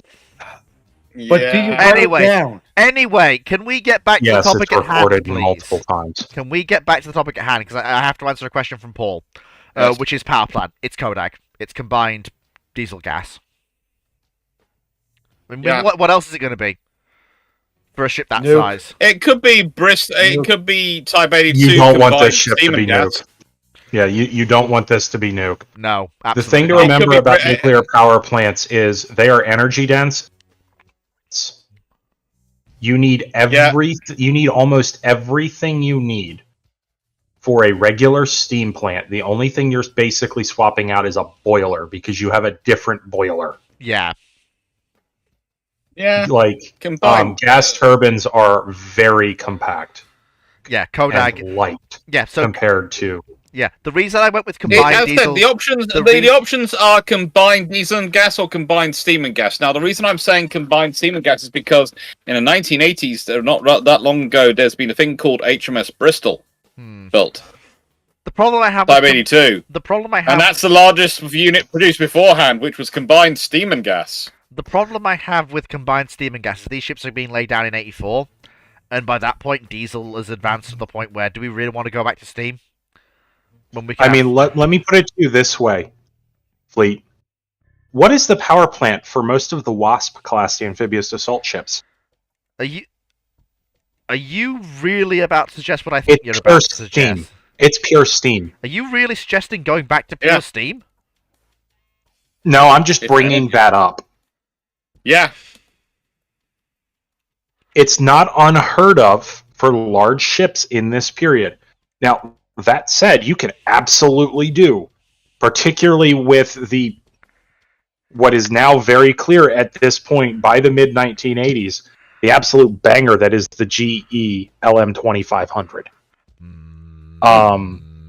Because that has been out on U.S. Navy ships for quite a while in this period, and not just U.S. Navy ships. Yeah. It's going on other nations' vessels.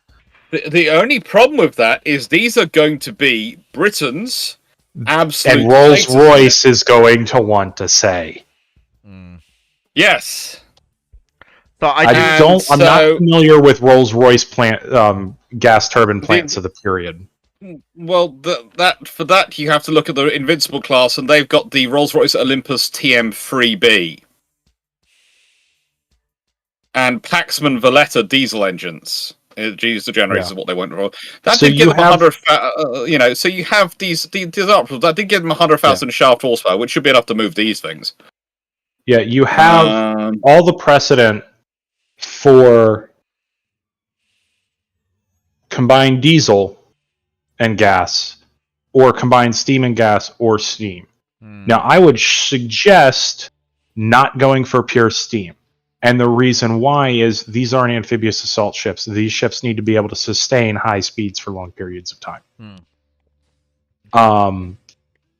And that is where having the gas turbines really helps.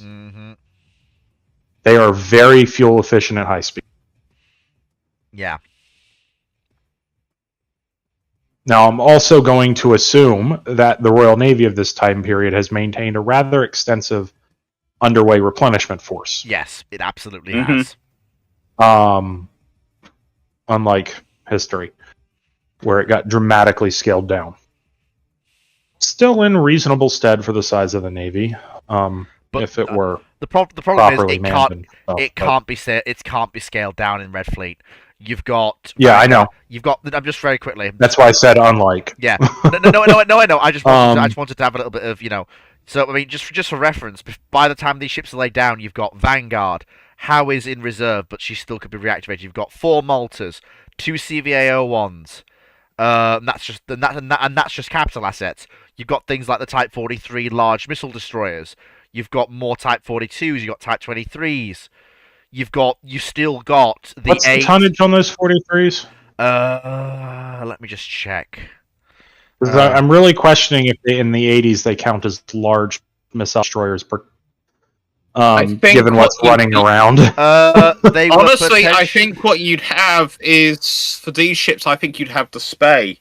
I think they might be the first ships fitted with a Spey turbine. Yeah, you're probably right. A gas turbine. I think that's what they probably would. They get the rotor, which is a pretty good a gas turbine, but they probably have. I'm trying to figure out. 4 of them.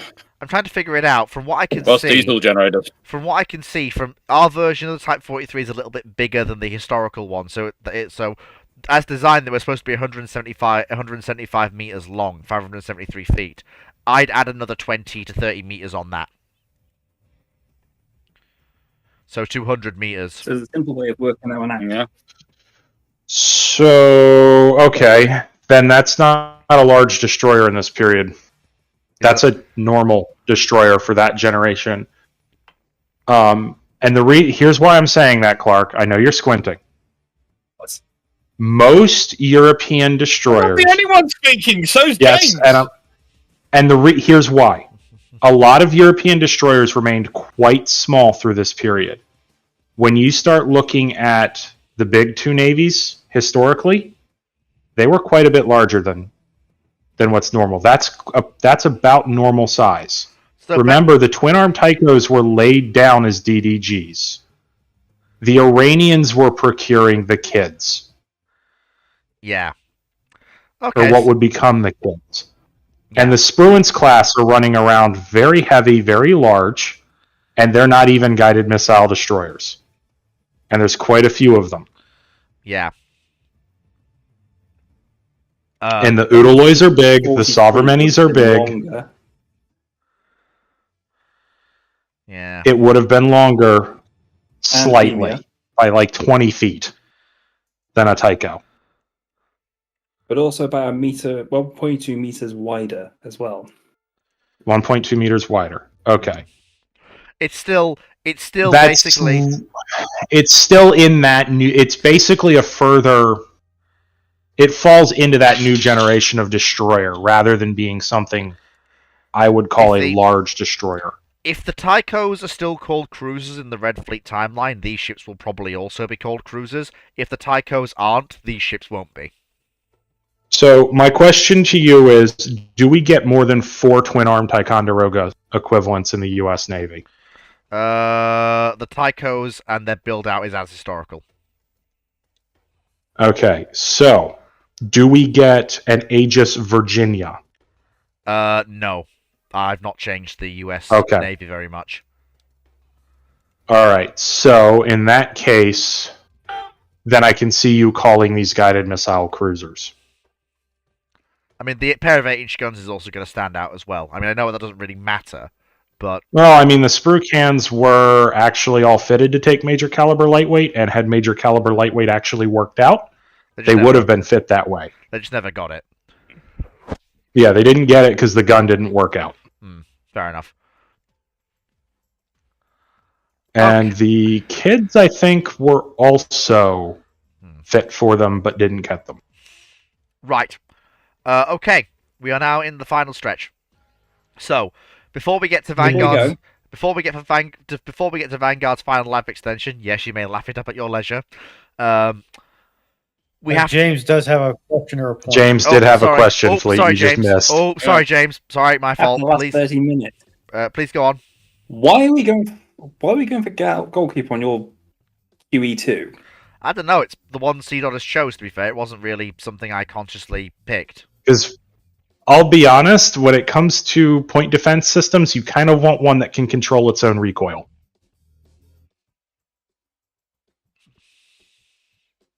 And putting a Gao 8 Avenger on a modified Gao 8 Avenger as a point defense system is certainly a take. It does not lend itself to easy recoil control, however. I assume you have an idea, James? Yeah. There's one that Because requires goalkeeper's deck penetrating. Yeah, there's one that's not deck penetrating, only requires a water coolant setup and a power setup. Oh boy, here we go. I think I know what's coming. And it's not expensive. It's being built and procured in numbers. The Royal Navy would eventually switch over to it, along with quite a few navies. There is a reason in the early 80s to be looking at goalkeeper, because Phalanx isn't yet really mature. And I just told you which one. Oh. Go on, James. What were you going to go for? So what I was going to say was, obviously, deck penetration is an issue.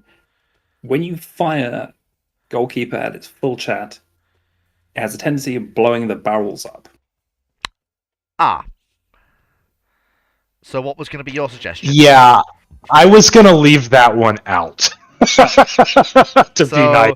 So go on, It's one James. of the more fun things about it, though. So go on, James. It is. Go on, James. What's your suggestion? I was going to say Phalanx. Yeah, as much as I don't like the system, and it was always intended by the U.S. Navy to be an interim system, it's really funny when you read the U.S. Navy reports after they've talked to the Royal Navy. They're like, yes, Phalanx will help bridge the gap while we're stuck with Sea Sparrow and we're waiting on rolling airframe missile. Oh. Which, funnily enough, is only now getting procured in the numbers the U.S. Navy originally wanted. Now it is a much more advanced rolling airframe missile that incorporates a much better seeker, but... This is where we are. But yeah, so Phalanx, you're saying. So, just to be clear, both of you are saying Phalanx, right? It is a better system. All right, okay. And by the way, it's also a system that you can shove out on all of your underway replenishment ships, all of your supply ships, all of your amphibious ships, because all you need is water cooling and a power system. You don't need a search radar. You don't need any sort of combat system. You don't need any data links, anything like that. All you need is power to turn it on and water to keep it cold. Granted, that power is in excess of 600 volts, but you know. It's a ship. You can wire that in. Okay, so has anyone... Icy, though. Just don't do it the way the Danes wired their harpoons on the Iverhoitfelts, please. Yeah. And don't like it. So, don't even send the apprentice. You don't know that. You don't know that story, James, do you? That's the one where Try cables running loose down the ship between the launchers and CIC so they can't close blast doors or watertight doors. Yeah. And having to shout to somebody outside of CIC. They better keep my terminal. Because they couldn't even get a console in CIC for it. And part of this reason is because they literally took their land-based harpoon launchers, modified them, and slapped them on the ships. Oh, no. No. Right. Yeah, Stanflex is not all it's cracked up to be. So, It is when it's done properly. In a nice way, if they'd done a proper Stanflex system for it, Their it would be fine. Their surface-to-air missile setup in Stanflex is a lot better than the harpoons. They were an afterthought. Yeah, the trouble is the harpoons were literally added in afterwards, and it was a case of, oh, this'll do.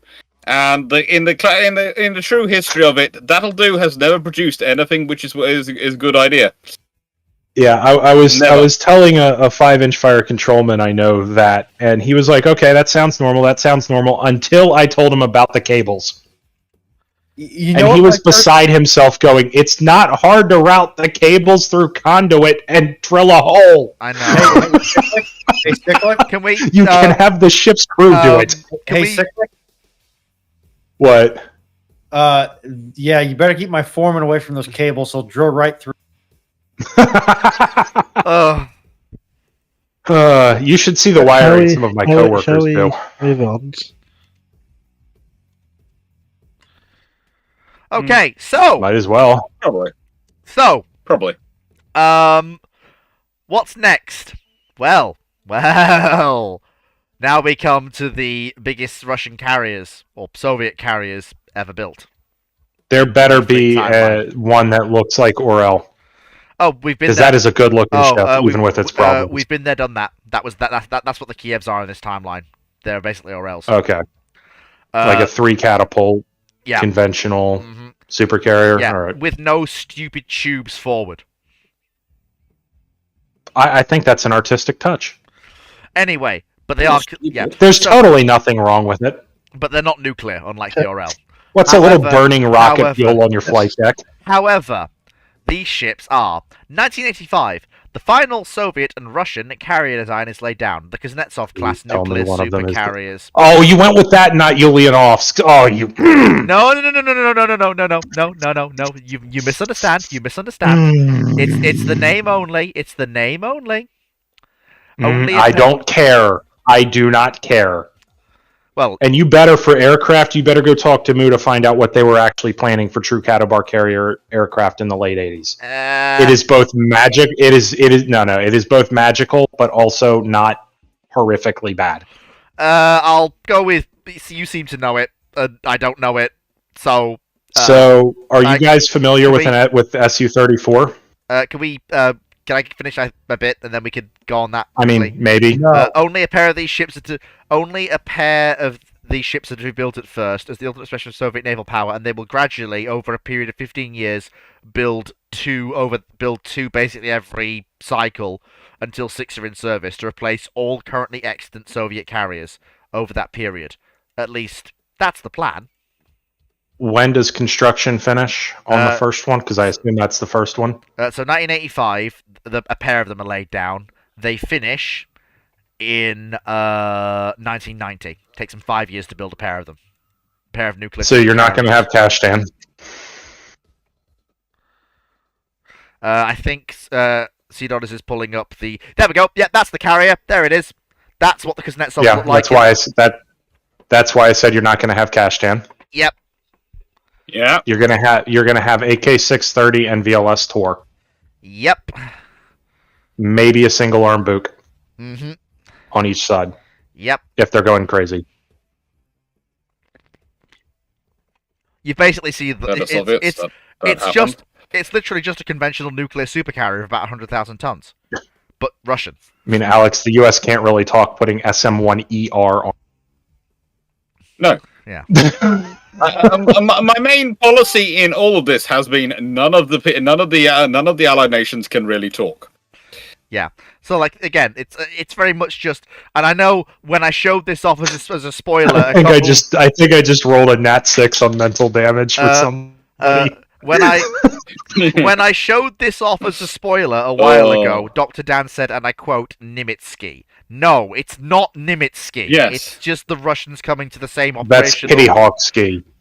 I see a smokestack. Yeah. It shouldn't have a smokestack. I was actually suggesting it was Forostelsky myself. My only thing is, for this era, maybe why is that island so far back, particularly for the Soviets? Again, they have a lot of tight anchorages to get these ships in and out of. This is one of those things where I will repeat what I've said the entire thing. The model may not accurately represent the ship. That island should be much more midships. Yeah, it probably will be. Heck, it probably would be the U.S. with all of its historical carrier experience did not finally cross that threshold until designing CVNX, now the Ford class. Yeah. So yeah, that island. They didn't even consider it meaningfully on the Nemitzes. No, that island is probably. You see where the. You see where those two Su-27s Yep, are between the lifts. Yep. Yep, it'll probably be there. What do you reckon, Cyclic? 4 cats acceptable, reasonable? What's the beam at flight deck and tonnage of the carrier? It's basically built to Can rival I just say no? Can I just say no? Looking at that cat line out. Yeah, those cats aren't laid out right, but I mean, Again, it is a model. Yeah, like I say, not representative of how the cats would be laid out. But it's 100,000 tons, nuclear driven. And what aircraft are it operating? The plan originally that I discussed with Rex and others was to... Because if your main thing is Catobar flankers, and you don't really have much of anything smaller than that, there is no point to that fourth outer catapult. No. The flanker is a ginormous aircraft. The plan was, and obviously you have more information on Catobar Soviet carrier aircraft than I actually do, and I've actually learned. But the plan originally by this point was to have some form of AAW aircraft. Flanker is your heavy asset. MiG-29K is your smaller asset. So you've got SU-27K. There's really no point. There's no point to MiG-29K being on. MiG-29K would probably take over. Designed around a navalized MiG-23. Yes, I know I just did mental damage to some people. The reason why I say there's not really a point to MiG-29K on these carriers when you have Su-33, or really Su-27K is what this would probably be. Yeah. Closer to. And the reason I say that is MiG-29, it's not an F-18 equivalent. It cannot do that light fighter, light attack role. It cannot fill that role, and the Soviets aren't going to be looking at that. Yeah. But what? The Soviets are much more likely, if they want a light attack asset on these carriers, sort of equivalent to something like a US A-7. Please try not to die of a migraine from what I am about to say. They'd be likely to put a navalized MiG-27 on instead. And the reason I mention that is, as a light attack aircraft for using air-to-surface by Soviet standard precision munitions, which are capable of going after moving maritime targets. Yeah, that was a loaded statement, wasn't it? Things like AS-13 King Bolt, for example. Okay. All right. It's actually capable of doing that, and that's a very, very slim possibility. Realistically, what I'm expecting is an air wing predominantly composed of navalized flankers, and then an early progenitor to Su-34. Which they were actually actively designing in the 80s for a Catobar role. Although it's much more heavily focused around strike over naval distances rather than trying to launch from Moscow and strike targets in Central Asia. Yeah. Very quickly, Cyclic. That's what you're looking at. Yeah. So very quickly, you mentioned MiG-27. So you're... hang on. Can I finish? Of course. Sorry, With that air wing, a fourth catapult does not make sense because these are ginormous aircraft. Okay, fair For enough. reference, people talk about the Chinese J-20. You know, their stealth fighter, stealth heavy fighter / strike fighter. Yep. Being really big. It's actually more packing efficient than a flanker. Wow. And it's more efficient in an aircraft hangar, too, because it's shorter. Right. In terms of height, not length. That's a heck of a... That's something. So... Yeah, flanker is huge. Flanker is significantly larger than an F-15. So we've got navalized flanker plus Su-34. or something equivalent to it, on these carriers.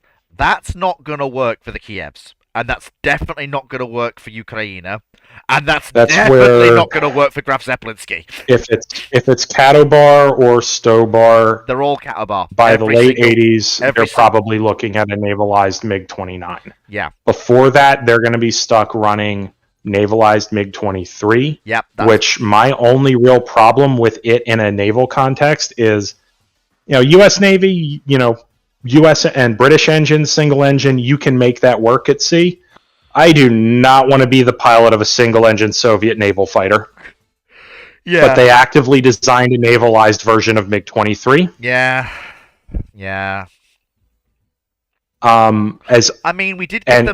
We did give them a twin-engine strike aircraft to serve alongside. They had some. They designed one, I believe, Co-45.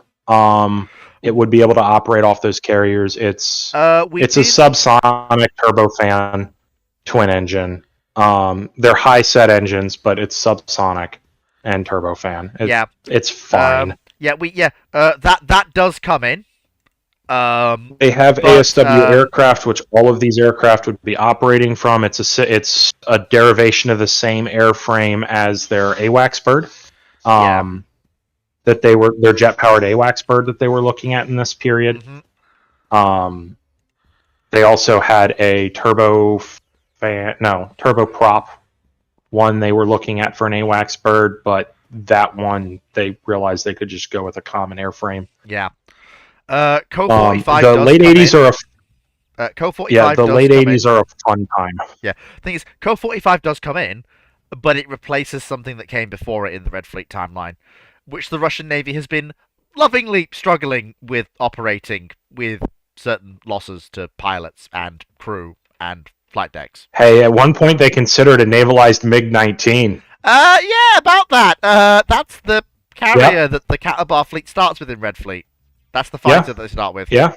I'm not surprised. It's going to be a similar ensign eliminator equivalent to the Gutless Cutlass. Yeah.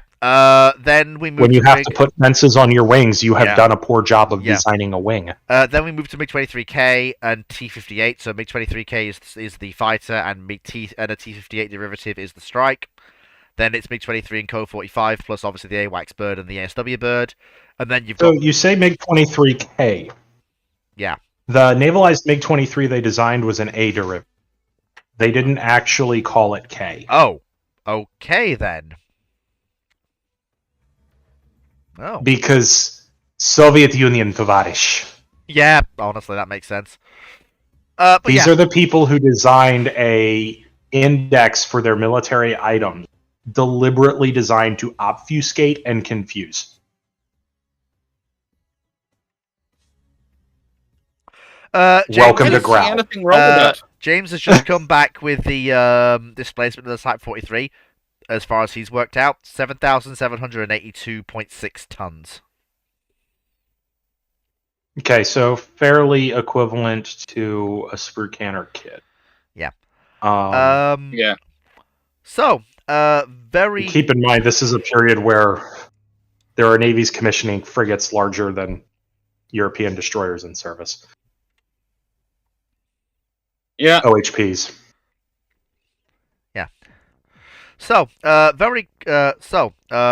you want to... I'm going to open the floor now to Dr. Clark and James to talk about their feelings on this Russian carrier.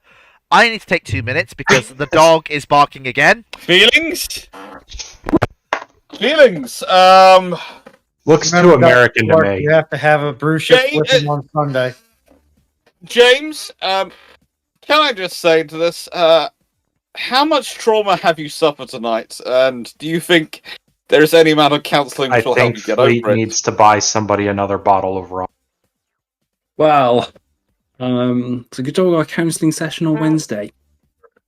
Oh, good luck. My condolences. It's when they start telling you that this person Fleet you're talking about must be an imaginary friend, because they cannot believe anyone like you is actually real. That's when you know you're in for a good discussion. Well. I've got Look, a counselling session for something honestly, the full Red Fleet timeline, having gone through it, is you can tell. To be honest, so this is being honest with Fleet. You can tell it started 3 years ago versus Fleet now.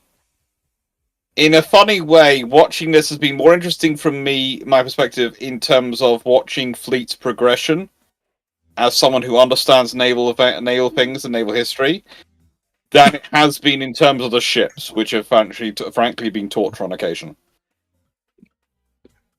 There is still work to go. There is still progress to go, but it has been, there is definitely progress happened in the timeline.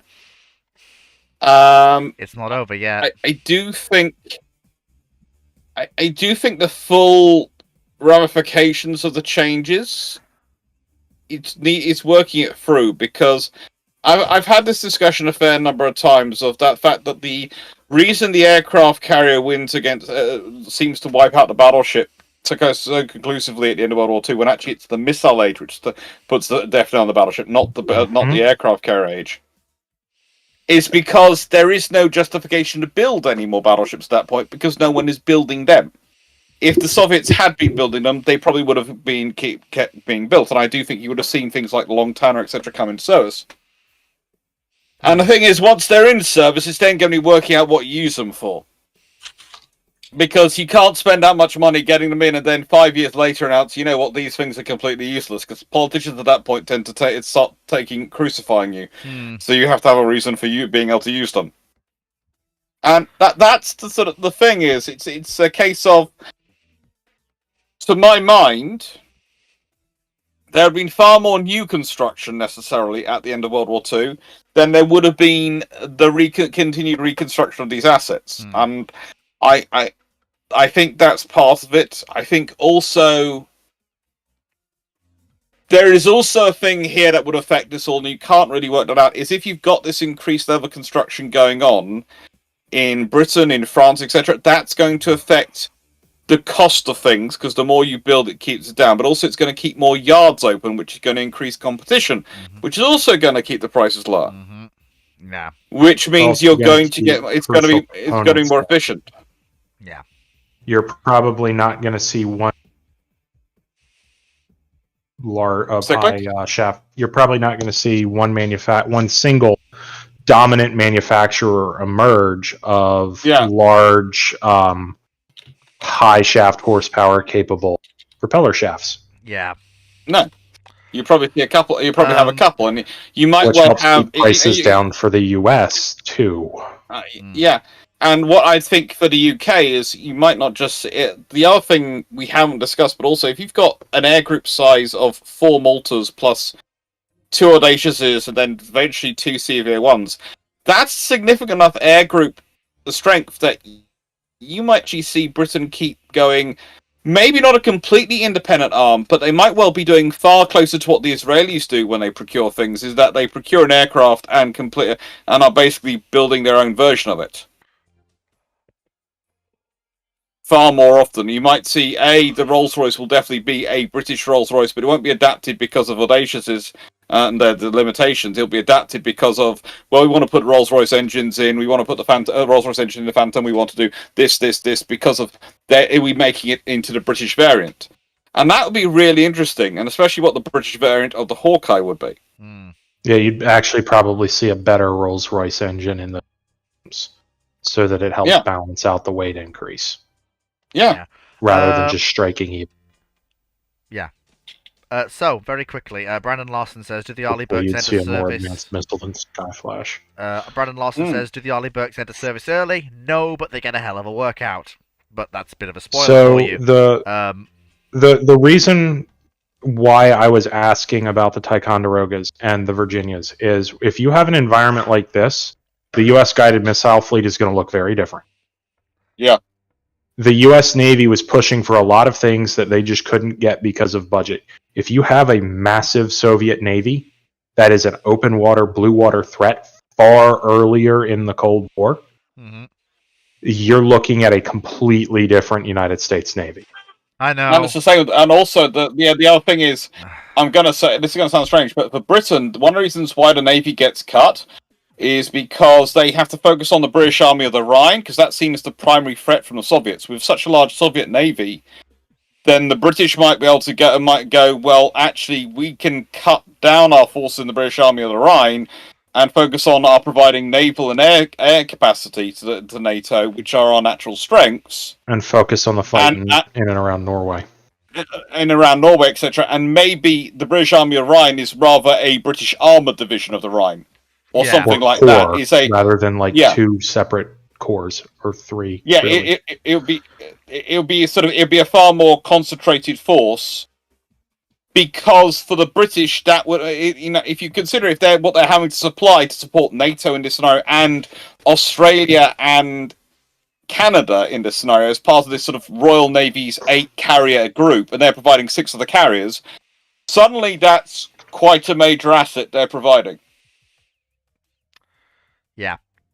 And that's going to have an effect on funding as well as what's going to be funded, but it's also going to affect on the priorities of the Navy, because if the Navy's now, the Navy and the Air Force are the primary assets, then the British government are going to want to invest in that aviation construction, aircraft construction, and they're going to want to invest in ship construction. Yeah, absolutely. I would just like to... Oh, is my camera gone? I think my camera's gone. Your camera has frozen. Hey, hang on. If you didn't look like you were trying to take a driver's license photo, it would be a much better profile picture. Okay, so you look frozen in fear for quite a few moments there. So, we've covered the Kuznetsov. That's the last Russian ship we need to cover until we get to the big event and what happens after that. But we'll get to that. But first things first, we now have to cover Vanguard's flex. I will now let the various members of the panel laugh hysterically. Please do so. You did it before, you may as well do it again. I'm not giving myself a concussion. So, as much as I want to put my face into my desk. Allow me to read off the description C.has wrote for Vanguard's flex, if I may. Since he did Who hurts you? Since he did write an exceptionally... I'm returning to that conversation. Who hurts you? He did write an exceptionally detailed description for this. The Royal Navy starts planning the Flex final life extension in 1980. Vanguard is great for command and control, as well as providing enhanced shore bombardment capability and an anti-ship platform. Initially, the plan was somewhat conservative, and then delayed when the Falklands War kicked off, and Vanguard and a few Minotaurs were rapidly reactivated and sent south.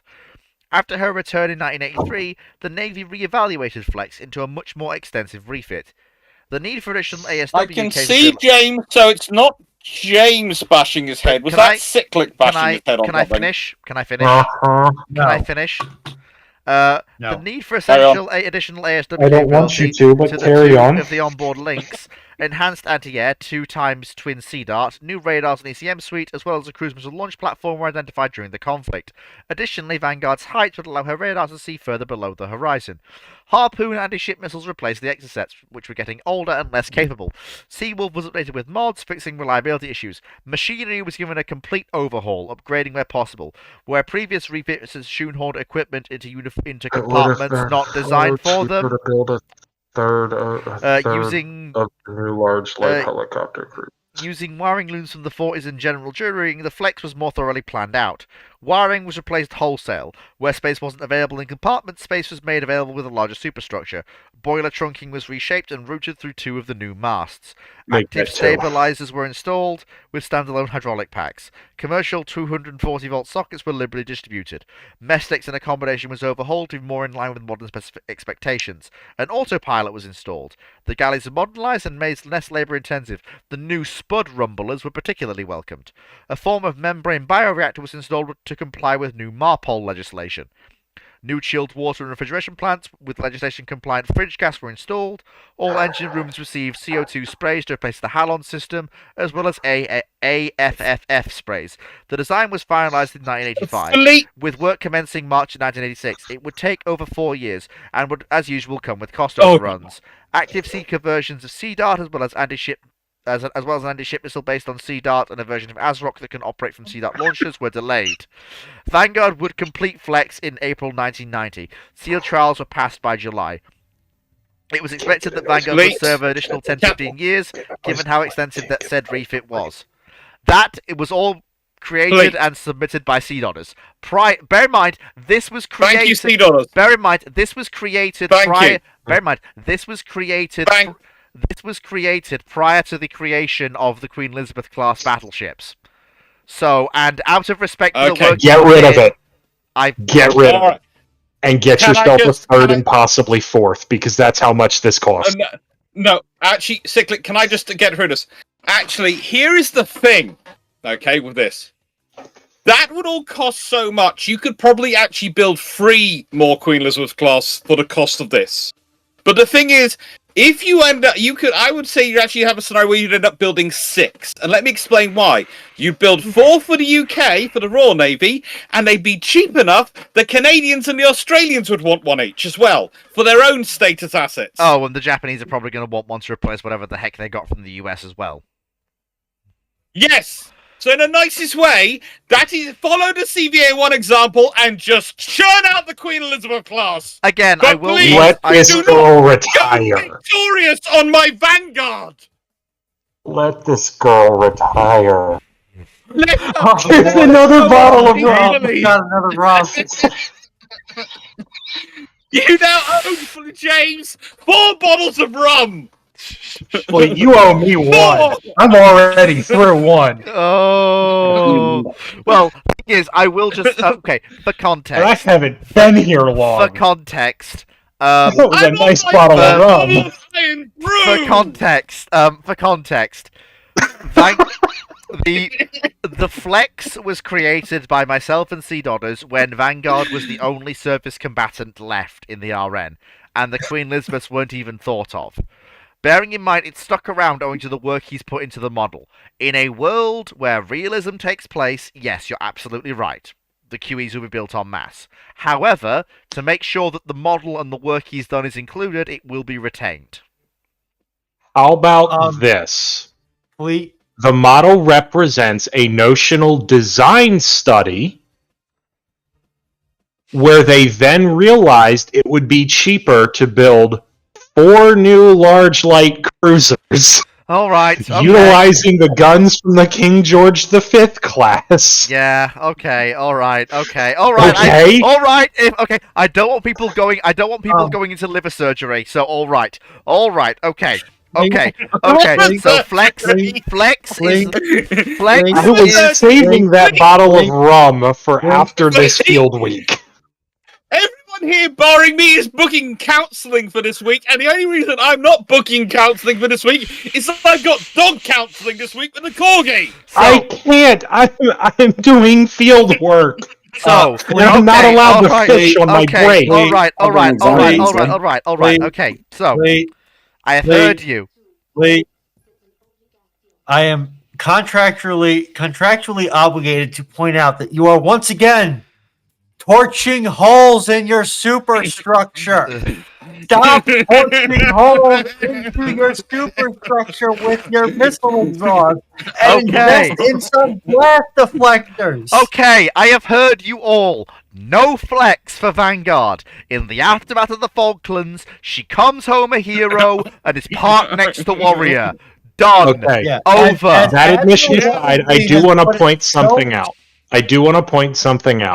Not only do you not have blast deflectors for those harpoons, what's above them and has an exploding white-hot barrel problem? Fuck. Oh, for fuck's sake.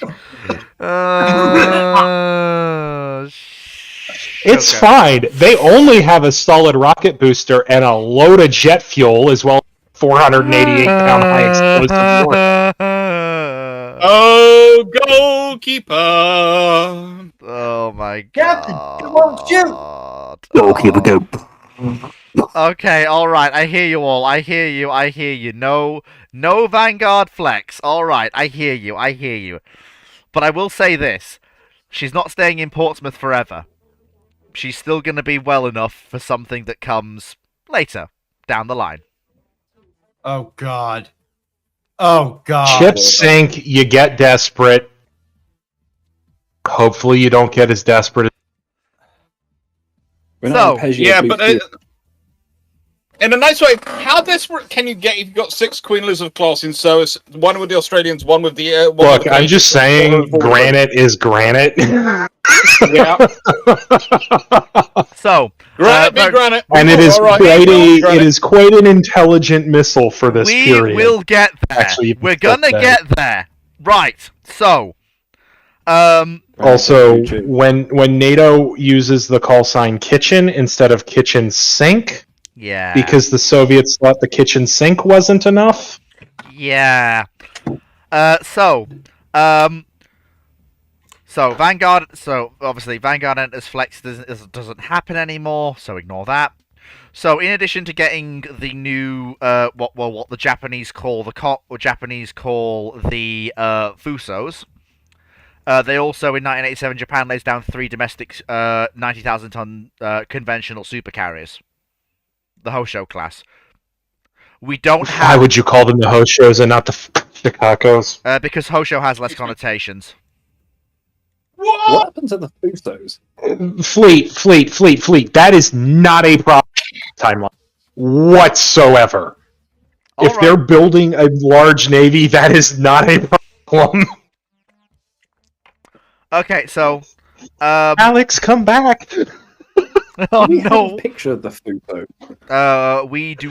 No, the Fusos are literally all the Fusos are is the is a QE2 battleship, but instead of the British 14-inch, they have the Japanese 12-inch triple. But that's it. What? They did not build that many guns. No, cyclic. The Japanese have had a 12-inch surface combatant they received from the US since the 60s. That was built to Japanese specs, but built in the US. So they're using 12-inch and not 14? Yeah, 12. So they're using their 12-inch gun. The thing with the regular missiles in the center. Yeah, that thing. But we don't talk about it. So it's the guns they have. It's the guns they're building. It's the guns they have. It's the spares they have. Really quick, Fleet. Yeah. Just to back up on the connotations thing. In a nice way, British-designed battle cruisers that the Japanese get, they're traditionally 14-inch guns and called Congos. Well, we already had the Congo. She's in service already. So going back to the concern about the names. Go Haruna then. I'm going to point out that there was a ship laid down on October 7th, 2013, specifically designed with a conversion to be able to carry F-35B in mind. Oh no! Named Kaga. Oh, all right. Okay, all right. I hear you. Fine. Do you want me to call it the Kaga class or the Shikakus? Call it Shikaku. Fine. 3 Shikaku class supercarriers: Shikaku, Zuikaku, and Kaga. There. Boom. Done. We don't. That works. We don't have an image for that ship. I'm sure it's a rather sensibly laid out carry. We do have an image for the British one. Who their allies are. Considering who the CVO-1 history was, would it be possibly that it's a Japanese version of the British carrier design? It is, funnily enough. Although, ironically enough, it's the which case, it's the reverse this time. The Japanese go first, the British follow behind. Yeah, that's fine. You have a picture for this Japanese? We don't. We have one for the British one. So the UK is looking to retire the the sci-fi glowing windows. In that 1988. Japanese flag, in 19. See, that's not an What image. is That's that That's in live. front of Donis the has built that. port catapults? Yeah. What is that in front of the port catapults? You did it again. See, Donis, we've Well, been over I'm not even sure about blasting holes in the superstructure here. Dang it, Fleet, you approved it again. I didn't approve this. I've literally. And just seen this. normally I would. What time was it? When was this commissioned again? This is laid down in 1988. It commissions just in the middle of 1991. Oh. Why does it have a twin arm rocket or twin arm missile launcher on the port quarter there? Sized for an extended range SAM. If it's laid down, then. Probably again. I would also point to the whole ship models may not represent exactly what weapons they have. or exactly where they Because in are. this time period, it's really starting to shake out that what you're putting on a carrier is self-defense and point defense. Yeah. So very quickly, I am revising my Unless you're statement. French. I'm revising my statement with this ship existing. The UK and the Japanese go in entirely different directions for their first super carriers, with different design styles. Okay. Because this ship didn't exist till just now. This is the first time I've ever seen it. I'm not kidding. All right. Sea Dodders is whipping it up on the fly. He's doing the work. Yeah, I can see Sea Otters. Yeah. This is the British This is the British conventional soup. No, sorry. This is the British. It's mixed. Nuclear? Yeah, it's mixed. It's mixed nuclear gas turbine. Why? Why? I love how sea There's otters no have- need for that. Actually, I love how sea otters, James. And Wait a minute. What is that helicopter on the? Is that what I think it is? Ignore it. I have had to accept that Sea Dodders has allowed for the ferry boat. Somebody had the same realization I did. Yeah, I had to look. Sea Dodders wanted Sea Dodders wanted payment for this, and one of the reasons that the British were able to pay for all the things they pay for is that in exchange for a massive stimulus package, the UK got a little bit involved in Vietnam, and because they got a little bit involved in Vietnam, they needed something that was a little bit fast and a little bit VTOL-y to move troops around. So they got a little bit fairly Rotodyne, and then the Royal Navy say wants a little bit of that. And I blame Sea Dodders for that one, because Sea Dodders was the one who wanted the fairly Rotodyne. The so blame sailor's him. poor ears. That's all I'm going to say. I agree. But it's all right. But anyways, I have a question. You have only one question? Only an one? immediate question? I'm trying to keep myself going insane. I would also point out. Look, it's the exploding barrel machine again. I think we've beaten that dead horse enough. Yeah, it is. I think you've learned your lesson on that. Now, my only concern here is I'm not seeing any sort of self-defense missile armament.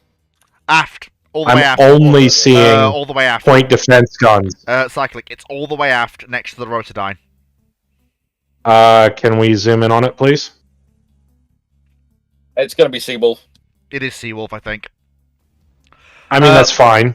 Do you want to know? You remember I said I was saving the Art Royals? This is what I was saving the Art Royals for. This is the new Art Royal class. Oh, hang on.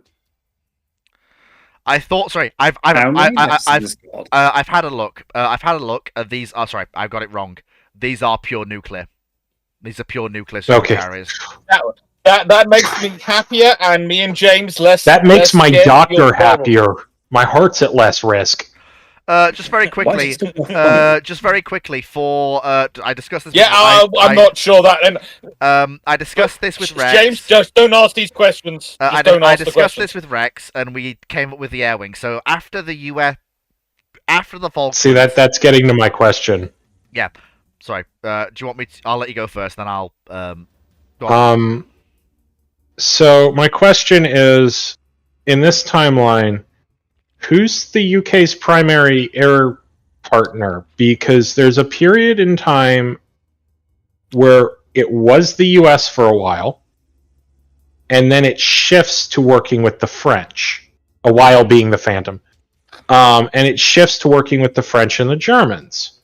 And the French pull their natural thing and bail out. So does the UK stay working with the US? Or do they say go for the Panavia Tornado family? Okay, so here's how this works. The RAF leans into Europe. Is Foxo still here? The RN leans into the US. So when it comes to the replacement for when it comes to the next generation of aircraft after Phantom, Buccaneer, Gannet, it goes replacement for Phantom. The Royal Navy buys into Hornet, and they build a UK version of Hornet. The same thing they did with Phantom. And then Super Hornet after that. But we'll get to that in a minute. So they don't attempt to operate Tomcat? No, absolutely not. On their larger carriers? No, absolutely not. No. For Strike, Blackburn, a man arrives at the Blackburn office with a massive bag of cash and says, "You know that supersonic Buccaneer you were toying with? Build it!" And that And that aircraft becomes the Royal Navy strike aircraft up until the 90s, when basically late 90s, when Super Hornet rocks up and replaces both Hornet and Supersonic Buccaneer. Well, given where I think this is going in the 90s, are we sure that Super Hornet actually goes that way and the U.S. Navy doesn't go for, with their expanded budget, the ability to actually be able to modernize the Tomcat fleet onto one single version and save a lot of money on maintenance? Are you suggesting what I think you're suggesting, Cyclic? What I'm suggesting is the U.S. Navy, and by the late 90s, early 2000s, is pure fleeted the F-14D. Oh my. For its fighter, and then the A-6F, if A-12 fails, is the Striker. And that's if A-12 fails. Personally, I hope it would, because I think it's a bad aircraft. And yes, I know there will be people that hate me for that, but the reason I think it's a bad aircraft is because munitions kind of move on past laser-guided bombs. Yeah.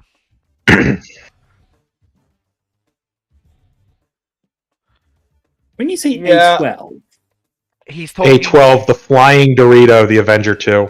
Yeah, the funny flying Dorito. Yeah. That is very, very much problematic from a method of naval strike.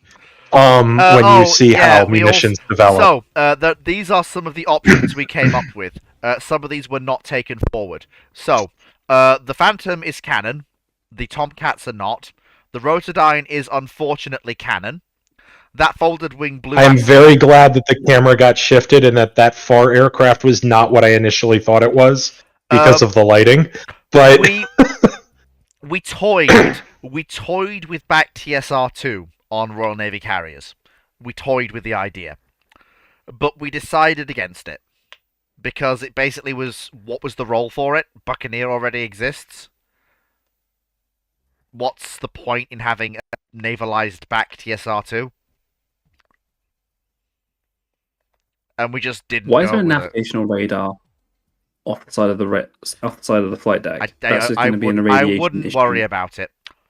No, seriously, this is not. Okay. This is an instead aircraft showcase. Instead of the escort carrier butt gun, it's an escort carrier butt twin arm launcher. In regards to that blue aircraft, I'm not entirely sure what that is. It's meant to be a Buccaneer. Yeah, it's meant to be a Buccaneer. My initial thought at the angle, I about had a heart attack thinking you were attempting to have 50s like F-104 carrier aircraft, and I was about to lose my mind. No. But, yeah. But yeah, I mean, this is the thing. As I say, the only two canon things on that deck that actually go into RN service are the Phantom and the Rotodyne. I will say I'd put up more of an angle on that cross deck. Yeah, probably. Because at that angle, if you have a crash when you're starting to get into larger jets, if you have aircraft parked up on the bow, you lose them. Bear in mind, this is not the CVA-01 that the Red Fleet time. Like they have slightly more of an angle on the deck. The Red Fleet timeline. Yeah, CVA-01. I'm just saying with this aircraft carrier here. Yeah. By the time you start getting into the Phantoms era, if you're doing a new build carrier, you're going to put a more of an angle on the deck for that reason. Yep. Yeah, that looks. I think. Yeah. So basically, so very quickly, by 1991, the Royal Navy's fleet is basically the Maltas are in reserve, basically by this point, and you've got the two CVA-01s basically doing the lion's share of the work with one or two of the Maltas alongside helping them. The lion's share of the Royal Navy's carrier aircraft while they're waiting for the new Art Royals to build is basically it's Hornet is your fighter with Rolls-Royce engine, so it's a Rolls-Royce Hornet. Just like Phantom was. You've got Supersonic Buccaneer, you've got E2 Hawkeye, you've got helicopter ASW rather than aircraft ASW, so you've got Sea King ASW. I have an idea. And And honestly, and the funny thing is, for carrier onboard delivery, it's the ferry Rotodyne. So, I've got an idea, and I'd like to be able to explain it before people lose their minds. Okay, go on. Does the supersonic Buccaneer have a reasonably modern air and surface search radar in its nose? Because it's got a relatively large nose.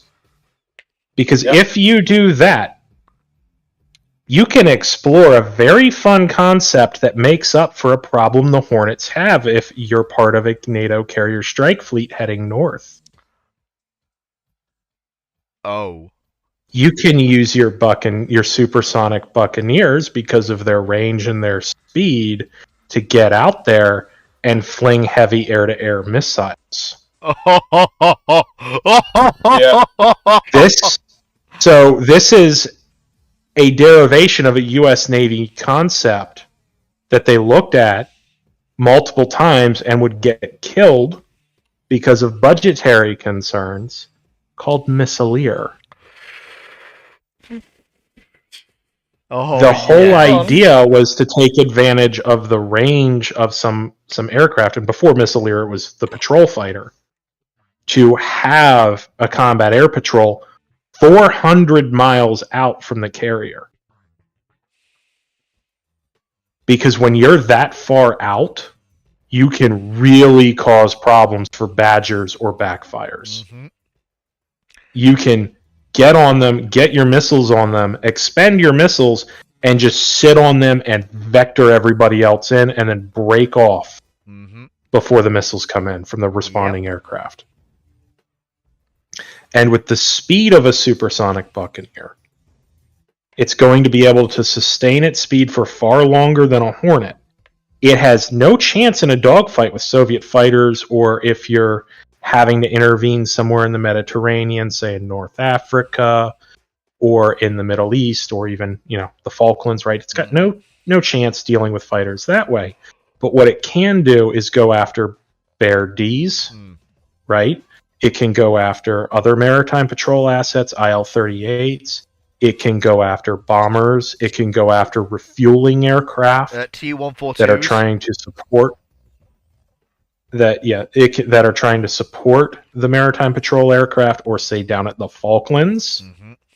It can go after, I don't know, something very important to the Argentine air campaign once the fleet gets a little roughly handled, shall we say. The C-130s that they're using for maritime patrol and for mid-air refueling. Once you drop those, they can't conduct any air campaign against you. Yeah. So, and this is a way that you can get Phoenix or an equivalent in your air wing. Oh my god. Despite not having the Tomcat. Oh my good gravy. And the Buccaneer's got the crew for it, and it's got the ability to take a radar if you want. And it can't fulfill the fighter role, but it can fulfill a fleet defender role. Yeah. And the thing is, if the Buccaneer can also fulfill that role, then that's probably going to get other nations interested in buying the Buccaneer, because there are nations which could probably run the supersonic Buccaneer who couldn't run the Tomcat. So, because the Tomcat is an order of has all sorts of things which. Now Moo owes me a second bottle of scotch. So is the Pinnacle on the Red Fleet timeline a Range Rover? I just noticed what C-Dot has put up. Very funny. But we now come to the we come to the crux of the issue. What we've been building towards for the entire night. You could say the crux terminatus. Hey. So,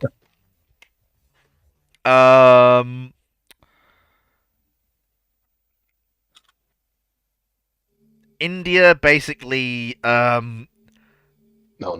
India starts negotiating in 1988 to buy two of the Maltas.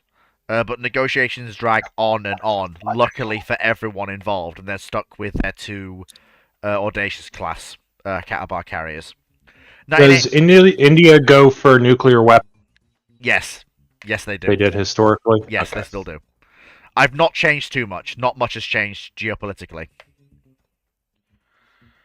1989, the QE2 class battleships enter service. 1990, Kuznetsov and Varig enter service as the Red Fleet's most modern carriers, bringing the total up to 8 Katobar carriers, 6 of which are super carriers. 1991.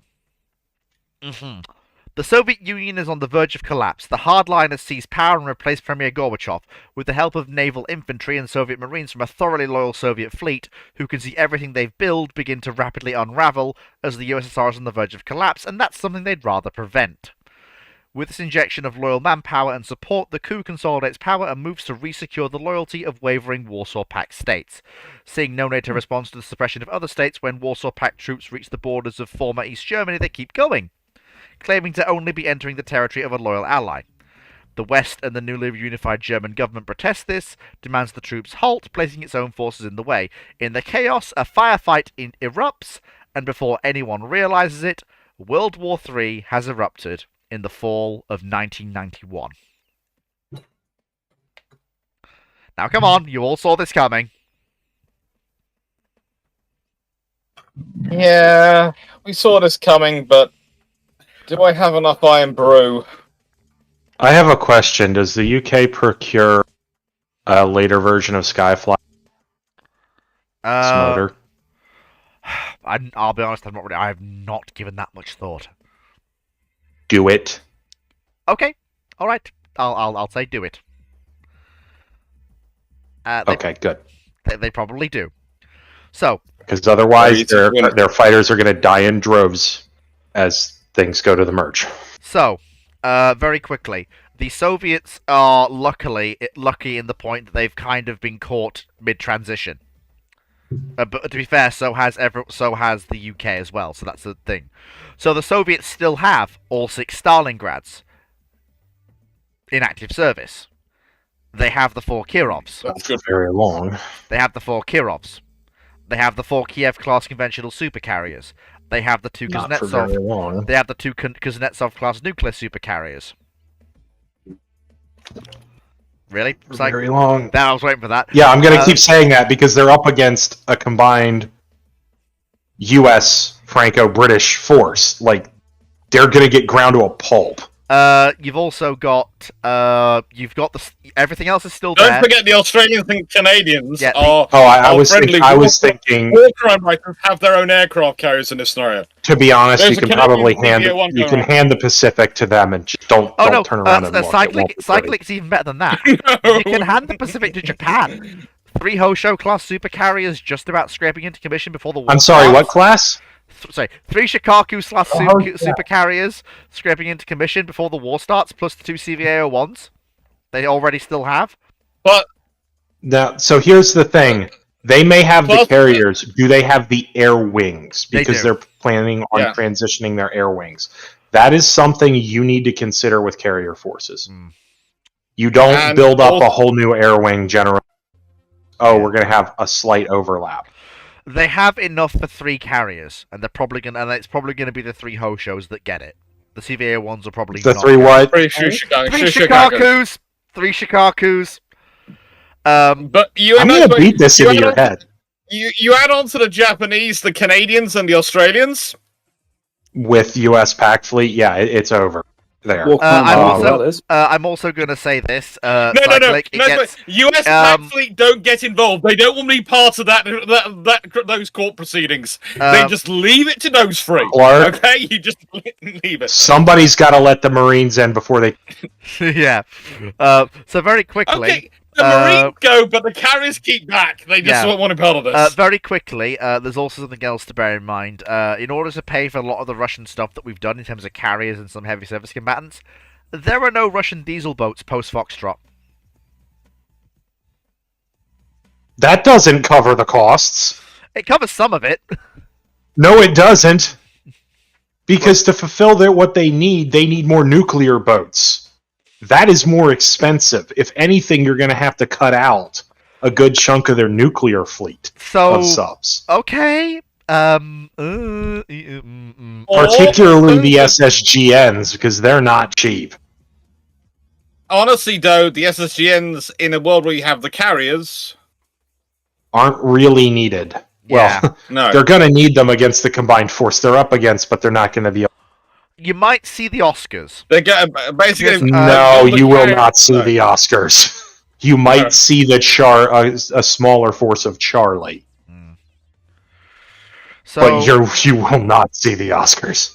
So, bearing in mind what we know of Russian doctrine historically when they had a smaller fleet, a non-blue water fleet, despite everything, I can't see them doing anything else than historical. They're just going to do Bastion defense in Norway. That's not what... If they try to take Iceland, they're going to get slapped. They try to push out through the Kuril Islands, they're going to get slapped. They try to do anything with their carriers outside of, well, their home What they waters. did historically is not Bastion defense. Sorry, go on, Cyclic, I'll let you explain. It's forward defense. The Bastions were way far back. Sorry. They were talking about trying to attempt sea control down to about Narvik, trying to affect sea control down to about Narvik, and sea denial out to the GIUK gap. That is going to lead to some rather bloody carrier battles in the... Yes. Yes! And it would have historically, too. Yes. Now they're just Now, going to be the fun even part more about bloody. that is the U.S. would have been able to out-attrition their way through it, which is the classic U.S. way of handling that at sea. Question is, do you think it's going to be a purely missile engagement with aircraft, or do you think there's going to be any chance, realistically, that both sides' heavy combatants come to blows? So surface actions are likely in and around Norwegian coasts, trying to interdict convoys and stuff like that. Now, the fun part is, the later you get, the more likely you are to see the U.S. park a couple of carriers in the fjords and laugh. This is something the U.S. exercised historically. It causes a lot of targeting problems for Soviet missiles, but it also means they can lock out the submarine threat. Which there's going to be less of than there were. Yes, however, do you know what this means for your strike radius and hitting Murmansk with carrier aircraft? It means it's less likely? No, it means you can get A6s and F-14s into strike range. And whatever the British are bringing as well. At far, far less risk. But before you can do that, you have to pound the Soviet surface fleet into sheer, pitiful, terrified dust. That, and given that I've concentrated everything apart from Graf Zeppelin in the Northern Fleet, so Ukraine is with the Pacific Fleet. Then you have guaranteed the Soviets a quick loss. In order to maximize the Soviets' chances, what would you do? They have the 200,000... Let me describe it to you this way. Okay. The Soviet ballistic missile submarines are there to enforce the peace that they so choose. That is their thinking. They are not all going to be concentrated up in the north. Yeah. They know just how good US and UK attack subs are at operating under ice. They're better than the Russians. They're better trained. They're up there more often, well under the ice cap. It is a hard time. They are going to have a very hard, noisy of an environment detecting Western nuclear attack submarines, and they know this. Yeah. It's why they're so terrified of them. Yeah, I mean, there is... Okay? Yeah. So they have to disperse their ballistic missile submarine fleet between the bastions in the Pacific and the bastion up north, because they need to ensure its protection. And realistically, they're not going to do what Tom Clancy will do. The White Sea is a horrific position. Yeah. Yeah. Even if they can fire directly from the pier. Yeah. Which by this point, many of their ballistic. Oh, hey, look, Moo's here. Shall we drag him up? Because he's better situated to talk about this than I am. Yeah, but I'm afraid to shatter his brain with the insanity of... Heads up, Moo. It's Red Fleet timeline. Run, Moo, run! Save Oh, he just yourself. said sure. He said Oh, sure. oh I have boy. suckered him into his doom. Do you By the want way, to- I do you I want pushed to- I pushed a British version of Miss Alear Moo. You owe me another bottle of scotch. Moo, I'm look not at paying the face scotch for of that. James. Moo, look at the face of James. That is a man who's on his 4th bottle of rum. Very, I'm already one very, in. very quickly. I'm on my 4th bottle of Iron Brew. Very, very quickly. I have. We're I currently have His talking. Majesty's only acceptable imbibable beverage, which is to say tea with milk and some Very, sugar. very quickly. Just to get you up to speed. We're currently Sure. we're at the end of the Red Fleet timeline. It's 1991. The hardline has secured power. The Cold War's gone hot as the Soviets try to. Oh, he's gone. He's back. He's gone. Okay, bring him back up.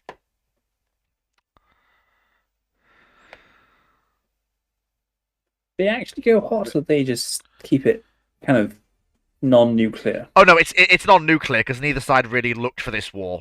It's happened. Well, the other fun thing is both sides conventional. You missed. As long as the other side doesn't escalate it. You missed a bit cyclic. As in, you broke up halfway through. So both sides in this time period are of the opinion that they can keep it conventional. Somebody bring him. I'm trying to. He tried to open the stream on his laptop and it Discord pulled a Discord. All right. I thought I could open up Sea Daughter's stuff on my laptop. Yeah. To So see whatever it was being streamed. All right. Would you ask? Okay, so I think Paul Cyclic is responding to your question now. So I'll let him finish before I brief Moo. And he's gone again. Paul or because Moo's here. Yeah, Paul. Yeah, Paul. Paul. Okay. It's about Russians going nuclear if they lose their fleet. If they lose their fleet, I mean, there's what part of their fleet? Their standing doctrine in theory was lose it rather than use it. But the whole point of they had their land-based component. So what happened was, and this is like, I don't want to say conjecture because that implies that it's like not good, but we don't have access to the smoking gun documents from the Soviet side. I would go dig for them, but unfortunately, as you can imagine, that's much challenging right now. Given the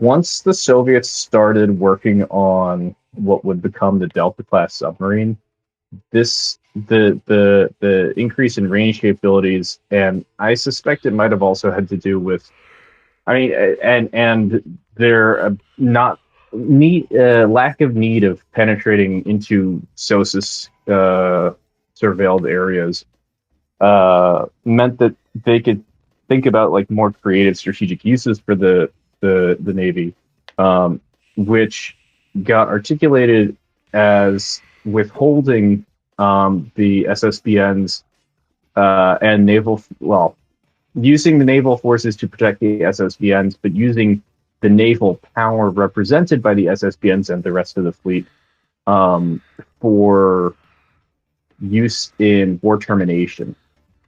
So it had gone from under Sokolovsky around 1960, where the purpose of the Navy is to deliver crushing blows to the enemy's homeland at the decisive period of war, that is to say the beginning, to basically like a kind of nuclear armed fleet in being in either nuclear or conventional war, with a purpose being to sort of either like ratify a peace won on land or force negotiations if things weren't going so favorably. Yeah. Makes sense. And yeah, it's like a very classic articulation of sea power. This is why people should read Gorshkov. So how would they go? How were they thinking? Can I very quickly brief Moo before we go on? Yeah. It's 1991. with all the Soviet Navy that you know about being present. However, the Kirovs don't have a shipwreck, but they have guns. 960-inch guns. And lots of muskets. Lots of muskets. The Soviets also have they still have 6 Stalingrad battle cruisers from the 50s, but refitted to have. I think at this point they also have musket at this point, but not as much. They also have a single battleship, Svetsy Soyuz, but she's in the Baltic blowing up shore installations, but not doing much else. Yeah, that's about right. But the real game changer here is they have 200,000-ton Katobar nuclear supercarriers, 4 80,000-ton conventional supercarriers. Oh. They have a 40,000-ton conventional Katobar carrier in the Pacific. And then they have the poor old rebuild of Graf Zeppelin serving in the Baltic as a trading carrier during this conflict. I don't know. That would probably be Black Sea, I think, if they had a training carrier anywhere. The problem is you can't get her into the Black Sea, Montreux Convention. Order heavy aviation cruiser and just take it through, and challenge the see if the Turks are willing to escalate it. Yeah, aren't Black Sea states allowed to transit capital units in? If they're transiting, I think, to a new base. Right. Because otherwise, how would Moskva and Leningrad get back in after they went out into the Mediterranean? Because they were not aircraft carriers; they were helicopter carriers. Sure, but meh. And then you have Kiev, or the Kiev class ships. Yeah. Yeah, those were based not in. And where were they looking at building the?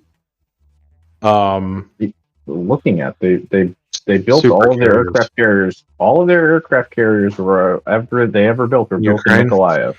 Okay. Yeah, the thing that I will say here. 61 communards. Yeah, the thing that I will say here is that you could probably build one in Baltijsk, but not Baltijsk.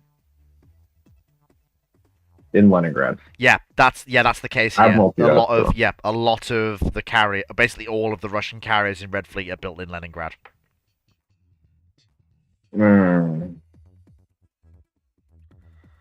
That doesn't work too well. Why not build half of them there and half of them in the Black Sea? Because Turkey, I'd like to get 100,000-ton nuclear supercarriers. That's not going to be an issue. They have the ability to sail them out from where they were produced to elsewhere. That is written into the treaty. Okay, all right. In that case, then that's fine. I'll rewrite that. That's fine then. The question I have for you, Moo, is this. That's a pretty unbalanced. That's pretty unbalanced in favor of the Northern Fleet. Yeah, what I was going to say is, think you'd probably see that was going to be my next question. More force in the Pacific. If you're doing this, you've got 200,000-ton Katobar carriers. Those are in the Northern Fleet because you got to deal with Strike Fleet Atlantic. But what do you do with I think the other question is, what does the U.S. Navy and I guess the Royal Navy look like? So the U.S. Navy is basically unchanged, apart from a few different things. The Iowas are basically full on BBGs now, with a much more heavy rebuild. But the carrier force is about the same. The U.S. carrier force is the same. The RN is not. The RN has 4 Maltas, 2 CVA-01s. Okay. And they're building 3 nuclear supercarriers at the time of the conflict. They have 1 just about scraping in at the start, Mark Royal. So they've got, 7? Japan has 3 supercarriers, the Shikakus, conventional. Yeah. Jesus. And they have 2 CVA-01s as well. Well, first things first, in that sort of a situation, I mean, the balance of forces is not great in general. That said, okay, the Soviets have a lot more striking power, but presumably, I mean, so yeah, I mean you've got 10 supercarriers. That's pretty good. You're talking for the Russians. You'd probably have. Yeah, I mean, you said what, 8 conventional and 2 nuclear? No, you've got 2 conventional super. So you've got 2 nuclear supercarriers, 4 conventional supercarriers, 1 4 conventional yeah, supercarriers. Got it. one operational 40,000-ton Catobar carrier. That's not really that useful. It's probably Yeah. ASW work, but yeah. And then poor old Graf And Zeppelin. the Royal, the Soviet Navy isn't bigger.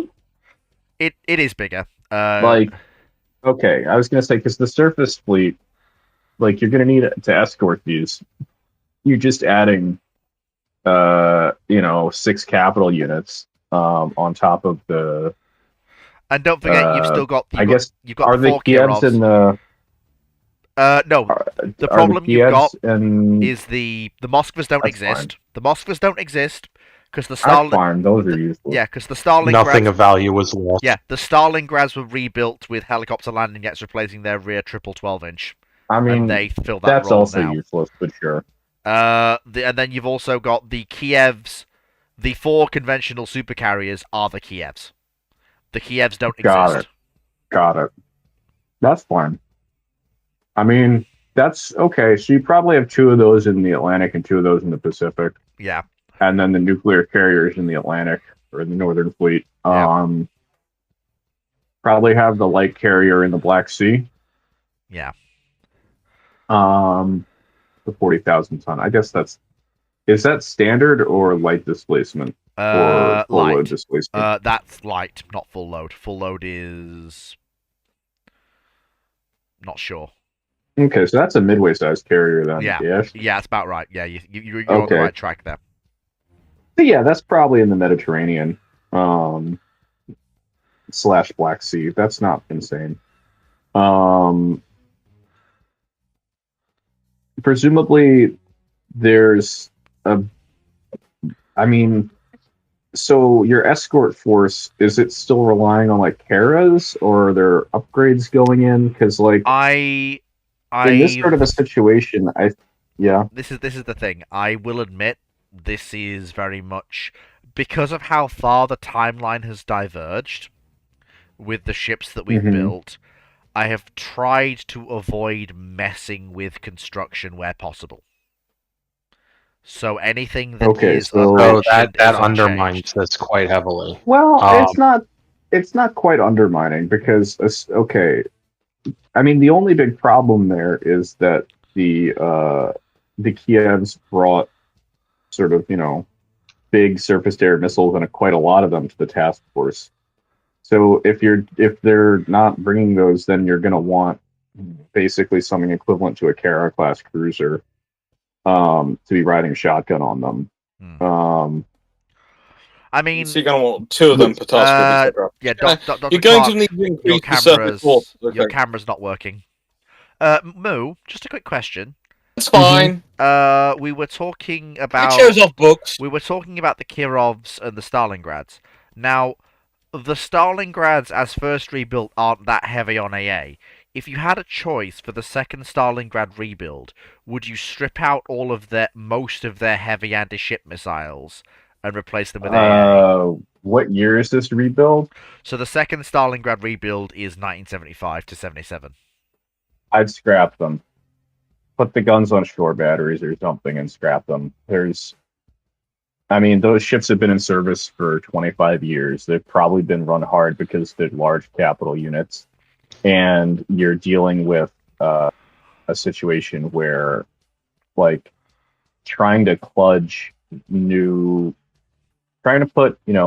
new suit on a very old, anyway. I mean, I absolutely knowing what I know now. Knowing what I know now, Moo, I would absolutely agree with you. The problem that we have with the timeline is that it's a 3-year project, and that's not what happened. I know that you are right; they should be scrapped, but unfortunately, they are not being scrapped. The trouble is, there's a very simple, yeah. Yeah, well, the trouble is what you're dealing with the Soviets is they will not. It's kind of like what we had the conversation with Vanguard earlier. They'll be running them hard and then never have knowingly put them away dry. So the trouble is because the Soviets don't really have a space to store them properly like that. In between, if they want to take them off, there is no good scenario for them to put them away dry. And they really can't, given what they're up against. Anyways, even if they wanted to.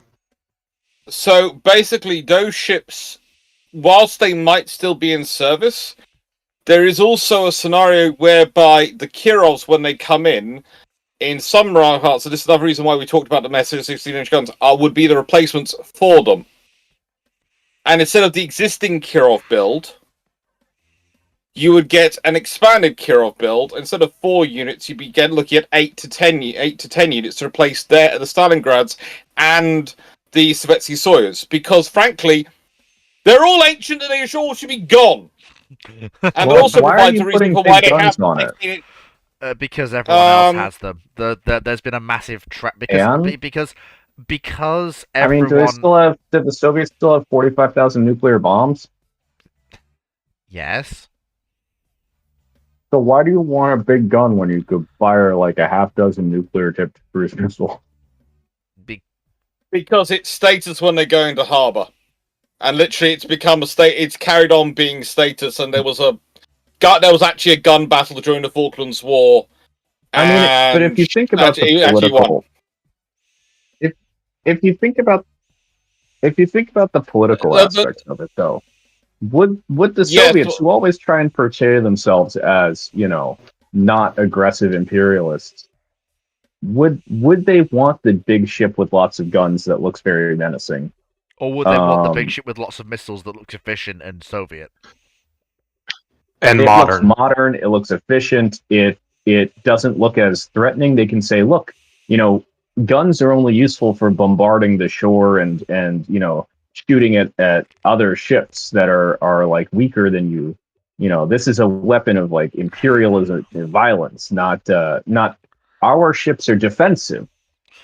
Like blah, again, blah, blah, blah, blah. Again, this is the thing. I think the trouble is to the extent you're applying logic from our timeline to the Red Fleet timeline.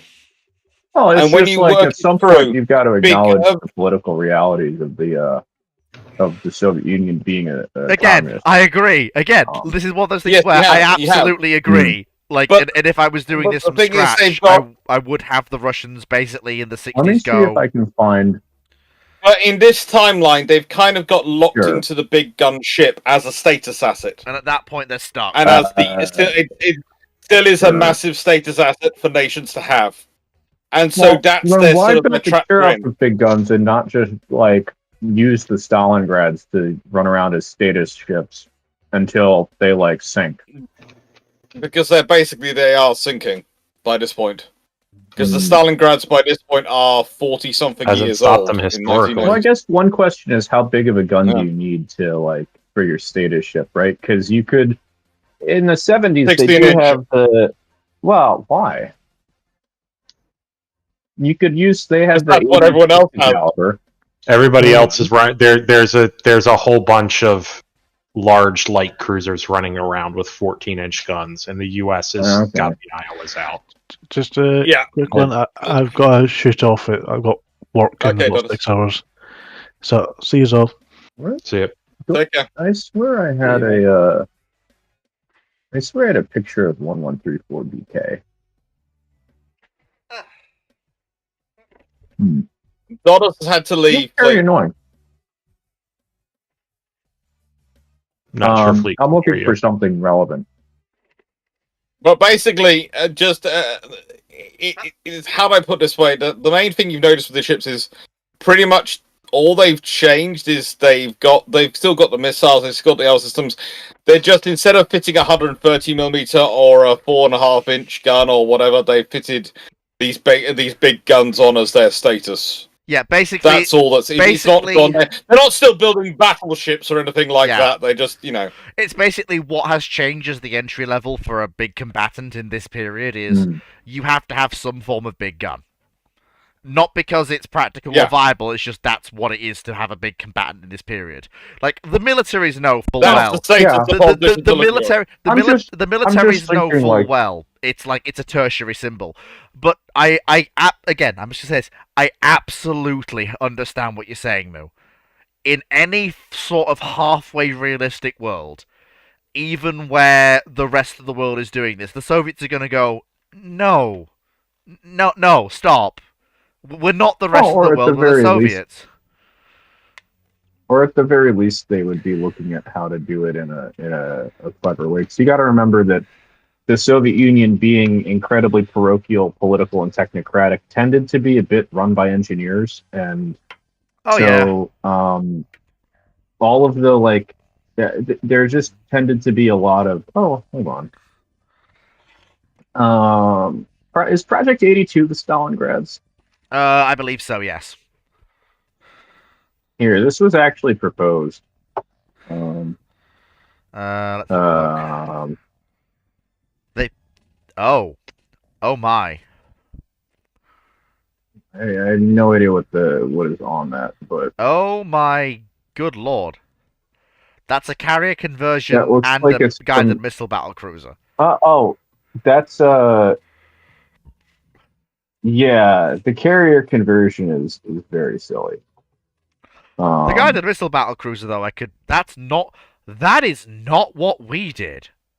We actually removed the rear turret. Yeah, that would make more sense. I suspect you'd have balance and weight issues. Yeah, that did cause some. That would be my guess as to why. Yeah. Yeah, I understand that. And I believe the number 2 mount is replaced with something. Yeah, I would assume Why does so. that say Polaris? That can't be right. I could. Oh no, it says. Is this from the era where they were having troubles with subs and launching ballistic missiles submerged? Oh boy. I think this is a proposal from. Is it me, or is James looking progressively still? I didn't know James could reach this levels of depression. I honestly, I didn't. Super M Spitfire. If you look at, there's another twin arm SAM launcher amidships. If you look closely, this is going to be command guided. So. Yeah, this is going to be anyway. So can we? I hate to be that guy. This is a very interesting topic, but I would like to get back to the. I was trying to look for a different project. So the solution to all of your anti-air warfare woes. Yeah. Very quickly, which was actually slated to be built. Just to get back to the topic. It's basically, yeah. There's a no, right. You can finish, and then we'll get back to the. It's a modernized Kara where they replace the twin arm launchers with VLS for either Kvant or S300, but they were going to put it on the front too. They just didn't because they decided it would be a test ship. Fair enough. I mean, we can probably put some of those into the timeline, I would suspect. But basically, what we've got is we've got 6 full-on super carriers fighting all of the Western and Eastern carriers. I can't call that a fight. Yeah, this is what I mean. It's not really a. It's a how many do we take with us before we die? I'm not even sure it's that. I think you have to. One thing you've got to think about is what is the U.S. Navy's plan here, right? In the 70s, is the U.S. Navy expecting? I mean, because the Soviets have a much more conventional, a more balanced-looking fleet. One would imagine that they probably think the Soviet Navy is going to act more conventionally. And Sika, yeah. I.e., sortie out and try and fight a big decisive battle, which the Soviet Navy probably has no strong intention of doing, given that their theory of victory is based around keeping the submarines safe up under the ice caps or allowing them to get there, while it has exactly nothing to do with interdicting convoys or defeating the United States Navy at sea. Yeah. On the other hand, it's possible that Gorshkov was no fool. He's, one of the sort of great naval theorists of the field. So it's entirely possible that there would be some sort of, that the strategy would be different. But I also think that, like, it's entirely possible that the carrier force would be basically trying to do the reverse of what the U.S. Navy carrier force figured out how to do in the under the maritime strategy, which was ram raid themselves into a fjord so that it was very hard to target them with anti-ship missiles, and they could be safe from submarines. Fjords that they can use close by. Well, yeah, I mean, you can use all of northern Norway because the Norwegian Navy kind of sucks. Like, if the big problem for the Soviets was always that their air cover couldn't quite get as far to sanitize all the fjords out of, like, little missile boats and stuff. But as soon as you have, this many big carriers running around, you have a much better chance of blasting the Norwegian Air Force out of the sky. Though the Norwegian Air Force might be, it depends on how broke Norway is. I've not. But yeah, Moo. I would just bear in mind. Mhm. I know that nations react to each other and things change. But I've been trying to keep things unchanging as much as I can. Sure. And I know that's unrealistic, in that kind and of a I know that doesn't situation, work. yeah. But I'm just. Well, it's fine. It's more. In that sort of a situation, what you're looking at then is the U.S. coming out to strike Fleet Atlantic, presumably with a Royal Navy, carrier, Two major carriers. task unit. You'd have multiple carrier task units as part of this. Yeah, I mean, you'd basically have actually, the U.S. Navy going. You might have yeah. two strike fleets Atlantic. You might actually have, or rather, strike fleet Atlantic would be a couple of task forces, probably a British-led task force and an American-led task force. Considering the number of carriers you're operating. Task Force 59. Yeah.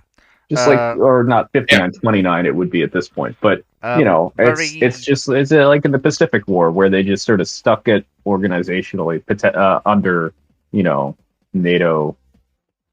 Anyway, so you'd probably have like 3 American carriers and 2 British ones or 4. I mean, and 2. Yeah. Honestly, I'd say 4. I'd say 4 and 3. Yeah, I'd say 4 and 4. Well, we have to look at securing the Mediterranean too. French, because they guarantor backed up by 1 or 2 British carriers as well. I mean, how many carriers do the French have? So the French have historical carrier numbers. So they have the 2. In 1991, they have the 2. They have 2 light carriers. Yeah, the 2 Clemenceaus. Yeah, they need to be backed up. They have 2 heavy surface assets. So they have Jean Bar and their Alaska available. Okay. In the 90s, rip. Yeah, I mean, she's. But I mean, this is after they've both been heavily rebuilt. Like there was a whole in the Red Fleet time. There's a whole thing called the NATO Big Gun Life Extension Program. That's a NATO project in 1975 to extend the life of all of the one-offs in NATO. So things like Jean Bar, Vanguard.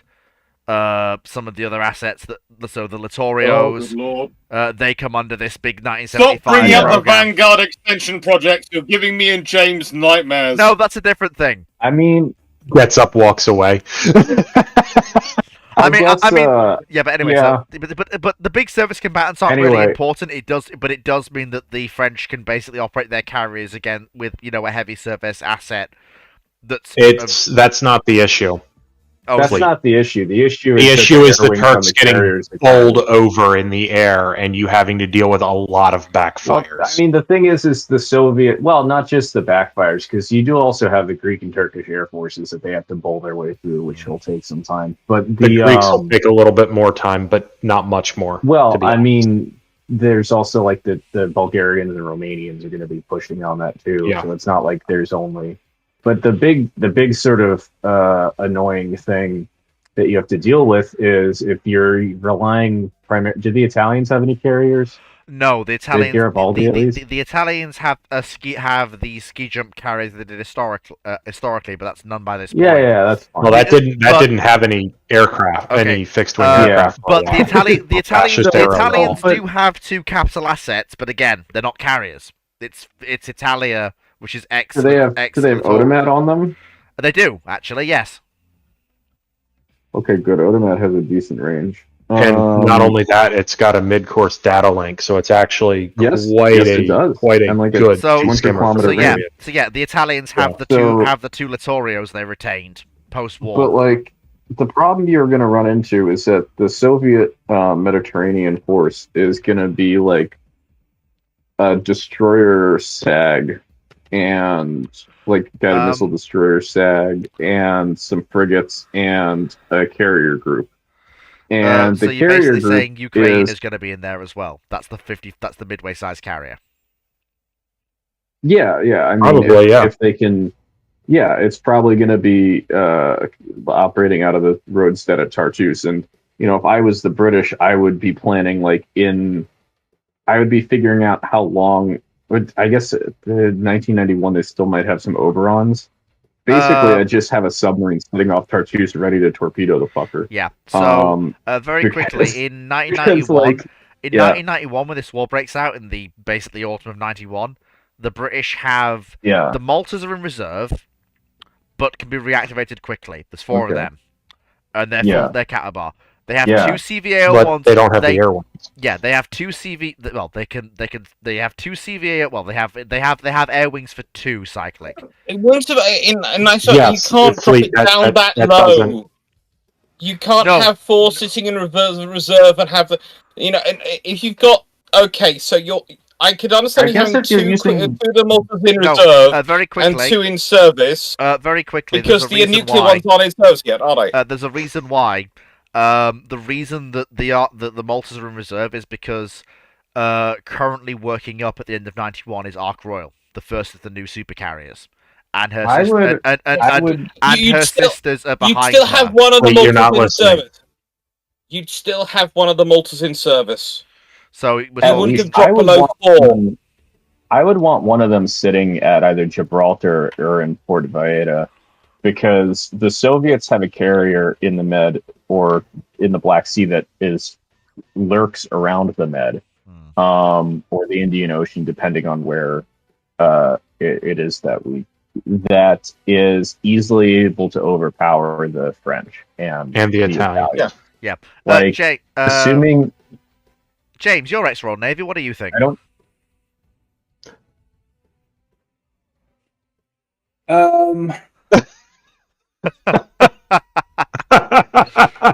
That smile. Would you like me to answer first, James, so you can have time to collect your thoughts? No, actually, I think that. Okay. He's Figured got I'd give you he's the got opportunity. He's got it. The man's got it. Man's got college in about 6 hours, 7 hours. Oh my! Oh, you're just getting in. You're just getting into the groove. He's getting into the groove. Yeah. I'm gonna have to go in a few minutes. It's fine. Slick through that lecture. The Russian fifth operational squadron is going to be an issue, regardless of its incarnations, what units it has. Yeah. So, like I say, keeping one carrier as essentially a Force H. Which would you Bayesian jib. out of the RN carriers? Which would you have? The new Ark Royal, one of the CVA-01s, or a Malta? Well, Ark Royal is working up, so No, so Malta. Ark Royal doesn't A really Malta. count. Yeah, Ark Royal doesn't This is count. the point. A carrier which Yeah. is working out does not count on your force structure. This is the point I've been trying to say. So you keep going, oh, they're in reserve because Ark Royals. No, the Royal Navy wouldn't run. They'd be. You might have dropped down you from put 6. them You in might have reserve got 2 after of Ark Royal works up. Yeah. You'd have 2 of the Maltas maybe in reserve. Yeah, fair enough. maximum. Fair enough. Okay, in that case, then let me rephrase: CVA-01 or Malta? Malta would be my opinion. Malta. Malta. Why? You've got the Maltas running F-18s. They can carry harpoons. You've got a Malta will still be able to operate. Yeah. What aircraft are the Soviets running? So Cyclic, do you want to take this? You have a so you basically dictate by the the 90s, you're probably looking at a mix of the MiG-23 off of this thing, the navalized MiG-23 off thing, with maybe a squadron of MiG-29K coming in. Okay. Because there's no way that ship is operating a navalized flanker. I mean, she's not. You physically could. It just wouldn't work very well. Exactly. Yeah. So the stressful thing about MiG-29 No, can I finish? is... Oh, yeah, No. sorry. So you're running Hornets, you're running a detachment of E2s, you're running Buccaneer. Supersonic Buccaneer at this point. So you've got... Yeah, you're running a bunch of aircraft that can sling harpoons. There's a little spicy thing that I worked in for Fleet about the supersonic Buck.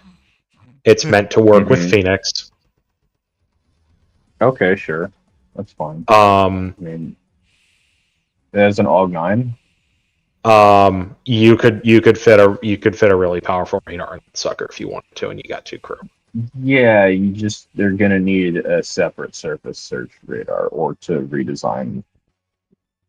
You could make this work with the level of naval air arm spending the British are doing. Yeah, you could probably just, you How could much get money- ghetto APG-71 by gluing APG-65 parts onto an AUG. How much money are we spending on this? Don't ask This that is not question. anywhere. This is far cheaper than F-14. Far cheaper. And the other thing is, because of that, you might get nations like Japan and Australia and Canada go, because they could operate this from their CVO-1s, we'll buy the Buccaneer. Given Japanese fighter culture as it developed in the nascent self-defense force, I think they're going to procure Tomcat. Also, the intercept ranges they want. I'm not sure the Japanese almost fought Tomcat in real life for air defense instead of F-15. use. So, very quickly, Cyclic. The problem with Cyclic is making Tomcat operate from CVO-1. How... CVA-01 is Forrestal sized, right? More or less? Give or take. Yeah, but you're gonna have to make I mean, the big question is, what catapult does it have?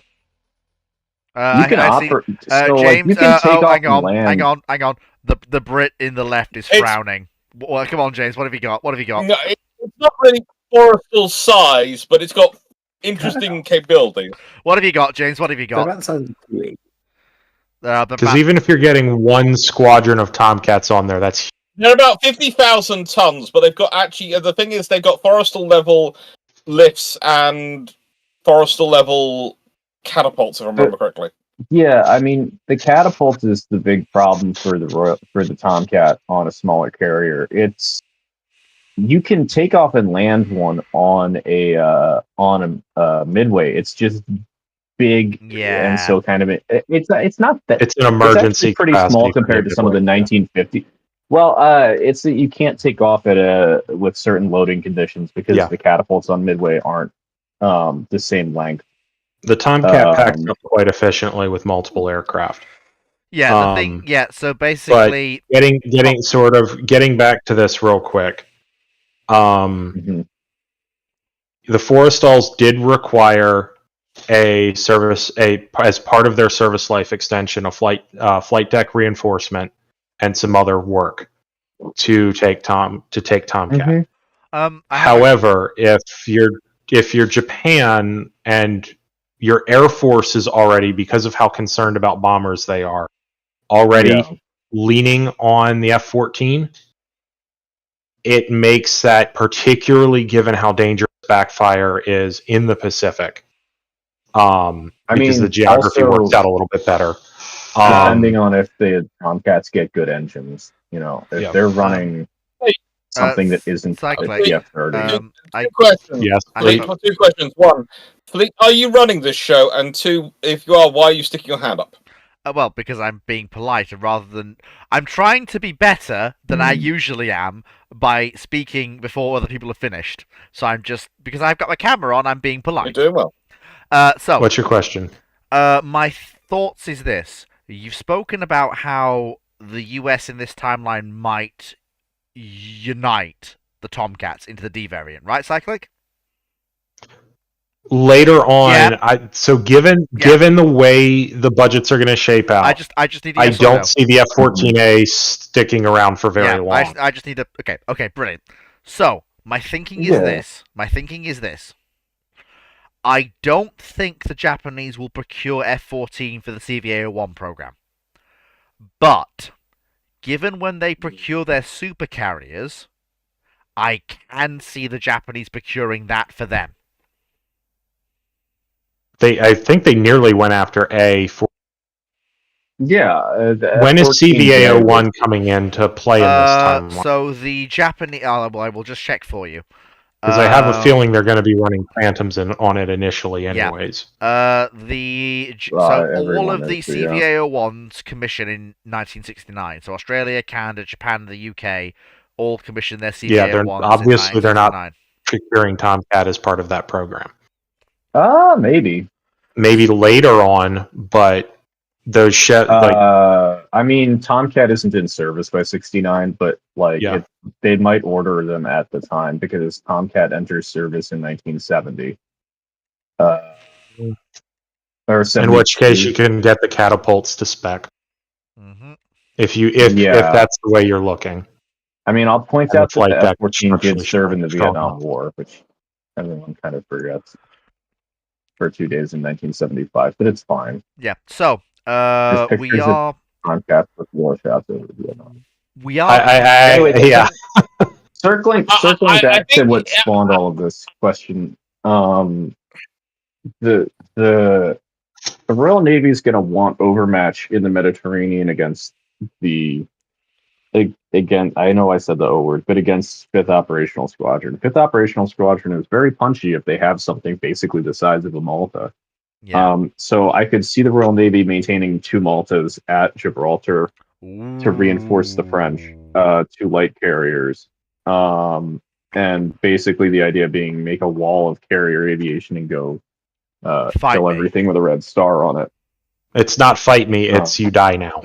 It's not fight me, yeah. It's basically like, and that'll be with that will be with Cyclic, very quickly. I know Moo doesn't know this, but you will. Any QEs, any QE2s with that force, you reckon? Or are they all concentrated in the Atlantic? No, they're going to be an Atlantic Fleet asset. They have French. Italian fleet. Oh yeah, the Littorios. What, a light carrier? Royal Navy is going to be leading Strike Fleet Mediterranean. Do you want to explain what the QE2s are to Moo? Quickly, Cyclic. I described them earlier. They're large light cruisers, large light helicopter cruisers. So they have SAMs, but they also have 4 14-inch guns. We talked feedback from where's the they're aft, and they're aft. There's a hangar for between 4 to 6. And they're probably all going to be sea links, so they're there for targeting and stuff like that. And sea skewer and lightweight torpedoes. They have a significant amount of harpoons and tomahawks. Yeah, I mean, okay, if you've got a bunch of TASM shooters, life is easier. One, because let's be honest, they're far newer assets than the French or Italian ships. True.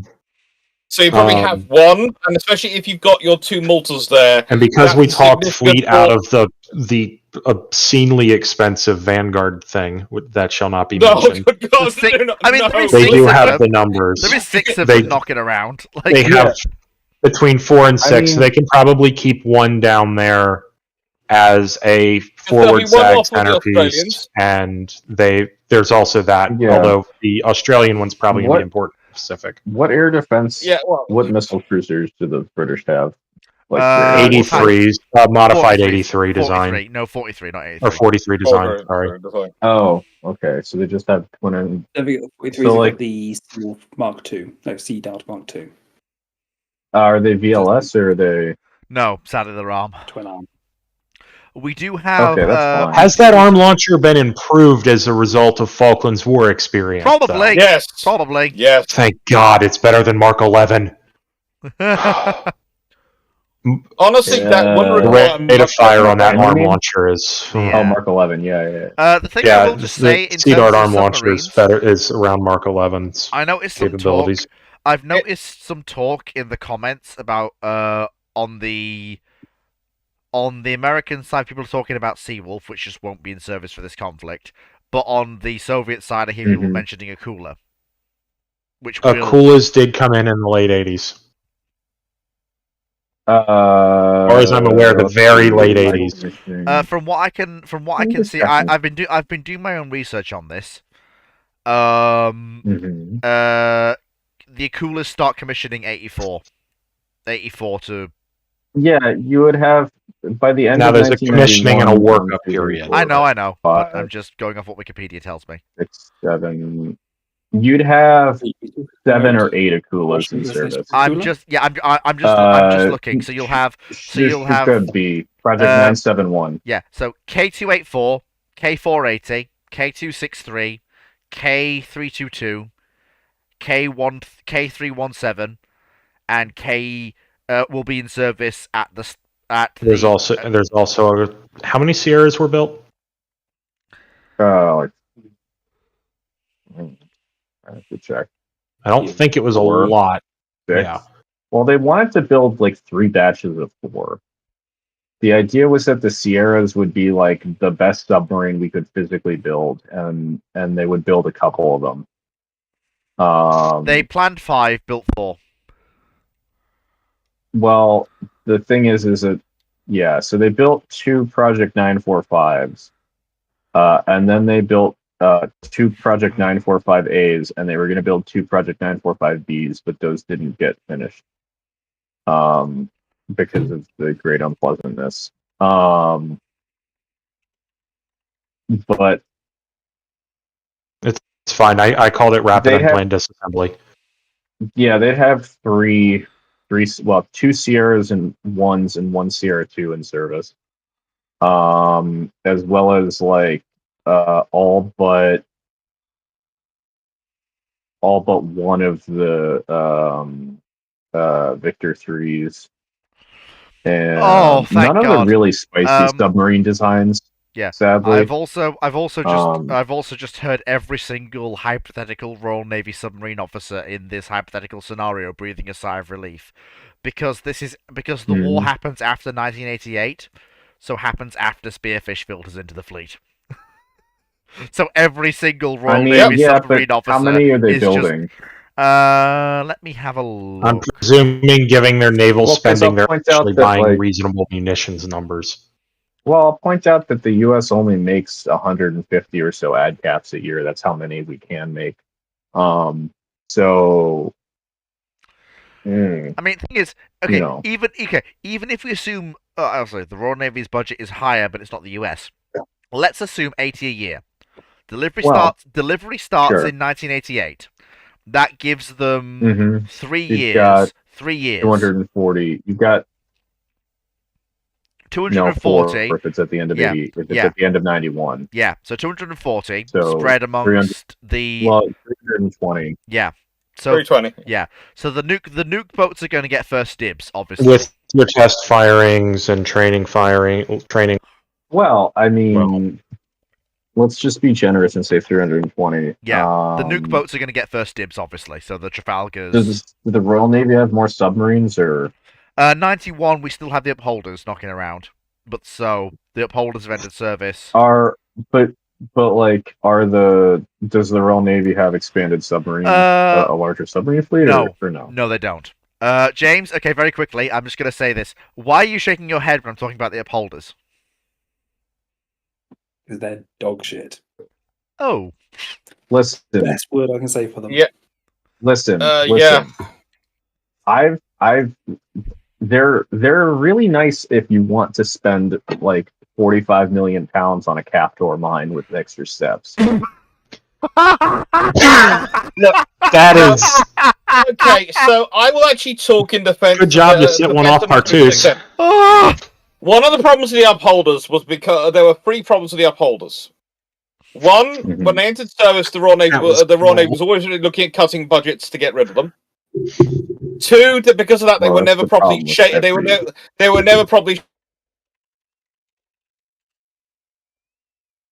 one was horribly short. So again, we didn't ever work out the problems with them. So one of the things is they're basically cut short, built a small number built, put in service, got out of service quite quickly, left with barely any maintenance, and then handed over to Canadians. And then they'd be even worse by the time they get to Canadians to have be looked after properly. So the thing is, the upholder as it was as a design, if it had been implemented in the same fashion as the Oberons and the other classes before them, would have probably been a fairly decent SSK. Not a brilliant SSK, because it wasn't designed to be a brilliant SSK. The Royal Navy had SSNs for the brilliant role. What they needed the SSKs for were basically second line roles and basically being a force multiplier for the SSNs. But the thing is, they are just given no support and nothing at all. It's a program which is it was cut off too late. It should have been either cut off before they built them, because they weren't going to fund them, or it should have been in a nice way properly done properly.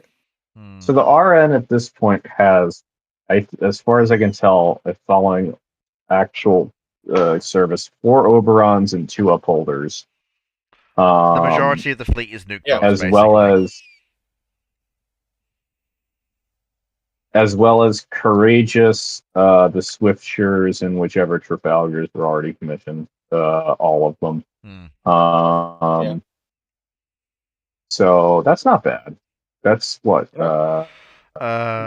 how many boats is that? 13. That's 14 nuke boats and 6 conventional boats. How many spearfish did we say we were giving them? Being generous, 320 was it? 320. 320. Yeah, every one of the boats is getting out 30. Yeah, they can field spearfish out. Russian submarines! Now beware. that's so. Keep in mind, this is 210 or so of those go in the Trafalgars. And then they also many have, basically the Swifters and the Trafalgars get them. Are you basically saying to allow for spares as well? So basically reloads during wartime. Also, the Royal Navy would also probably Royal Navy's got Tigerfish torpedo going around as well. So that's it.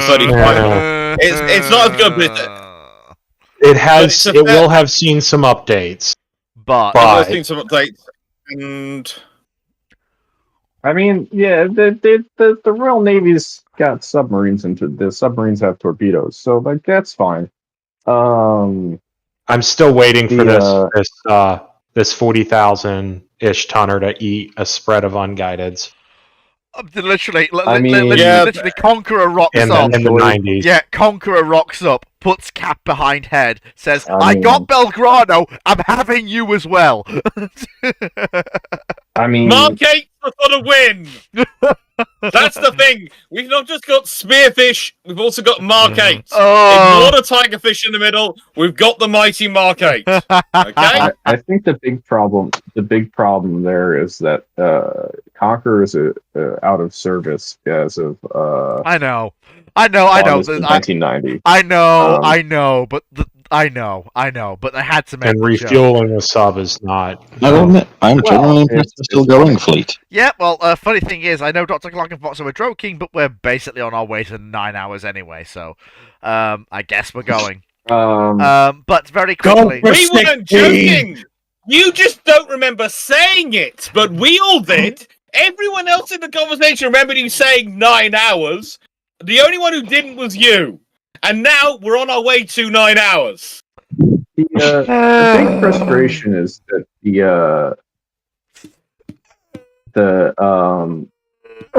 the Soviets don't have any of their stressing submarine threats, which is to say, the original Yasin class. Yeah. What became the Yasin class? Let me just check. Because those would have been entered in service as of like 1994. They still have they all weren't the even alphas. laid down until 90. They still the have... alphas are the alphas are clattering shit boxes. And also, So, to be fair, if we're giving if the US has Mark 48 ad cap and the RN has Spearfish, they can no longer go speed away because the Spearfish just go. So The Spearfish will just go. You're not listening. The whole point of the what alpha year does was this that they were- war start? It's 1991. The alphas are like 30 years old. 1991. Okay. 91. So, as Moo was saying, we don't have to worry about the original Yazan design. Yeah. Which is that one a basically very stressful submarine. Yeah, it wasn't even laid down until 1993, though. Yeah, so we're not dealing with that. You also don't have to deal with Sierra 3, which was Yeah. another unpleasant thing that existed. The but yeah. Papa's still the Papa's still going around, but that's mainly just annoying from speed perspective. It's still noisy as anything. And also, it's only one boat. Yeah. The real stressful thing is the Sierras and the Akulas, of which there are an annoying number of them. Yeah. And, so I actually looked into this, by the way. I've done another count because of the way Wikipedia was actually recording this. You're looking at. Let me just do a quick count. So in terms of active at the war start, 1, 2, 3, 4, 5, 6. Active immediately after war start is another 1 for the Akulas. Huh? Yeah. Huh? Oh yeah, September. So Okay. yeah, so you've got one. You're looking at 8.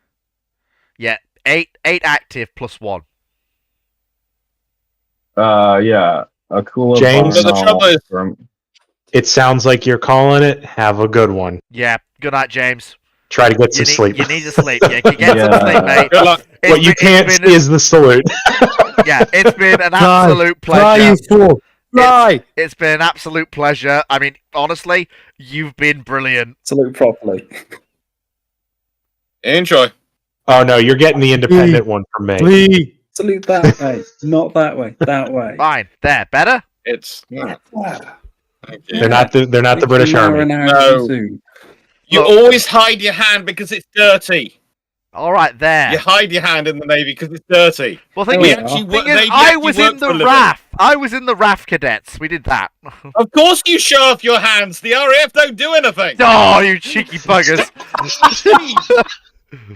Bloody Yeah, it's the British Air Force. Don't call me a wing wiper. Who do I look No, like? they don't. Alex. They do something. Crap. It's called burn money. Good night. No, it's called waiter. What all air forces do. They take money and they burn it because they're fuel hungry. So, very quickly, let's not be too disrespectful to the brave people of the RAF. Yeah. They have nearly the equivalent of 2 of 8th Air Force's 3 air divisions. Can in I 1945. can I be quick here for a second? No. People in Discord and YouTube have been talking about the Seawolf, but I can't see any way. Yeah. I can't see any way.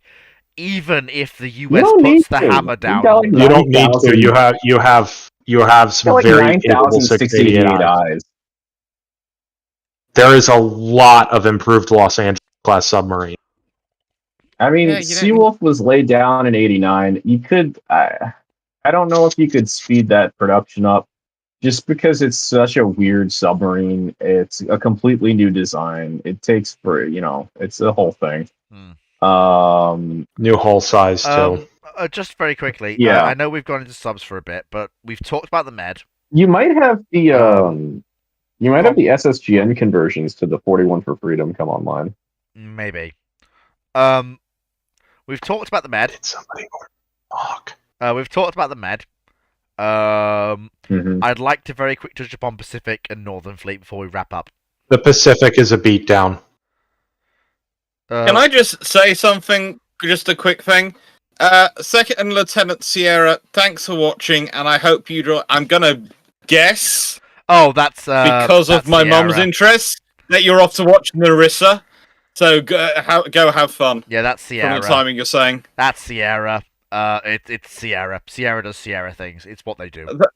Thanks to my mum, I know far too much about VTuber streamings. Thankfully, I still have not gotten a knock at the door, so we're Hey, okay. Just remember, Sierra can pop into voice. Yeah, I know.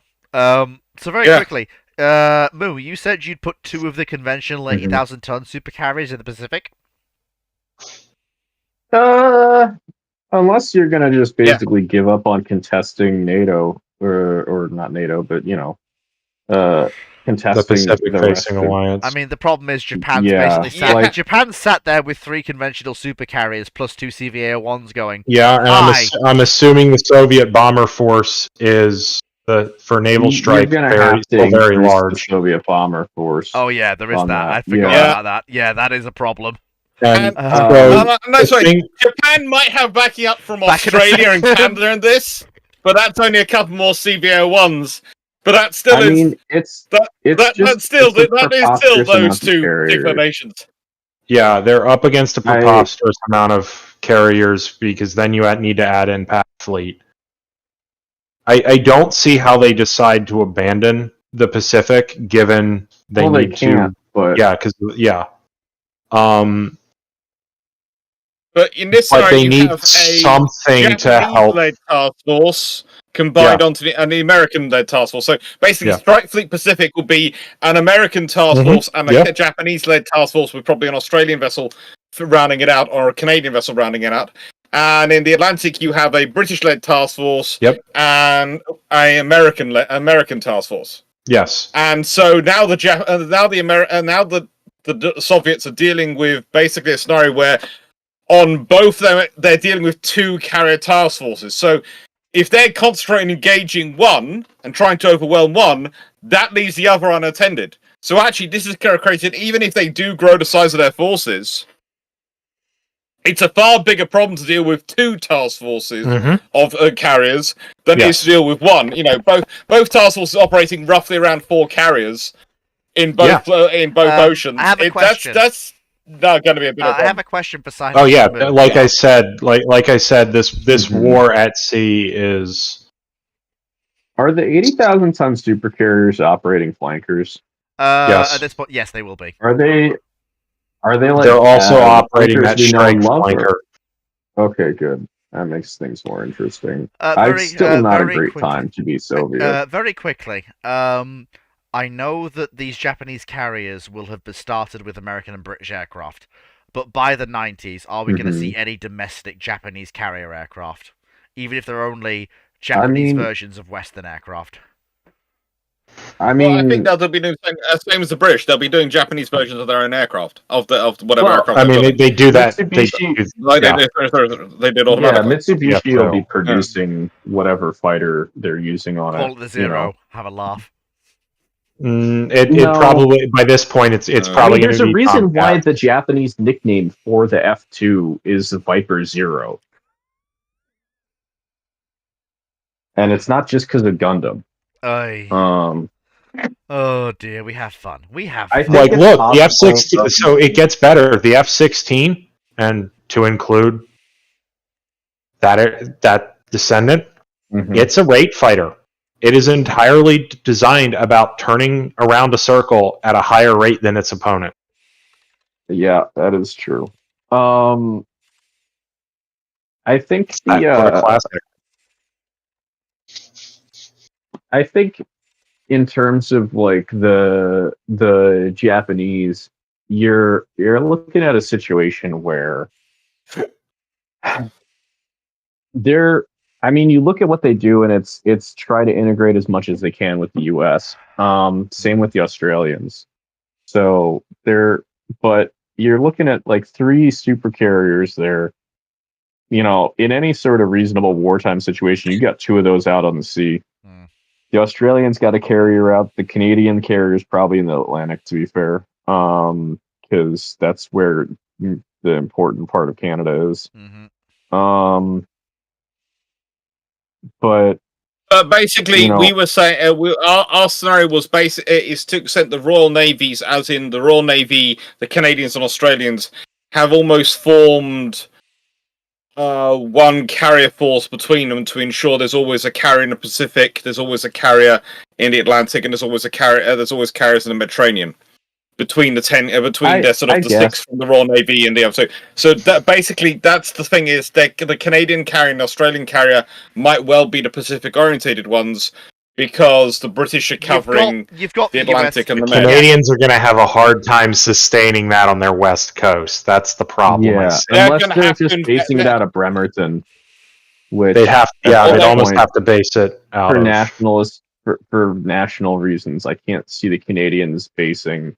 Well, they do have bases there. They just and they do have bases in Esquimalt, and they haven't invested enough that much in it over the years. But if they had invested more in it, it did have some of the first I mean, dry docks, etc. And facilities were there. So you could build it. It's just Yeah, expensive, it's and the possible. Canadians have been broke forever. But if they have a carrier, if they spent that much money on a carrier in the 70s or 60s, I guess and let's be honest, for them to operate a carrier in the 70s and 60s, they're going to need to be spending money on infrastructure anyway.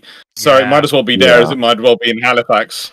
It's got to be built. They've got to build. I can tell you, I will say something. This spending for Canada between this and their NORAD commitment, they're not really going to be able to commit any sort of useful ground in Europe. I mean, they didn't anyway, so that's fine. Yeah. No, so, it doesn't change much. I know. I'm just one pointing that out. Canadian division and then one Canadian very quickly. brigade, and then You're not getting that. Very quickly. I just want to quickly address Paul Amos's question from YouTube, which is what's China doing? Very simply, China is the same as historical, except this time instead of being digging itself out of Mao's pit. Yeah, like the Chinese, the People's Liberation Army Navy, or as Cyclic likes to say, having a plan, but umtish. It is the People's Liberation Navy. I know. That term gets translated fairly incorrectly. I know. But anyway, jokes aside, there's an argument. There's an argument that it's because the People's Liberation Army is the senior service, and the other parts of the PLA were all founded by army officers who were told to go fund what I've been told by people that understand the language is that. Yeah, I've been told it's somewhat complicated as well. But anyway, I've got a dip. But basically, this is all causing a lot of problems. The Soviet Navy's not big enough. It's bigger, but they're it's not big probably going to. Well, it's just going to mean that there's probably a lot more destroyers and shit floating around for them. That's the easiest solution. It's just build up your destroyer. Or more missile destroyers. Yeah. Thanks, Moo. You've been an absolutely great help. Yep. So thank you. Yep. So to very quickly wrap up. So the Chinese Navy is basically doing historical. They can't procure carriers because who's going to sell them one? Unless for some reason the Russians sell them Graf Zeppelin. God help them if they do. I assume the Sino-Soviet split still happens historically, so that's not happening. Yeah.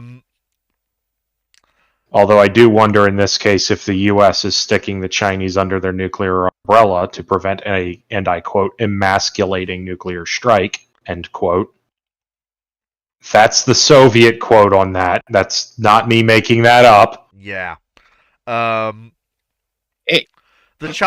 nice way, with all this going on, and with carriers and these things being such a thing, there is a possibility the Chinese have tried to build something earlier for national status, because let's be honest, Mao Zedong was, how to put it this way, Mao was just as like all dictators.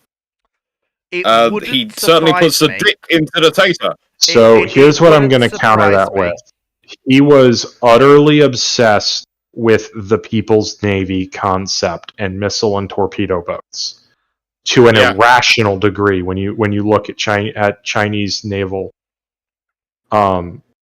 discussions on it in this period, Mao was obsessed, and if people disagreed with him, people had problems. Yeah, I agree. But he's also obsessed in a period whereby the Soviets have not had these things either. And so if he's come through in a scenario where the Soviets have been going for these things, he might have gone the other way. He might have been obsessed the other way. Very quickly, I would just like to say the following. Now, China has one way in, I see, in the Red Fleet timeline to getting carriers before 1991. And it's incredibly cursed, and I am you both Cycling and Dr. Clark are welcome to jump down my throat if they think I've got this wrong. But when the Canadians and the Australians are divesting themselves of their light fleet carriers, as in, the Colossus class, the light fleets, etc., I'm sure the Chinese could buy them to scrap. Definitely scrap, honestly. They didn't have a scrapping industry then. They did buy them though historically for scrap, didn't they? I don't They think did so. buy the Australian one to scrap. They did buy the Australian one to scrap. They bought the Australian one? Okay. So in that case, given the proliferation of carriers in the world, you might see them pull a Varig with the Australian carrier. What are they gonna put on it? Honestly, they're going to basically be 20 years behind everyone else. Because they don't have the aircraft design industry either in this period yet. The funny thing they are domestically building outdated stuff. Cycling. But they don't. So hang on, let me finish. Yeah. What got them their carrier versions was a lot of in art currently that they have was an awful lot of Ukrainian help. Yeah, I understand that. What I will say is that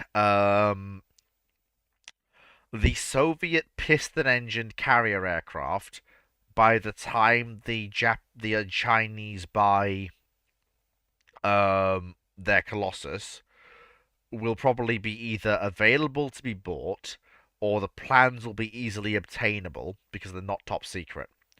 I'm basically talking about the Chinese not getting a jump start, but getting a start in carrier aviation. They're gonna have to do it the hard way. To follow a vanity project, they will become a prestige vanity project.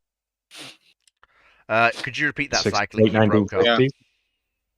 So to follow a prestige vanity project, they willfully become a very obvious laughing stock in the late 60s, early 70s.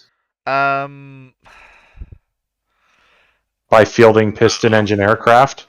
It's not so much that they're fielding them. It's their primary. It's more that it's not considered. Well, the propaganda to the Chinese people might consider it a combat asset, but the the PLN is like, this is not a combat asset.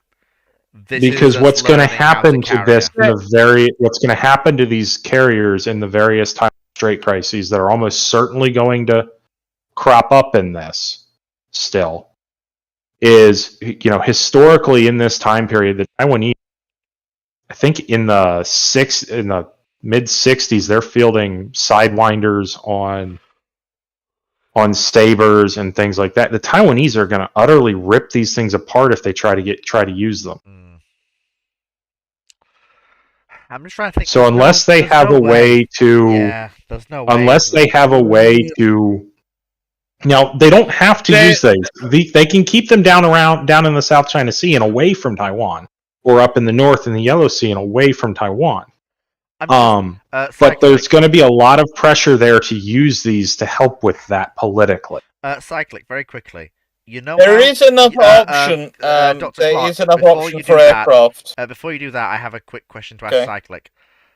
You know how the Argentinians operated A4 Sky Raiders from their light fleet, right? Mm-hmm. And they got those because of authorization from the U.S. No, I'm aware. For those is there any Soviet-aligned aircraft or jet aircraft that China produces that could be...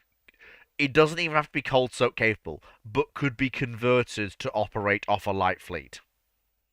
Like a MiG-15 or whatever the Chinese variant is. I mean, you could, but again, that gets back into having a aeronautics industry capable of actually doing that, and they don't have that yet. Yeah. They have the MiG-21 variant.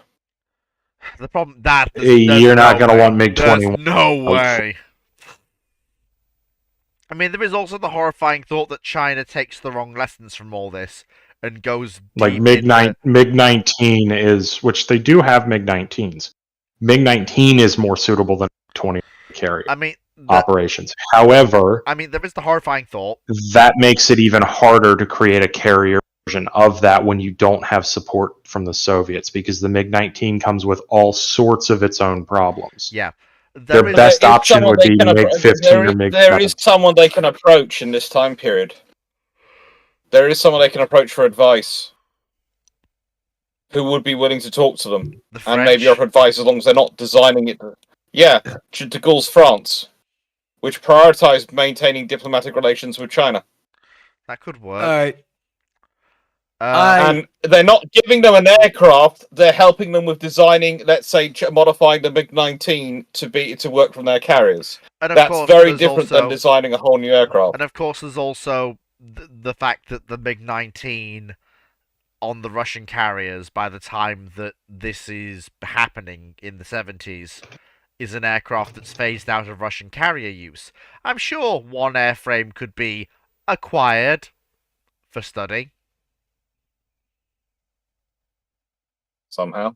Gentlemen, it's been fun, but it is 21:11 on my side of the Atlantic. Yep. I got to give my nightly photon leak inspection. Fair enough. Have a good Goodbye, one. Ronan. Very quickly. I would there be is also- incredibly suspicious about operating MiG-19 off of, I'm assuming, Oh, no. HMAS Melbourne. Oh no, yeah, I wouldn't either. Yeah. I think it's gonna be like the best you're gonna get. Honestly, it's gonna be MiG-17. I'm not even convinced on that. MiG-17 has some very interesting takeoff and landing characteristics. Same with MiG-15. But very quickly, there is also the cursed option, which is the other side of the Red Fleet timeline, where the Chinese don't take the carrier forward, they try to build large surface combatants with guns and missiles. I mean, they can. That is more practical. If anything, I'd see them go the missile route over the gun. They probably will still have some big guns. Because Mao is obsessed with missiles. They probably will still have some big guns, but you probably see the big gun be the 8-inch for the Chinese rather than anything bigger than that.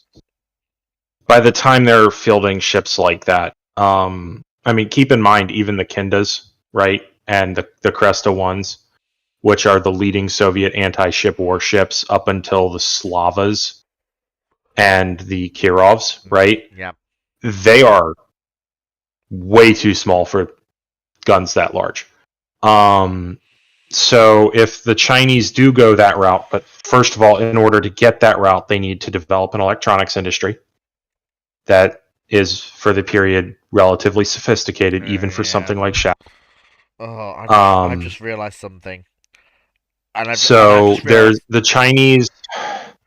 The Chinese, so the fastest that the Chinese can really start a major naval buildup is probably the very, very early 90s, and they're gonna be in this period without like U.S. assistance or Australian or Canadian assistance. Which it depends on how things shake out after Mao's gone, right? And whether or not the U.S. takes the Nixon route. And in this time frame, given how much the Soviets are spending on their fleet, their army probably looks somewhat different. Yes. Which means there may not be that draw for the to try to find a balancing land power. I do have a comment to make about what you just said. You mentioned about the technical industry needing to advance to produce missiles. I have a thought, and it's a horrible one.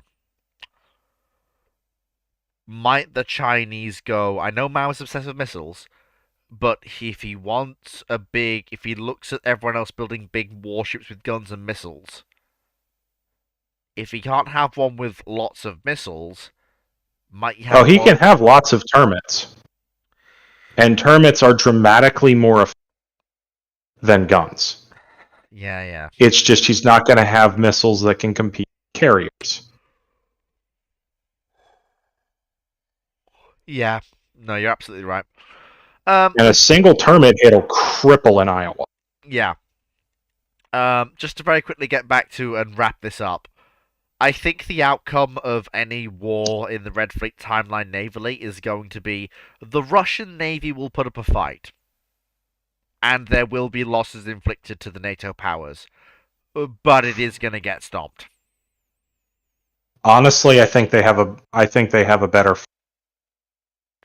You broke up at the end, Cyclic. A better what? I think in real life they would have had a better fight. Yeah, I think I agree with that. You don't have the. It's just the thing with having At least until the maritime strategy hits the U.S. Navy, but yeah. Yeah, I think I can agree with that. We've just bulked up NATO massively. The RN has cattle bar capability into the 90s massively. Japan has cattle bar In a nice way, carriers.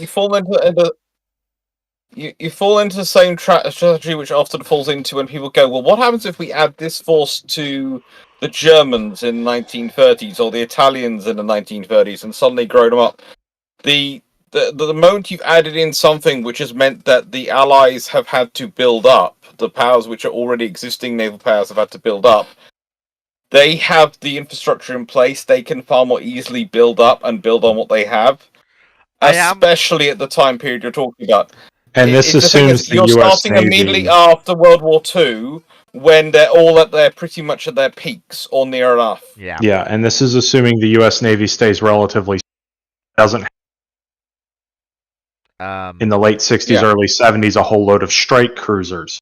Yeah. And then turn around and field 20-something twin-arm Ticonderogas as destroyers. Oh my goodness. Following that with Aegis Virginias. Oh my.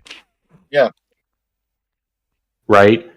And then... it's similarly presuming various things of the British in terms of what they produce. And then the cost-cutting things that got us the Kitty Hawks probably would not have happened. You probably would have seen an initial class of several nuclear supercarriers, followed then by the Nimitzes. Yeah.